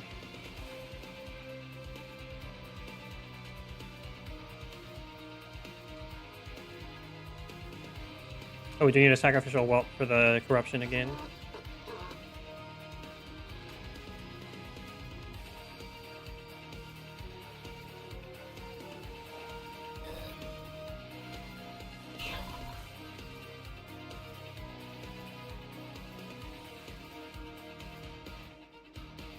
Oh, we actually don't get to do it this time.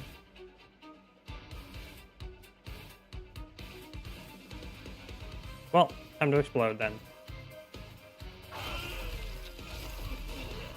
It still took the corruption. Oh, yes. You shall not corrupt our dragons. Draggies. Sugar draggies. She definitely looks like she might be a sugar draggy. Or at least has had much of it. Sacrificial guildmonger.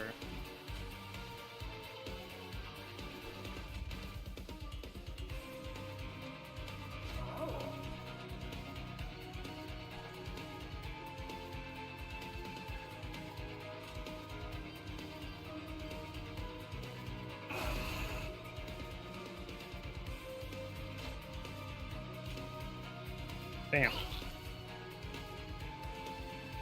We daze this guy again, so we get to avoid even more corruption. We kept our dragon so pure. Almost maxed out Dragon Sword as well.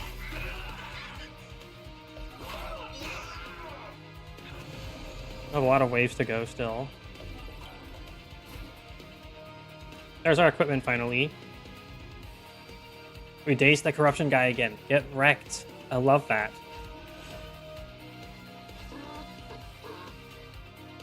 Uh-oh, that skips Golden Touch. That's maybe fine. We shrank the deck a lot.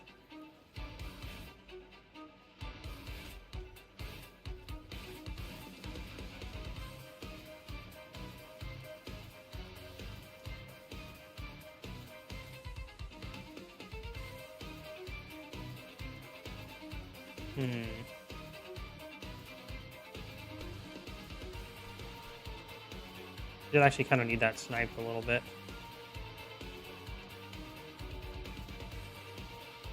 We're gonna have to do this.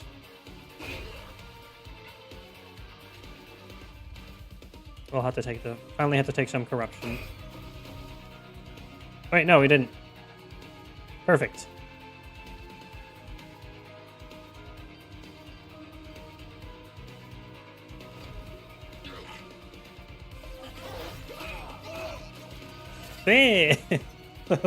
Little guy in the back.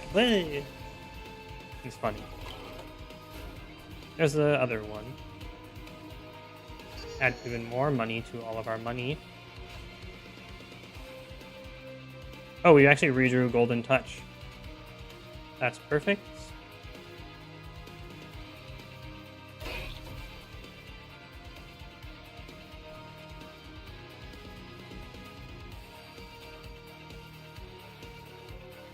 Make sure you stay alive.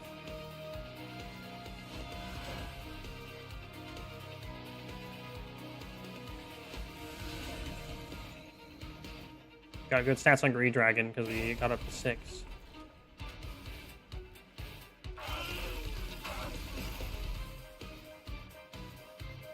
We have the full heal. There's no way the corruption is going to actually do anything.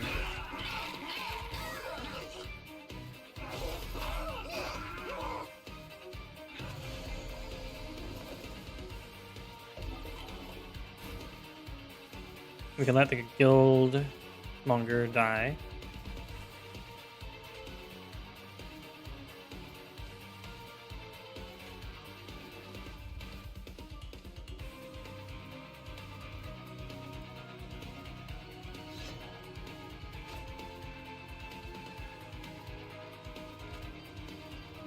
Kill the cherub.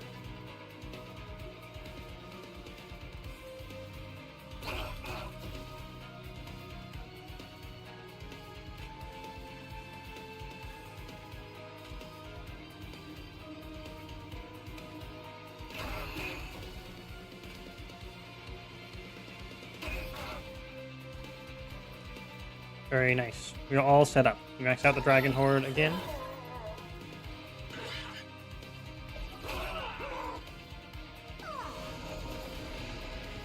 Time to full heal.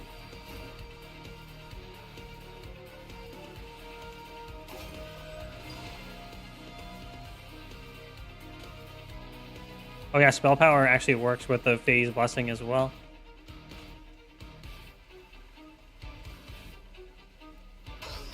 There's an extra cherub this time.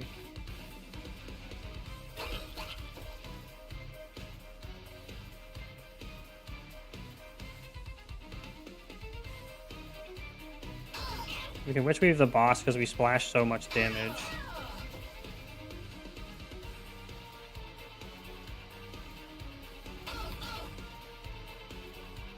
Almost get a full kill at the bottom. That just means we get more Avarice. Oh no, Corruption does actually hit between rounds. I guess they changed it from the beta. Well, demo.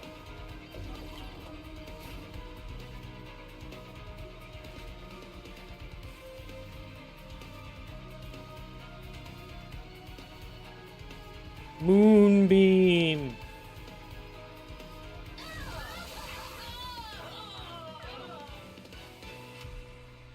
Moonbeam. That was awesome. Moon Cycle. This equipment gains +1 attack permanently. It's nice and cheap. Sure. Actually, the Soldier of Fortune would be really good too. And it does have our beautiful big dragon in there. Like that.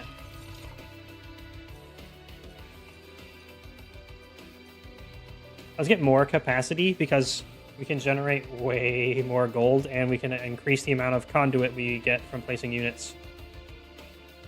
It seems counterintuitive when we're playing spells to not get draw or that or mana, but I think this is better. Because we have the conduit and we need the spell power. So that's loot.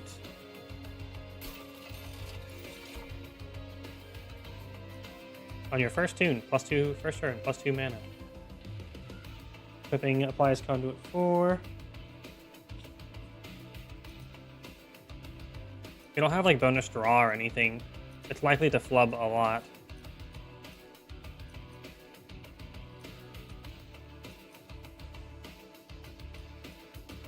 So let's take the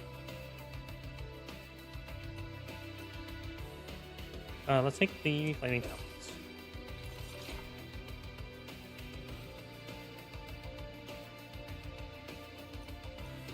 The Shadow Sheath did work quite well last time.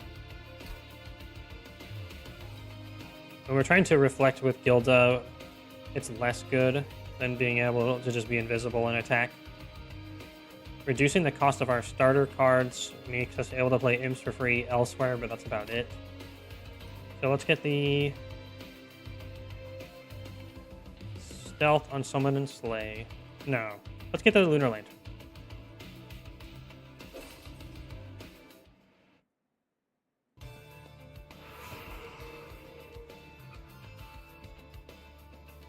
Final upgrades are big most of the time, and it's not just because it's her. It's actually a big deal. Let's go lefties.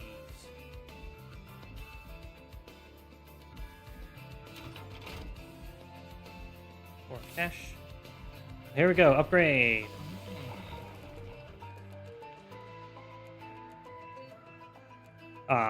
It's actually just Higher Gel 6. A lot more health as well. You can also have her grant Avarice. But let's just go to Bloat Matron 3.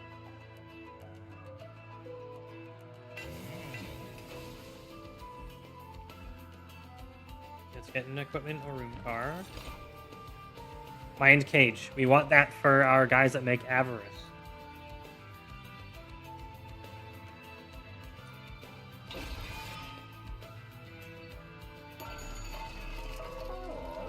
Spell Chain and Double Stack. -1 cost. It's good stuff. Double Stack on Soldier of Fortune is great.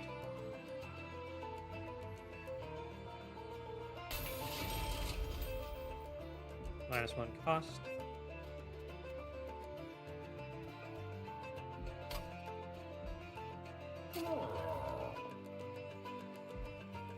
There, Moonbeam can now be played at 0 and is more functional as a big nuke. And magic power. Put it on this phase blessing. Spell chain.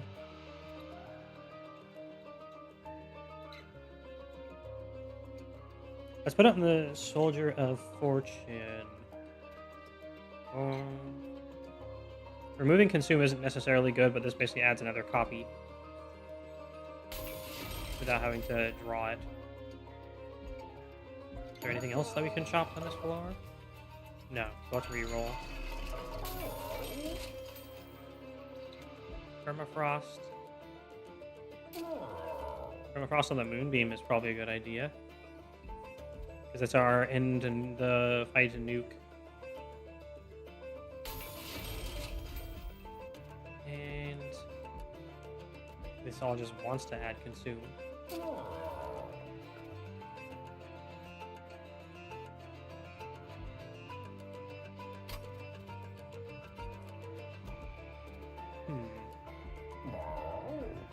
Sure, let's put the heal on something.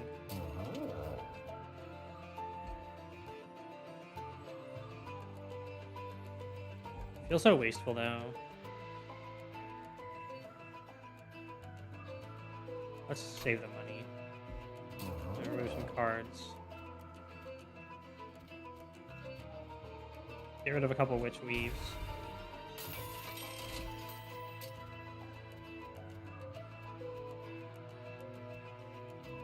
Actually, let's get rid of a Starstruck because of mana cost. The Daze is kind of nice. We'll keep one.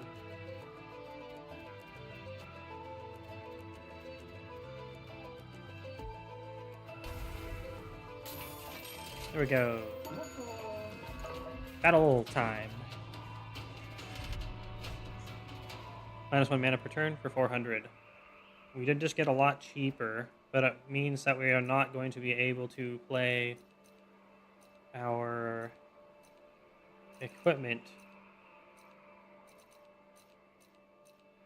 So let's not. Plus, this is the boss that killed us last time.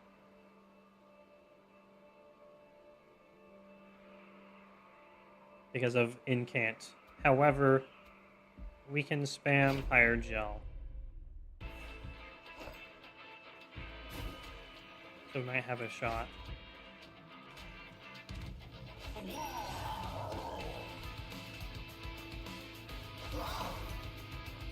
We have a crap ton of capacity now.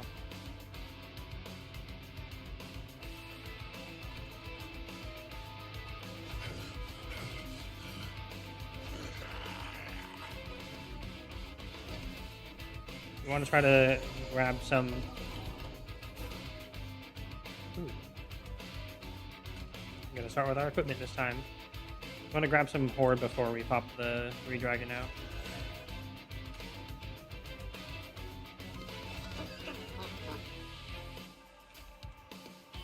We can use this to get a lot of extra damage before popping the Imps.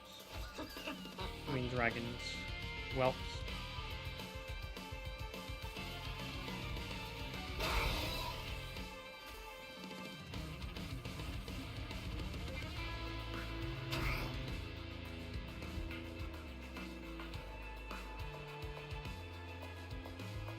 Actually gonna get hit on purpose.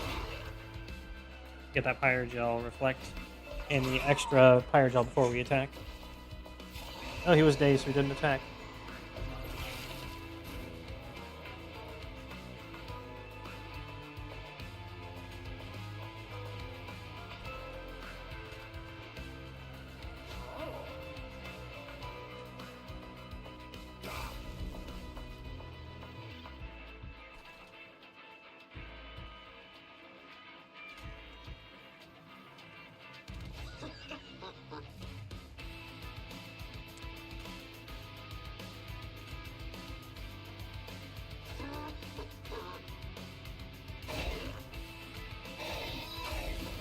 There we go. Probably do want a Moonbeam here, actually.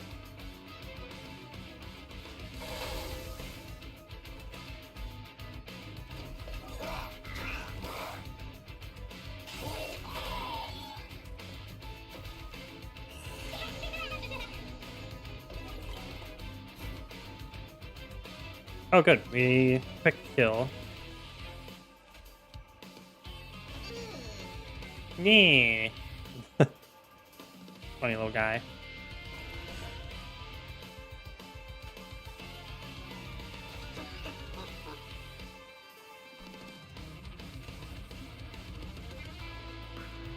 Second horde.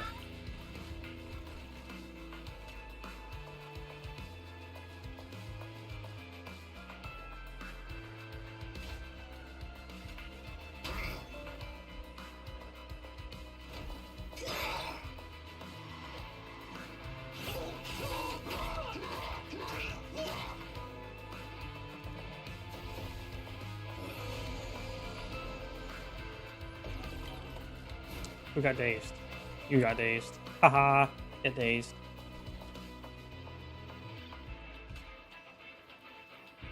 We get to poke for free by playing these. We have exactly 2 left.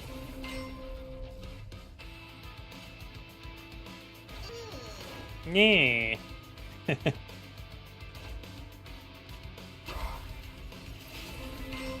Oh. That's gnarly.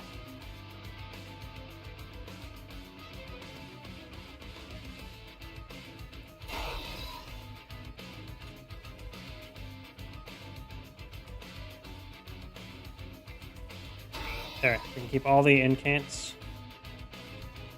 and all the extra gold generation.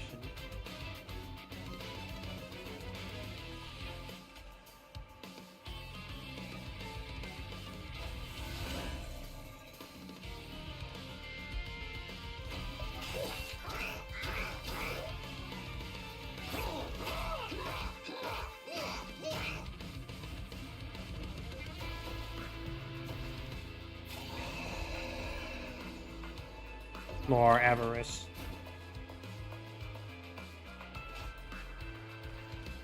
How do we do up here? Not well.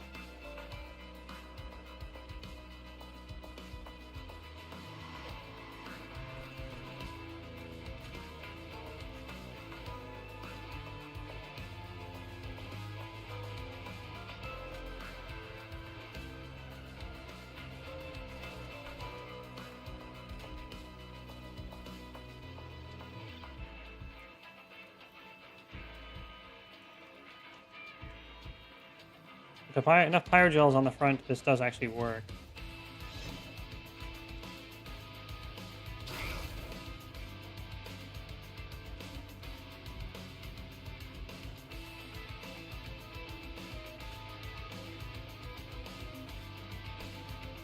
We could attack an imp down here.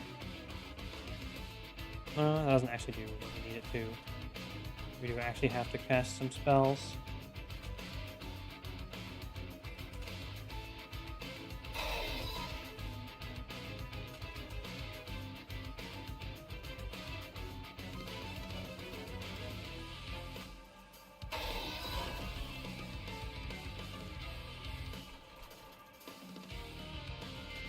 $97. Doesn't quite. Breakpoint.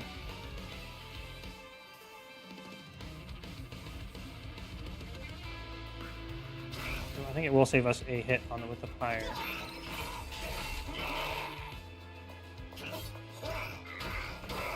Not quite.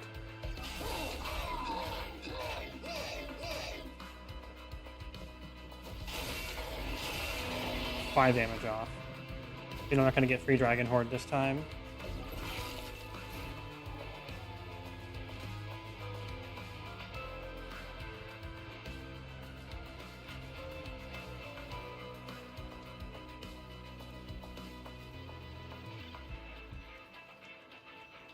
You go up to 5 by doing this.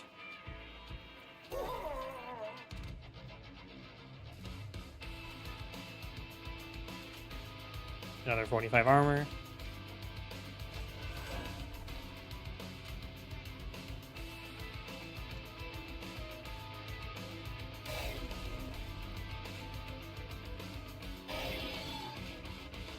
Then we'll prepare you for the top.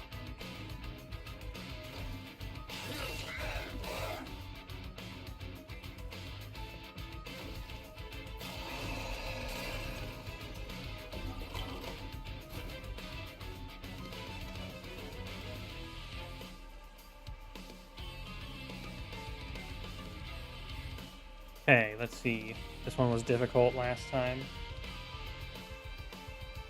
If we can remove...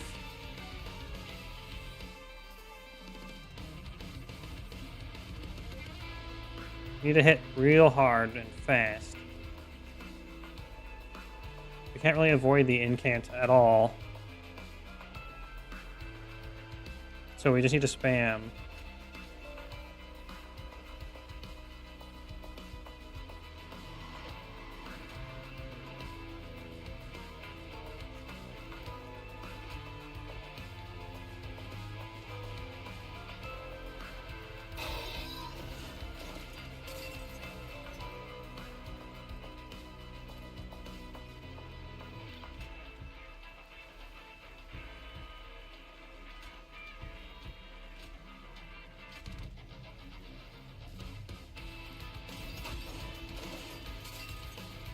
It's a good thing we have spells this time.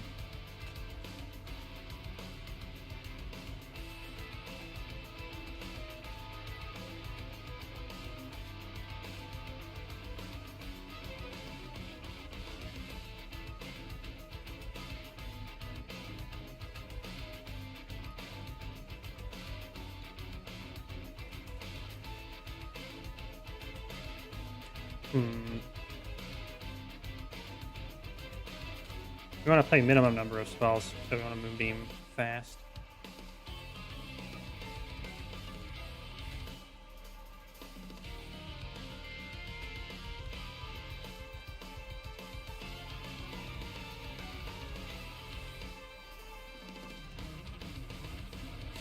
Yeah.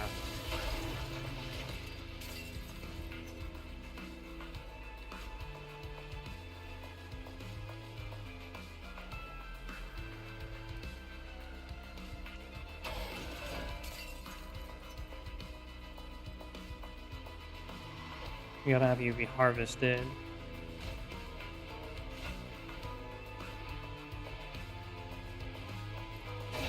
For extra Pyro Gel. Okay, we half knock out the boss. Very good.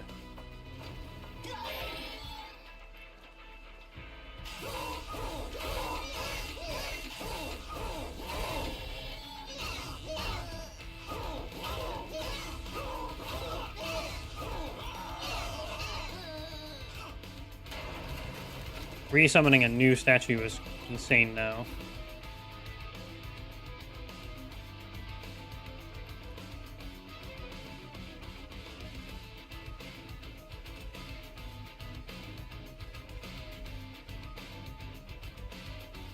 Gotta focus the boss, really.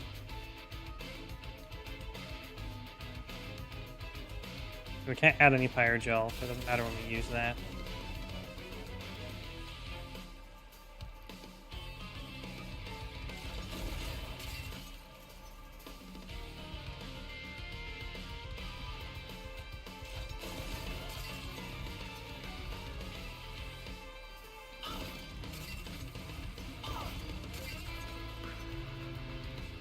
I think we might be able to do a spell damage for this.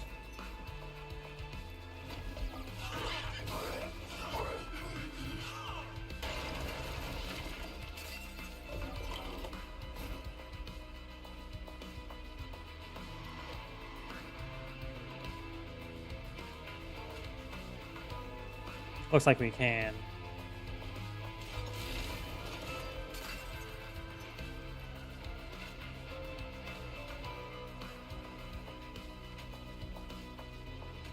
We want her to just barely not die. Make sure we get the last hit.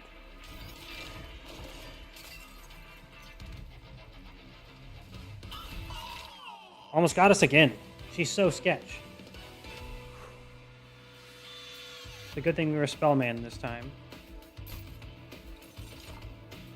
Another expensive whelp? Oh my gosh.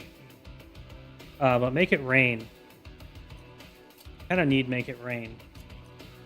It's so much damage when we have Pyro Gel.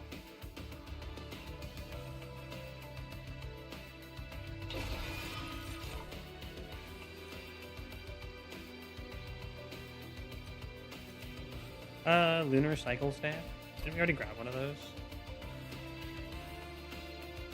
Guess not.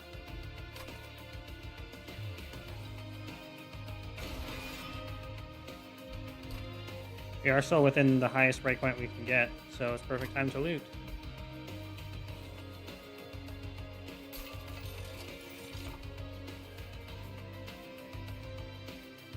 Ooh.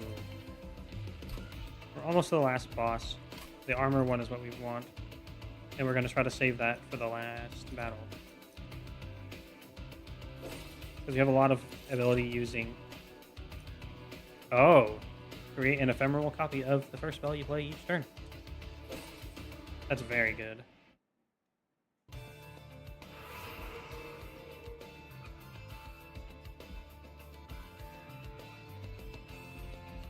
Okay, let's see. You can heal 10. You can duplicate. Get money. Or the spell upgrades.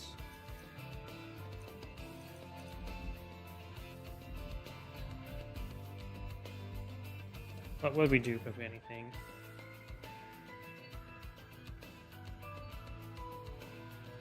Nothing really. Let's go right. That extra fire health. Check the artifacts.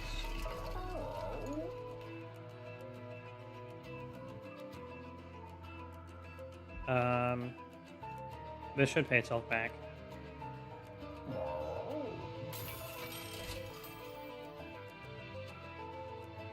Reroll. Oh, this is perfect. We can start with our good equipment. Too late for either of those.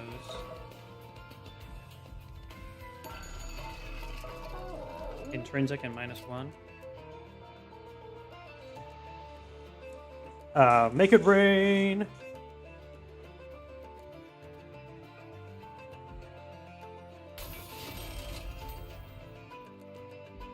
doesn't need magic power to work perfectly. Double stack. Let's save it for the next one. 10 magic power. Worth.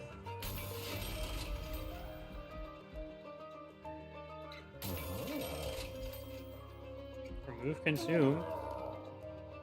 Nothing can do it. Hold over, make it rain. Yes. This is gonna carry us so well. And then we reduce the cost of our last spell that can hold it.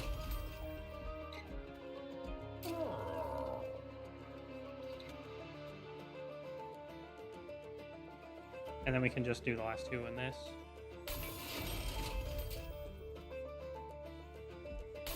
Expensive way of getting 2 spell power upgrades.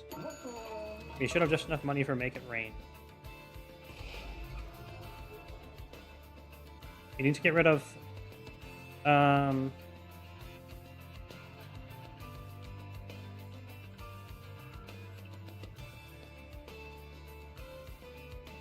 Get rid of the unupgraded Witch Weave.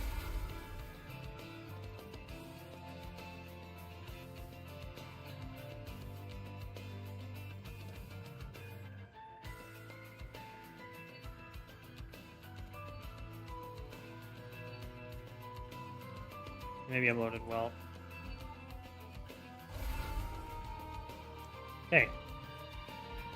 28 cards. Let's go.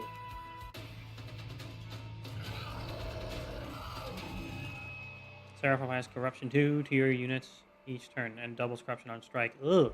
Got a daze real good. And we need lots of tank in front.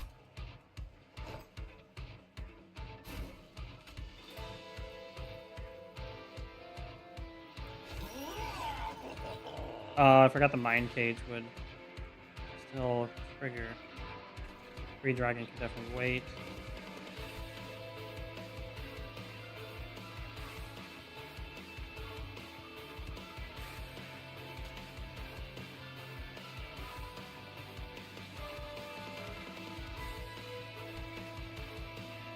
Need to save room for Guildmonger.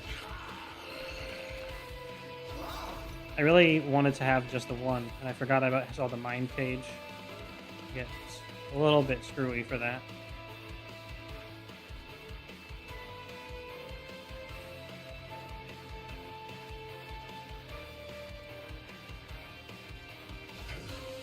It's gonna be more important to get the extra magnum gel. We never got anyone with the mind cage on. It's a complete waste. So sad.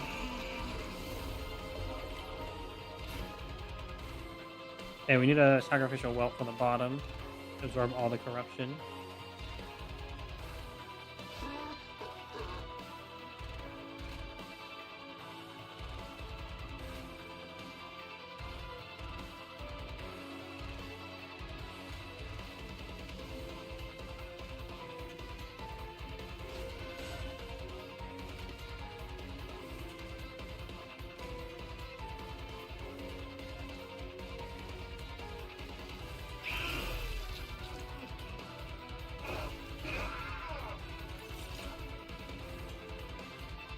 Oh, right. An ephemeral copy.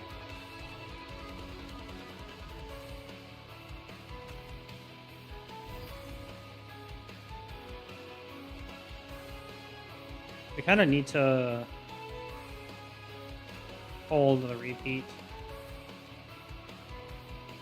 Well, let's just let it disappear. Save the gold for next turn. We haven't got our gold generation yet.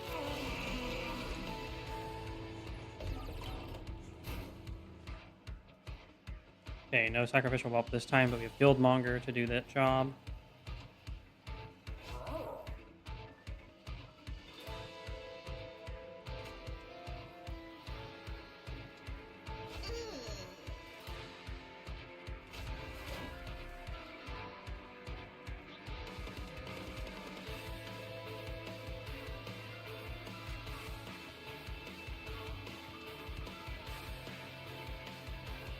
This thing that triggers. Oh, it's AoE corruption. Gross.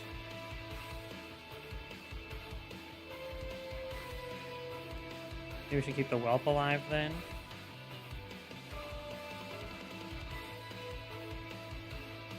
Yeah. Do both actually.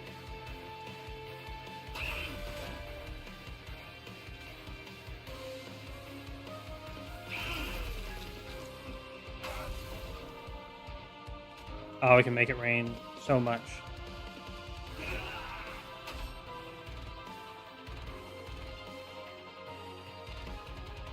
Very good.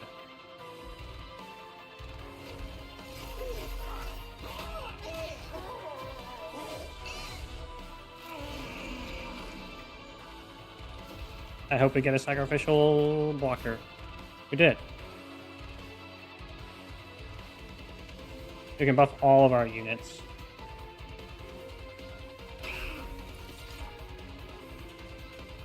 Need to make sure one is out first.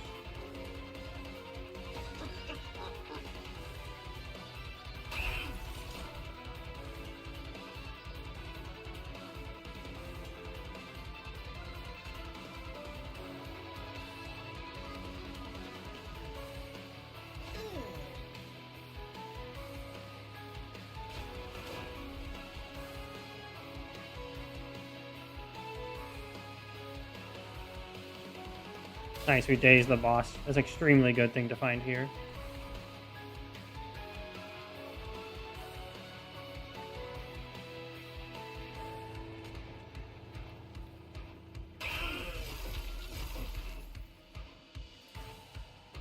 Oh, we don't have 30 gold to buff them with.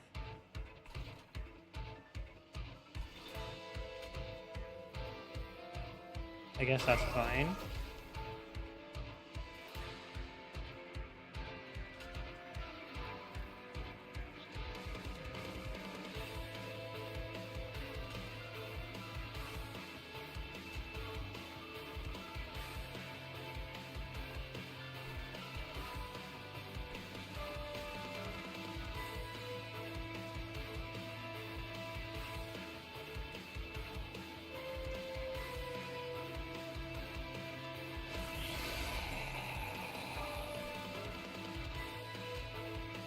More whelp shields.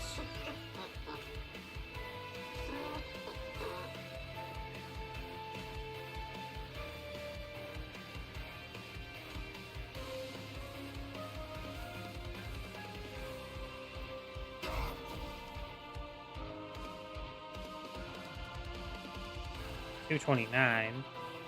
Can't afford to lose our whelp shields. We actually need to attack.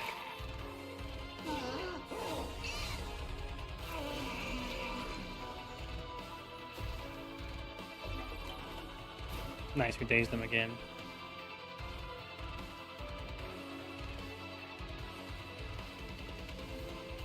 There's one corrupty guy there.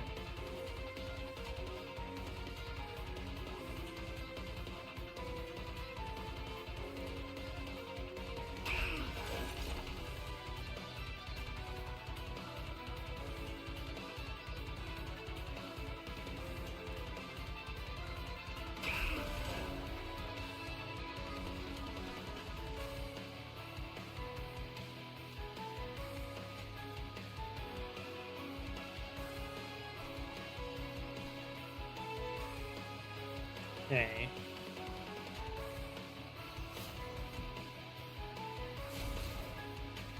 I'm gonna leave everything down there so we can attack.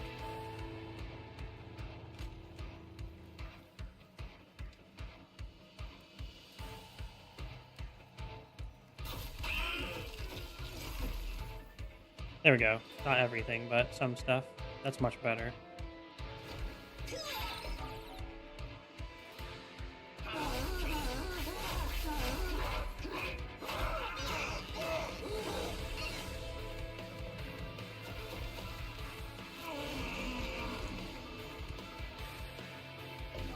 That corruption's gonna be lethal.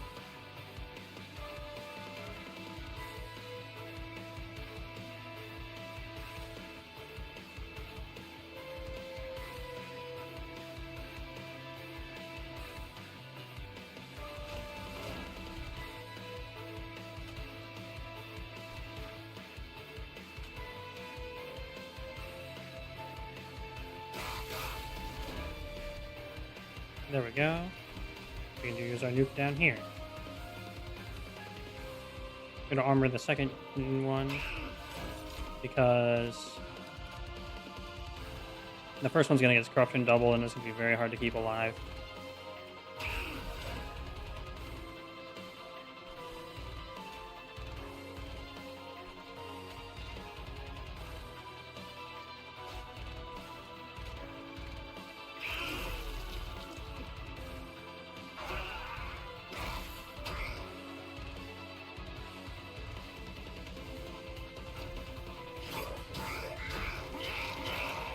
Yay, we got some money.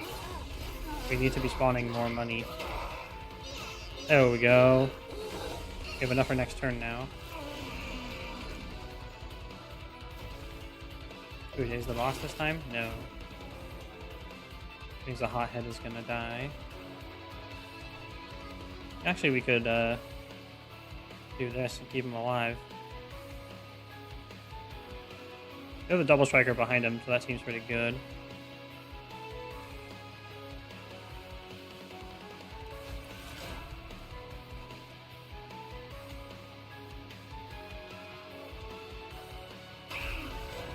Make it rain! Just ends everything.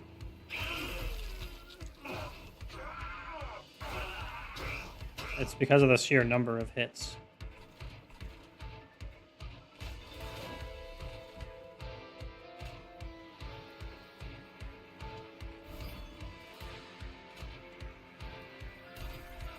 Yeah, we got this in the bag.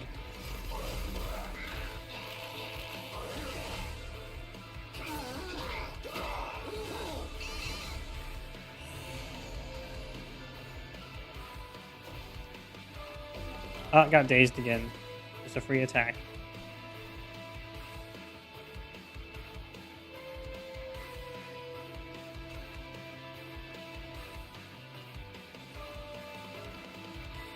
I want to keep doubling this. So much defense.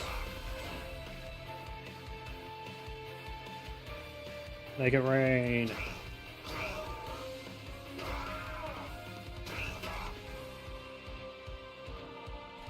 We're actually sustaining the cash monies for it as well.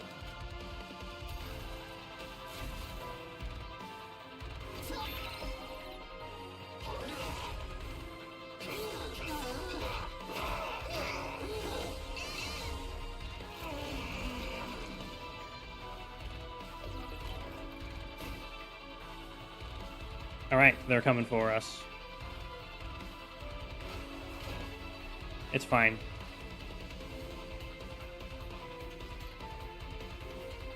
Oh, we have two of these, right.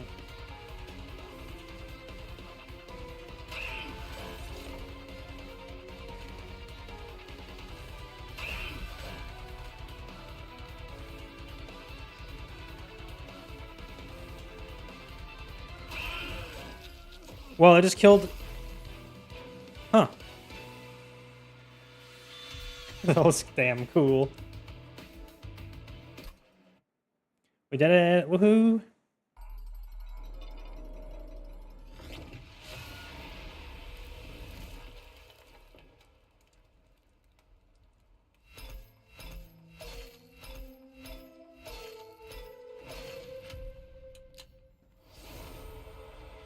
Inequivalent exchange.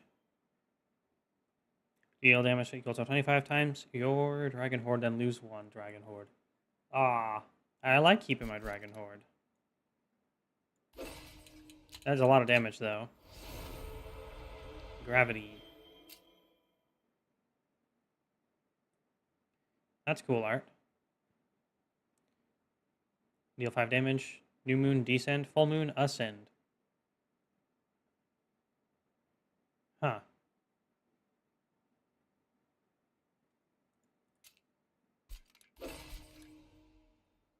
The first time each turn it becomes full moon, gain 1. Oh, that's nice. Happy flower. Except not with flower points. With mana.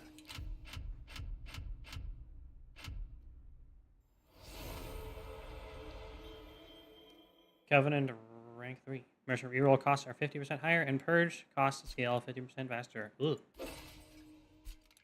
Gold cards. Yay, lots of gold.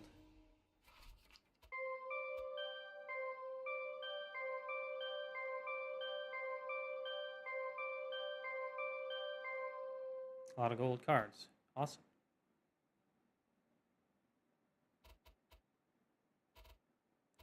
Okay.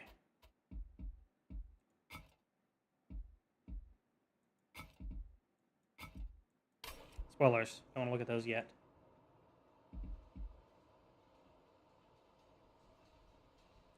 We beat the armor application and healing record.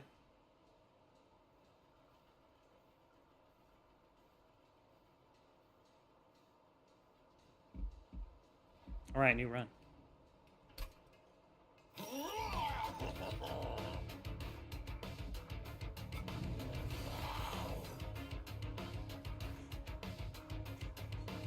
Let's try Lord Phoenix again.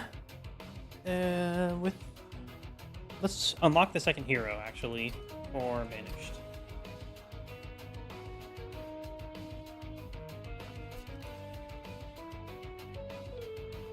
Go.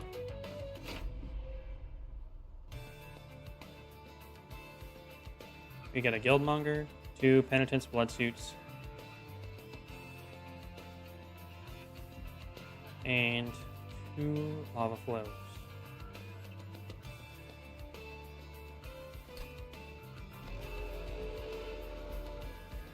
What upgrade do we get? Yes, we can get the Slay. Slay's my favorite. The Martyr Signet. Permanently stack HP on stuff. It's so... I always want to find this, especially finding it early is amazing. Let's go. Big stats, big dragon.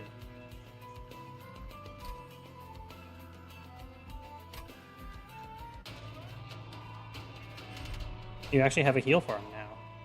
We can definitely do draw -1. That's not a problem, I don't think.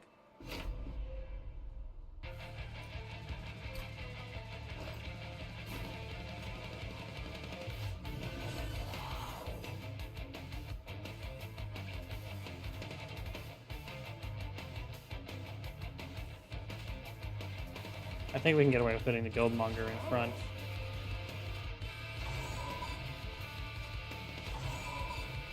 We should be able to tank with him and shift to the front if we are going to not have Phoenix at the front at the end.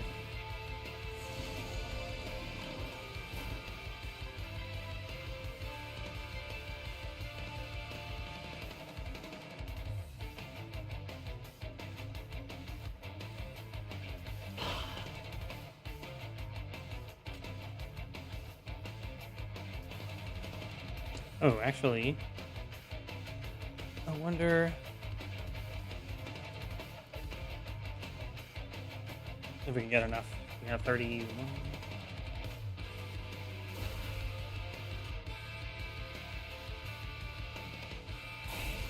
Yes. Should have a kill with Phoenix there.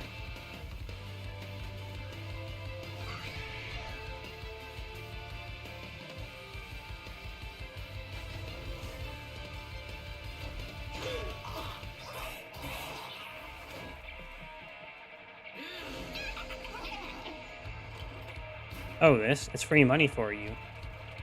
Thanks, bro.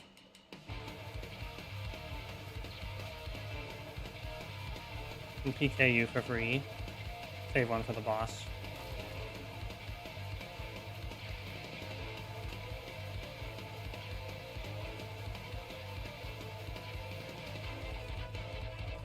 Let's play the last train steward.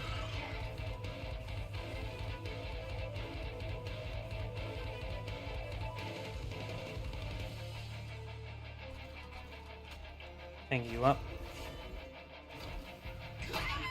We do definitely want him to die. But we want him to die right before Phoenix is the last one standing.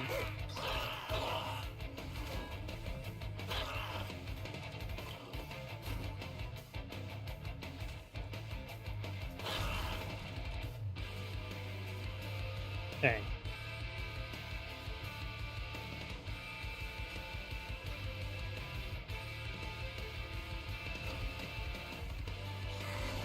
Time to carefully adjust this damage.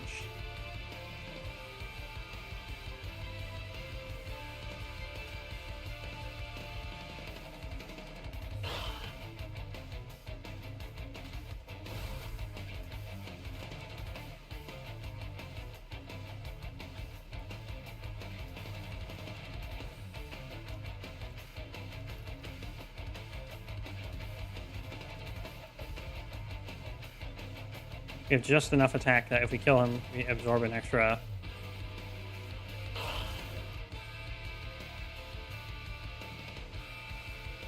What if swapping it does it? Oh, hey! Welcome to the raid. Thank you. I bring friends. One offering of friends, please.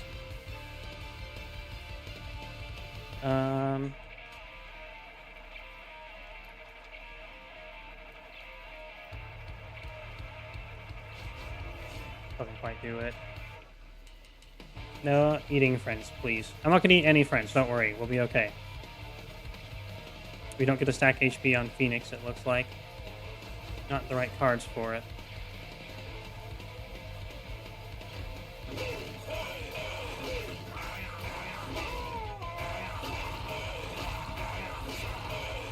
I don't plan to sacrifice any friends either.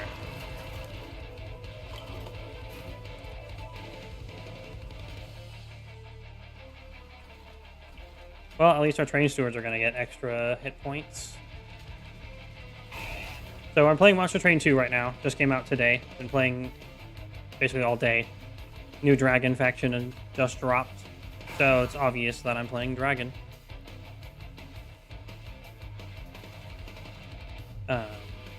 What else would there be to do when there is Dragon? Hope your stream went well. If you got any questions, just ask. This is why we get max HP on the front guy on the floor.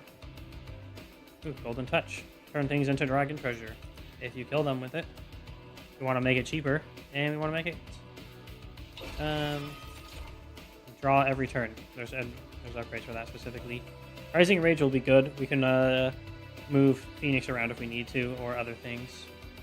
It's a very nice card.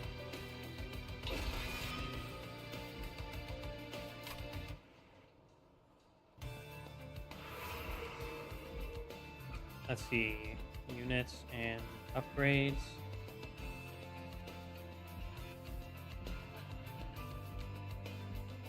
Let's take the unit and upgrade. Actually, we want the spell upgrades for our Dragon Horde. That'll pay itself back if we can get good ones. Like both of these. Hold over. Hold over returns it to the top of your deck at the end of each round. So you can always draw it. And then we will make it cost one less. There's one upgrade that also makes it start in your starting hand, but I don't know if we can wait out for that. Let's remove one of the Just Causes. We certainly don't need 5 copies. I actually don't really like the Penitent's Blood Suit either.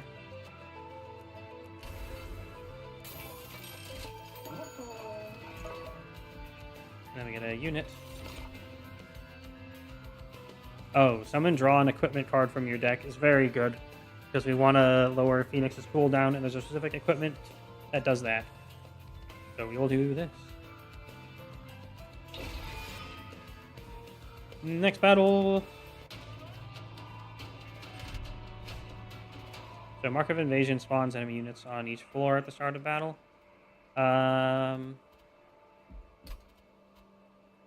We don't have a lot of good ways of dealing with it. All the fire starters will work, actually. We get 75 gold. Let's do it. We need money.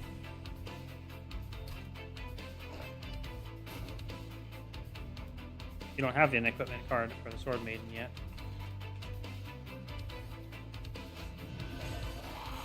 Same strategy here.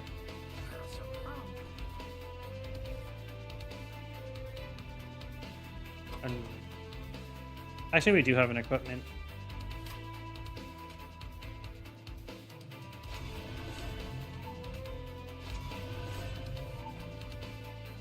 Drawing it now is kind of a waste, but we also get to have deployed.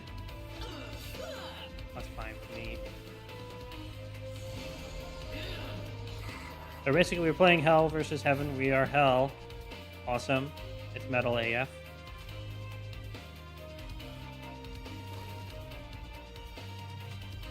We snipe all these little dudes.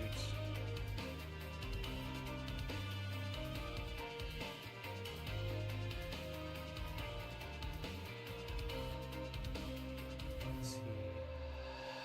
Lord Phoenix, our champion that we always start with. And we can upgrade as we kill the bosses. It's 1 attack damage that permanently lasts on kill. Oh my god, I forgot this last battle. Oops. That would have made the difference, I think. Anyway. We snipe that guy. If they get to the top, they'll hit our pyre. We'll take damage. We lose if we run out of pyre HP.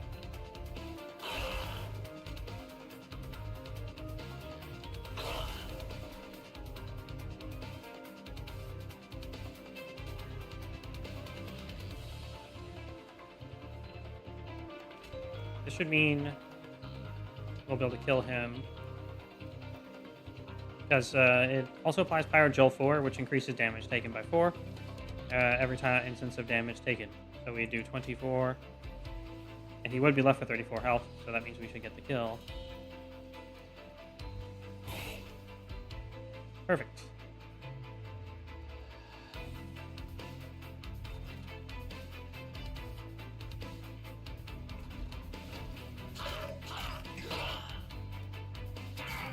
That guy's going to take damage as he goes up floors because of the Penitent's Blood Suit we put on him.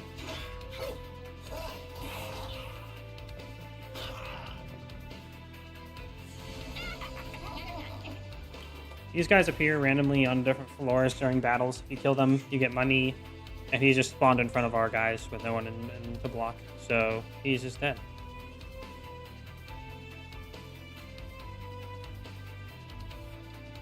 You need to snipe. This guy in the back has 0 attack, so if he gets up to the top, it doesn't matter.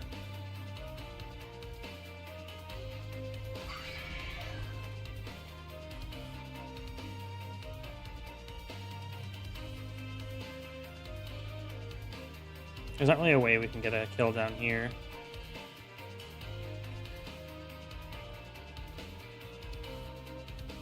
Either we have to take 3 fire damage, or we prevent them from skipping the second floor. That's probably we want to probably want to prevent them from skipping the second floor. So we snipe. You have an extra 4 to kill him now.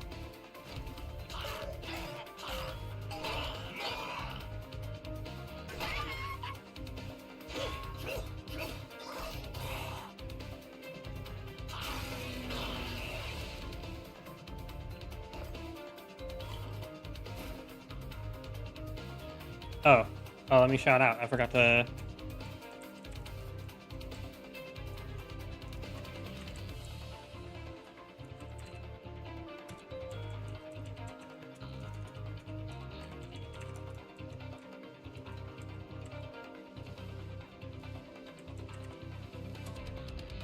Oops. There, have a follow. Thank you for the raid. Now we need to snipe people with Golden Touch to stack up Dragon Horde.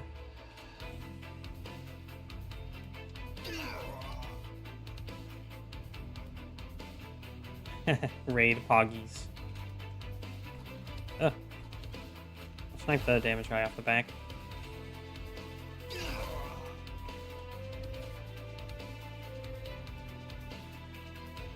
And then...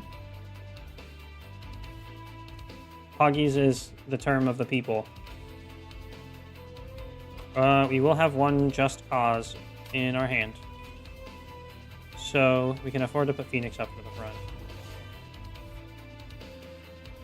It always attacks from front to back, the front being in the center.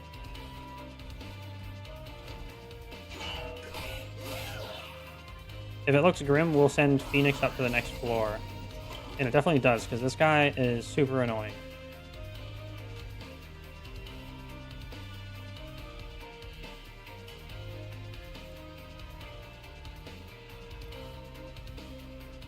We snipe you. Advance Phoenix. Normally there's a unit cap of size as determined by these little yellow blobs by the names. However, if you... There's also a hard number, but you can move from one layer to the train one layer of the train to the next.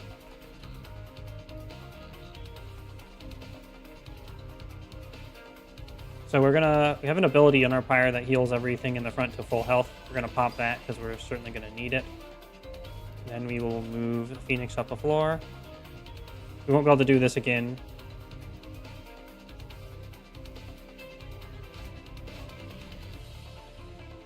And then we'll kill our own Greed Dragon to get an extra Dragon Horde. Oh, sorry, he's not the Greed Dragon, that's a different dragon. We want both these people in front.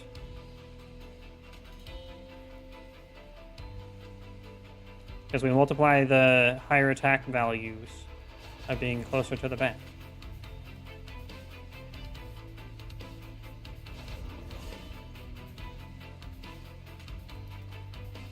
You're not quite going to be able to buff Phoenix again. One of those things that becomes much easier the more you do it.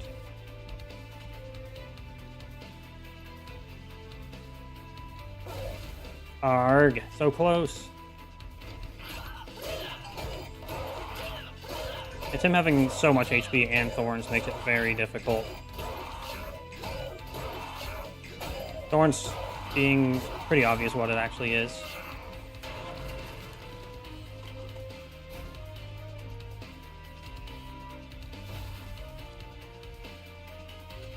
You should definitely see the other dragon as well. I'm trying to get a gold border for Phoenix. Lord Phoenix needs his gold border. He is a dragon. And we're going to unlock another hero for the winged seraphim. Sort of fallen angels, I guess you could say. There's a snotty whelp. We already have the gold border for the snotty whelp. He's quite good. I've got the gold border for the lava armor as well.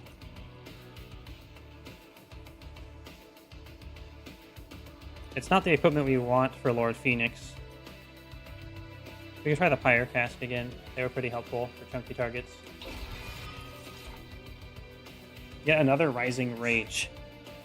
But the Upbeat Warbler gives all your units on the floor quick, which allows them to attack before the enemy units instead of vice versa. So Mr. Warbler is very good. Also look at him and tell me he's not cool. He's got a saxophone and a spiky metal sax strap. I wish I had seen those in high school in band. That'd be cool. So if we get the Dragon Horde to rank 6, then we'll get a actual artifact instead of just these little random minor Pyroborn ones that have kind of lesser effects. So we're going to wait one more time before we cash in the Horde. Then we can just generate more Horde.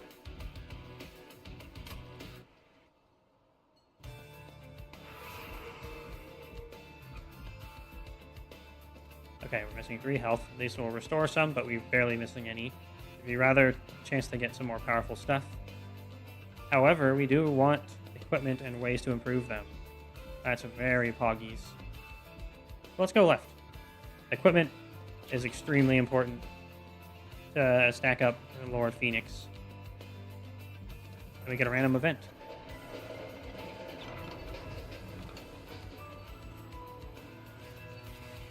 Oh, this one's really good.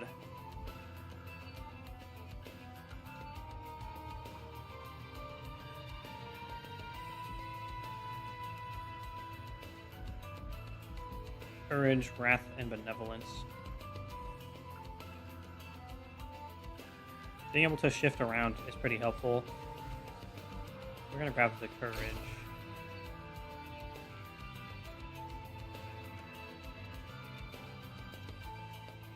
I'll put it on Guildmonger. He is a tank, and you want him to die to get Dragon Horde, but it's kind of doable to not have him die at the same time.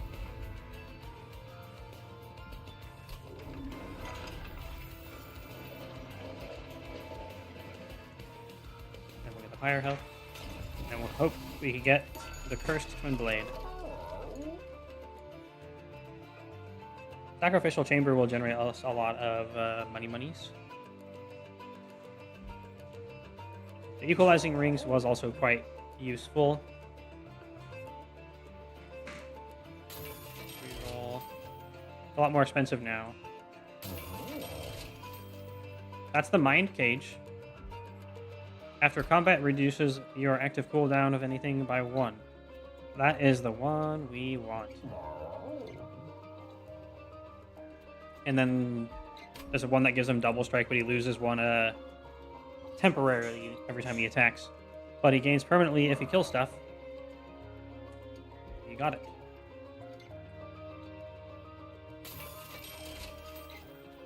And then we will purge a card as well. We don't want the Penitent's Blood Suits because we want to force draw the Mind Cage using the Sword Maiden. Sword Maiden having this blue banner along with the other ones that have the blue banner means you have a deployment phase, and that happens before the first round, and you will always draw them during that deployment phase.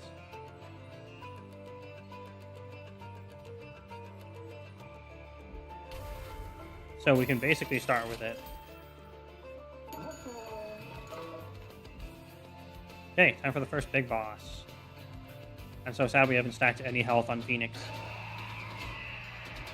So, Siphon triggers when an enemy unit dies on this floor. Rage is +2 attack per stack, decreases every turn.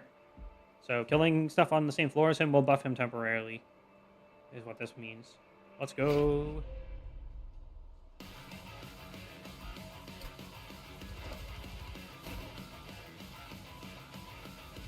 Lord Phoenix. If you're not using your treasure, I'll take it. Yeah, that's right. You would, wouldn't you? Now we have a 50-50 of drawing the right equipment for a Sword Maiden. Let's go. You got it?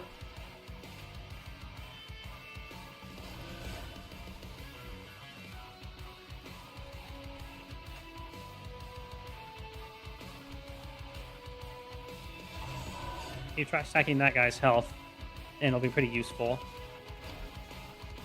There's a room that you can get that you can play on each floor that gives stewards double strike, so they attack twice, and plus 20 attack. So very good.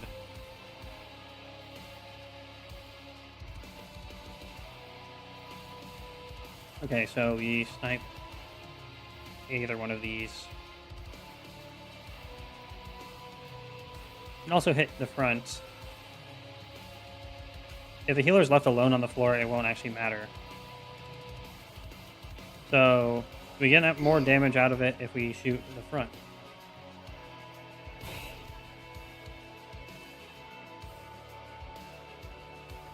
We can't put the Warbler down. There's not enough space.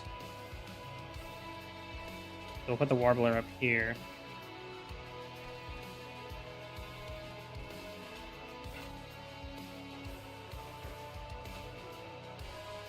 Go. He dupes people and makes them fast. And we'll start stacking Pyrogel, which is every time you take damage, you take damage plus the amount of Pyrogel on the boss.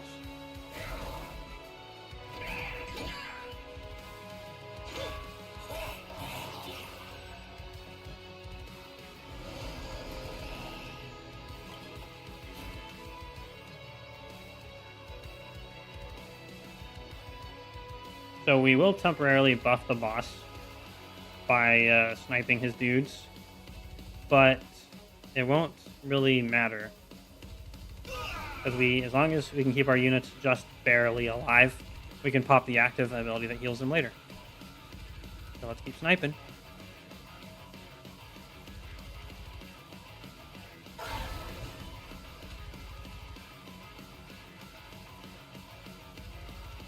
Then we definitely want the Pyrogel to go on the places where they have the most health.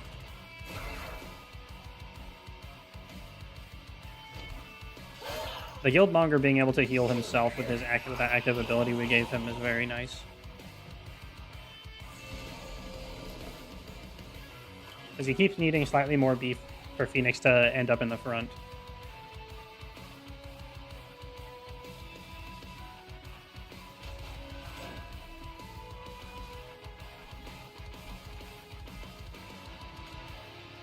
So we can put high damage units here because we'll attack before they do. At least our front two units do.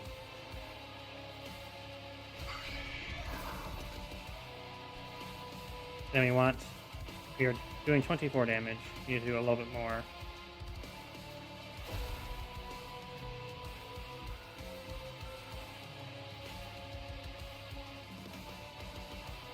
This will be 12 plus 4 is 16, and then 18. Won't be enough to kill him.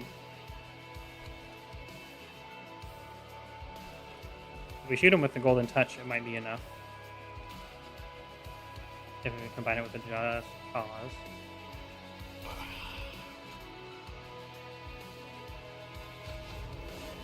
It's not quite enough, unfortunately.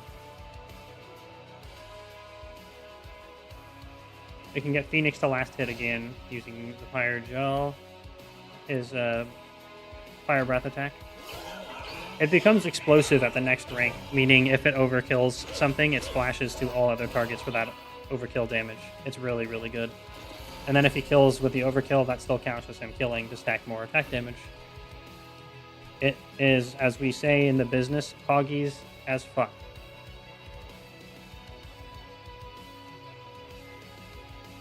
So we are already getting a kill here for free. So we want to take the damage off the back. So they're squishy and easy to kill. And then we want to... Every time you move around, he'll take 30 damage if we put this on him. to ensure that we don't lose.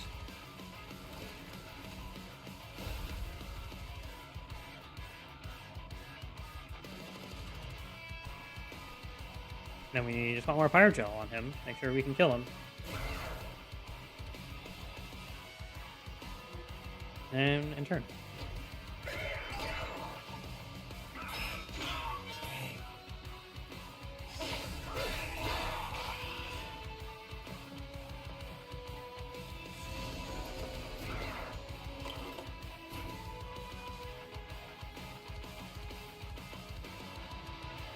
All right. We could have been gaining 10 gold every time a unit died, but we never got the draw.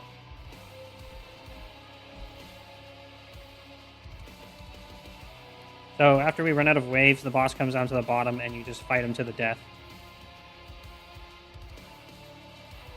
Him having rage will be kind of a nuisance. So it's not something we can't deal with.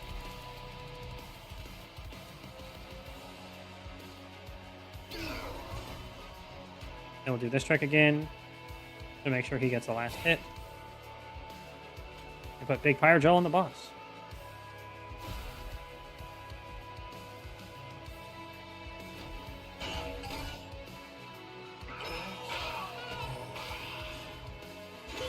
The Warbler is all alone now. Oh, and that guy made it to the top. That's kind of fine, really. So let's pop the full heal ability.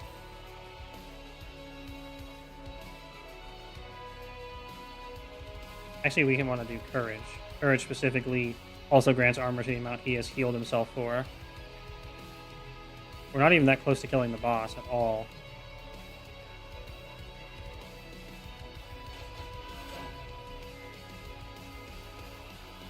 $290.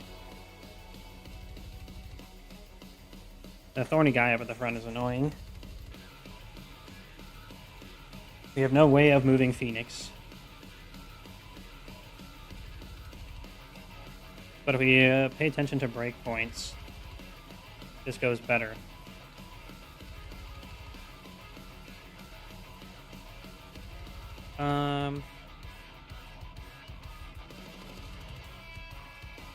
Yeah, nothing really to do here.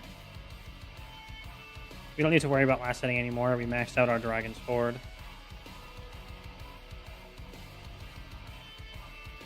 We want to keep the Shield Steward alive. So we'll heal him.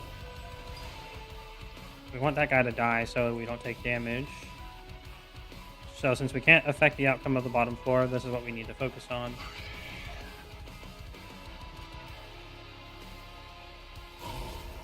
There we go.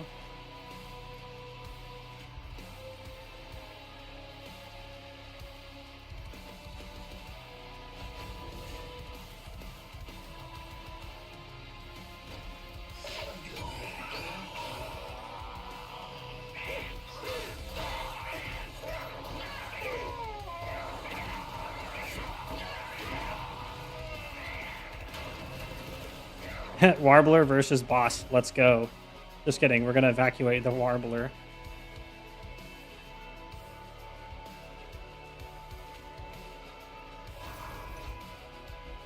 And we definitely don't want the Warbler up front.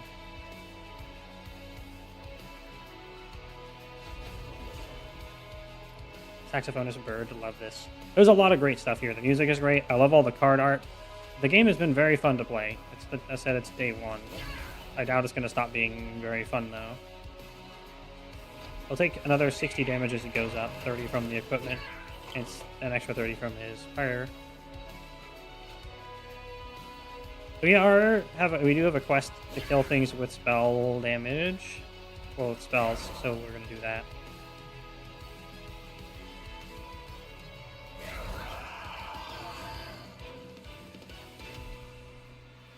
It's so sad we haven't been able to stack HP. The way we're going to do this better is we're going to grab... we're going to grab a little thing that increases your capacity. You get, after every boss, you get a special artifact. And we can increase the capacity per floor using that artifact, which means we can put more on each floor. So let's grab... This is pretty good. We don't spam Pyre Gel that well. We have gold spawning on the bottom floor. Soldier of Fortune is also quite good.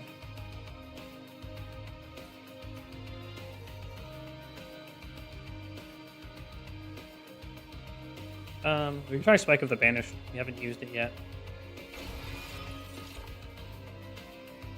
Oh, I love the Zealot. Look at this guy. He's so fucking cool. He has Sweep, so he will attack all units on the floor. But first, he has Action, which triggers at the start of his turn. That applies 5 Pyre Gel to everything. Like, it's fucking cool, dude. And he has the Dragon tag, like a boss. We need to get a gold dragon. This guy is Metal AF. We gotta get him the gold border. Oh, here we go. +2 capacity on each floor. He's got slight Digimon vibes. Yeah, he actually does. So it's Heaven's Light. And we finally get to loot our Dragon Horde.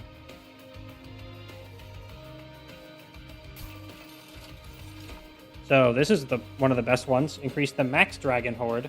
You can unlock new tiers of rewards. And if you can get to 13, then you can get some of the end boss things that buff your Pyre itself. And literally just get more capacity. You have a choice between 2 capacity, 1 card draw extra per turn, or +1 mana per turn. And +1 extra mana in the deployment phase as well. So these are real nice. You also get more money per tier. Dante's Footstool is very nice. It lets you start with a card. It basically removes the card from your deck because you start with it in the deployment phase before battle, which means we'll always start with the ability to generate money. You ever draw Digis, Mr. Green? Dante.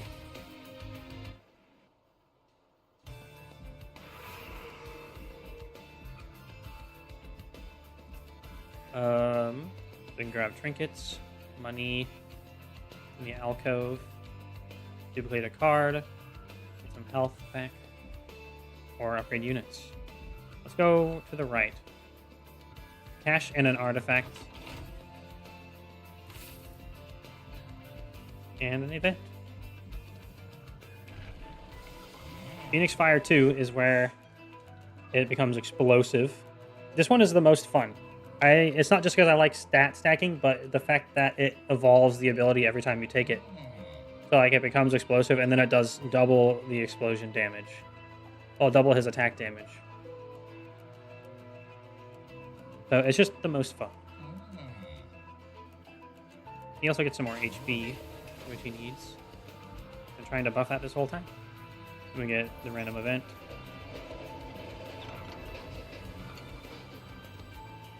It's the dog. The legendary dog made of bone bounces towards you, its bone tail rattling together in an excited wag. An elusive creature that can cross dimensions as easily as he can catch a cursed stick. You are blessed by his appearance. Yep. However, life is a mythical, adorable puppy. He's a lonely one. And the dog made of bone's tail droops and his little bony expression seems sad. Will you stop for the bone dog and give him some kindness? You can pet the dog, get his pendant, which is a cheat death. Or you can get the bone dog and like stack HP on your Pyre if you kill a boss. Obviously, you take the dog with you. Bone dog!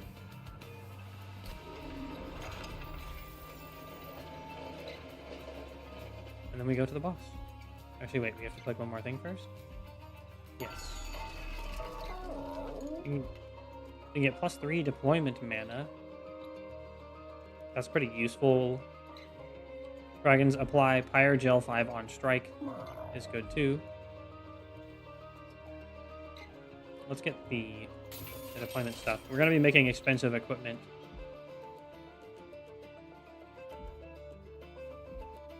Advancing the unit when it enters your train is also quite good.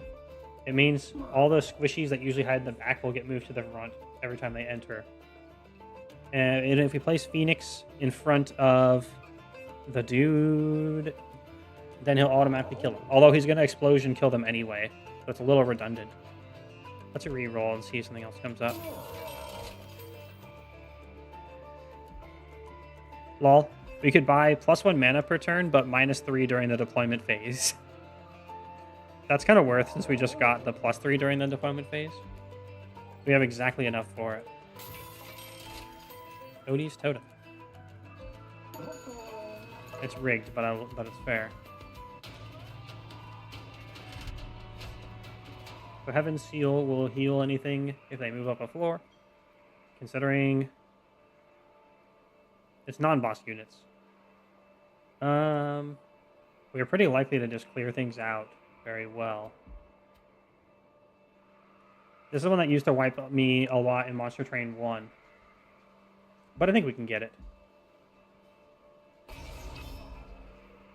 We are in desperate need of cash. Because we can splash off of squishies using his active ability.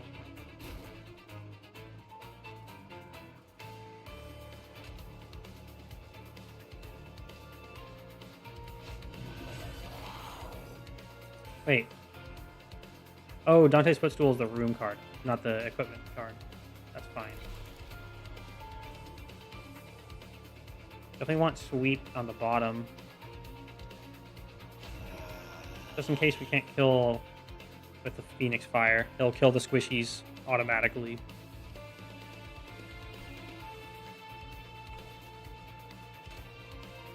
We'll put you down at the bottom. We want to have a lot of... be able to put beef in front of Phoenix, so Phoenix can survive. Actually, we want to play the Sword Maiden and hope we get the right equipment. We got it. Yummy. Yummy.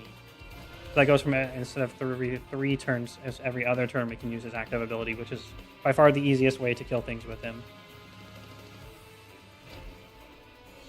I literally grabbed that guy just so we could grab the equipments for free. So if you don't kill him, he'll heal to full. We have to kill him. And since this is explosive, it splashes right onto his face.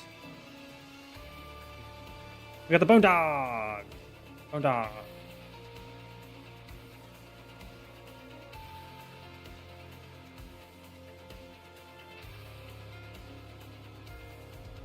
We apply Fire Gel 4 as well.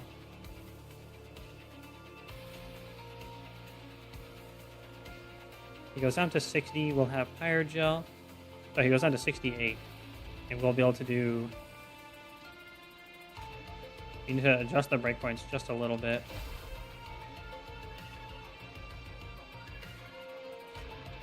I put him down to 60.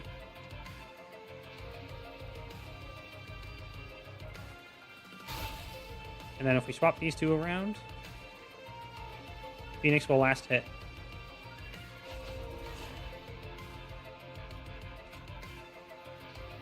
Let me put the Guildmonger back here. We can emergency pearl him up to the front with his own ability. We won't be able to warble down here, but that should be okay. Oh, dog can go. Bone Dog needs to survive to get the bonus. Get to beat the boss for Celebrate.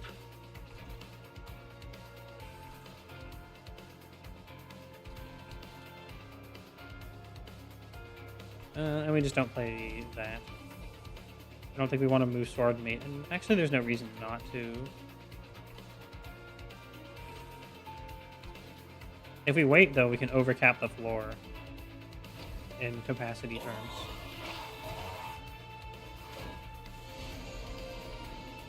Why won't you die? Oh, hey. Won't you die? That's because I'm playing dragons. That's why I won't die. Welcome, by the way. Hello. Playing so much Monster Train today. We've been going for almost 10 hours. It's very fun. I'm having really, really good time.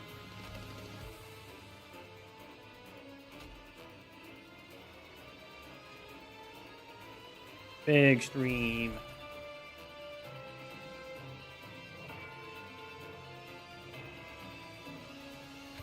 So let's pull up our tank to the front. Because we also want to adjust the breakpoints. The Zealot will sweep the guy off the back and kill him because he attacks all units on the floor. And we only need to do a little bit of extra damage before the guy in the front dies too. So Phoenix in the back means we get to hit more times.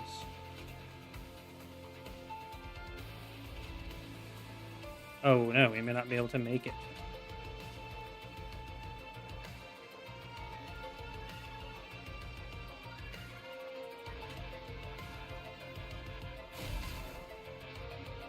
I definitely am. Big fun.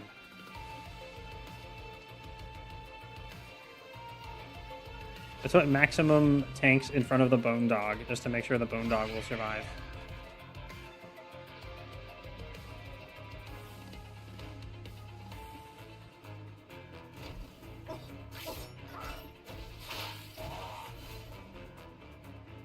So he'll heal by 150. Kill the baby. They used to be little cherub babies, and I hated them in the previous game. This guy's probably going to make it to our pyre, but our pyre is strong. He won't really get to inflict that much damage to it. Note that you can use just causes that advance units to the front on squishies in the back. By the way, speaking of squishies in the back, explode. We'll get 3 kills for this. And then Phoenix is probably also going to kill the guy in the front with an attack. Because these two don't do enough damage. It's perfect. And then you're going to want to put Pyrogels on him, I think.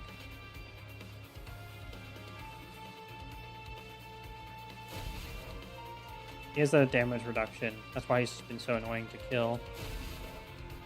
And we're going to bank into next round attacks because he'll just fully heal this time anyway. It's unlikely we'll be able to kill him, but we're going to try. Basically, only every other turn is going to get through with Phoenix, with his active as it is. Sweepy Boy is just going to sweep them all, and it's going to be amazing. Oh yeah, that guy is just... Oh, he gains +5 Titan skin every time he goes up. That's why it's been so wackadoo. He's still going to die in 2 hits regardless from the pyre, so we can kind of ignore him now.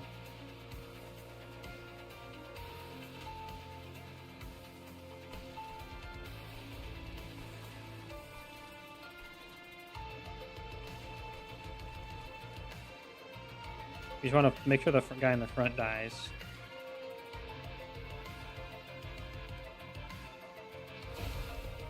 We want to get Dragon Horde.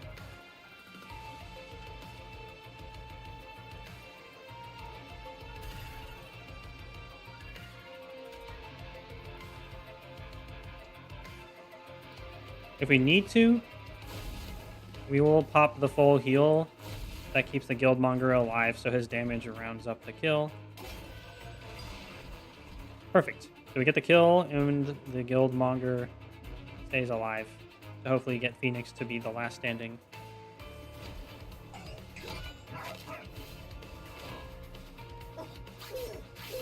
At least Pyrogel is an effective counter to Titan Skin.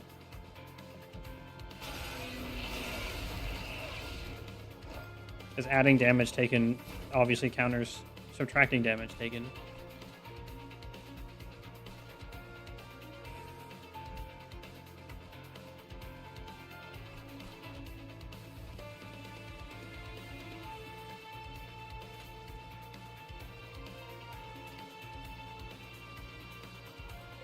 So we can save that until next turn, because then we will know... Save his ability until next turn, because then we will know if it's gonna... We'll be able to have 2 options of how much breakpoint we can do for damage for letting Phoenix stay up in the front. We can snipe... If we're feeling super overconfident, which we should be, because we have Phoenix's ability ready, we can snipe our own Trained Steward to kill it, to gain another Dragon Horde. It's really important to hit the breakpoints between combats, so we are absolutely going to do that move.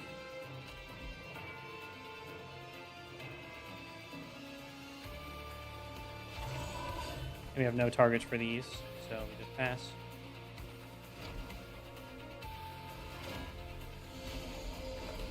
Oh, they brought us a nice squishy to splash damage off of.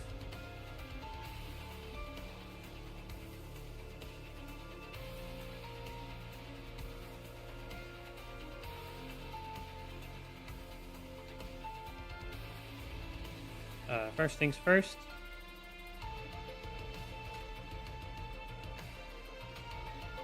We'll get Phoenix's attack power.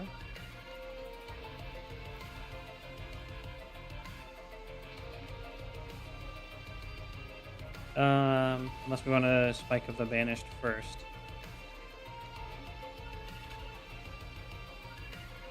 It's not that much.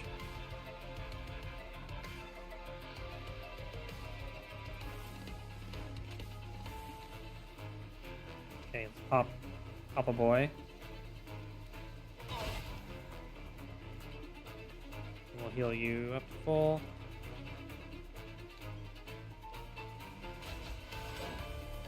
Alright, look. This leaves Phoenix standing on the floor. And alive. Now, since we have this sorted out, it's optimal because Phoenix will get the kill. He'll get both kills, actually, and then he'll also get plus 6 HP from this. We can now just focus on additional value, like summoning a steward and sacrificing him to the Dragon Horde. And we'll equip this because it doesn't change anything. Except progressing equipping units.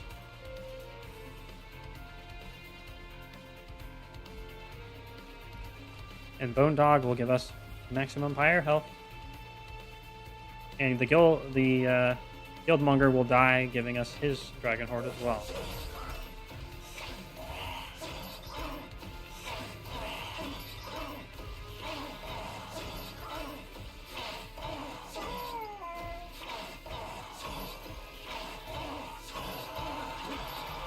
Yes.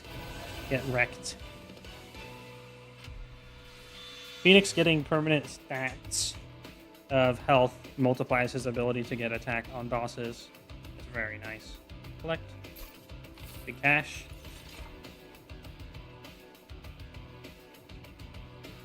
Cursed Dragon Staff. Deal 1 damage to enemy units. If you incant. Siphon. Gain 1 soul. We can't afford to put more equipment in, it ruins our consistency. Greed is going to kill our own units, so we don't want it.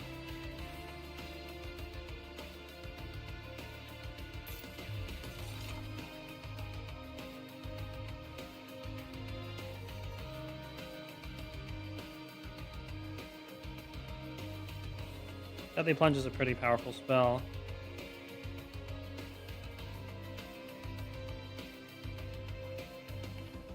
Benediction is a nice buff. I think we can get a Benediction. Damage Shield just prevents the next source of damage. Valor is attack and armor to the one that stands up the front at the end of turn.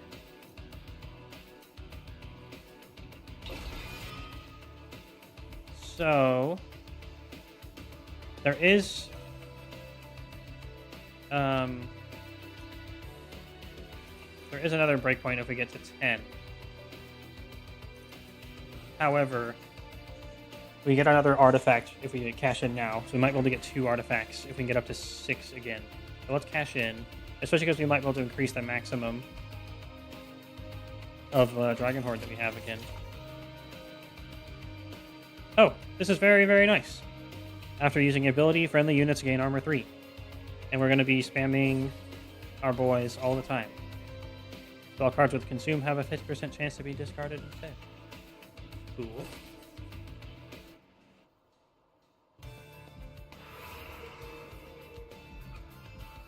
We did the important spell upgrade that we wanted.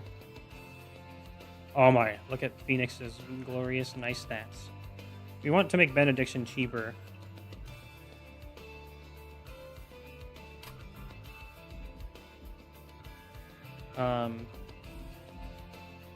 But even more importantly, we probably want to upgrade units.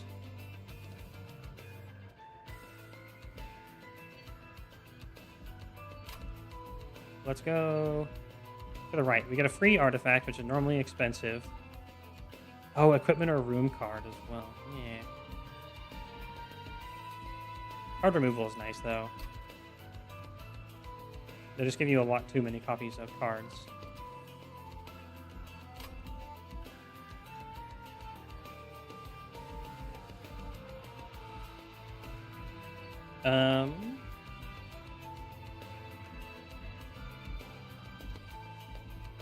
It's not likely when it's mixed equipment in rooms that we'll get the equipment that lets Phoenix attack twice. So we're gonna go right. Get some better consistency and a free artifact. Expand max by 3.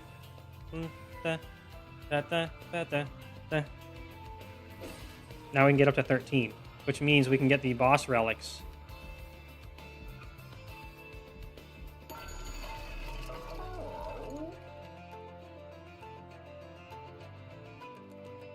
Upgrade a unit with multi-strike 1. Makes them attack twice. These are very powerful.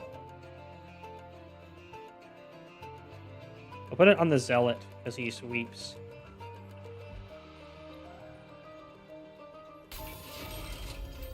Plus 20 HP.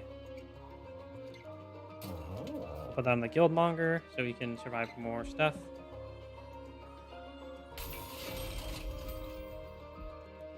Also give him Valor 8. Oh wait, no, he has the Courage already.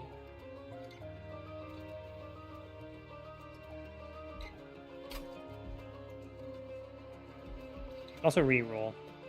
Let's reroll. Quick. I don't need to tell you, but quick plus sweep is extremely good. It's one of the reasons in the previous game this little fish dude was extremely powerful, because you could just so easily give him quick sweep and just counter all of the squishy support units, which is what a quick multi-stripe sweep boy will do for us. And that means we don't need the Warbler on the bottom floor, so we can have 2 floors of quick. There's a lot of units that will clog up your deck with garbage if you don't kill them, so quick sweep is absolutely mega poggies.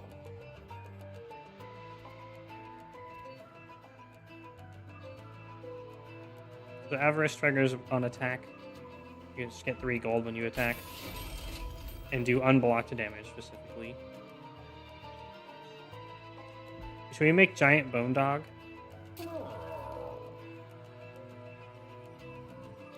Makes it pretty strong. Big dog. Let's rumble, big dogs. And we can give plus 14 attack to somebody. Doesn't really matter. Let's save the gold. We actually want to remove the Penitent Blood Suit. Then we can't have a chance to fail at equipment.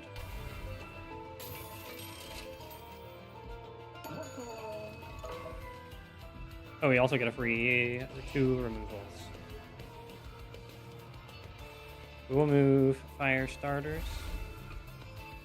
And 1 Just Cause. We'll go.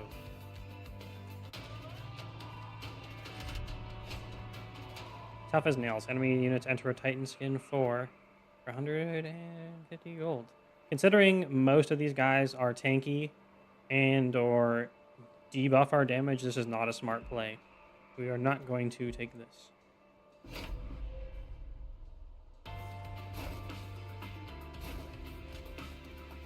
Cash room. Deploy Lord Phoenix. Deploy the automatically drawn equipment person. Put the equipment on Phoenix. Profit. And then we want the Zealot out. That said, if we do play the 3 other guys instead, the Zealot will come quicker. We do have 1 free turn where there's really no risk of Phoenix dying. So let's go ahead and do that.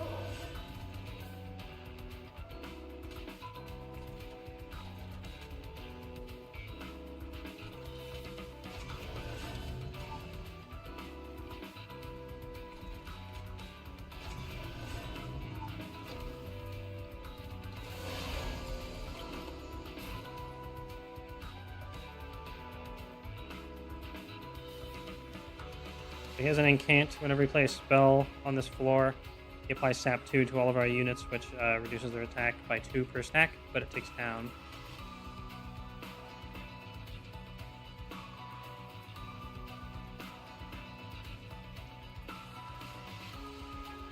We do this, then Guildmonger will be able to kill for us. Sorry, then Phoenix will get this kill.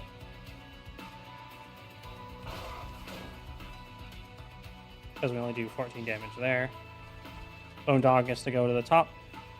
Bone Dog, if it survives, we gain plus 10 HP on our Pyre.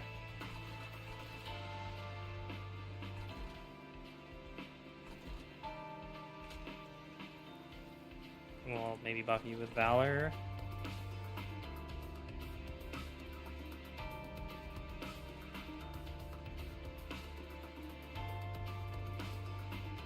We don't want to really reduce our attacks so much. I'll get some attack up here. And we'll sit on these cards.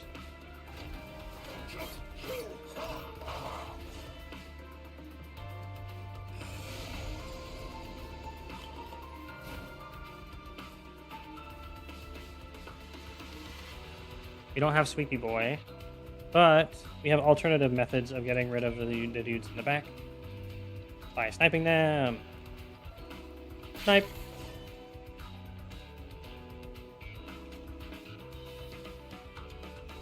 These tanky dudes are kind of strong. So let's put some lava flow on them.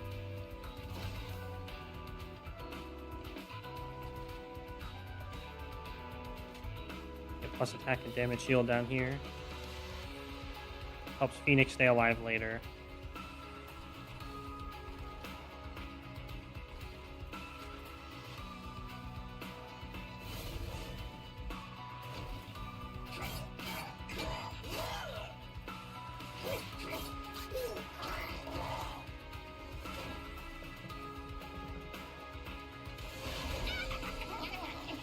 Money Child.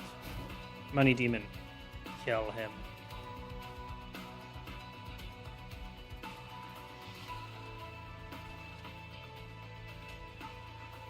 And also get Dragon Horde.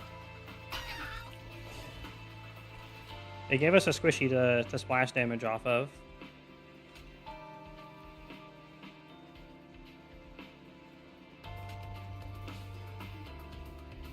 And once more.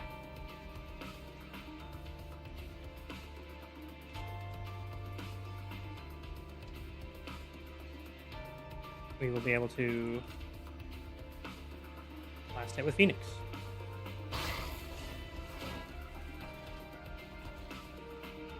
So, if we can't fully kill, there's no point in putting more damage there.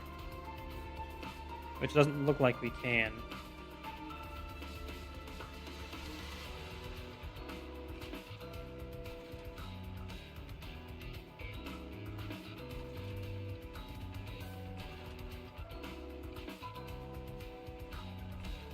We could actually move one of these two upstairs.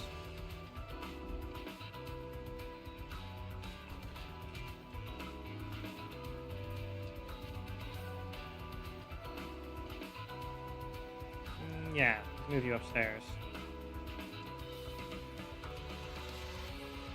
So we're gonna play the Warbler first, because we can overcap the floor's capacity.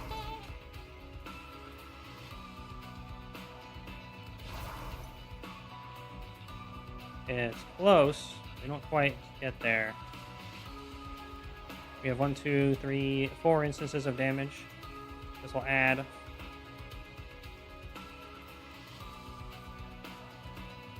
Not quite enough.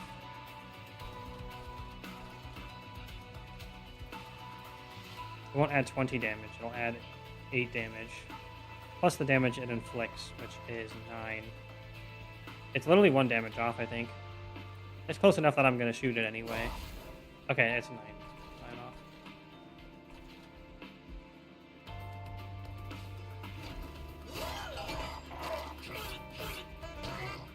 Da-da-da-da-da.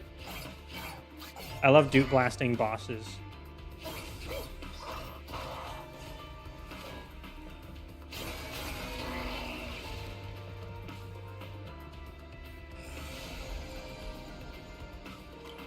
We finally got the Zealot. The best part is it doesn't interfere with Phoenix, because Phoenix's active will happen before the Zealot ever attacks. Now, you want to get our Golden Touch.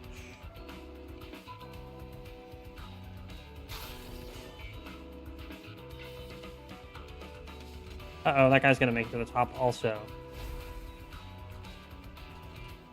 Well, shit.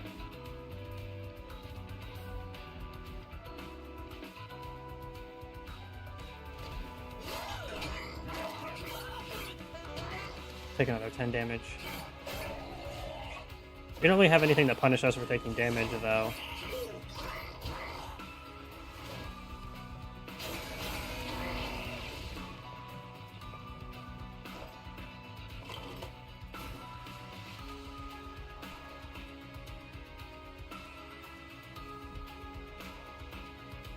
This should make the difference. It adds the extra hit from not dying. Wow, you just refused to die, bro.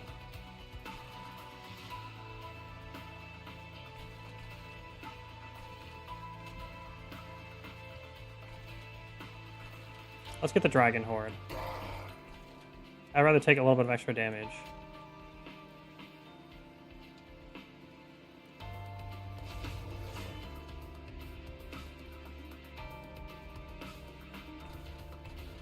Oh, right, it doesn't change because we have Quick. So the number of attacks that happen do not change. The play we actually want to do there, we can redo this turn, is put that Train Steward up, just put him down, slap him down, and then move him up. Then we'll add much more damage and kill the guy on the top floor. We still snipe you. But then we do this. Add him to the top floor. Oh, it's so close. Not quite there.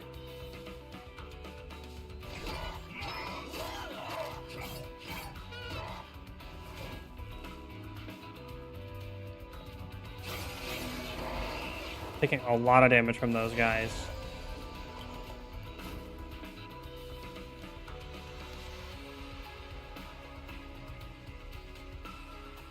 Okay, we want to eliminate that before we play any spells, so we use our cooldown first.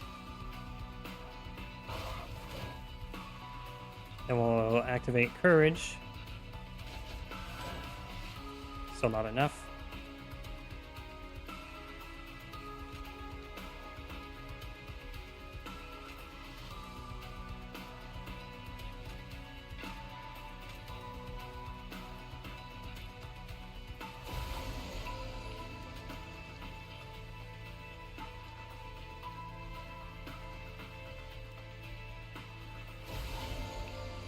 There we go. This leaves Phoenix to get the killing blow.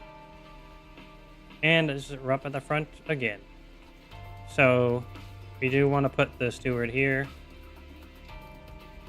He'll gain max HP if he stands there. And then we'll snipe a Steward that's not in the front. So we can get our more Dragon Horde. It doesn't affect the outcome of the battle. Yippee! Victory!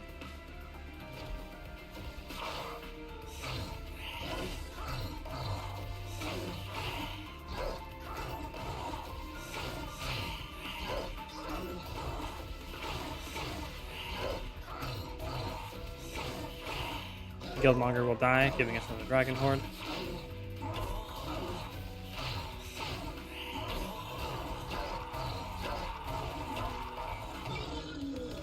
Blasted. And we get 10 HP back from Dog. It actually does heal us for that damage as well. It's not just maximum. It's very good.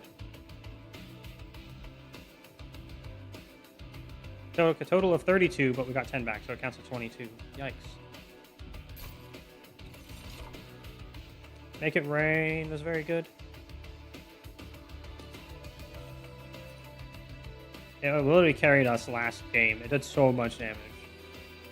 Although it goes against the instincts of every dragon in hell, sometimes you have to loosen the purse strings to win the battle. And literally just throw money at them. And it kills them because higher gel.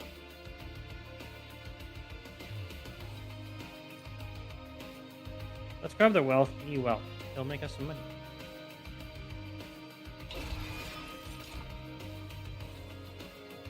Ah, Punk Shredder. Grant Trample. When attacking, excess damage is applied to the subsequent enemy unit. Go, Punk Shredder! We might be able to increase our capacity by an extra 2. So specifically, if we get to 12, then we can get the boss rewards. So if we got 6 in one battle, hopefully we can get 12 by the next one. We're going to save it. Big Horde. This is the second boss. Phoenix is gonna get much more powerful after this, because then it explodes for double damage. Okay, we actually want equipment in rooms and ways to improve them, and card removal and cash. So this is a great way to go. There's nothing super important for us to duplicate.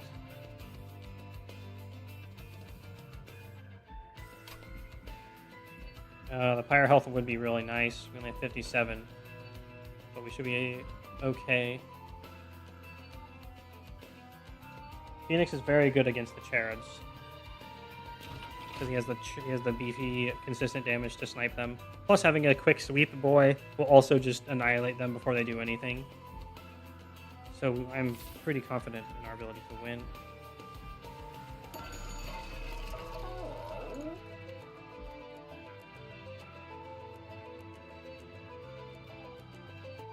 So we can get multi-strike with the Void Armament, but it will get purged from the deck if it dies.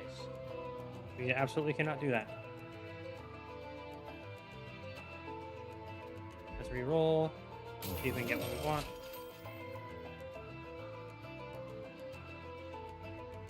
Damn.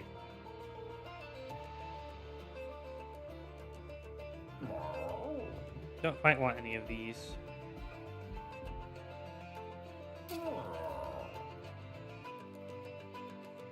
Actually, if we upgrade the Mind Cage to be deployable, we can afford to buy another equipment. Because then we don't need to draw it. That's kind of worth. We'll get the Soul Smelter then.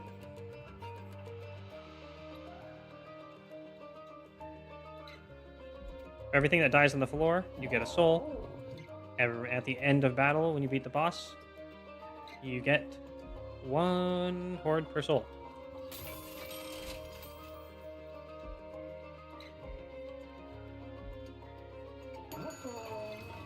We get 2 free card removal. Fire gels and just causes are still too dense. I'm getting rid of those.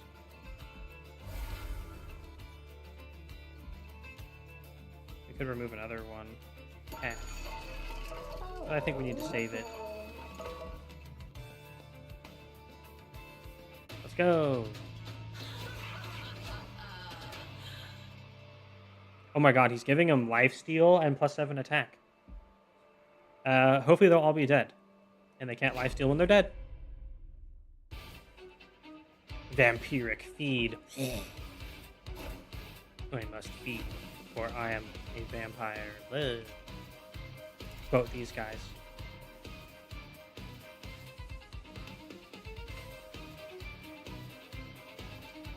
We can actually easier play the Zealot this time.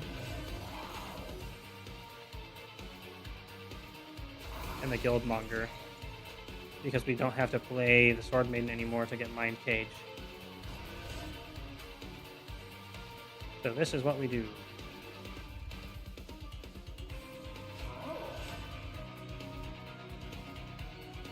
God, the Zealot is so freaking cool.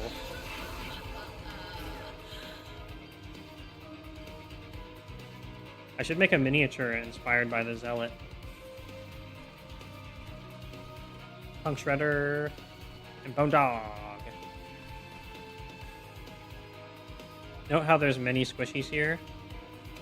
Note how there's none squishies here now.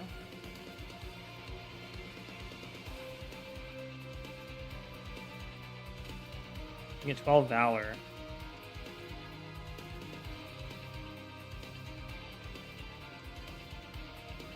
There's nothing we really importantly need to play this turn.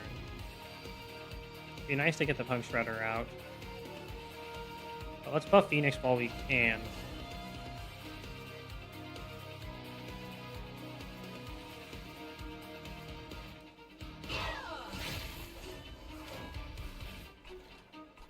So dog goes at the top.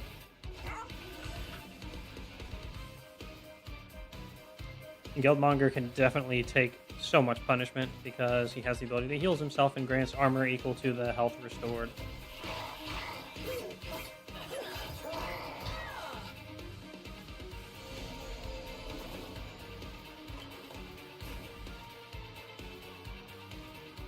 Bone Dog is going to take a big hit there. Bone Dog can still take 2 of those and be fine, so we don't really need to worry. We want to make sure that this floor goes well.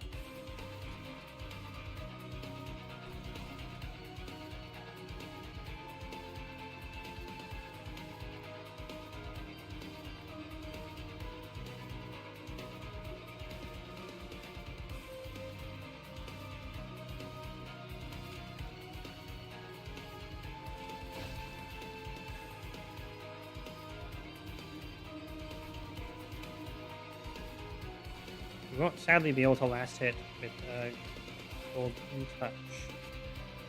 Seems.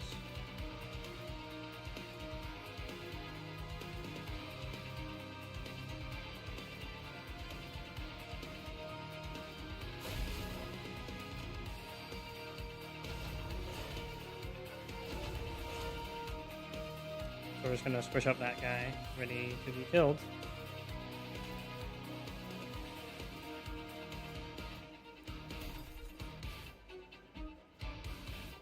Yeah, we almost killed the whole floor.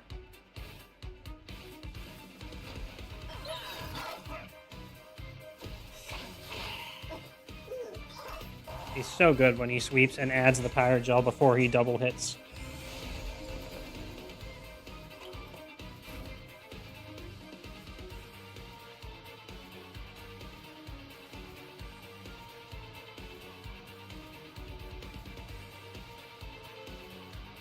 Fill you up. Actually, we don't necessarily need to. So we want to be triggering Dragon Horde on kill down here.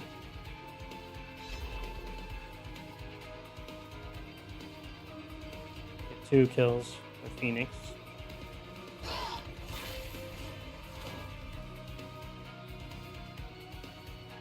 And man, the Zealot is doing so much damage, he's killing stuff that Phoenix could be killing, and that's fine.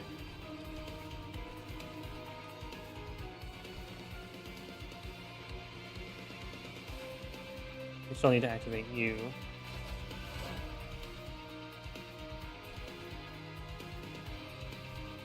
And we do want to have Golden Touch next turn, so we need to shoot it at something.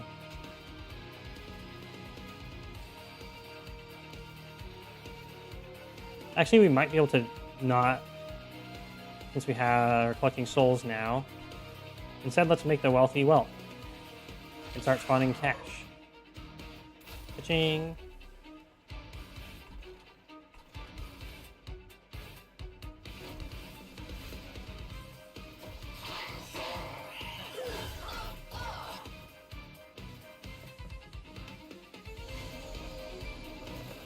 That's a nasty floor down there now.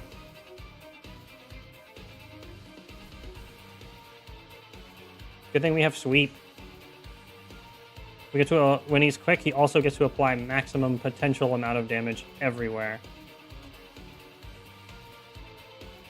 It's kind of awesome.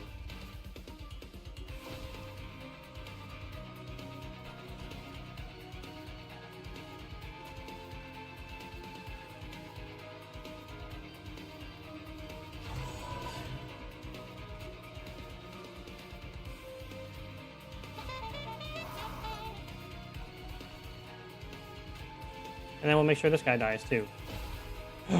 He didn't die. How could he?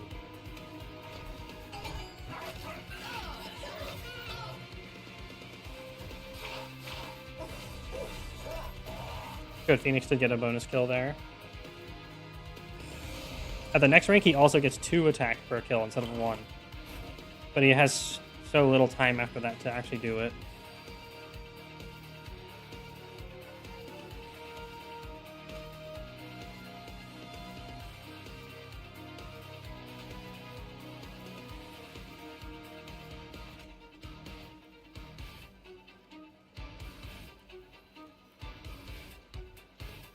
Let's do big buff.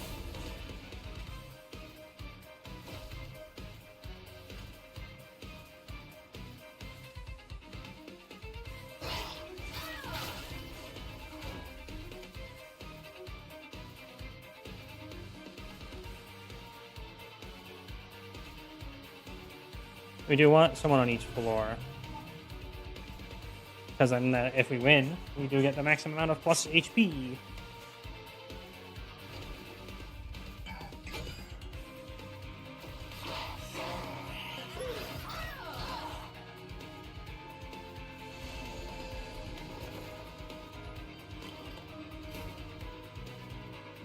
We got our golden touch back just in time to kill this guy.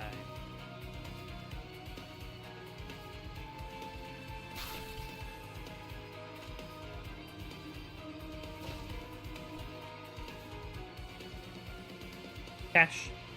Cha-ching. And he also generates armor when doing that. It's very nice.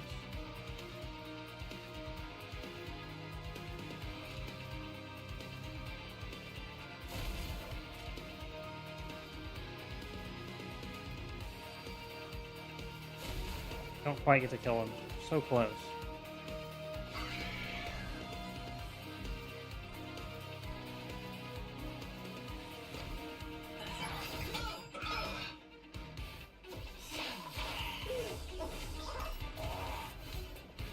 At least we did get another slay.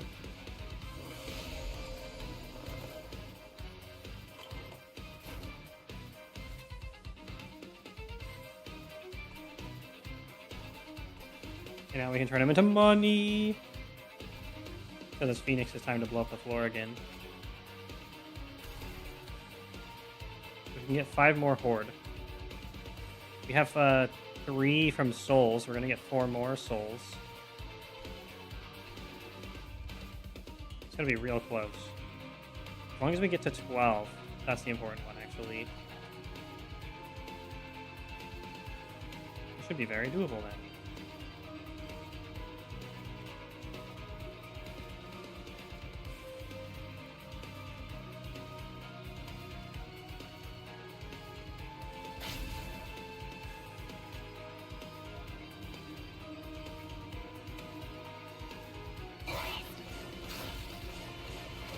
And the sweep guy just kills both of them. He's so sweepy. He's the Mega Janitor. Oh, dude, I love this. This bird is so good. And he just like dances there. Okay.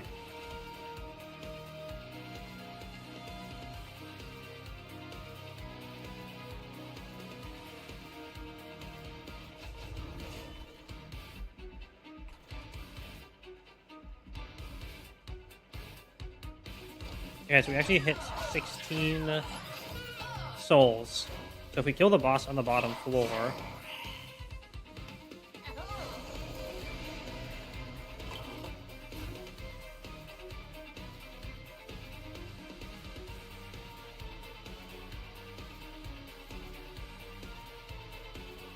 So it looks like...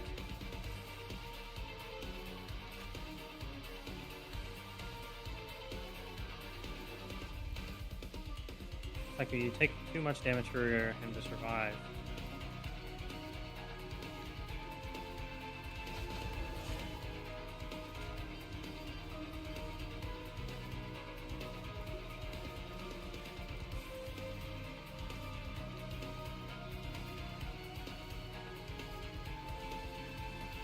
Can we make Phoenix live? No, that doesn't do it.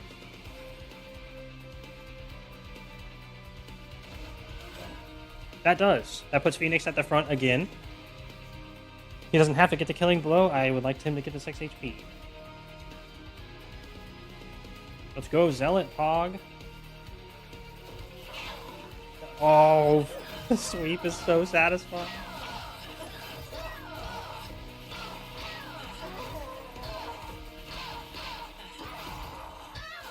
Oh, and we got the boss kill. And we got up to 13 Horde. This is so good.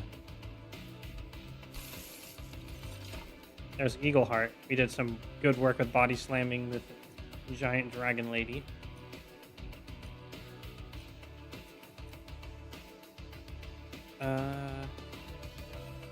Soldier Fortune is good. We have money for it now. Fireclasm for off turns. If we get plus mana is now playable. Actually, it is already playable. Let's get Fireclasm. The explosive effect is very, very good. That's what we're using right now. So we'll get mana per turn. No, we wanted more capacity. We get one of each because we get one when we cash this in.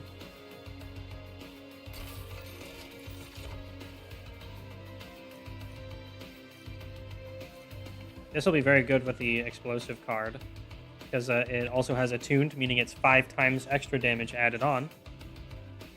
So we'll take the Sizzling Firecracker. When you damage your own unit, reduce cooldown by 1. That means we can slap our we can slap Phoenix and you'll be able to use his ability every turn. That is crazy. We're gonna get that. What did we already take? We took another capacity. Let's get more mana.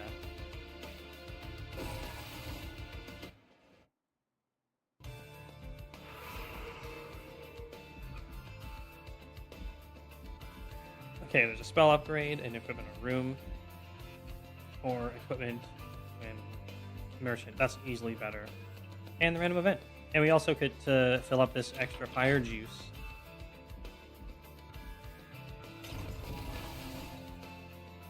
He's also upgrading the pyre means our pyre is actually quite able to kill some bosses pretty well. At least finish them off. Let's go event. It's Jimbo the Joker. Is this from Bolatro? A colorful vortex hurls the train towards a vast empty space filled with nothing except a deck of cards. A strange face emerges. It's Jimbo the Joker. The Joker presents you with 3 cards and exclaims, "Pick a card, any card. Which Joker card do you think?" Checkout. Bosses start with Mute 3. That's really good. Yorick. When a card with Consume is played, gain 25 gold. We already have lots of gold. Non-champion friendly units gain plus 10 attack. After each round of combat, 10% chance for this artifact to be destroyed.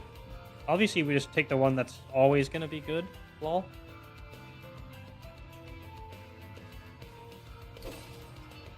The Jokol Chortles. Good luck with that one. Little did he know, we took the best one.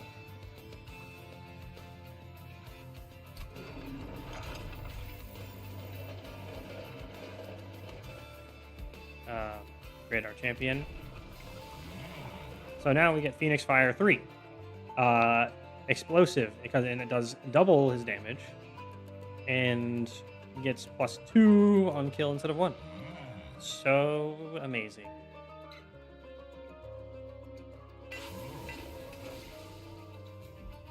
Merchant of Arms.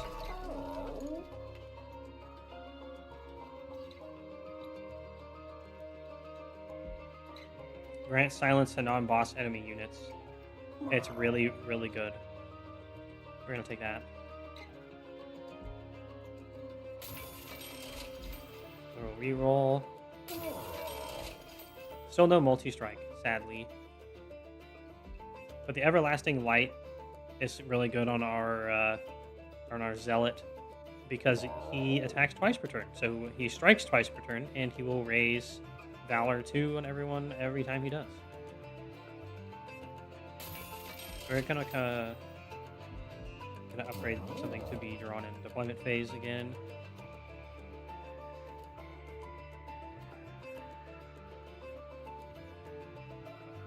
I think when we get a free draw, it plays for 0.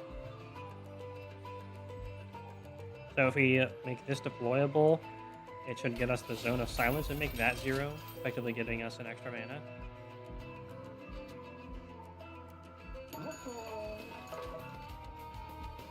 We can remove some more cards. Another fire starter.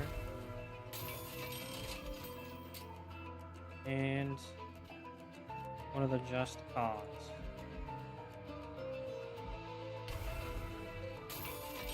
Anything else we want to remove? We never got the train steward runes.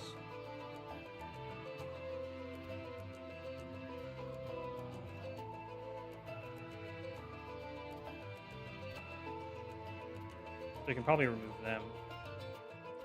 Although, let's check the map. The next one has random equipment and runes. I guess we can wait. Let's save our cash. Next battle.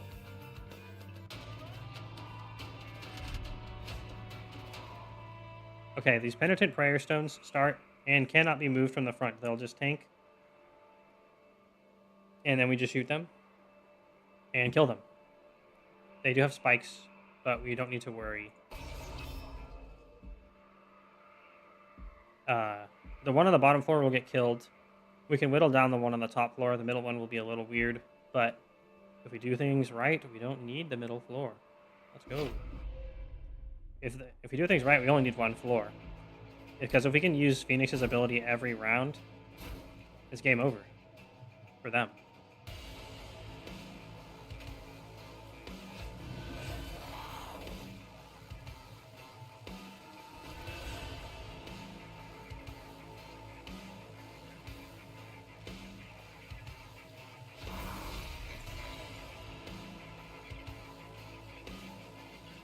Yeah, the Zone of Silence now costs 0.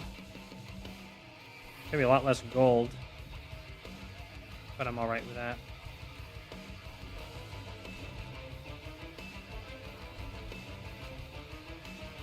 If we draw the equipment, we can actually play it anyway. So let's get everything else played.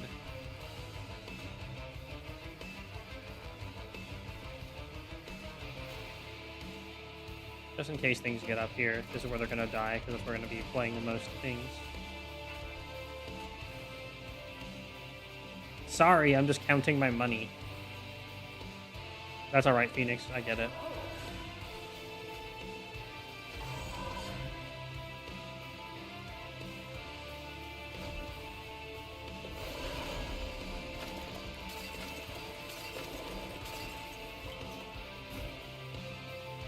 Y'all ready for this? Ooh.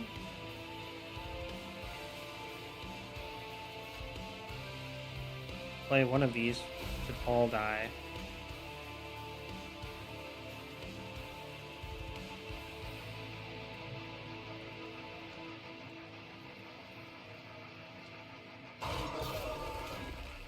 And then if we damage our own unit, we get his ability next turn as well.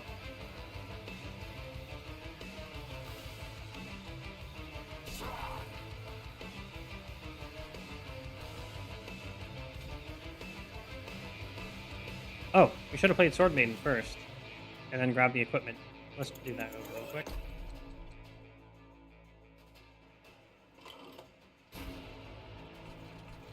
I'm not used to having 5 mana. Sword Maiden. Gets it. Oh. It's a different equipment regardless. Guess it didn't matter. Oops. We gotta use Fire Cat, or Lava Flow. And then we Phoenix Fire. Kills 3 of them. This one reanimates with 1 HP when it dies. That's why it's not technically dead, but it counts as dying still.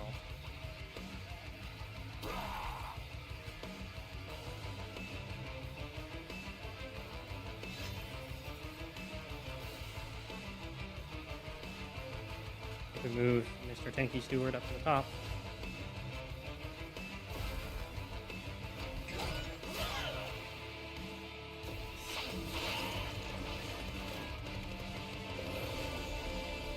Yep, our ability's up again.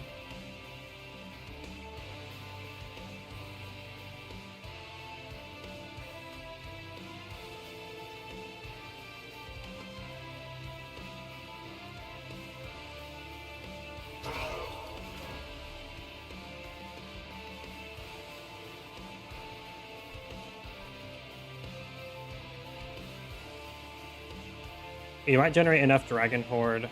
Oh wait, we don't have the... Well, there's nothing to last hit anyway. So let's reduce the cooldown again. It doesn't put Pyro Gel on him, which is otherwise something that would get in the way.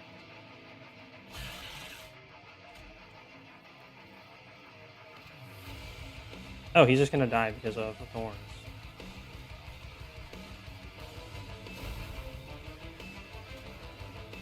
Definitely a downside.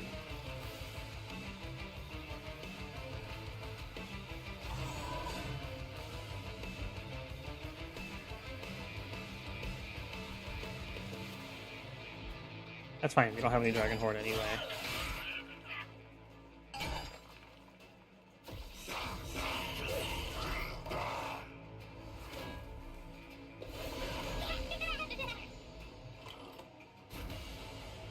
Now that's something we can snipe. Get the Dragon Horde. And that. Activate Phoenix again. And now we hit the breakpoint where it kills even the tanky guys in the front. We've also been buffing him with the other weapon.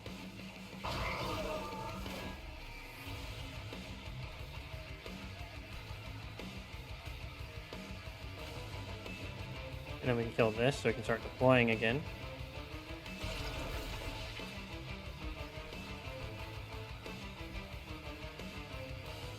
We can always hit Phoenix on the next turn if we want to reduce his cooldown, which we probably do.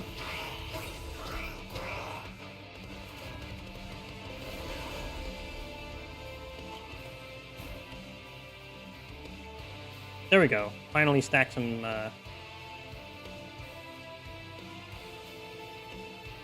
We'll replace his other thing, but that's fine. We want the Dragon Horde.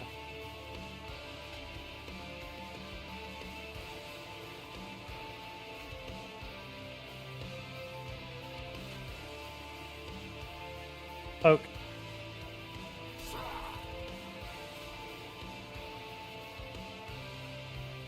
That's another 3 kills.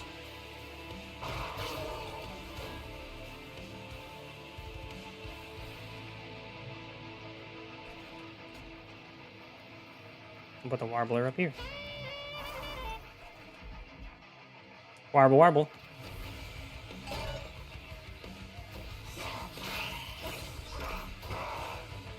Another kill. We are at 102 attack with him right now. Oh, dog. To the top.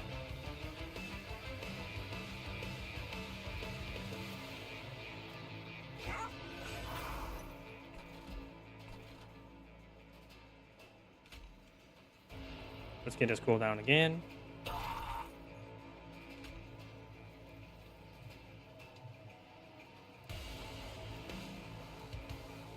It's another 3 kills.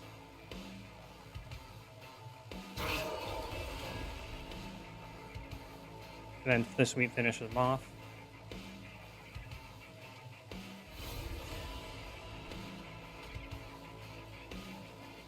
Spearsure will just die to spikes. That's a shame. I'll just put some Pyro Gel on that thing then, just in case.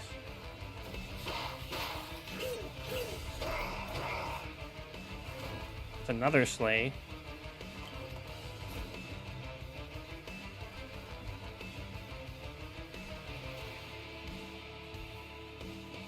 I think it's time to sacrifice the Punk Shredder to the Dragon Horde gods. I'm sorry, Punk Shredder. I didn't want it to come to this.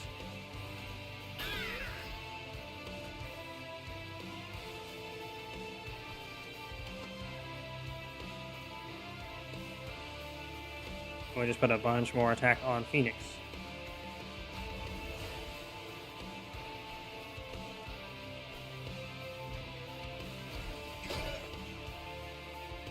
As the cooldown will be ready, so nothing will be alive.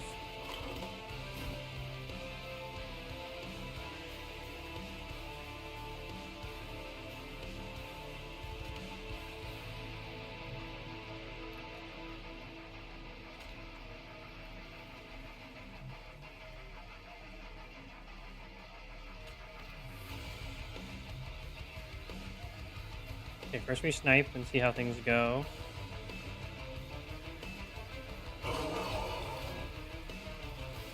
Still not enough to win. So what we can do is move you up front.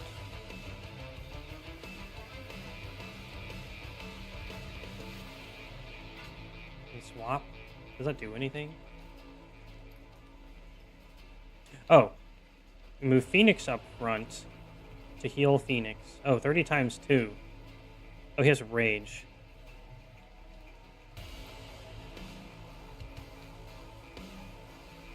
Yeah, moving Phoenix up front might just do it. Because we move Phoenix up front. Then we activate heal the front. And then we move you back into the front.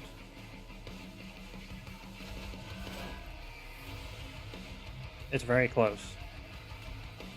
He has Spell Shield. Spell Shield 1.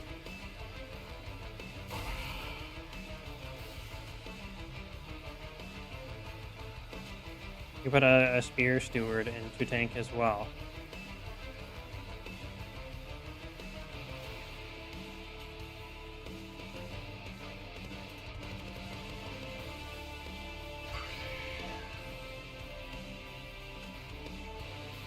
This makes the Zealot survive. Phoenix does not, but that's kind of okay. Just in case this is the breakpoint, we'll do it too. Okay. I'm okay with the Zealot getting some HP.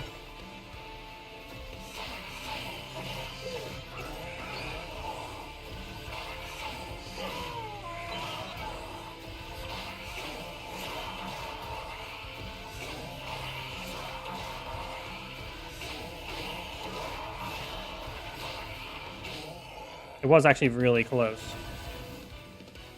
We get more souls that way, actually. We got up to 7 Dragon Horde.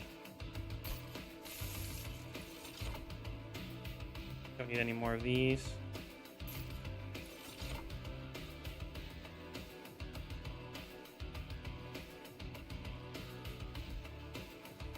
I think we'll be okay.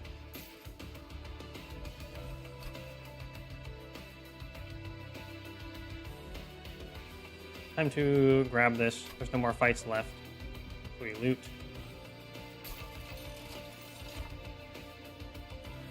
Dragons and whelps gain +8 attack. That includes Sweepy Boy. We'll do that. Train stewards, you can explode them now. Not really that good, but it's free.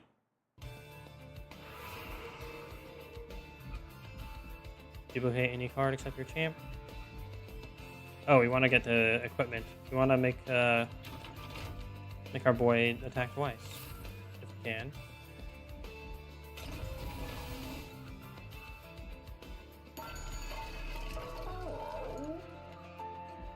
Come on.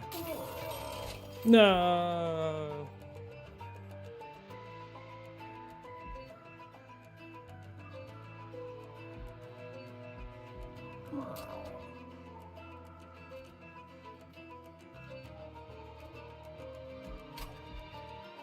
Merging the equipment means we don't get the gold borders.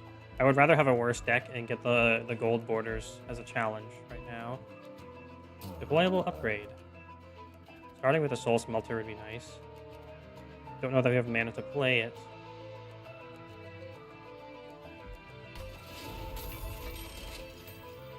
Actually, it would have not been nice. I just realized. Because now we don't get any value for the Dragon Horde. Oops.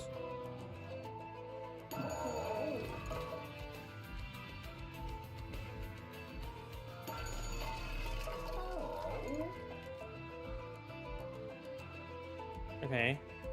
Apply Pyre Gel to non-flying boss enemy units that enter the room below the pyre. The last ditch effort.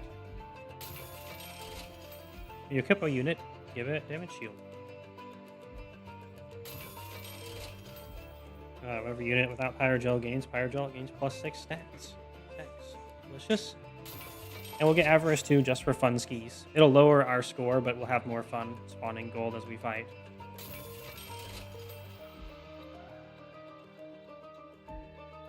think we're good to go. Seraph A. Turnus, chosen of savagery. He will weaken the defense of your units and enrage his own. That's bad. Your units enter with melee weakness 1. And he enchants enemy units with rage 3. Good thing we're going to blast all of them. Very hard.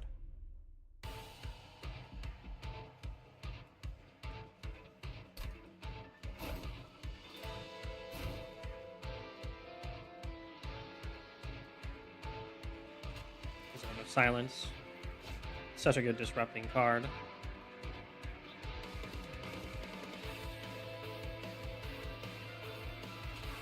Definitely Phoenix at the bot.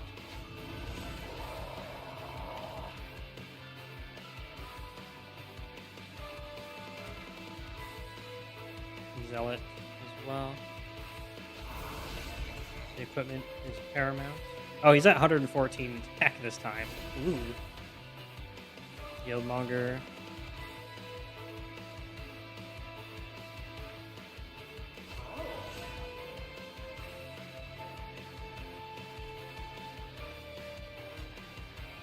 And then we'll just get this out. You might want to save units to block later, so not playing the train stewards is what we want to do.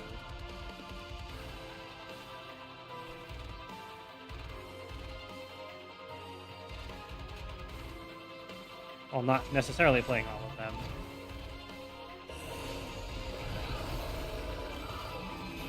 Oh, we get to remove his melee weakness by surviving.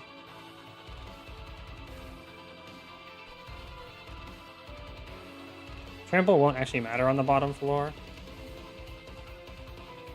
because we're just going to be nuking everything to hell.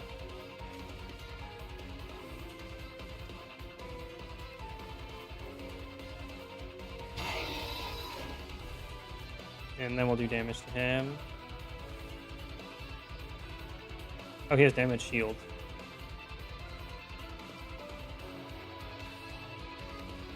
That's fine. Oh, it still counts. Delicious.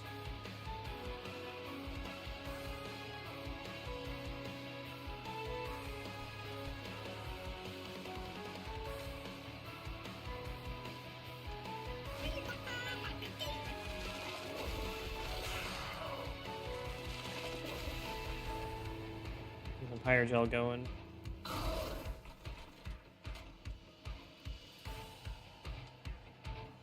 It's actually a very, very good time to clear out Phoenix's melee weakness.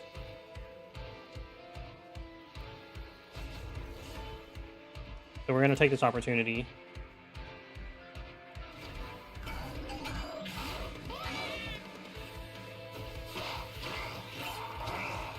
We also get the Slay. Because then we can shuffle him back to the back. That's a lot of units to kill for free.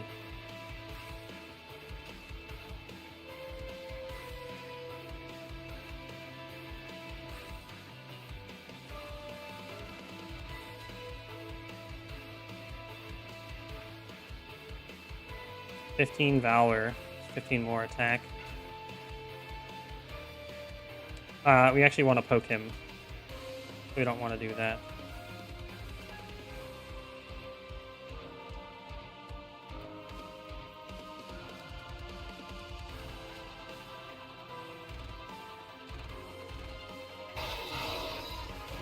That's a lot of Slay. The Zealot's got the next one.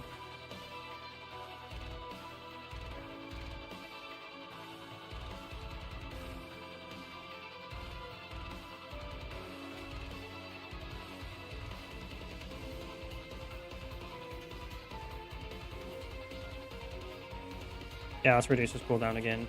Very worth.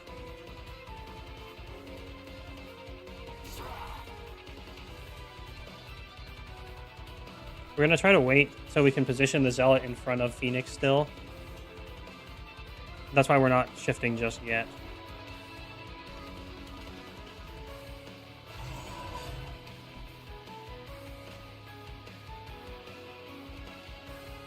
And we can take this opportunity to also get some armor out of the Valor. To increase his effective max HP.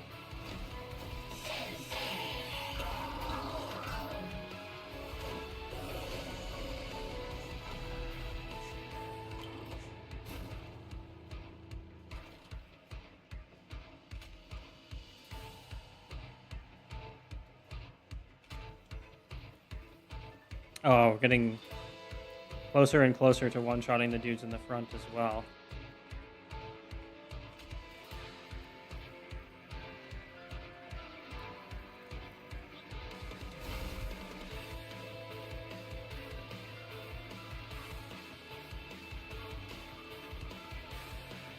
Just a little bit more.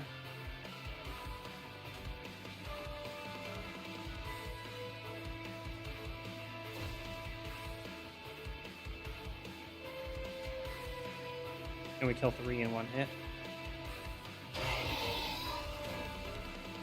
And we put Quick down here, because then Phoenix will get the last hits.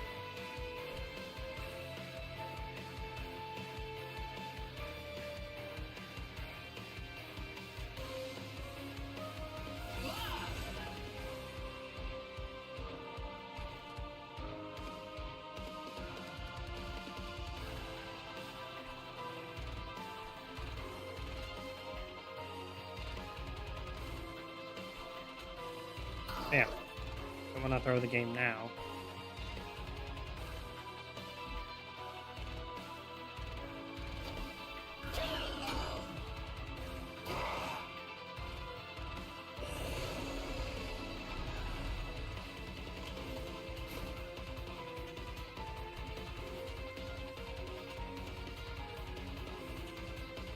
Reduce that cooldown one more time.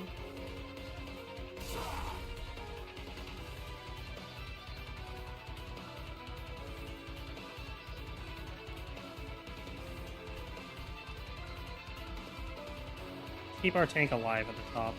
This will also heal Phoenix, which we want to do anyway.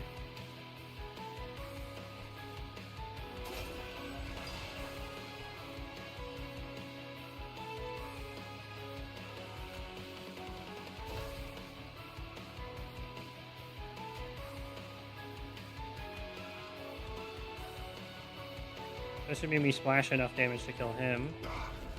And then we quick kill the guy in the front as well. We're up to 155, 157.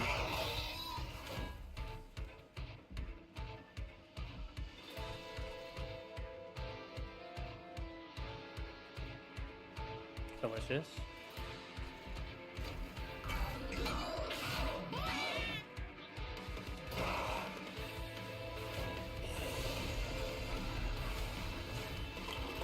Oh, look at all those rage guys. I wonder what we're going to do to them.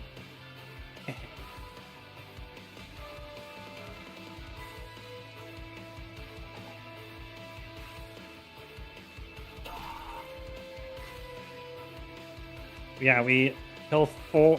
We're killing the guys with 300 health in 1 hit. That's insane.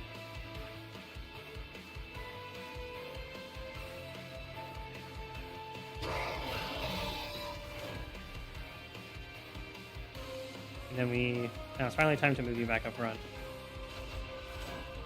We can tank the melee weakness.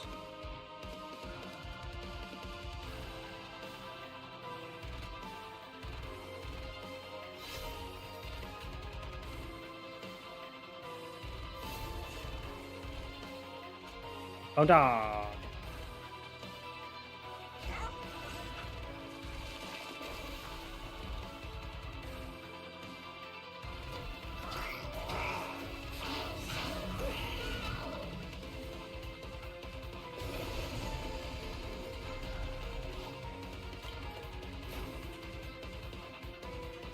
Yeah, we're not surviving that melee weakness. So now we poke Phoenix again. Pop.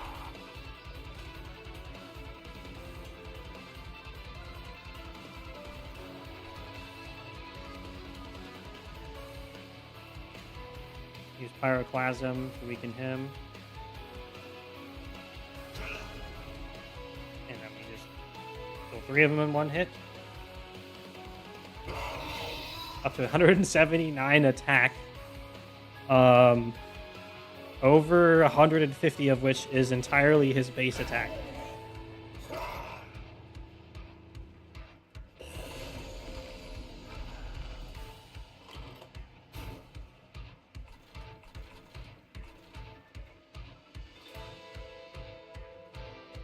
Gotta keep poking him.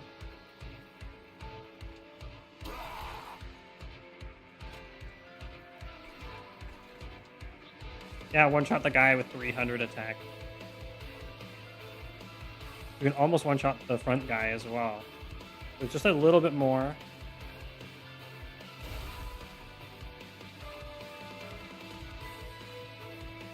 Yes, now we can one-shot the entire floor with his ability. Ooh.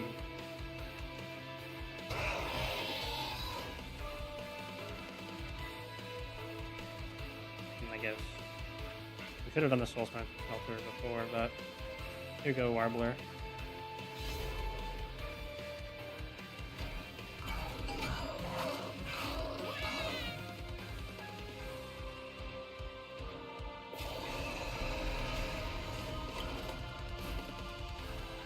Okay, we do win, but can we keep Phoenix alive? Probably. We haven't even used his ability. Use your ability, Detective. Yeah, just one-shot the two tanky guys and the guy in front.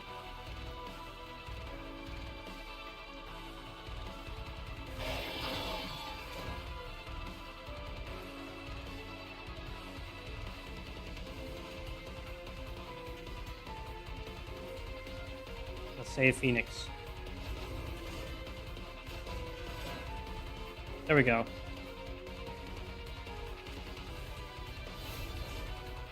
Now Phoenix lives.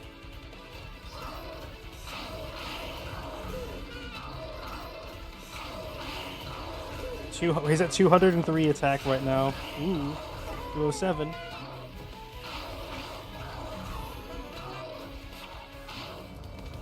Zealot got him.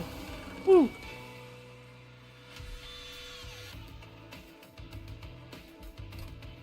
Victory.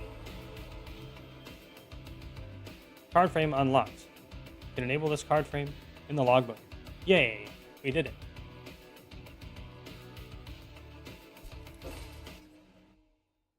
All right.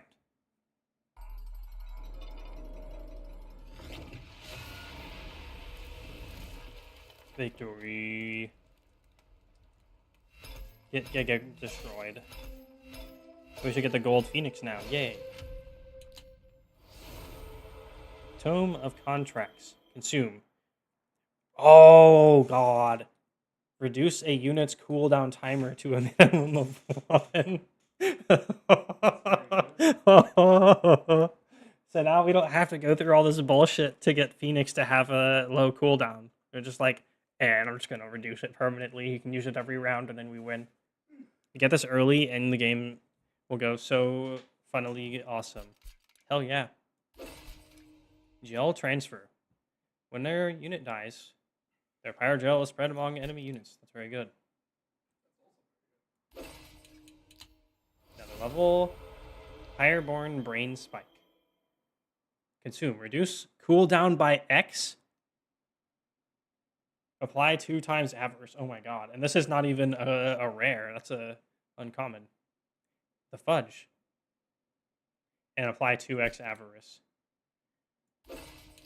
Well, Phoenix just got even better. Friendly units advance on strike. That is actually really good for things that trigger on shift. You just shift. And you just turn on sticky keys.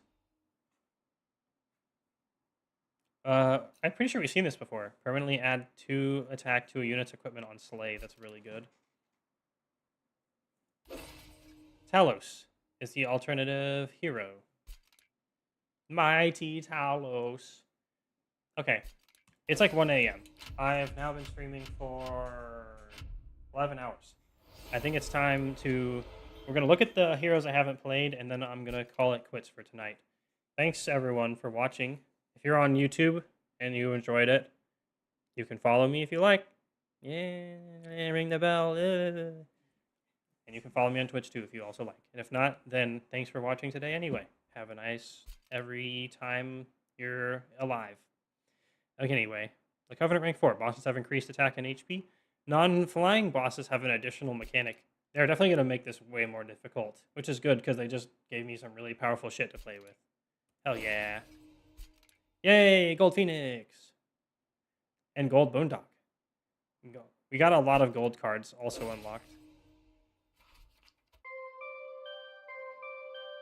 Got a win streak of 3. Gee, I wonder if I have a favorite here or something. You've been crushing it, so definitely needs more difficulty. Yeah, it'll self-balance to the point where it's much more difficult. I think.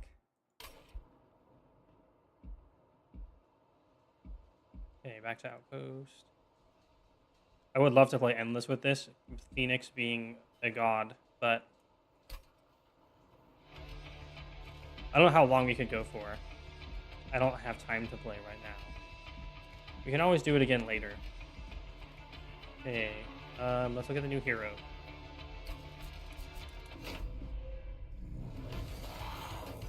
And hello.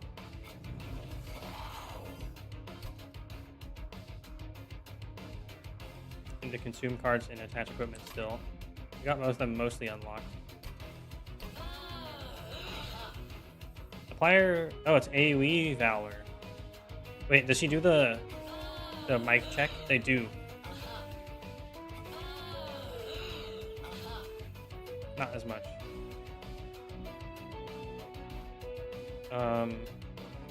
What's your ability? Flight. Move to a targeted location on any floor with a cooldown of 2. Looks really fun and weird. It's like whee. It's very interesting, and it's a very good combo with cooldown reduction to be able to move every single turn. You can always be in the optimal spot, and you can definitely synergize with triggers. Yeah, it's a nice buff card too. That's going to be interesting to play. And then let's look at the Luna hero. Looks pretty cool. Weird moth person. Eka. Magic power. I guess we don't get to see what abilities they have, but I assume it has to do with magic power. Lol. The Moonman faction is canon. Now we just need a tomato face.